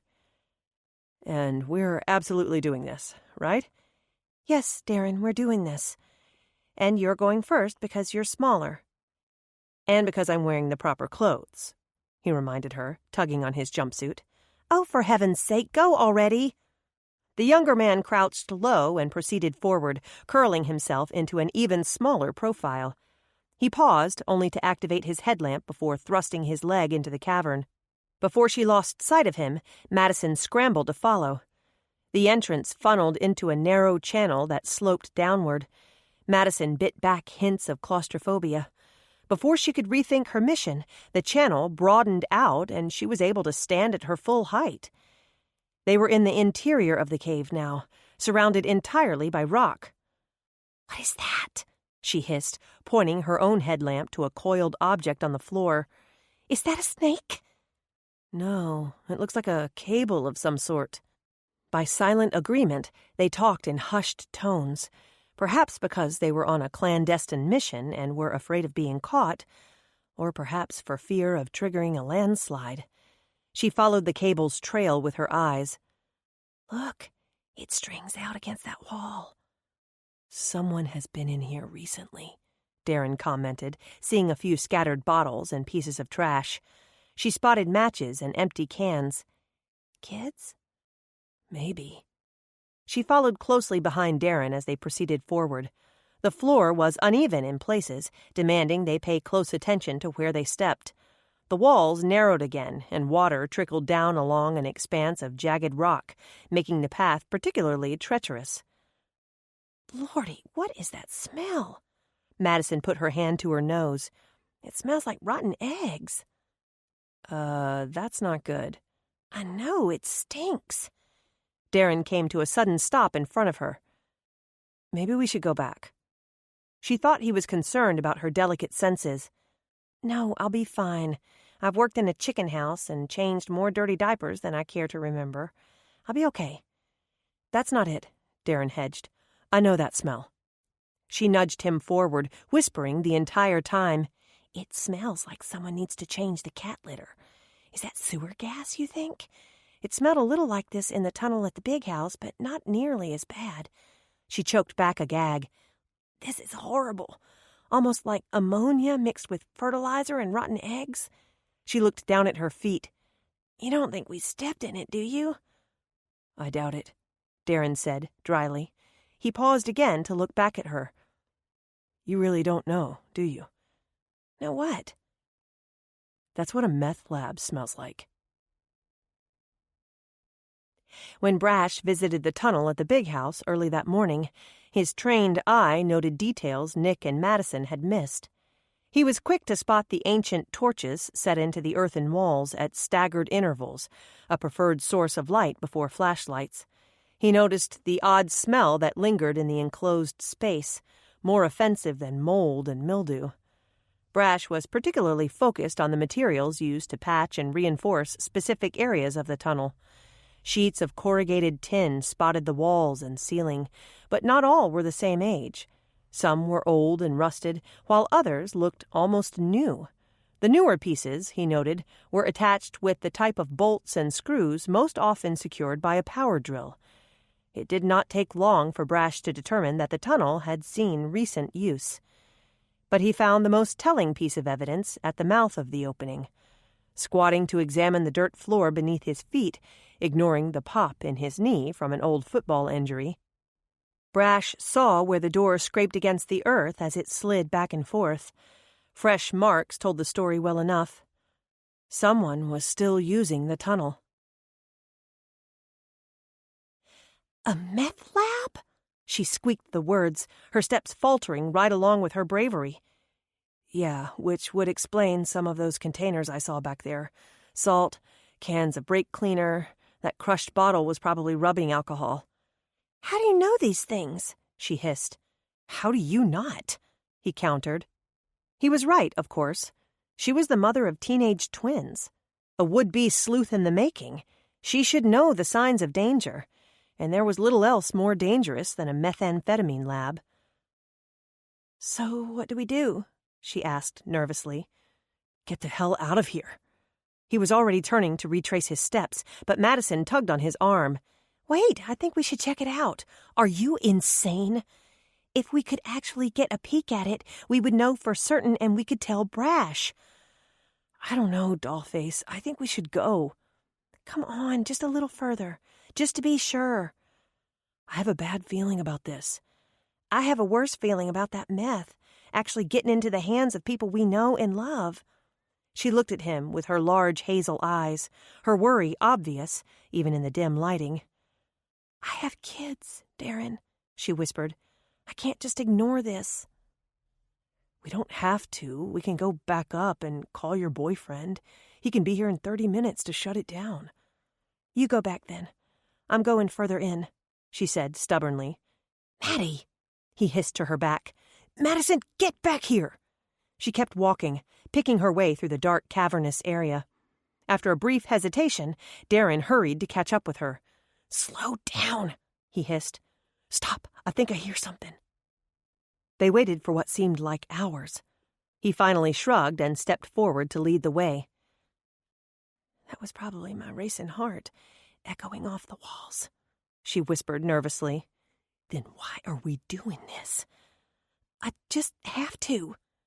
It was the only explanation she could offer. A few more feet and the tunnel curved. A faint light crept into the cavity where they stood, bathing the rocky walls with faint color. If she had not been so frightened, Madison might have noticed the beauty of the stalactites dripping overhead, sparkling with the slightest of illumination. Using hand motions, Darren instructed her to turn off her headlamp. Darkness engulfed them. A sense of panic threatened to overtake her, but Darren's hand was strong and sure upon hers, offering her comfort.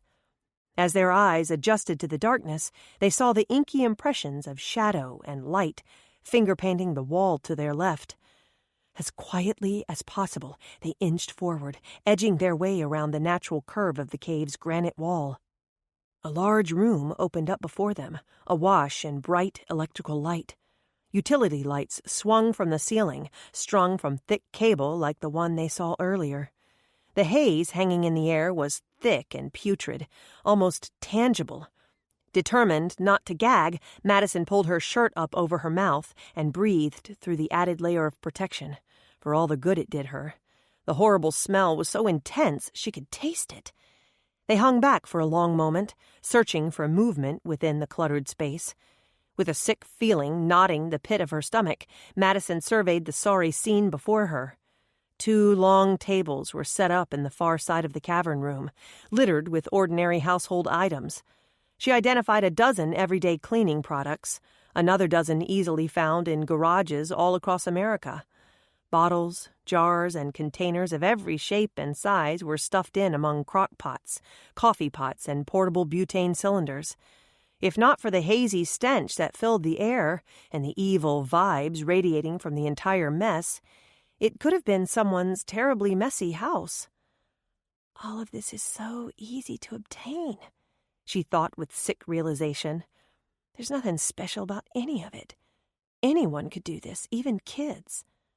A sob escaped her at the very thought. Darren shot her a sharp look, reminding her of the need to remain silent. Just because they could not see anyone did not mean they were not there. Having seen too much to ever forget, Madison backed slowly away. Her feet were as leaden as her heart as she took a step in retreat. "It's not only that you can't unhear things," she thought sadly. "You can't unsee them either." Without warning, Darren jerked her arm and twisted her around. She glared back at him, only to discover it was not Darren. Chapter 24. "Is Mom gone already?" Bethany emerged from her bedroom with a worried expression upon her face. Blake looked up from the mixing bowl that doubled as his cereal bowl. "Yeah, she left early." "Oh." Granny Bert picked up on the teen's unease. "What's wrong, child?" Bethany twisted a lock of blonde hair around her finger. "I wanted to apologize to her about last night." "Yeah, what was up with that?" her brother challenged. "I thought you liked Mr. D." "I do, and I already told her I was sorry about that." Hadn't she? Bethany played the conversation back in her head, trying to remember if she had actually said the words. "What else are you apologizing about?" "I was a little harsh on her last night." Blake gave her a wary look. "What did you do?" "I laid the guilt on pretty thick," his twin admitted. "When I was talking to Grandmother Annette, it all made perfect sense. She helped me see things so clearly, but then I started talking to Mom, and I saw the hurt in her eyes." Bethany slid into the chair, slumping onto the table with dejected gloom. "I think she really likes Mr. D, and it's wrong, Blake. It's just flat out wrong. It's too soon since Daddy died." She had trouble getting the word out. "That's just it, Beth," her brother pointed out. "He died. Whether we like it or not, it's not like he's coming back." "How can you be so cold?" I'm not being cold, Beth. Dad's gone, but Mom still has a life ahead of her. She deserves to be happy. Not with another man, she doesn't. You're being childish, her brother accused. And you're being blind. Don't you remember how she treated him before he died? They slept in separate rooms, Blake. Don't you remember all the fussing and fighting? The way she gave Daddy the cold shoulder? I remember how he never came home until late at night. I remember how he missed all my games and half your recitals. It was Mom who did everything with us. Bethany leapt from her chair. I can't believe you're dissing his memory like this. I'm not dissing anybody. You are. You're talking bad about Daddy, and I won't stand for it. Do you hear me, Blake? I won't let you dishonor his memory like this. She stomped from the room, leaving a confused brother to stare at her, retreating back. What was all that about? He muttered. Granny Bert came to place a hand on his shoulder. Even though he pretended to be unconcerned, his body trembled with emotion. She's just confused, Blake. She's having trouble processing her grief, and she's taking it out on the person she's closest to. Your mom. Yeah, well, I'm grieving too, but you don't see me blaming Mom for everything. And unlike Bethany, I remember how things were between them the last couple of years. His mouth turned down in a surly pout. They tried to hide it, but their marriage was falling apart. And that's probably what makes this even harder for your sister. Girls see things differently than boys, Blake. They see with their heart, not just their eyes. He simply snorted. As he turned his bowl up and gulped the remaining milk, his eyes fell on the gadget across the table. What's that? Granny Bert shrugged. Something your mom left. Blake stretched out to pull the small device toward him. He fiddled with the buttons until it blinked to life. A series of lights flashed across the top, repeating the sequence every several seconds. What is this? He wondered, turning it over to read the logo. Beats me. What are all the flashing lights about? With a worried look upon his face, Blake waved the gadget in the air. When he held the device high in the air, the dancing lights began to fade. Each time he lowered it, however, they flashed with persistence. Has that thing gone bonkers? Granny Bert asked in amusement. What is it, anyway? Some sort of radio? No, but it does detect radio waves. He mouthed the rest of his answer. It's a bug detector. Then why is it flashing like that? His grandmother hissed. Blake leaned over and peered beneath the table. Spotting the hidden mic, he sat back up, his eyes troubled. He pointed in silence, indicating the planted bug. Still in a whisper, Granny Bert said, But they were supposed to remove all the cameras and mics. She thought about the many unguarded topics they had discussed at this very table, many of them about the case and entries from the journals, some of them pure speculation and gossip, some of a more personal nature. If someone were up to no good and wanted to eavesdrop on Madison, they had gotten an earful.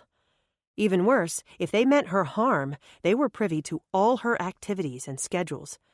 Unease settled into her bones, making her feel every bit of her 80 years. Well, crap, Granny Bert groaned.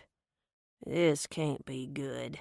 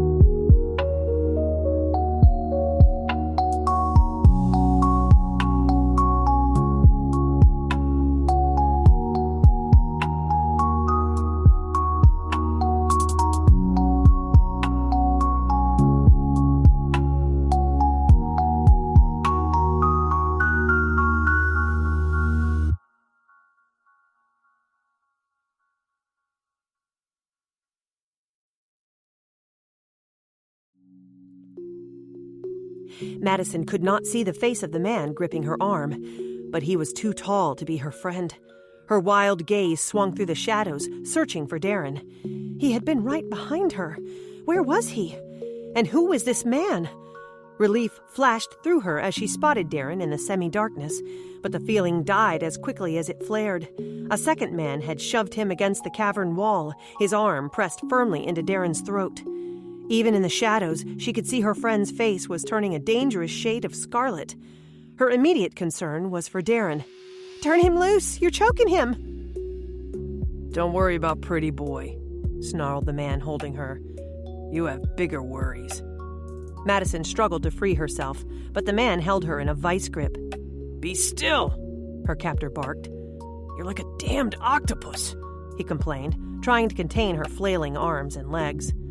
"Let my friend go," Madison insisted, punctuating her demand with a jab of her bony elbow. "Damn it, be still, and go easy on the dandy," he added to his friend. The second man pulled his arm from Darren's throat. He sagged against the rock wall, gasping for breath. But at least he was breathing. Only then did Madison stop struggling. She transferred her gaze to the man bruising her arm with his harsh grip. He looked vaguely familiar, but with a light to his back, his face was cast in shadows. She judged him at 6 feet, tall and physically fit. Her eyes snagged on his silhouette, and the hair that curled just above his shirt collar. The intruder from the house! Adrenaline pumped through her veins. "Who are you?" Madison demanded. "I tried to warn you," he growled. "You were too stupid to listen. Too stupid to get the clues I left." He shoved her roughly forward, keeping behind her as he pushed her into the large room. She coughed from the fetid air that invaded her lungs and stung her eyes. Judging from the shuffled sounds behind her, Darren was half pushed, half dragged into the space with her. Using a booted foot, the man holding her kicked a plastic chair forward and plopped Madison roughly down upon it. With quick movements, he jerked a piece of excess cable and used it to tie her arm securely behind her back. "Ouch! That hurts!" she protested. "I'm so sorry, Your Highness. I know how delicate a princess like you can be." He cinched the cable even tighter. "All better now?" he asked with false concern. "Much," she muttered. She would not give him the satisfaction of complaining again. "Tie the other one up, too," the man told his companion. "I need some rope. Pull the chair over here. Use the cable." "But that's the electrical cable." "Exactly." There was evil humor in his voice. "If they jerk too much, they'll pull down the lights and be left in the dark. Better yet, they might electrocute themselves." His companion chuckled. Madison still could not see either man's face, but she guessed that the second man was the older of the two. The men backed the 2 chairs together, using the same cable to bind both hostages' arms behind them. Each tug and twist sent the overhead lights dancing. "Why are you doing this? What do you want?" Madison demanded. "If you haven't figured it out by now, you're even stupider than I thought."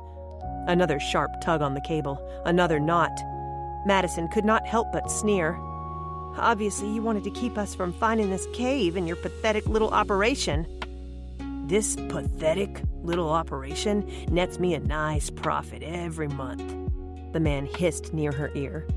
He was so close she could feel his hot breath blow across her cheek. When she tried turning her head, he twisted her neck painfully in the opposite direction.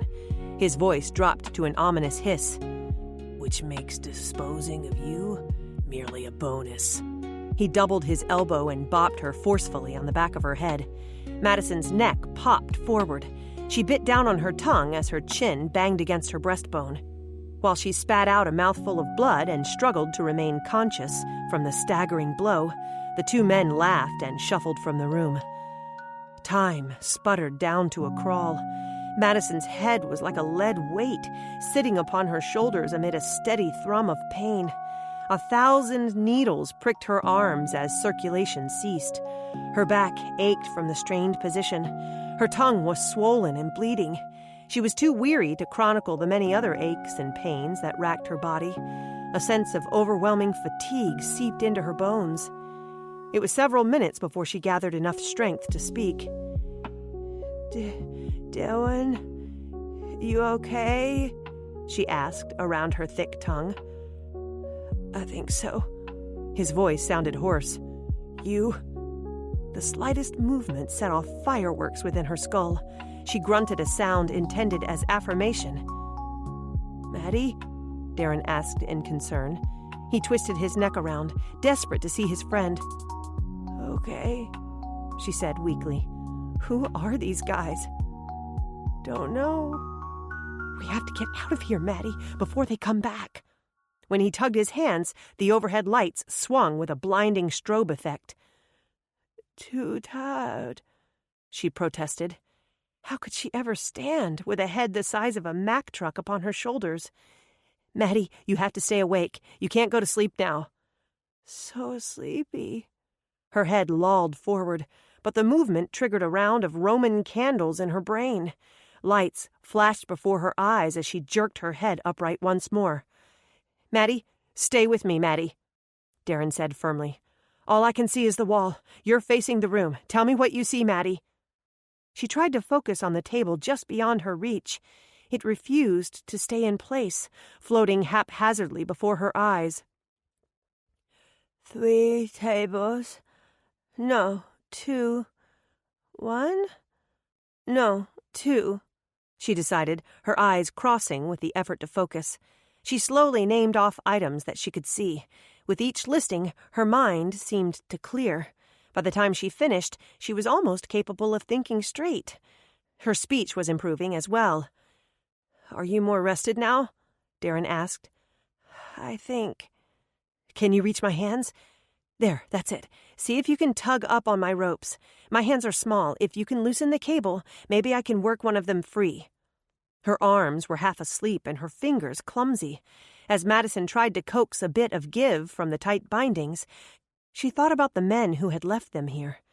There was something so familiar about the first man, something other than their brief encounter during the break-in.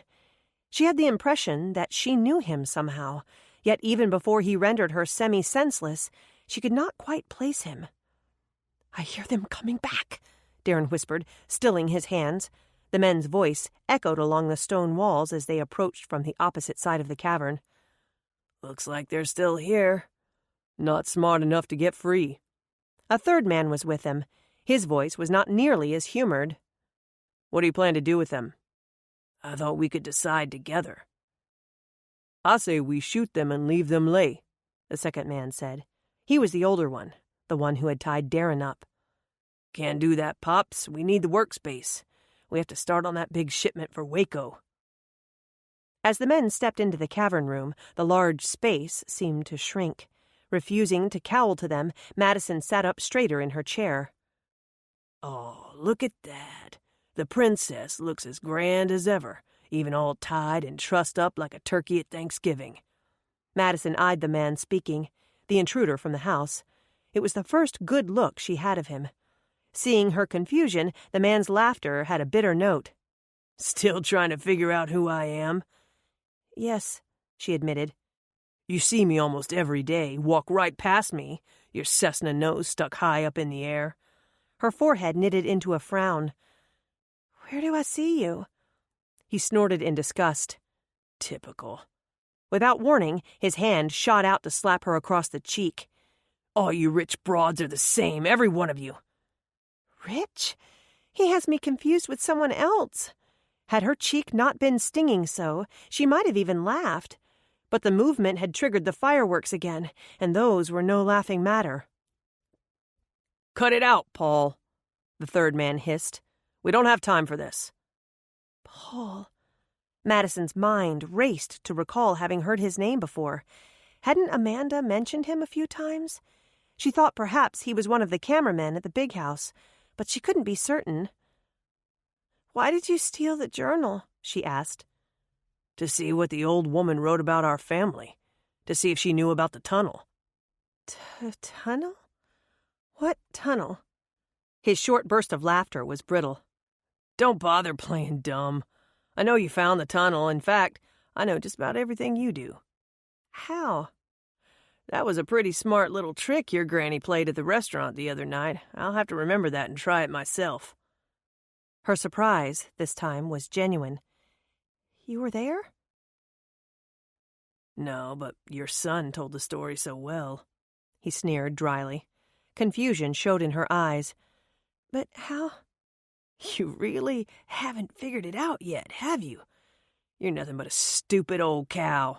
He leaned close to her face and said in a loud, harsh voice, I bugged your house, princess. With your permission, I might add. You work for Amanda. It was slowly making sense to her, penetrating through the throbbing pain in her head. She had a vague recollection of him being at Granny Bert's, helping install cameras for the show. She looked at him more closely. She was fairly certain he had come to uninstall the cameras as well. But you took the cameras out. He lifted his shoulder in a non-committal shrug. Could be I overlooked a mic or two. You've been bugging the house? Madison asked in outrage. Listening to everything we say? Every boring word. Your daughter does like to go on, doesn't she? I know all the senseless gossip from the sisters high, the words to every last cheer, and how her grades are slipping because she's worried about your new romance with the chief of police. She hasn't told you that she failed her last math test, by the way. Before she could dwell on that piece of information, Paul the cameraman gave her a smug smile. Of course, once in a while I hear something useful, like the fact that the journals did exist. Hearing you hash out all your theories helped me to plan my next move. And of course, it was quite handy, knowing you were coming out here again today. So it really was an inside job, Madison murmured. You've been able to hear everything we say and do because you had access to the cameras and the mics, and you could get around the alarms because you work at the house. I don't only work there and have access. I'm the one who set it all up to begin with, he told her smugly. Even the alarms. This was all Amanda's doings? He snorted with disdain. Look around you. She's another one of you rich broads. Does this look like her style? With an exasperated shake of his head, he explained what she was obviously too stupid to comprehend. When I heard about the television show being filmed there, I made certain I was hired as a technician. A simple hack here and there, a few fake letters of reference, an altered document or two, and the head office suddenly sent a local expert in at the last minute. How convenient, Madison said drawly. Ain't it, though? His grin was diabolical. As lead camera technician, I control where the cameras go. I made certain they stayed away from the cellar until that nosy worker happened to discover the hidden staircase, and hence the secret room and its skeleton. A vague memory surfaced. That was you that day, wasn't it? You ran in with a second camera trying to get in front of us. I wasn't sure where he was leading you, what he had discovered. You thought he had found the tunnel, Madison realized. But instead, it was just a skeleton. The older man beside him clearly blanched. He could not stop the dance of revulsion that shimmied through his shoulders. All those years we were down there with a dead body and never even knew it, he whined. So no one had known about the skeleton. In her estimation, this confirmed that the remains definitely belonged to Clarence. But so much else was still left unexplained. What were you doing down there? She asked. What do you think? Paul smirked. Madison answered with a disdainful look and a question of her own. Did Miss Juliet ever know? The second man answered. That old broad had no idea what went on right beneath her own house. He spat out a stream of tobacco juice, not bothering to turn his head. It hit Darren, leaving a dark stain to trickle down the leg of his red jumpsuit. With a high-pitched squeal, Darren jumped, causing the lights to bob merrily up and down. The other three men laughed and made crude remarks at his expense. The swaying lights gave Madison the perfect cover to jerk at her hands again, trying to wrest them free. She thought she felt one of the cables give, yet when she tugged, she found her hands were still firmly bound. Served her right, Pops continued. Her and her highfalutin ways. It all started with my grandpappy. He cooked up corn liquor down there, right beneath her fancy dining room. Served it at some of her parties, too, though she never knew where it came from. All those years, and she never had a clue. Always acted so high and mighty, like she was better than our family. So it seemed only fair to replace the rinky-dink still with an even bigger operation. What's that they call it, Paul? Poetic justice. The third man was clearly losing his patience. During the entire confrontation, he kept to the shadows, his face never quite visible. His voice was sharp when he spoke. Who the hell cares what they call it as long as we call it a profit? You two have been yakking long enough. We need to start the batch for Waco. Do something with them and dispose of the bodies. Call me when it's done. He issued the brusque order before he turned on his heel and stomped away. An empty silence stretched in his wake. Madison dared a glance at Paul. Given the thoughtful expression on his face, she guessed he was debating how best to kill them. "Stall!" The urgent thought spurred Madison to speak up. I don't understand. Your grandfather had an illegal still in the basement of the big house?" Paul wasn't fooled. You understand just fine. Your boyfriend figured it out last night, how they used the tunnel to bring in the corn and then cart out the liquor. My old granny didn't need a fire to do laundry, she needed a fire to make whiskey. Maybe it was the headache, but Madison was having trouble keeping up. Wait, I thought it was his grandfather. She cut her eyes to indicate the older man, knowing any movement would create starbursts in her head again. But you're saying it was your grandmother. Her eyes cut back to Paul. Technically, it was both his great-grandparents, my great-great. Your father and son?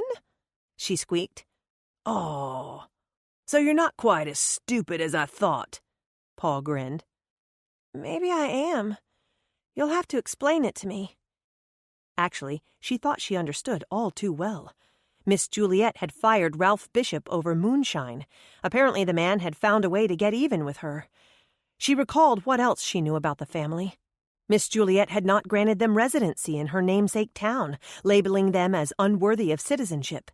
In addition to firing one bishop as town gardener, various journal entries had referenced conflicts with the extended family throughout the years. Madison did not recognize either of the men, but she had admittedly lost touch with much of the community after moving away 20 years ago. Yet even though she did not know them, they obviously knew her. She had to keep the men talking. The more time she killed— Poor choice of words, Madison. The more time she had to think of a solution. She felt Darren's finger slip alongside hers, sending her some type of message. She half listened to Paul, half decoded the tap of Darren's fingers against her skin. One thing she definitely understood. Darren's hands were free. Chapter 25. Do we have to spell it out for you? Paul asked with a weary sigh. It looks like you might. Madison batted her eyes a few times, trying to look as stupid as he accused her of being. Would leaving her mouth hanging open help? Anything to get him talking and delaying the inevitable. You might say we've had a long-time family business, conducted in part in Juliet Randolph's cellar.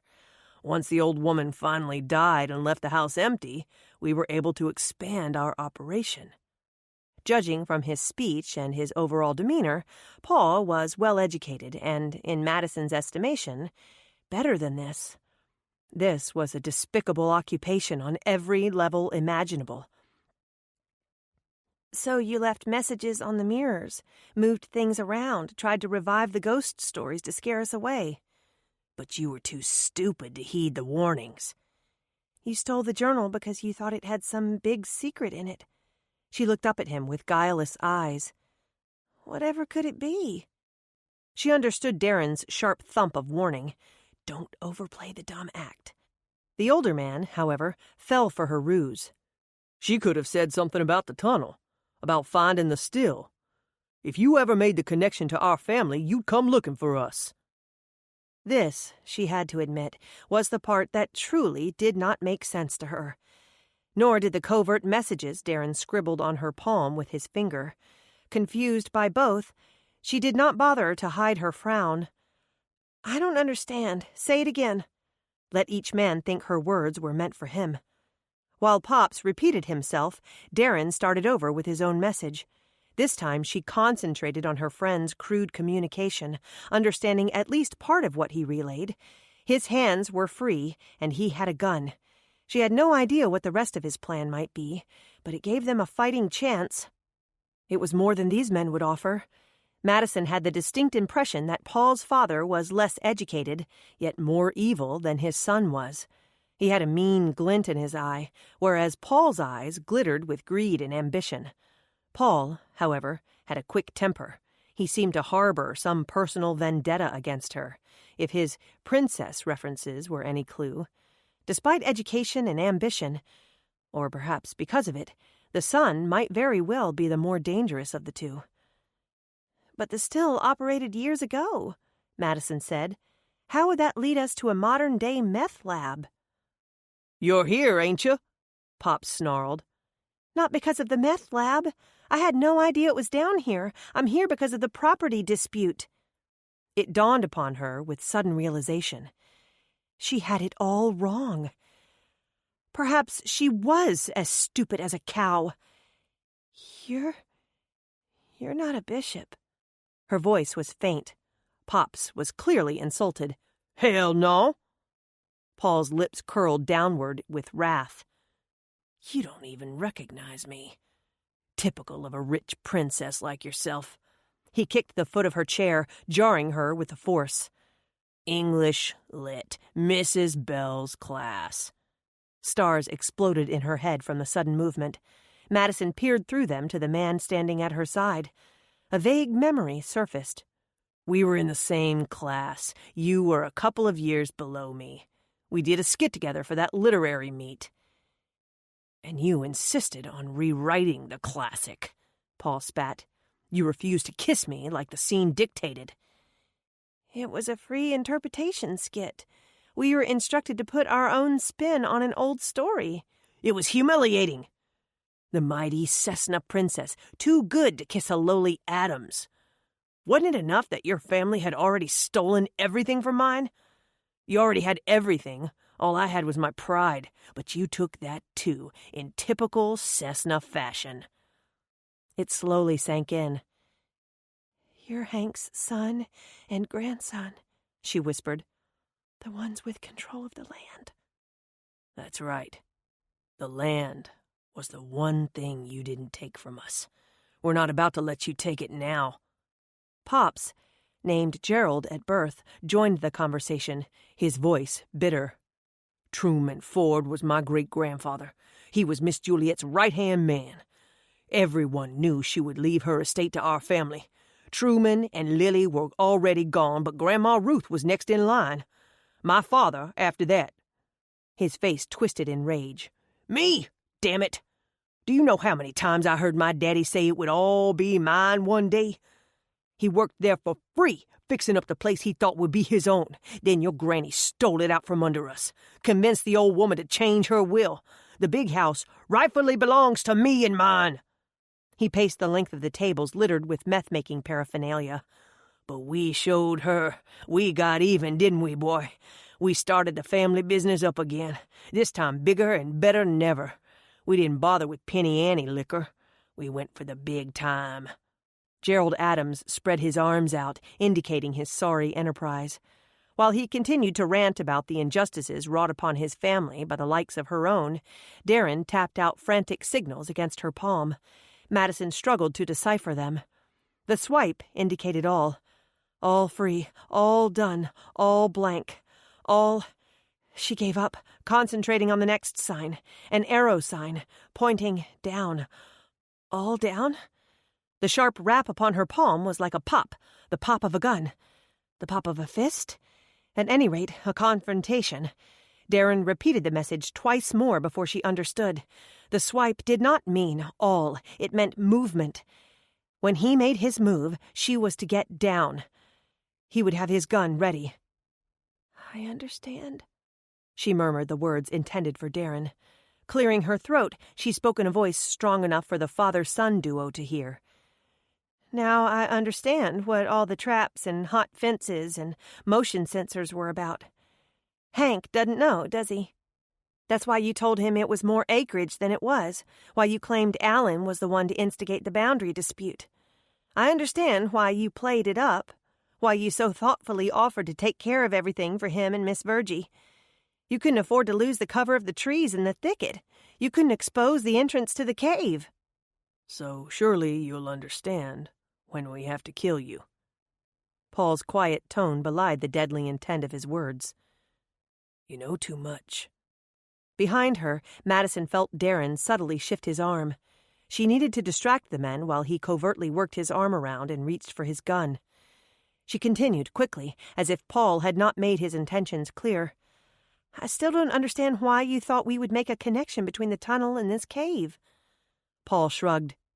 If our family business started in one underground space accessed by a tunnel, logic says it could likely continue in a similar space, different location. That logic makes no sense, she declared stubbornly. We weren't willing to take that chance. The overhead lights swung wildly from the cable as Darren pushed from his chair. At the same time, he toppled Madison's chair onto its side, sending her down with a crashing thud and an expanse of cable. Momentarily stunned by the noise and the lights and the overall melee that followed, neither Adams noticed that their hostage was free. Darren was small, but quick. For all his diminutive size, he worked out regularly and was not only well-muscled, but strong. Taken by surprise the first time, he had not fared well in their original scuffle. But the tables were turned now. He easily overpowered the elder Adams, twisting Pop's arm behind his back as he shoved the gun against his temple. What the? Darren jerked the man backwards several steps away from his son. He glared up at Paul. Move, and I kill the old man. You ain't got it in you, sugar britches, Paul goaded. He took a step forward, daring the smaller man to back his claim. Madison worked frantically to free her hands. She managed to get one loose, allowing her to scramble from the overturned chair and untie her other hand. Her arms screamed in protest, awakening to the same prickling needles that had accompanied them to sleep. Her head throbbed from the original blow Paul had given her, compounded now by the fall to the floor. But there was finally hope, and it surged her forward, giving her the strength to stand. She watched with dismay as Darren seemed to falter. His voice took on a slight whimper. You're right. I can't kill him. Both men laughed, mocking his lack of masculinity. Both men misjudged her friend. When he spoke again, his voice had a calm, confident edge. But I can certainly shoot you. Without a moment's hesitation, he jerked the gun down toward Paul's leg and fired. The small-caliber pistol was not nearly as deafening as the train had been, but between the sharp report of the gun, Paul's roar of pain, and Pop's yelp of disbelief, the combined sounds echoed off the cavern walls. Madison feared a cave-in, a rock slide, a nervous breakdown at the very least. You shot me! Paul wailed, writhing on the ground as blood gushed from his wound. You friggin' shot me! And I'll do it again, Darren threatened. Move over there to the chair. I can't move. I'm bleeding all over the place. You cracked my bone. Move or I shoot again. Maddie, find something to tie him up with. Without taking his eyes off Paul or the gun off his father, Darren backed up and allowed the big man to drag himself toward the chair he had recently vacated. Madison hurried to the table, shuffling through mounds of trash and assorted supplies. Will a tie wrap do? She asked, holding up the thin white strips of plastic. Perfect. Paul, one hand at a time. Slow. No funny business, he warned. Madison did not trust the man, even with a bleeding wound and a gun pointed at his father's head. She approached with caution. Darren instructed him to put one hand behind his back and grab the chair stiles. Still wary, Madison slipped the tie wrap around his wrist. Paul lunged toward her, grabbing for her arm. Madison never stopped to second-guess herself. She whipped out the other item she had found on the table and held it close to his eyes, depressing the button. Aerosol brake cleaner spewed into his face. Paul dropped her arm and bellowed in agony. He clutched his blistered eyes with both hands, his cries loud and tortured as he alternately begged for mercy and cursed her existence. Madison dropped to her knees and bound his uninjured leg to the chair's leg, securing the hold with the plastic strip's lock mechanism. It might not do much, but it would surely slow him down. Pops tried to wrench himself free of Darren's hold. The younger man used the butt of his pistol to whack the struggling man across the back of the head. He crumpled like a sagging heap of trash. "Help me tie him to the other chair," Darren said. "Don't bother sitting it upright. Let him wallow around on the floor." They made quick work of securing the unconscious man's arms and legs, fastening him at odd angles to the chair. There would be no easy escape for him, and certainly no getting through the narrow neck of the cave's entrance with a chair strapped to him so. Paul, on the other hand, still presented a challenge. Blood mingled with tears, streaming down from his ravaged eyes. More blood saturated the leg of his blue jeans and pooled around his foot. His voice was hoarse and his skin was pale, but he managed to curse them both to hell. His head sagged onto his chest, but Madison feared it could be a trick. He might still have the strength to overpower her if she ventured close enough. Darren solved their dilemma. Another quick rap with the butt of his pistol, and Paul followed his father into unconscious slumber. "Quick, tie him up and let's get out of here. We have to go before they wake up and the other one comes back." Madison had forgotten about the third man. What if he heard the shot and came back? What if he was still here in the cave, in another chamber somewhere nearby? Her hands trembled as she secured Paul's thick wrists with the tie wraps. Her efforts were clumsy and lacked finesse, but they should detain the man long enough for them to make an escape. "Done," she announced in a shaky voice. She refused to look back at the injured man, refused to feel an ounce of remorse for leaving him in such a condition. Once above ground, she would call for an ambulance. Right after she called Brash. Chapter 26. The third man was long gone. Brash arrived within minutes of Maddie's call, but there were no signs of anyone other than the two men inside the cave. Gerald revived and tried to escape, only to lodge himself and his bulky attachment in the back entrance of the cavern.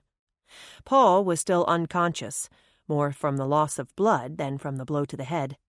Both men would live to see prosecution, but Paul's eyes would never be the same. Within days of the ordeal at the cave, life was back to normal in the sisters. The new normal, the one with which Madison still struggled to adjust. News crews camped out on their lawn again, begging for a story. Cameras clicked everywhere she went. Reporters dogged her every step. Fame came calling with a vengeance, proclaiming both her and Darren heroes. Law enforcement agencies swarmed the area, sweeping through every known cave and tunnel in the county. 2 more labs were found and confiscated. Brash and his officers worked overtime to track down every lead and every known associate. Some gave the chief of police / special investigator for River County credit for the busts, impressed with the speed in which he responded and the scope of his investigation. Others blamed him for not catching the criminals sooner. The third man from the cave was never found, and Gerald and Paul refused to give up his name. Brash pushed tirelessly on, knowing there were countless other criminals who managed to slip past the long arm of the law. Life in the public eye rocked on, tossing back and forth with the tide of public opinion. Hank and Virgie Adams were devastated by the actions of their son and grandson. They came in person to apologize, explaining they had no idea of the men's duplicity. "I don't know where we went wrong, Bertha. We tried to be good parents to the boy, but he turned out rotten. He got it in his fool head that you and Miss Juliet had done us wrong, and he was hell-bent on seeking his own justice. Seems I recall someone else being a mite bitter about it, too," Granny Burt gently admonished him. "I'll own up to my mistake. I admit I took it hard at first. My mama, God bless her soul, always said I would inherit the house. I told my kids the same, but the truth is, it was Miss Juliet's house to do with as she pleased, and you were a good friend to her, Bertha. Maybe she found out my grandpappy was brewing liquor down there. Maybe she just changed her mind. Don't matter. It was hers, and she left it to you. It took me a while, but I came to realize that, and I didn't hold it against you and Joe. I reckon I forgot to tell my son and grandson as much, and for that, I'm purely sorry." "Don't go beating yourself up over it, Hank. You had no idea Gerald was brewing up something worse than corn liquor down in that cellar. I swear to you, Bertha, Madison, I had no idea. I never even knew about the tunnel until my mama was dying. She talked about it while she was out of her head, so I never knew if it was true or something she dreamed up. But I reckon Gerald checked it out. And you know the rest of that sad story. Madison's heart went out to the grieving couple. Gerald's parents were not responsible for what he and Paul had done. It was bad enough that the elderly couple might never see their son and grandson again, except through prison bars. 2 wasted lives, destroyed by bitterness, drugs, and greed. She gently changed the subject. So what about Clarence? I tend to agree with you. He and my grandpappy were most likely in cahoots on building the tunnel, each for his own purpose. One to run moonshine, one to moon over Miss Juliet. From all accounts, my mama's half-brother wasn't firing on all 4 cylinders. He was a brilliant carpenter, but a bit shy on common sense and social skills. Hank did that DNA thing to see if it was his remains you found in the cellar, Virgie added. Only time will tell on that, but we all agree it's the most likely explanation to his disappearance. Before they left, Hank turned back to his old friend, his weak eyes bright with emotion. Bertha, you've been a fine friend through the years. I need to know the fool actions of my son and grandson haven't ruined all that. Oh, go on, you old fool, Granny Burt snorted, trying to hide her own emotions. Takes more than a couple of young upstarts to ruin an 80-year-old friendship. He nodded, but his eyes were still moist. Maddie, let me say again how sorrowful I am about what those 2 did to you. I don't hold you responsible in any way, Madison assured the grieving parents. And please, when the house is done, I want you to come for supper one night. We'll see, the old man promised. If we can see fit to step inside those walls, knowing what our family did there, we'll come, his wife promised. And we thank you for the gracious offer. Annette Reynolds, however, was not nearly as gracious. After threatening to sue everyone involved, and even many who were not, she demanded that the children return to Dallas immediately. A heated confrontation ensued, Maddie's side of it running along the lines of, when hell freezes over and they bury my cold, dead body in the ice. Madison slammed down the receiver before her mother-in-law could reply. She was still quaking with anger when Blake plunked down beside his mother on the sofa. His blue eyes were troubled. She can't do it, can she, Mom? She can't make us go back and live with her, can she? Madison put her arm around the teenager and hugged him close. Of course not, sweetheart. She's just making noise. I don't want to go back. I like it here. Good, because this is where you're staying. Trying to make light of the situation, and angrier still at Annette for upsetting the boy with such nonsense, she tapped him on the nose and smiled. I love you, Bunches. You know that, right? Sure, Mom. And we love you, Bunches, too. And no one is going to come between us. Madison added the last as Bethany curled onto the couch on her other side. It will always be the 3 of us. A united front against the world. She encompassed both teenagers with her outstretched arms. She glanced at the clock. Nick and Amanda are due here any minute. They want to reinstall the cameras here at the house, but I'm standing strong. We are not going through that again. I thought you had a contract, Blake reminded her. Madison tried to hide the worry in her eyes. I do, but I may have to break it because I'm not putting you 2 at risk again. They can do what they want at the big house, but I draw the line here. No more cameras. With the house quiet for the night, and everyone else in bed, Madison curled up on the front porch swing and called Brash. How did your meeting go? He asked, his warm baritone wrapping around her like a favorite quilt. Better than I anticipated. Amanda balked and tried to threaten me, but I stood firm. I took a page from Granny's rule book and made noise about a lawsuit, playing up the fact that Paul was their employee and that the cameras put our lives in danger. Good girl. She could hear his chuckle. I'm proud of you, sweetheart. Madison wisely omitted how Nick had come to her rescue, arguing the case on her behalf. He did a far better job than she did, convincing Amanda to ignore their original contract. Using equal amounts of persuasive argument and charm, Nick insisted they would have enough footage from the cameras at the mansion and select areas around town. The celebrity carpenter had too much invested in the remodel, both emotionally and physically, not to see the project through. He saw the neglected mansion as his own personal challenge and was determined to breathe new life into its faded floorboards and sagging beams. Madison knew Nick was largely responsible for securing the deal with the network and its many sponsors. She even suspected he had fronted some of the money himself, though she could not prove it. In truth, there were times, like that day in the tunnel, and this afternoon while arguing with Amanda, that Madison suspected his reasons might be of a more personal nature. She was not ignorant of the way he looked at her. Nor was she altogether immune to the spark of attraction between them.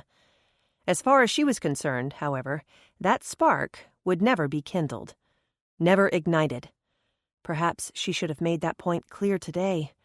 But she had learned enough from Granny Burt to know you never interrupted a man while he was speaking, at least not while that speech was in your defense. Yet she mentioned none of that now, least of all to Brash. "It wasn't without stipulations," she said. "I agreed to spend more time on site, therefore more time on cameras at the big house. I pretended to grumble, but to be honest, it was a better deal than I expected." There was a lapse into silence. Brash broke it with an admission that sounded surprisingly like a growl. I miss you, Maddie. She was deliberately obtuse. I haven't gone anywhere. It feels like it. It feels like we're having a long-distance relationship. We talk on the phone more than we talk in person. She understood his complaint. She felt the same way. Still, she hedged. Things are so complicated right now. Things? My crazy life, she admitted. The show, the media, my mother-in-law, and Bethany. Her voice took a sad tumble. There's more to consider than my own happiness.